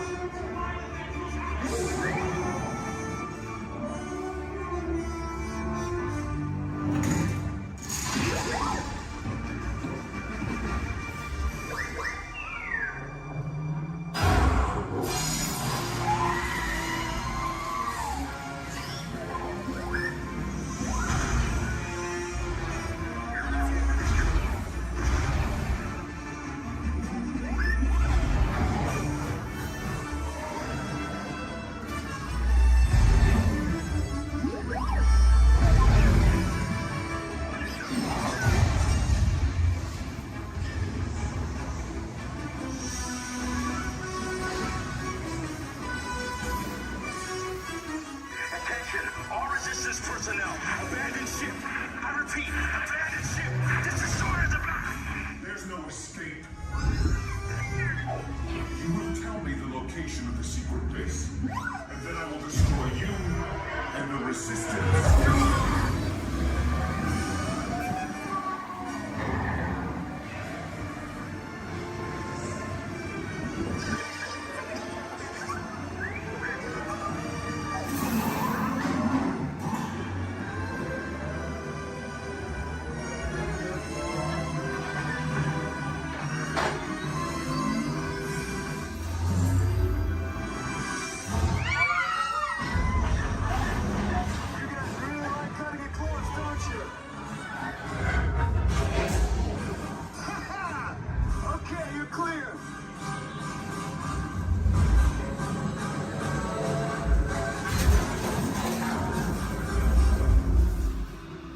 Escape pods came in a little off target. Ground crews will meet you outside the wreck. All right, nice job, recruits. Not what you signed on for, but hey, you're Resistance now. I think I have that authority. Right, Beck? Where's the lieutenant? I need eyes on Beck. I know, Scaffold's clock beacon. More escape pods down in Sector 4. Verification pending from Key Command personnel. Where's the lieutenant? I need eyes on Beck. Lieutenant back here. Beck! You're alive! I should hope so. Great job, recruits. Thanks to your heroism, the location of the Resistance base is secure. Bravo! Yes, R5, you too.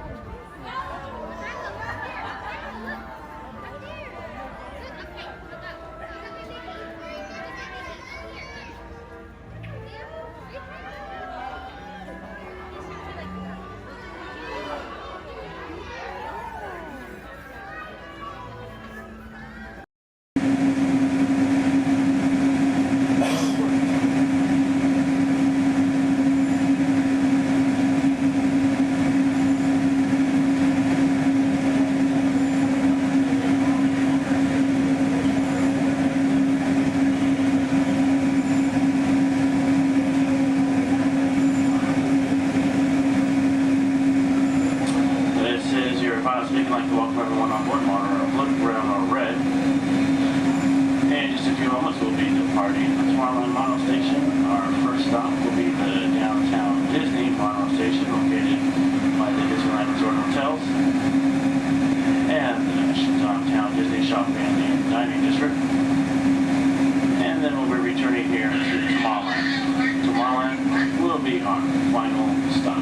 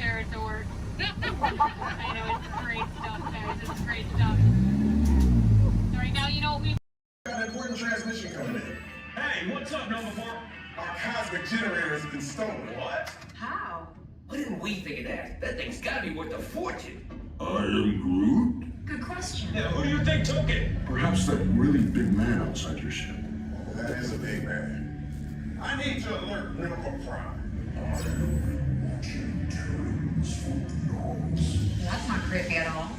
This species has failed. Wait, whoa. We didn't even know there was a test. He's got the cosmic generator. And he's creating a new jump point. Jump point to where? It's some kind of mutant jump point. It's going back to the dawn of time. Dawn of time, why? To erase an error. Well, that doesn't sound good. Your time is over. Wait, what do you mean? What do you mean that's so vague? The jump point is closing. Hey, Nova Dude, you're Nova Corps need to follow that whatever it is until we get there. We can't. Our power's down, and I've got to get these Terrans onto evacuation shuttles. I got it. I reprogrammed the shuttles to follow them through the jump point. Wait, what? Look, they're our only chance of keeping track of that whack job until we get the cosmic generator back. Piece of cake. Wait! There's cake. Where's this cake? The odds are impossible. Yep. But it's our only shot. Good luck. Are you sure you can control it? Come on, it's me. I got this. We're all toast. First there was cake, now there is toast. This plan is making me so hungry. Those wonderful pictures to your My Disney Experience app, so just make sure to grab that card on your way out. Now, if we're all on the same page, can I get a great big weep? Whee! Awesome. All right, now my friends in here, how many of us are familiar with the story Beauty and the Beast? Awesome, most of us. Are we all ready for a Beauty and the Beast pop quiz? Yes, awesome. Do not worry, my friends. This is not work and this is not school, so you don't have to worry about raising your hands. If you know any of the answers, just feel free to shout them out. My first question is, which princess grew up here? Belle. Belle, that's right. And does Belle still live here? Yes. No. No? Yes? Well, if Belle doesn't live here, then where does Belle live? The castle. The castle, that's right. Are we all ready to go visit Belle in the castle? Yes. Yes, awesome. Now right behind me is an enchanted mirror, and this was a gift given to Papa Maurice by the Beast. It lets him visit Belle in the castle at any time he wants, and I know the perfect time we can go back to. So everyone, please repeat after me. Take me back to the day Belle and Beast fell in love. Take me back to the day Belle and Beast fell in love.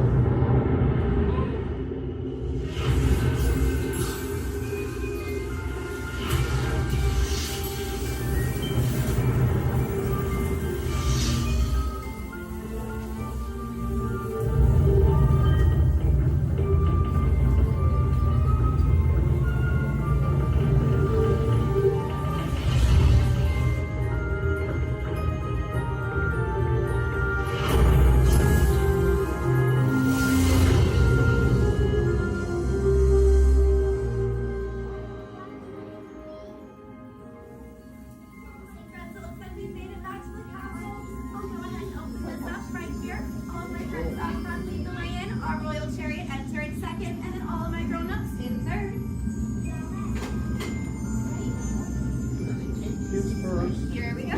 All right, all my little white kids, get to us.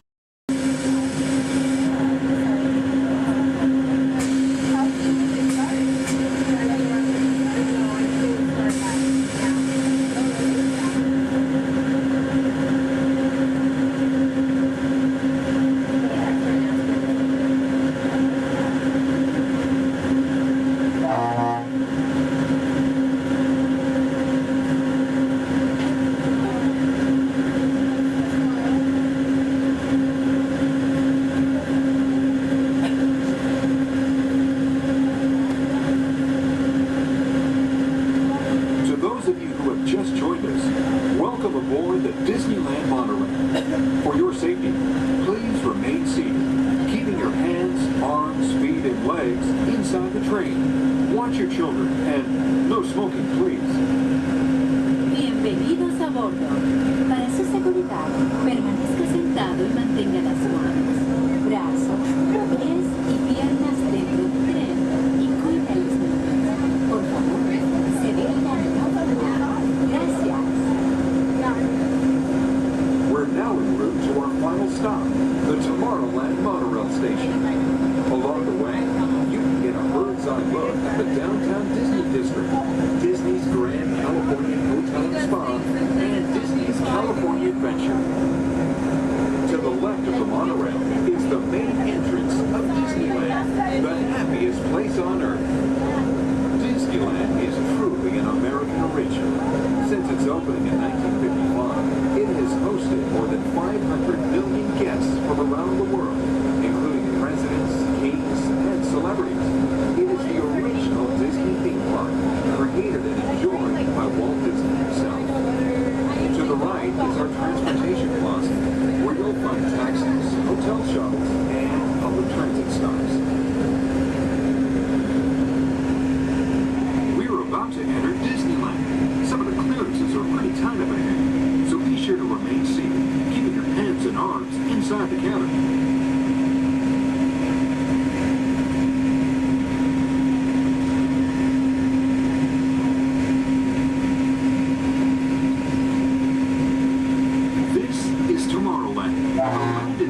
by science fact and fantasy. Directly below us is the Submarine Lagoon, where you can dive into an exciting underwater adventure aboard the Finding Nemo submarine voyage. Across the way are the icy peaks of Matterhorn Mountain, home of the world's most famous bobsled run. And beneath us are the roadways of the Utopia, where drivers of all ages can ride the road to tomorrow. As we cruise over Tomorrowland, our pilot would like to share a few program reminders. Hello everyone, welcome aboard Monorail Red for your enjoyment. Disneyland Park will remain open until 9 p.m. tonight. The park's hours has been extended to 9 p.m. Our last monorail tonight will be at 9 p.m.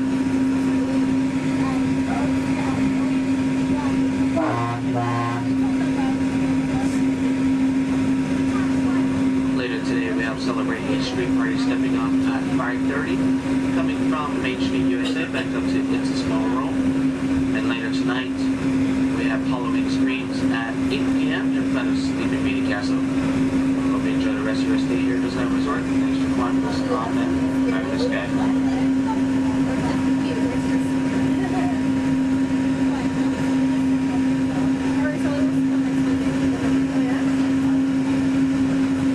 Just ahead and to the right of the train are the sparkling gold spires of one of Disney's most beloved attractions, It's a Small World.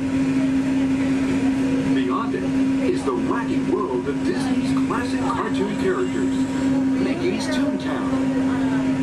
We're now riding alongside the happiest kingdom of them all, Fantasyland, home to Pinocchio, Snow White, Peter Pan, and other storybook characters. Last time I went, one of the guys got really close with the little boys right here. It freaked me out, and I hit him, and I was like over it. I've never like,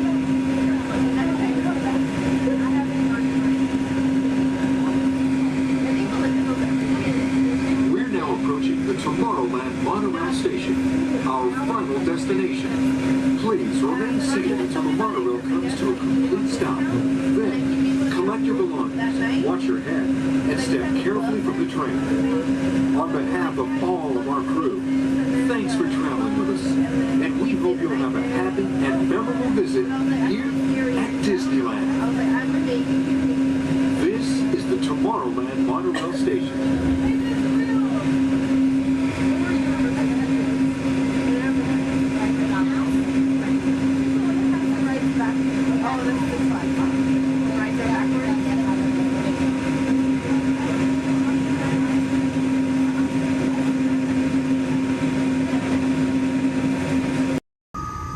Welcome aboard the Walt Disney World monorail to Epcot. For those of you staying, please hold on to the handrails throughout our journey and stay clear of the door. For the comfort of others, no smoking, please. Thank you. As we turn south, you can catch a glimpse of the spires of Space Mountain, Magic Kingdom. Nearby is Disney's contemporary resort.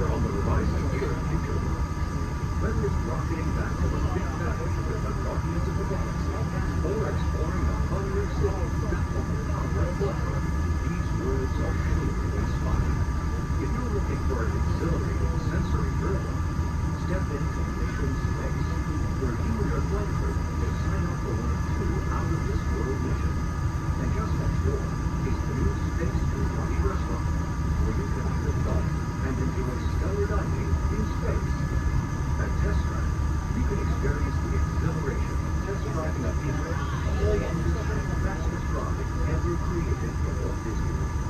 Across the World Showcase, you'll find representatives from the Postal, making this a truly international stage. Some exciting new adventures from around the world are coming to France, Canada, China, and the United Kingdom. Join us tonight at Lagoon to celebrate together during the nighttime spectacular. There's even more for you to explore. And you come around the world with a inside the Bus Pyramids, unleash your spark and journey into imagination and entertainment and experience your favorite short films like never before at the Disney Pixar Short Film Festival. Next is The Land, where you can celebrate Earth's rich diversity. The Land is also home to Soar, a free flying adventure across the wonders around the world. Here at the seas, you'll be able to meet some of your favorite undersea pals from Disney Pixar's Finding Nemo. We're approaching the Epcot monorail station. For our smoking guests, there are designated smoking areas just outside the park. Please hold on to the handrail and stay clear of the doors until the monorail stops completely and the doors open. On behalf of the cast of the Walt Disney World Resort, welcome to Epcot.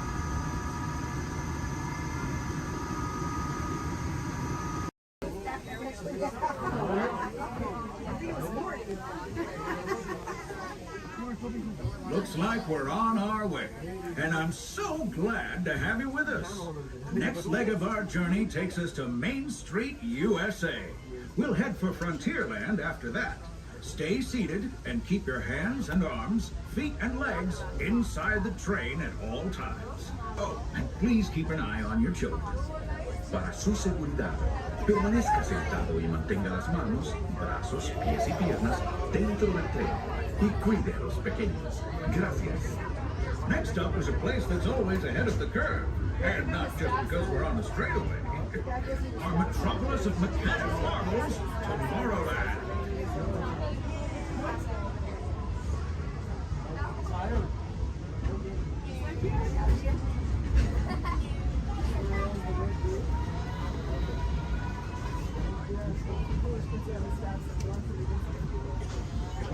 As you know, I love this railroad about as much as a songbird loves the morning.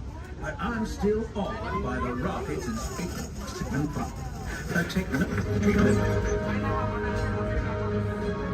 Unidentified users detected in upload conduit area. Scanning. Calculating. Locomotive maintaining trajectory. Intervention not required.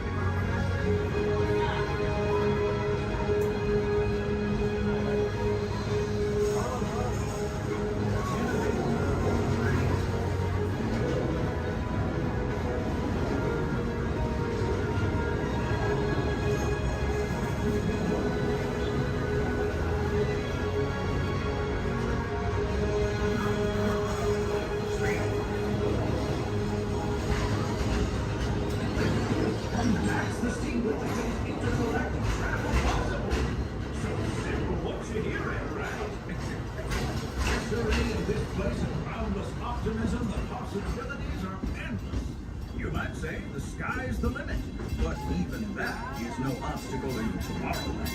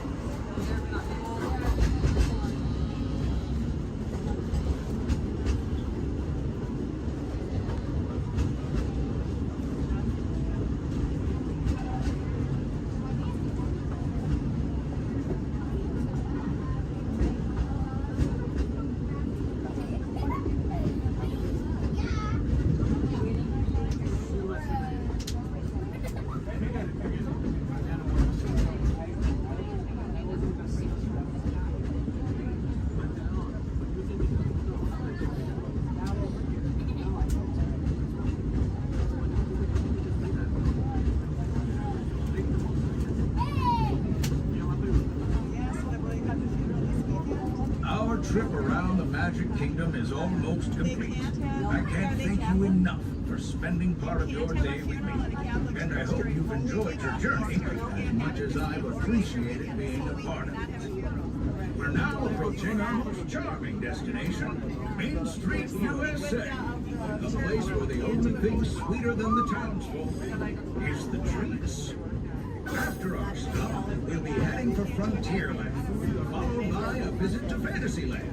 Now, stay seated until our train comes to a complete stop. Then pick up your belongings and carefully disembark. If you have strollers to unfold, please take them all the way beyond the platform so new passengers can safely hop aboard. It'd be mighty kind of. And while we're being neighborly, what say we give our fellow travelers a friendly wave hello? This is Main Street Station. Welcome to Main Street, USA. As we come into Main Street Station, please remain seated until I give the all clear. Please remain seated.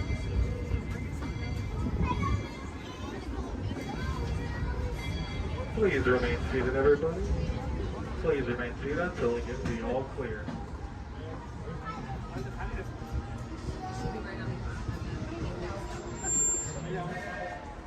We are now all clear to enter Main Street Station. On my desk, everyone, so please remain seated throughout the show. And please keep your hands, arms, feet, and legs inside the vehicle at all times. Oh, don't forget to supervise your children. And for the safety of our guests, we ask that you please refrain from the use of flash photography and external video lighting. Now that we've taken care of business, let's talk about me. My name is Travis, and I'll be your guide for this magical journey into the movies. It's the perfect job for me because, well, I love movies. Is everybody ready? Great, the cameras are ready to roll. Ready when you are, CB.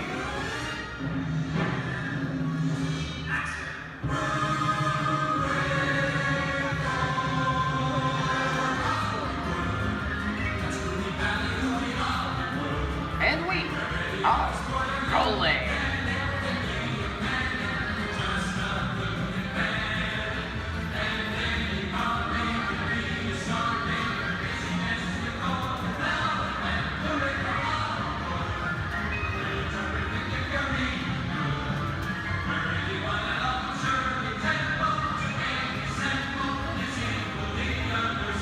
Hello everyone and welcome to the Great Movie Ride. Once again, my name is Travis, and on behalf of Disney's Hollywood Studios and Turner Classic Movies, please welcome our host for this one-of-a-kind tour, Robert Osborne. Thank you. We're ready for Hollywood indeed. What better way to start our journey? From the Old West to the rooftops of London and along the Yellow Brick Road, there really is no place like the movies. One of Hollywood's significant contributions to the world of film were great musicals. This scene is from one of my favorites, the 1933 Busby Berkeley spectacular, Footlight Parade.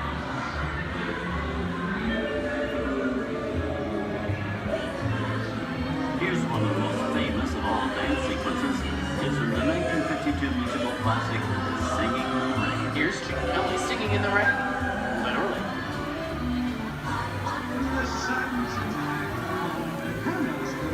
Here's one of the quintessential Disney musicals, Mary Poppins, starring Julie Andrews and Dick Van Dyke. This classic earned 13 Academy Award nominations. I love this song. Sing along.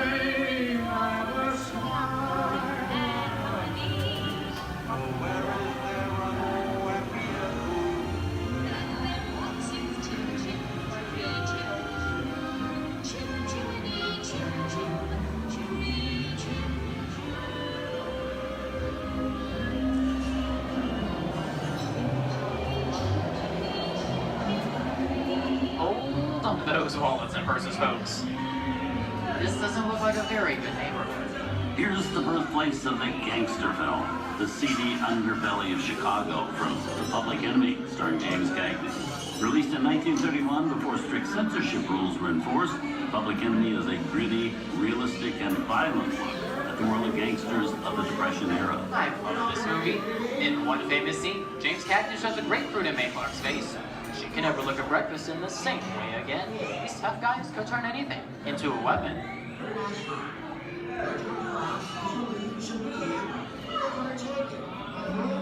You're going to kick in with the dog. If you don't, somebody's going to drop by here and take your teeth out one at a time. you mean? I get you. Now beat it. Tough guy,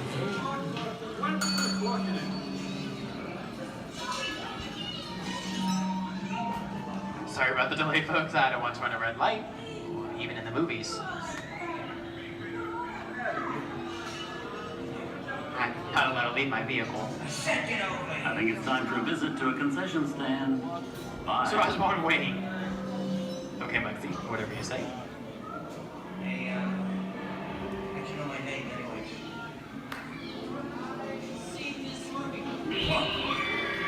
I hear someone singing your fancy cars. Why don't you get out of here? So beat it. I said square out of here or you're gonna get hurt. Here they come, Bus! Get out, your grinders!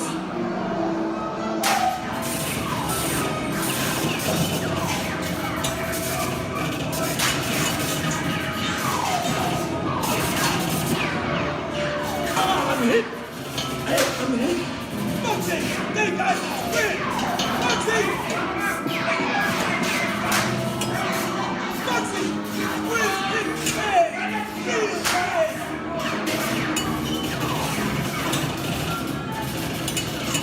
Everybody just sit tight. Running red lights against the law. I will never break the law. Hey, watch this. No more red lights. Muggsy!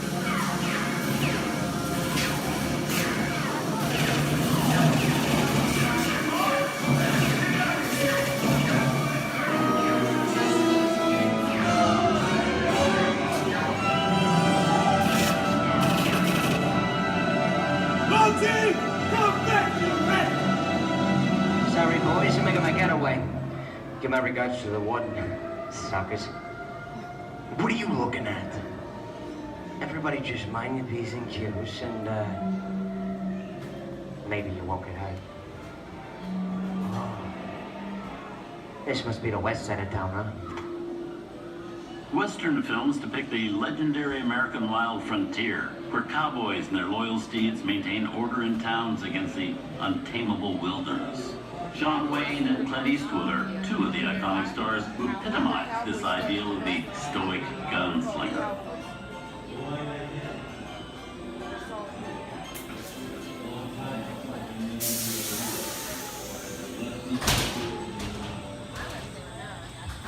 Sleepy little bag, ain't it? That's some mighty tough territory you're heading into, Pilgrim. I'd think about turning back if I was you. That is, if you want my opinion. But I reckon you No, we're in the clear. This looks like the perfect time to collect the all you valuables. We'll start with the jewelry and then we'll... What are you talking about? I didn't even work this neighborhood, copper.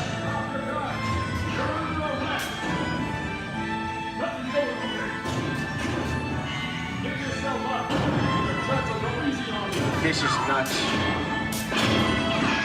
Nuts to this. Look at it this way. I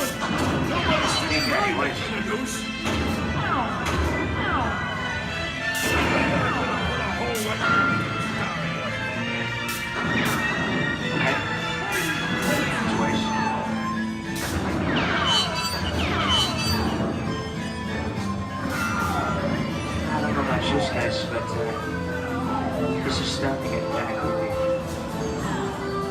Where are we? JC? Science fiction has been a staple of classic movies, from George Méliès's Trip to the Moon to George Lucas's Star Wars. In 1979, director Ridley Scott and Sigourney Weaver made audiences believe that in space, no one can hear you scream. This is Alien. Hey, you down face. How do we get out of here? Warning, remain in your vehicle. The area you are entering is extremely dangerous. Proceed with caution.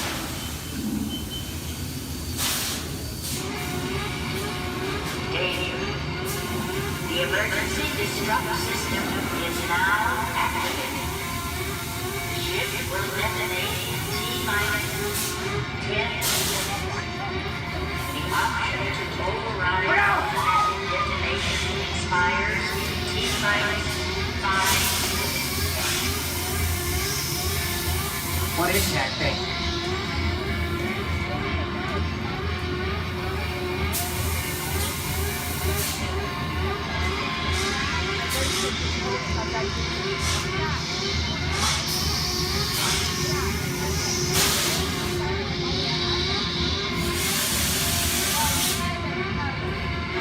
again.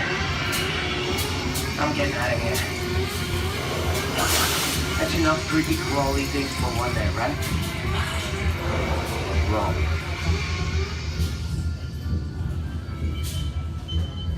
Steven Spielberg and George Lucas cemented their status as the blockbuster boys with their first partnership. Here from that legendary collaboration is Harrison Ford as archaeologist Indiana Jones in Raiders of the Lost Ark. Snakes. Why did it have to be snakes? Some of the biggest horror stars of Hollywood appear in the ancient story of a cursed Egyptian temple, a priceless jewel that beckons to all, but be warned, temptation always leads to destruction. Get a load of that show, guys. Time for me to get back to work. Good thing I don't believe in ghost stories. Don't nobody move while I go get the goods. I don't think they'd notice a few extra bodies around here. If you know what I mean.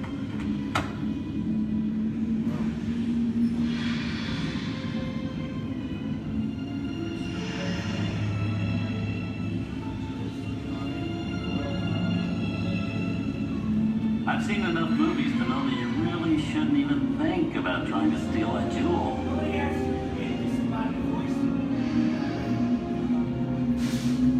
Halt, unbeliever.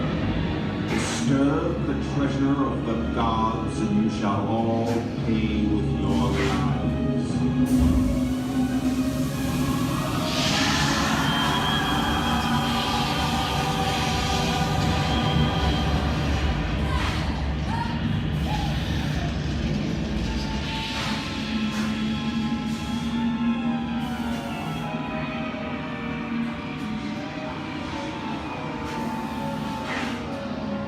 Not bad for my first movie, huh? The twist ending. That just goes to show you anything can happen in the movies. Now, let's get on with the show. I see dead people. Things that go bump in the night have always been a staple of movies.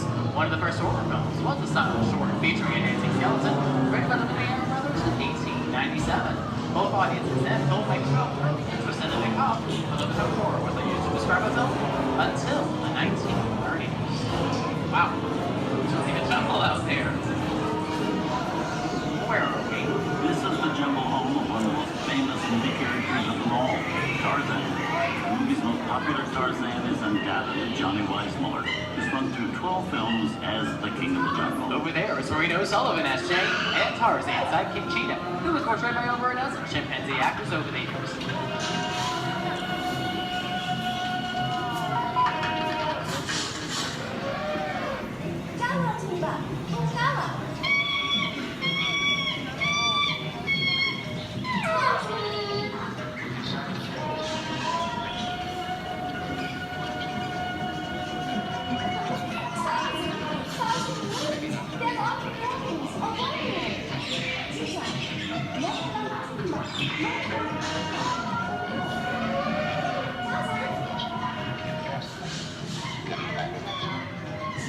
Here's Humphrey Bogart in his most famous film role. In 1942, Bogey finally got to spread his wings and romance the beautiful Ingrid Bergman in Casablanca. Look, I know that it'd be noble. It doesn't take much to see that the power of three little people don't amount to a hill of beans in this crazy world. Someday you'll understand that.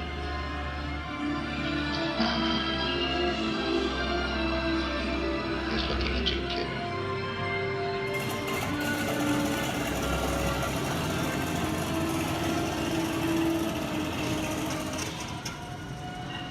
Inside of us, we both know you belong to Victor.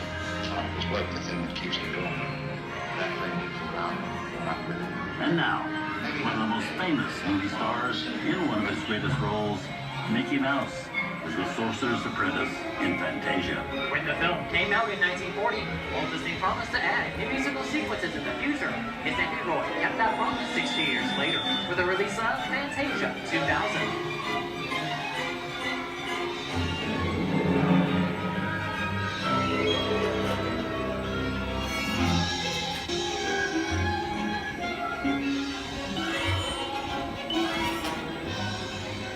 We've come over the rainbow and into one of the most beloved and most watched films in movie history, The Wizard of Oz. Toto, I have a feeling we're not in Kansas anymore.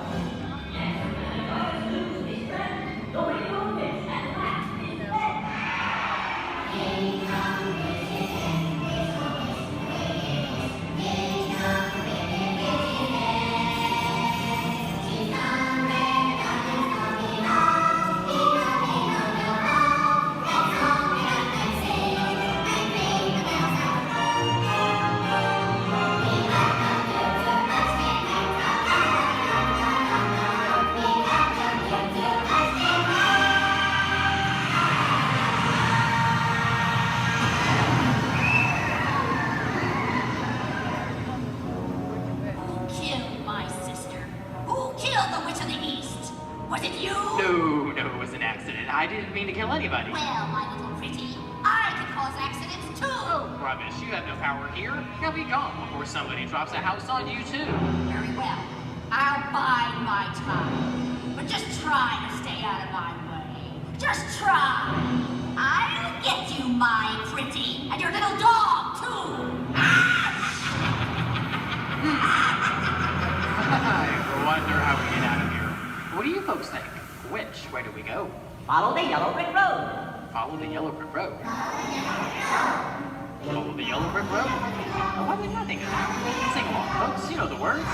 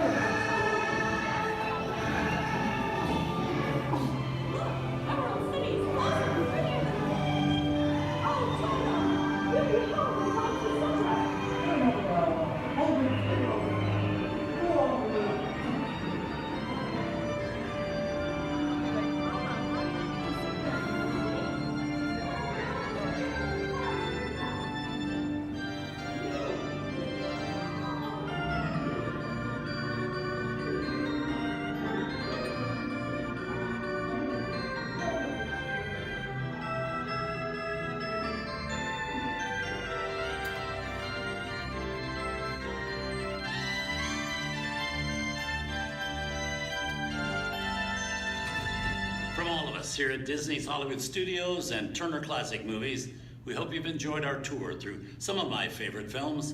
But remember, there are many more adventures waiting for you every day on TCM.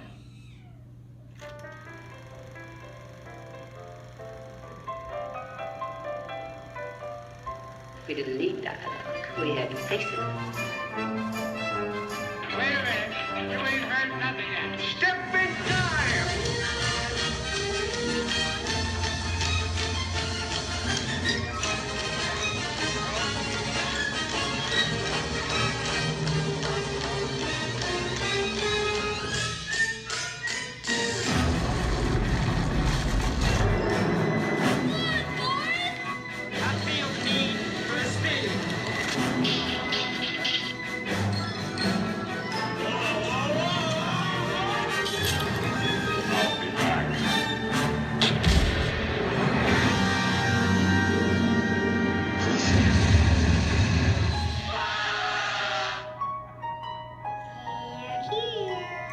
You best start believing in ghost stories, Miss Turner.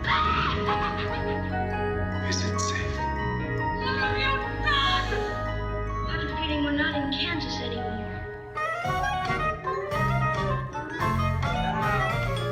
I'm a man.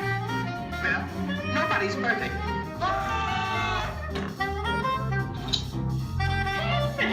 Shut up.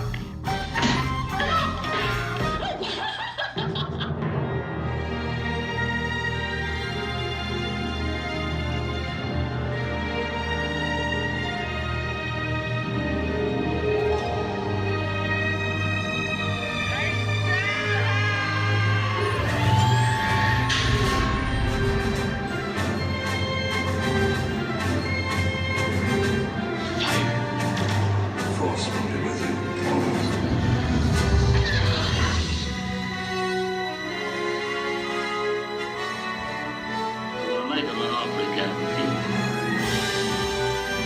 I want to be alone. We didn't land on Plymouth Rock. Plymouth Rock landed on us. Good morning, Vietnam! He's looking at you, kid.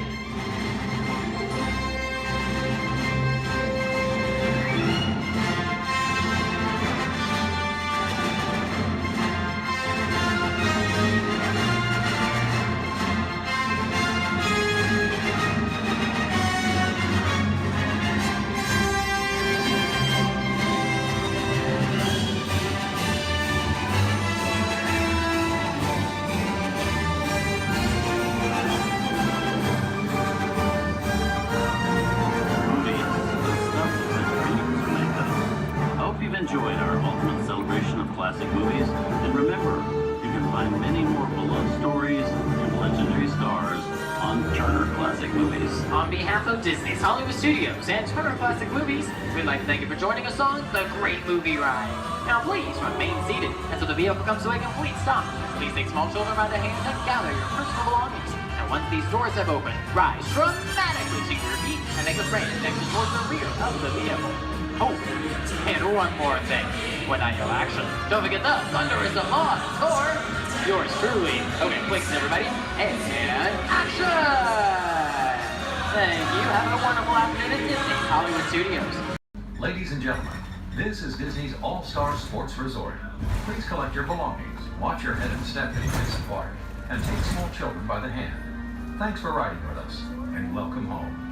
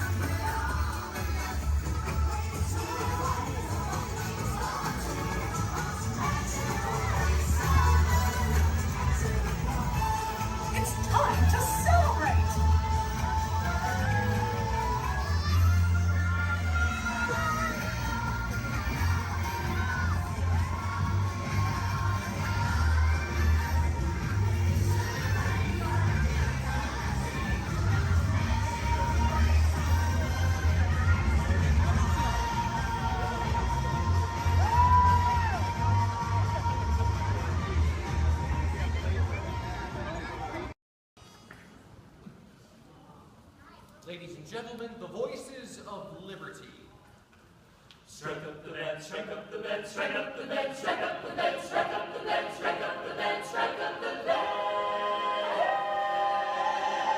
Let the drums roll out, let the trumpet call, while the people shout, strike up the band. Give the cymbals ring, calling one and all to the martial swing.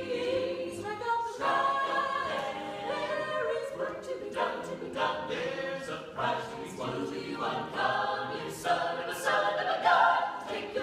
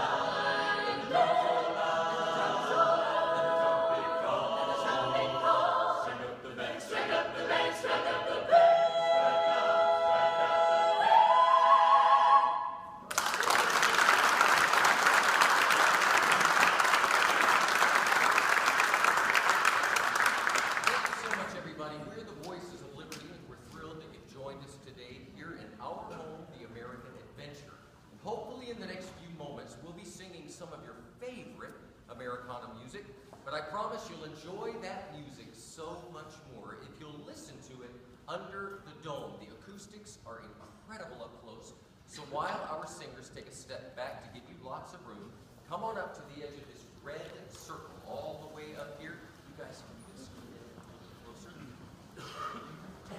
Especially if you're underneath the balcony, you'll really enjoy the music so much more up close. Have a seat on the floor so those folks behind you in wheelchairs or sitting on benches can enjoy the show.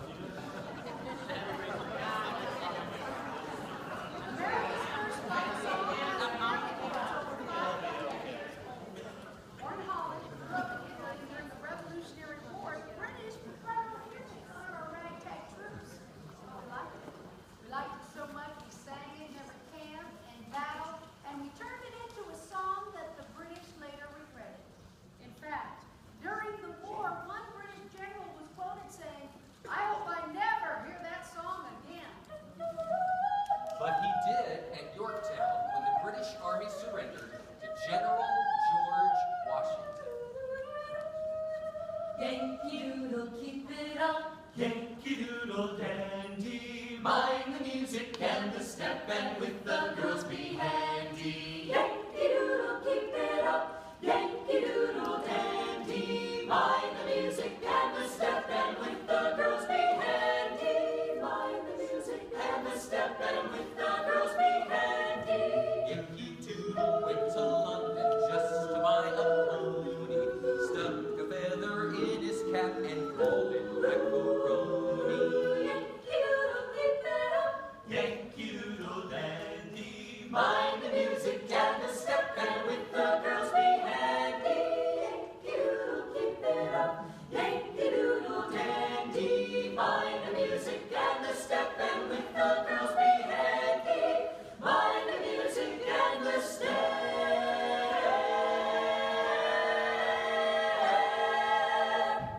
and with the girls be handy.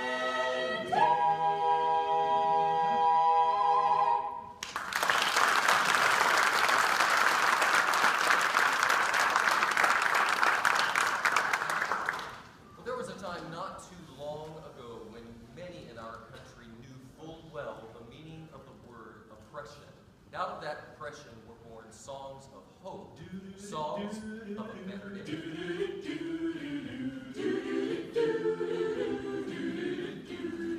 In that great get no morning, fare thee well, fare thee well. In that great get no morning, fare thee well, fare thee well. In that great get no morning, fare thee well, fare thee well. In that great get no morning, fare thee well, fare thee well. Sometimes I feel like a motherless child. Sometimes I feel like a motherless child. Sometimes I feel like a motherless child.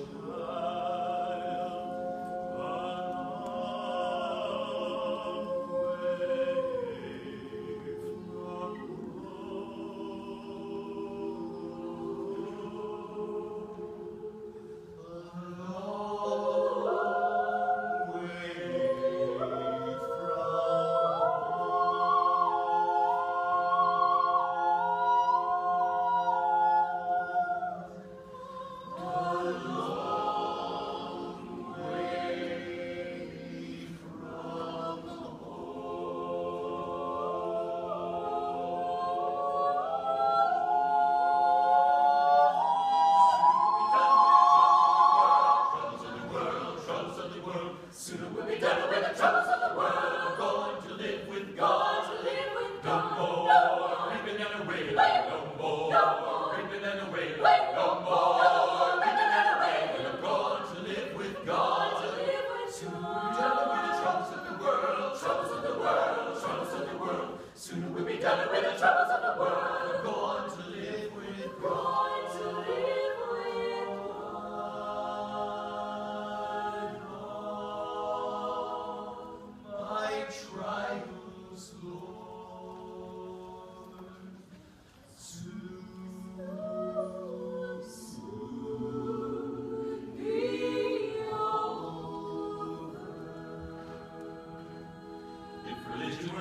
that money could buy.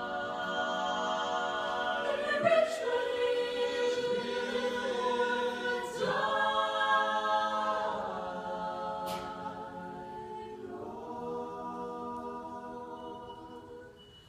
All my trials, Lord,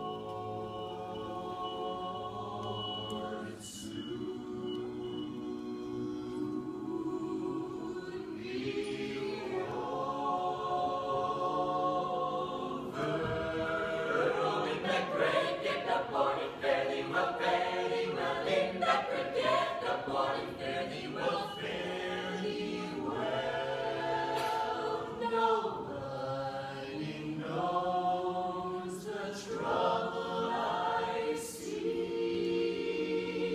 Nobody knows my sorrow. Nobody knows the trouble I see. Glory, hallelujah.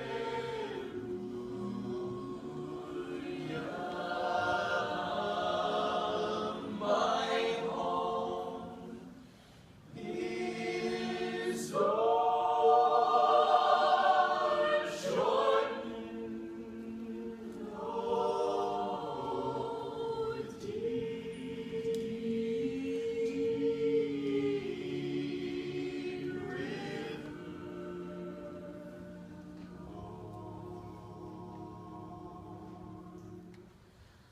Oh, I want to cross over into campground. Riding the chariot in the morning, Lord. Riding the chariot in the morning, Lord. I'm getting ready for the judgment day, my Lord, my Lord. Riding the chariot in the morning, Lord. Riding the chariot in the morning, Lord. I'm getting ready for the judgment day, my Lord, my Lord. In that break in the morning, fare thee well,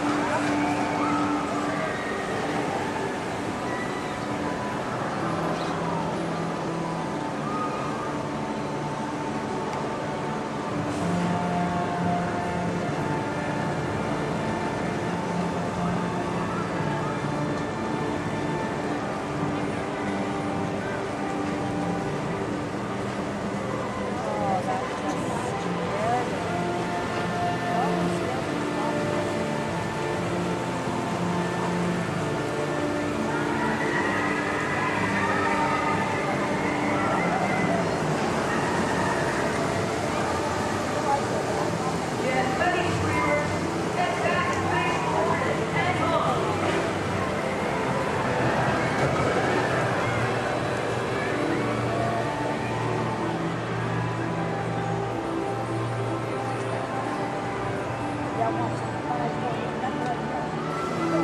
2, 5.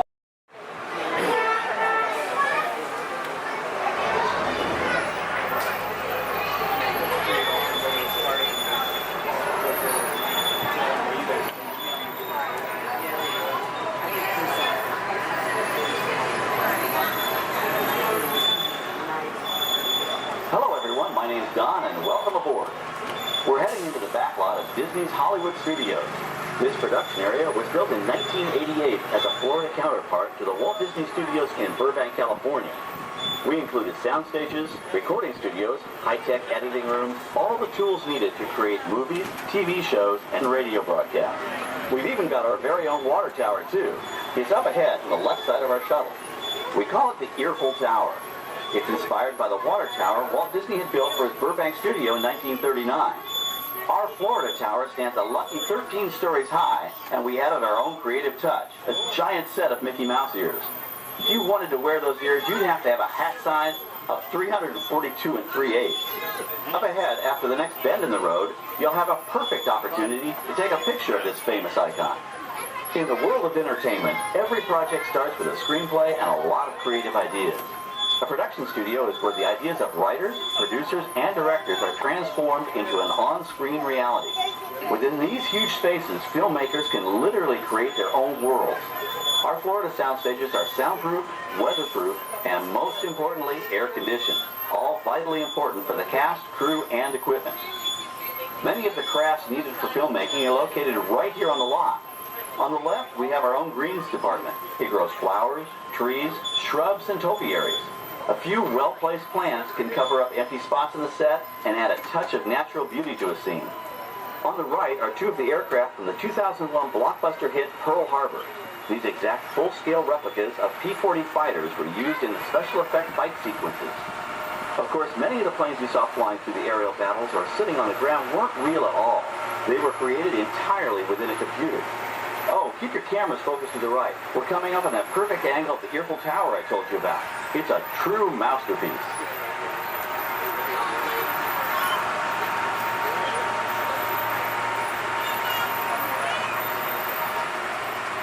We're entering one of our most glamorous and colorful departments, creative costuming.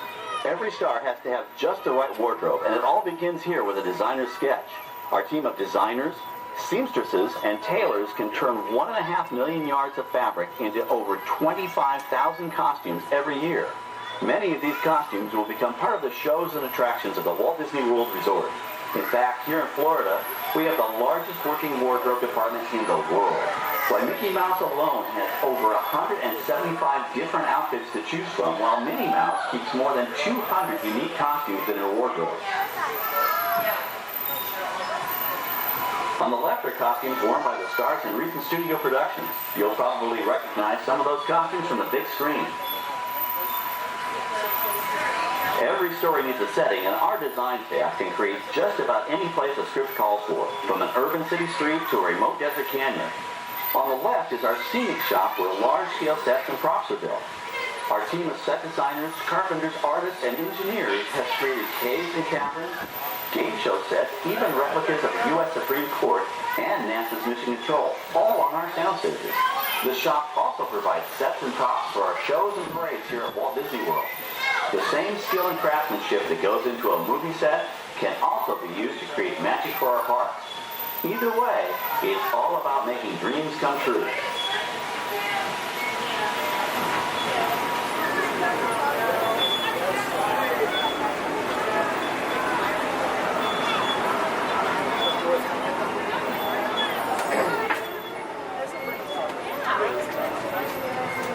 Now we're entering a zone we call the Boneyard. It's an outdoor storage area for oversized props and vehicles. Cars, trucks, boats, planes, we often save these props in case we need them for future productions. In this backlot collection, you may find real working vehicles, non-working mock-ups, and even large-scale miniatures used in special effects shots. Large-scale models create a more convincing illusion on camera. We even place small cutout passengers in the windows of the plane.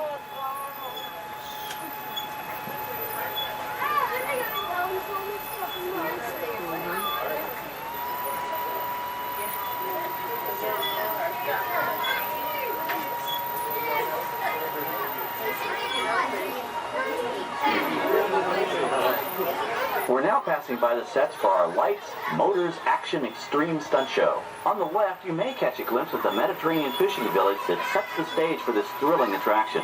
We'll get a closer look at it soon, but for now, we're approaching one of the largest standing sets on our back lot. It's over on the right. It may not look like much from this angle, but it's pretty spectacular on the other side.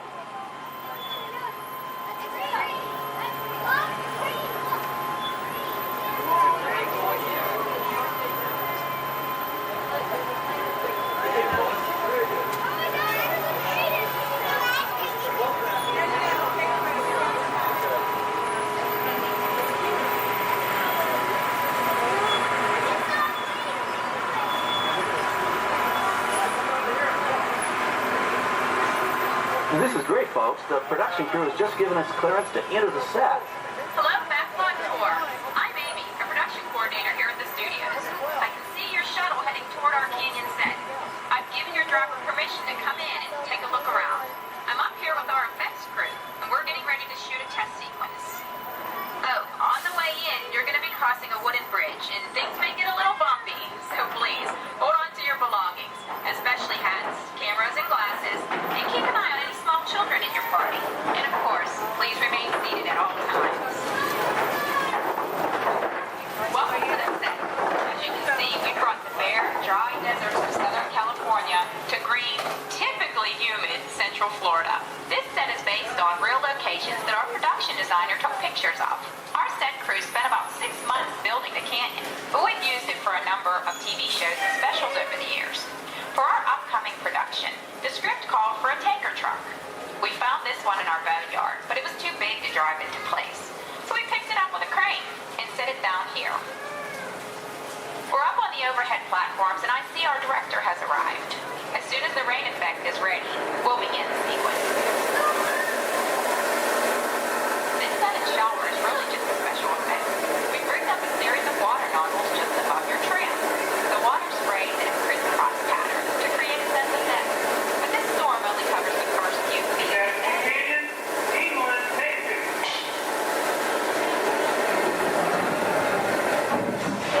Okay, it's showtime. Everybody stay seated. Hang on to your belongings and watch your children.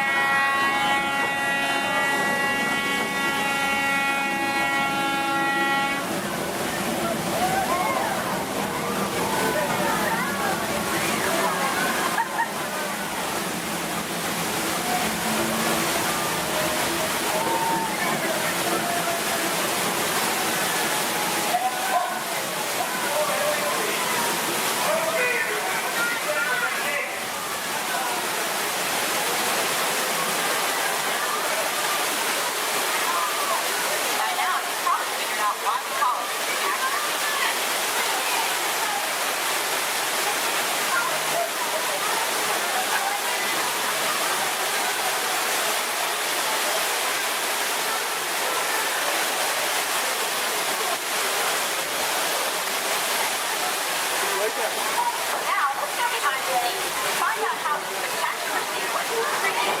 The canyon itself is a facade, a steel structure covered with wire mesh and layers of concrete, sculpted and painted to look like natural rock formations.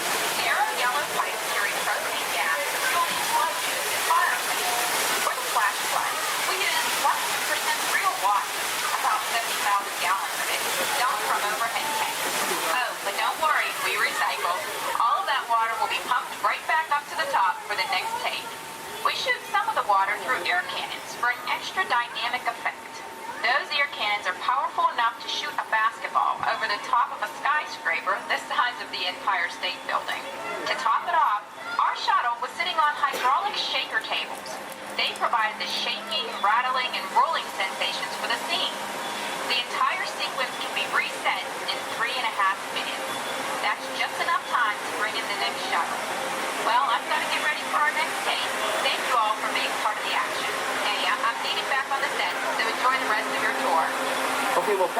for giving us access to the set.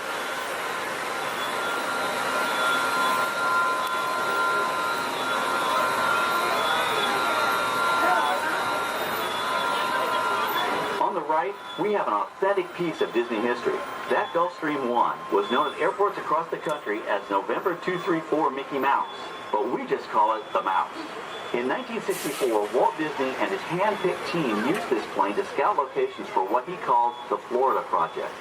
Soon, they secretly began purchasing thousands of acres of land, which became the Walt Disney World Resort in 1971. During the creation of the resort and later Epcot, the Mouse shuttled studio executives and Imagineers between Burbank and Orlando, making it the most used executive aircraft in the country. Appropriately, the Mouse retired here in 1992. As Walt used to say, it was all started by a mouse. In this case, the 234 Mickey Mouse. On our right, we once again sweep past the magnificent Mediterranean village of our Lights, Motors, Action Extreme Stunt Show. This high-octane attraction is based on the hit show from the Walt Disney Studios Park in France. In this action-packed production, you'll feel like you're right there on the set during the filming of a spy thriller, complete with custom-built cars, motorcycles, even jet skis. You'll experience the split-second timing, coordinated driving, and fiery special effects that make action movies a real blast.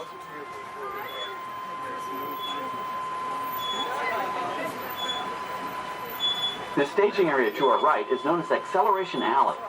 Here, the custom-built stunt show vehicles rev their engines up to 70 miles an hour before making their high-speed entrances onto the stage for our Lights, Motors, Action Extreme Stunt Show. Of course, these are professional stunt drivers. We hope you'll enjoy their daring driving skills, but please, don't try them yourself.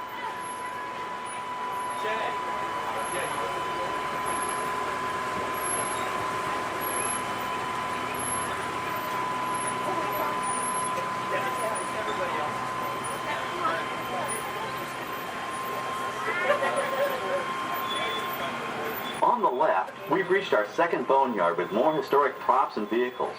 When we reuse older props in a new production, they're often refitted with custom parts and given a whole new color scheme. You might not even recognize them the next time you see them on screen. For instance, coming up is our friend Herbie the Love Bug. He went through a special demolition derby makeover. Those dents and dings were added on purpose, but he can be polished up as good as new for his next starring role.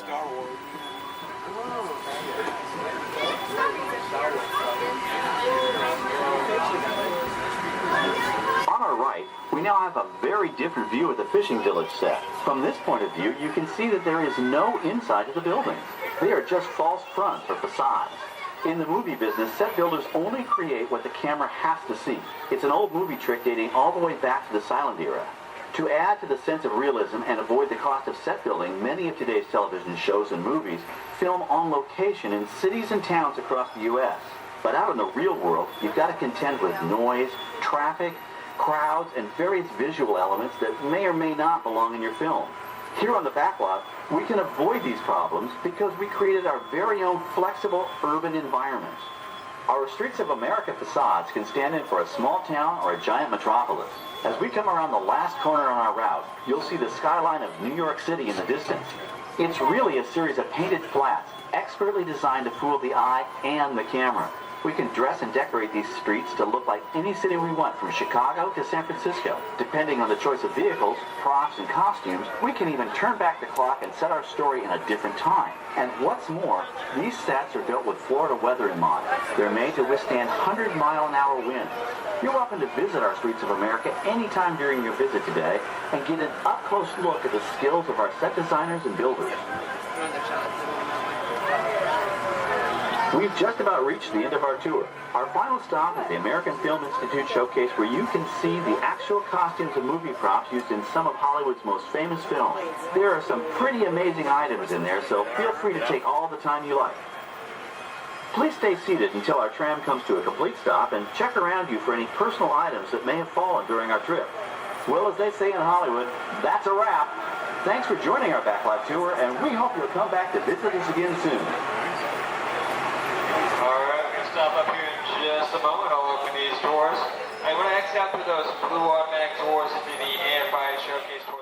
We head out. Please remain seated at all times. Please keep your hands on seat legs and elbows inside the vehicle, and please supervise your children. This is a one-way trip to Main Street, USA, and enjoy your ride.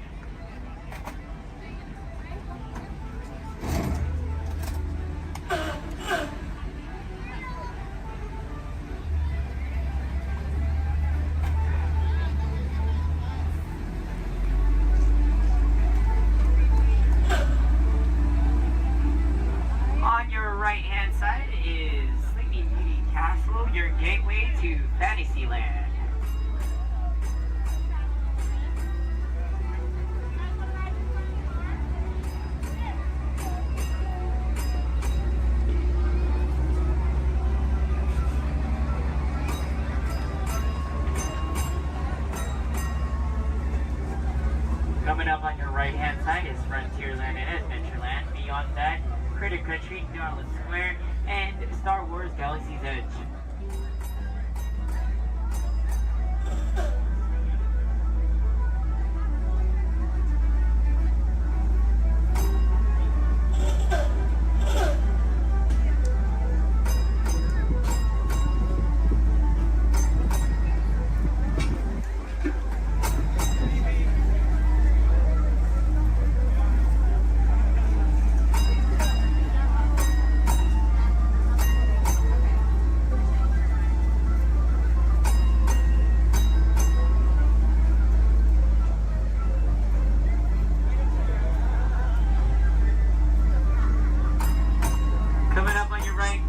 Left-hand side, there's our first aid center, our baby care center, and our lost child center.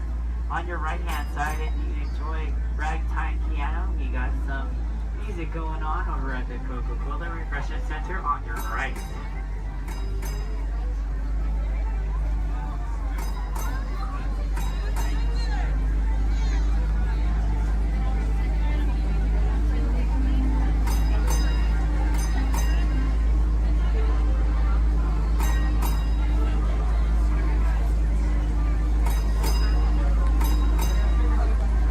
If you get hot later, on your right-hand side is our Dips and Grill ice cream parlor. And on your left is Market House, where you can find our Starbucks coffee and tea. Beyond that is our locker station.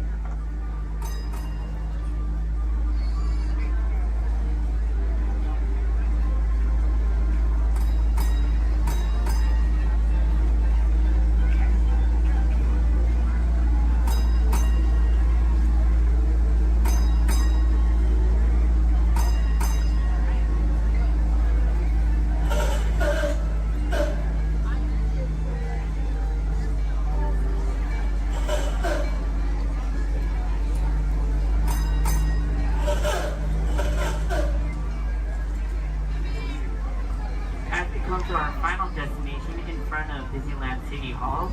Please remain seated until the bus has come to a full and complete stop. For those of you who are sitting in the top stairs, please watch your step as you exit the stairs and assist young children, and enjoy the rest of your day here in the Magic Kingdom. My name is Justin, and thank you for riding.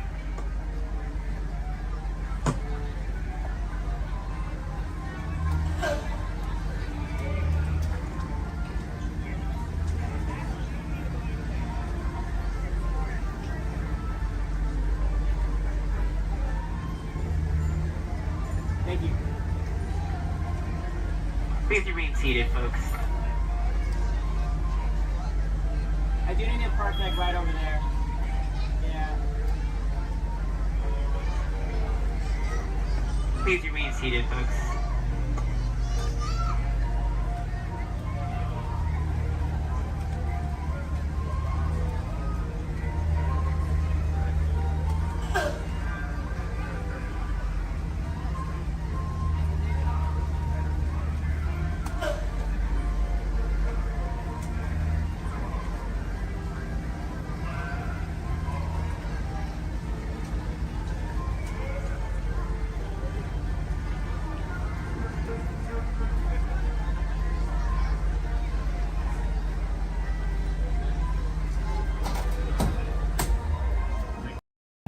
Sealed genetic matching room. Okay, Dr. Stevens, they're ready. Can everyone see me? Yes. Great. Welcome to the Avatar program. Soon, you're going to have a chance to undertake an amazing Na'vi rite of passage, flying on the back of this powerful animal called an Ikron, or as we call it, a Banshee. The way you're going to do this is by being matched to something called an avatar. And I'm here to help you guys get ready. But first, we have to scan you for Pandoran microparasites. All right, everyone, stay on your number and move your arms a bit. Whoa. Okay, start scan.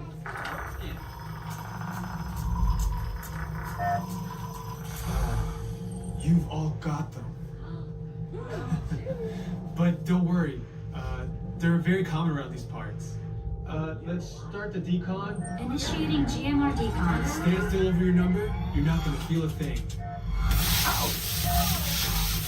You're doing great. Almost done here. They're all clear. Great. Now let's go over how all this works. Like I said before, you're going to be matched to these things called avatars, which look a lot like the Na'vi. They're created by blending human DNA and Na'vi DNA. Once we match you to an avatar, thanks to a special link chair, your mind will be able to control that avatar. Using avatars to fly this way was all figured out by my boss, Dr. Jackie Ogden. She leads our science team, which is part of the Pandora Conservation Initiative, and we're here in the Valley of Moara studying banshees and their environment. Over a generation ago, this enormous company called the RDA created a lot of damage to the area through their bad mining practices and conflicts with the Na'vi. Just like on Earth, it can take decades for ecosystems to recover. Okay, to get you flying on a banshee, we need to find each of you an avatar. Let's prep the genetic sampling. I'm on it. Okay, first we need to find the compatible match of your genetic material with the genetic material of one of the avatar bodies that we already have. Once we do that, you'll be able to link to that avatar and fly. Help us out and move around a bit. Almost. Yes, got him. Now, let's find you your avatar matches.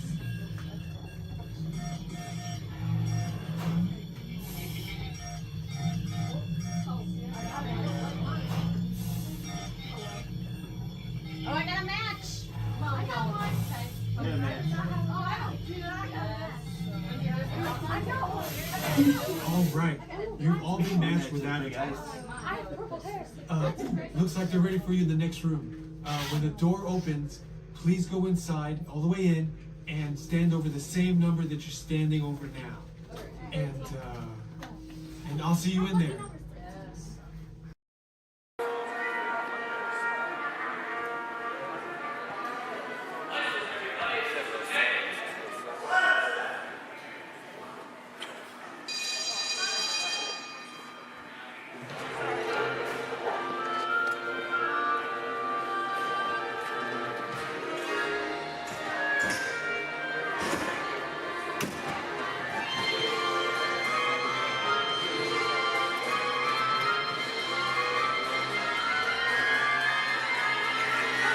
Welcome aboard. At this time, I'd like to ask everyone to please remain seated throughout our show, and please keep your arms and hands inside the vehicle at all times.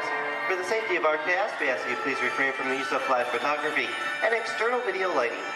Now that we've taken care of business, let's talk about me. My name is Patrick, and I'll be your guide on this magical journey into the movies. It's the perfect job for me because I love movies. Is everybody ready? Yeah! Great, because it's showtime. Ready when you are, CB?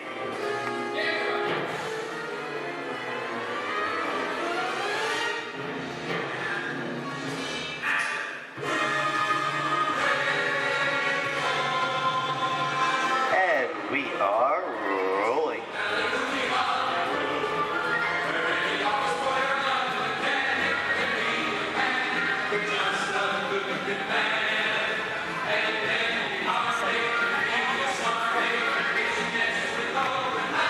Hello everyone and welcome to the Great Movie Ride. Once again, my name is Patrick and I'll be taking you from this Hollywood soundstage into some of the greatest movies of all time, all on one tour. But between you and me, this is no ordinary tour because the Great Movie Ride brings these movies to life and puts you right in the middle of the action.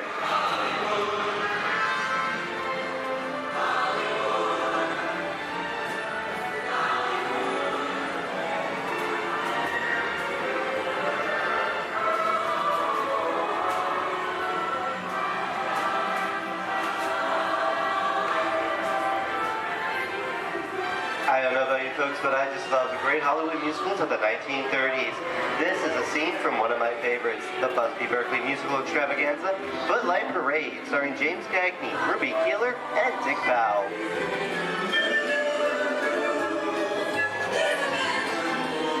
In 1952, Gene Kelly was Singing in the Rain with Debbie Reynolds and Donald O'Connor.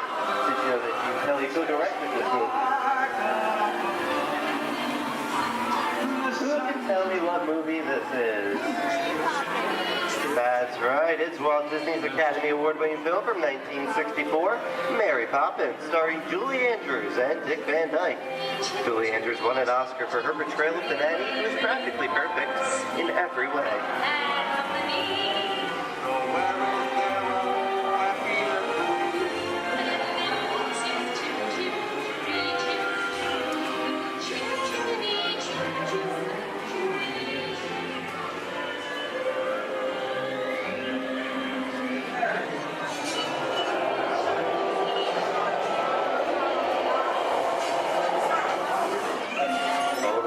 Walt and Bruce's folks. This doesn't look like a very good neighborhood. It looks a lot like the underworld. This seems such classic gangster films as The Public Enemy, starring one of my favorite tough guys, James Cagney. The working title for this movie was Beer and Blood, and in the United Kingdom it was known as Enemies of the Public.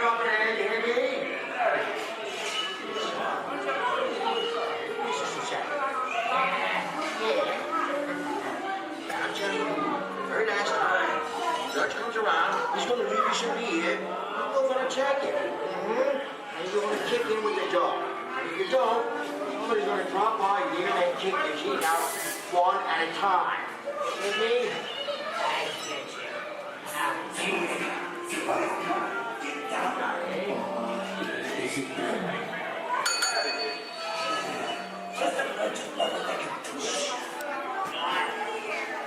Sorry about the delay, folks, but I don't want to run a red light, even if it is just a movie. You talking to me? You talking to me? That's okay. I'm talking to the demon who's putting the mouth over there. I'm talking to me. I'm not supposed to leave my vehicle. I said get away. Oh, okay, Muggsy, whatever you say. Hey, how'd you know my name anyway? I've seen this movie before. Oh. Unseen fancy cats like thinking out of your space. You make a mistake about this and swim out of here. You gotta get out of here. I'm beating you, son! Here they come, boss! Get out, you grinders!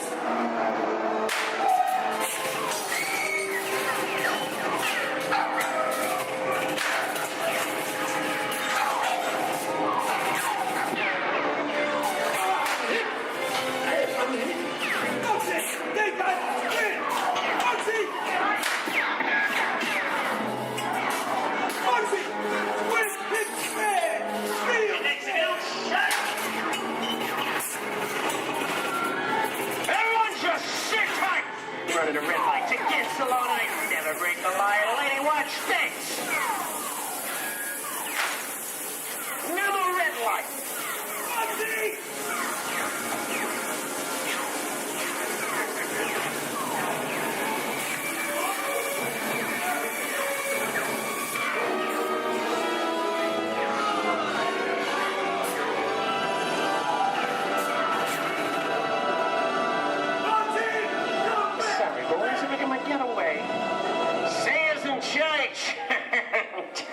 What are you looking at? Everyone mind your P's and Q's, and maybe you won't get hurt. What is this? Jay-Z? And now, the Old West, and two of Hollywood's legendary stars, Clint Eastwood and John Wayne.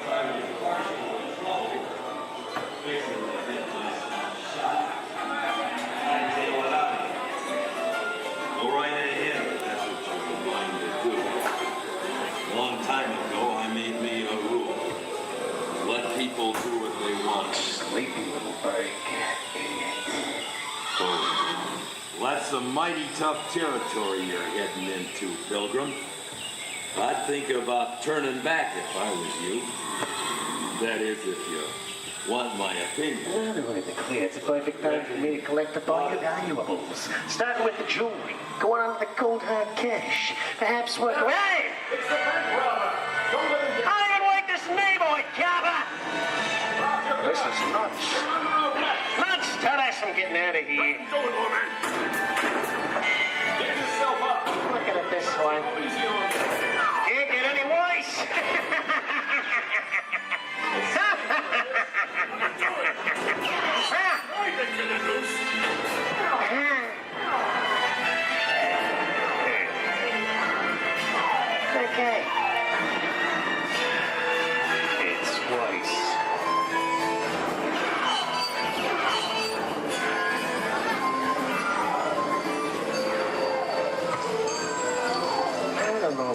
those guys.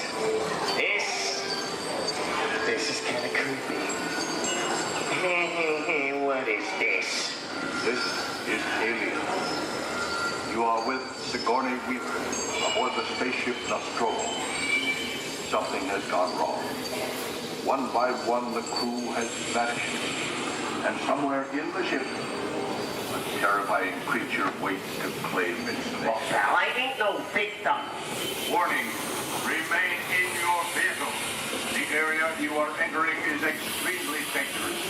Proceed with caution.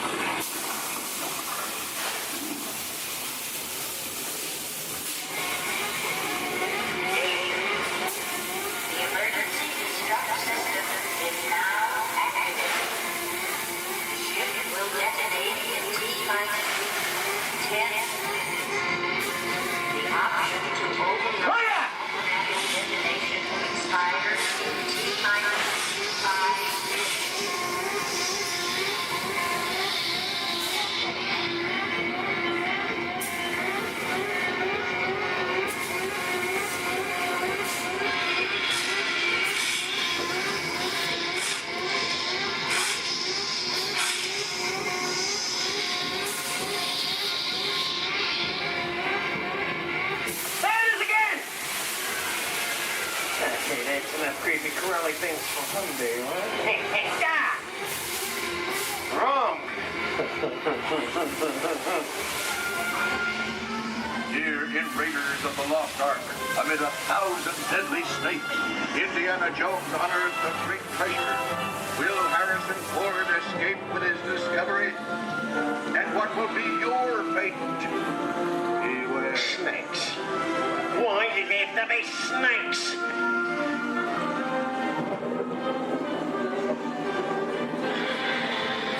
Dust of 3,000 years lies undisturbed in this ancient burial chamber. On the chest of the great stone god, a priceless Get over that chunk of ice. Time for me to get back to work. Don't nobody move while I go get the goods. I don't think they've noticed a few extra bodies around here. Know what I mean? But the jewel is guarded by a curse. And those who dare defy that curse must pay with their lives.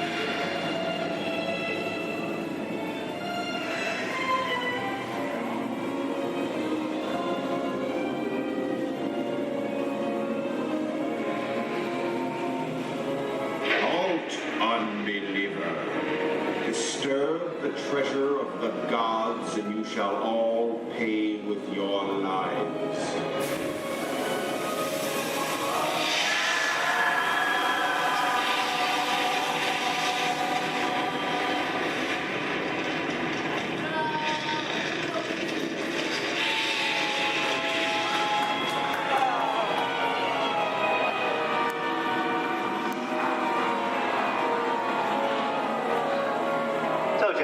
Popcorn.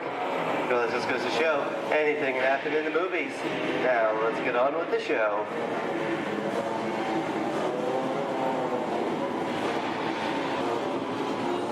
Ooh, I see dead people. The horror movie is my all-time favorite genre.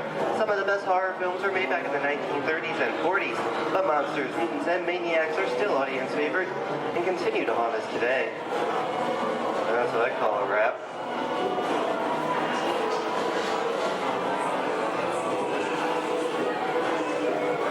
We are now entering the jungle home of one of the most beloved characters of all time.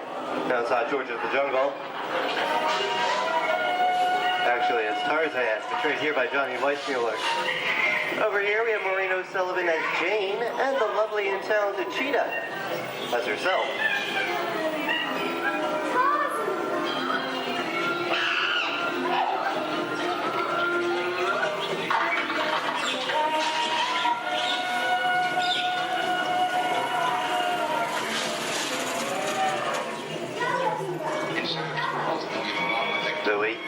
I think this is the beginning of a beautiful friendship. Best last line of a movie ever. Humphrey Bogart and Ingrid Bergman in the classic romance, Casablanca. Always have passed. It didn't happen. You lost it until you came to Casablanca. Got it back last night.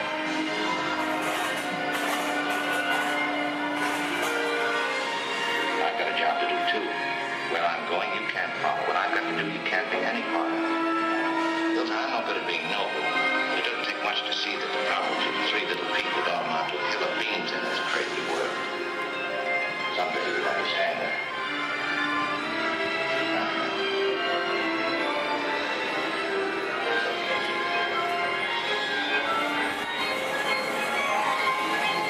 And here's one of my favorite movie stars, Mickey Mouse, in one of his greatest roles, the Sorcerer's Apprentice in Fantasia.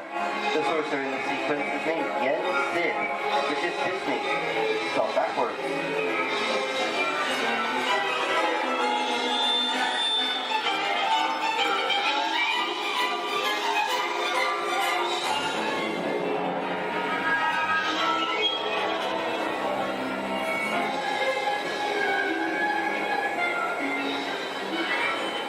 Toto, I have a feeling we're not in Kansas anymore. How often do you get to say that? I'd say we are definitely somewhere over the rainbow in one of the most beloved movies of all time.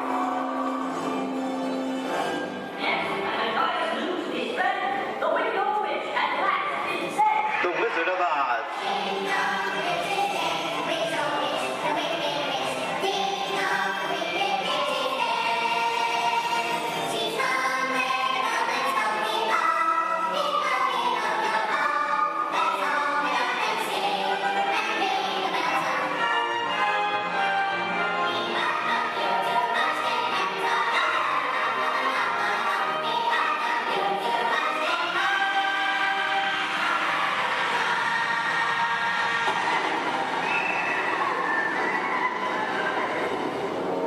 Who killed my sister?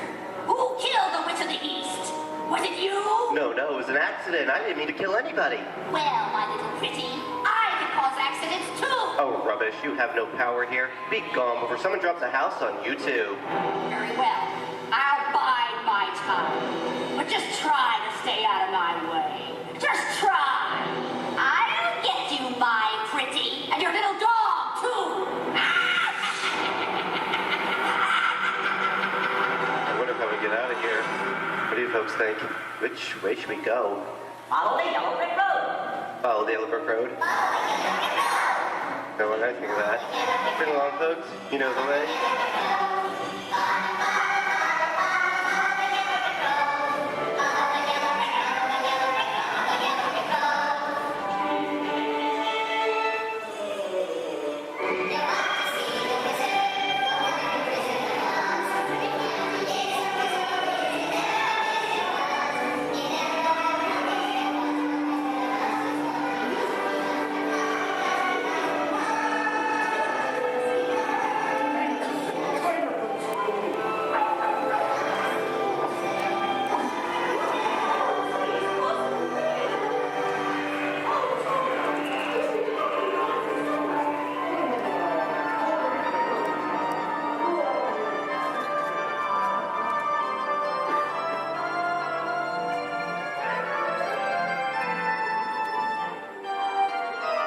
I hope you enjoyed our tour of these great moments at the movies, but we've only scratched the surface of what Hollywood has to offer.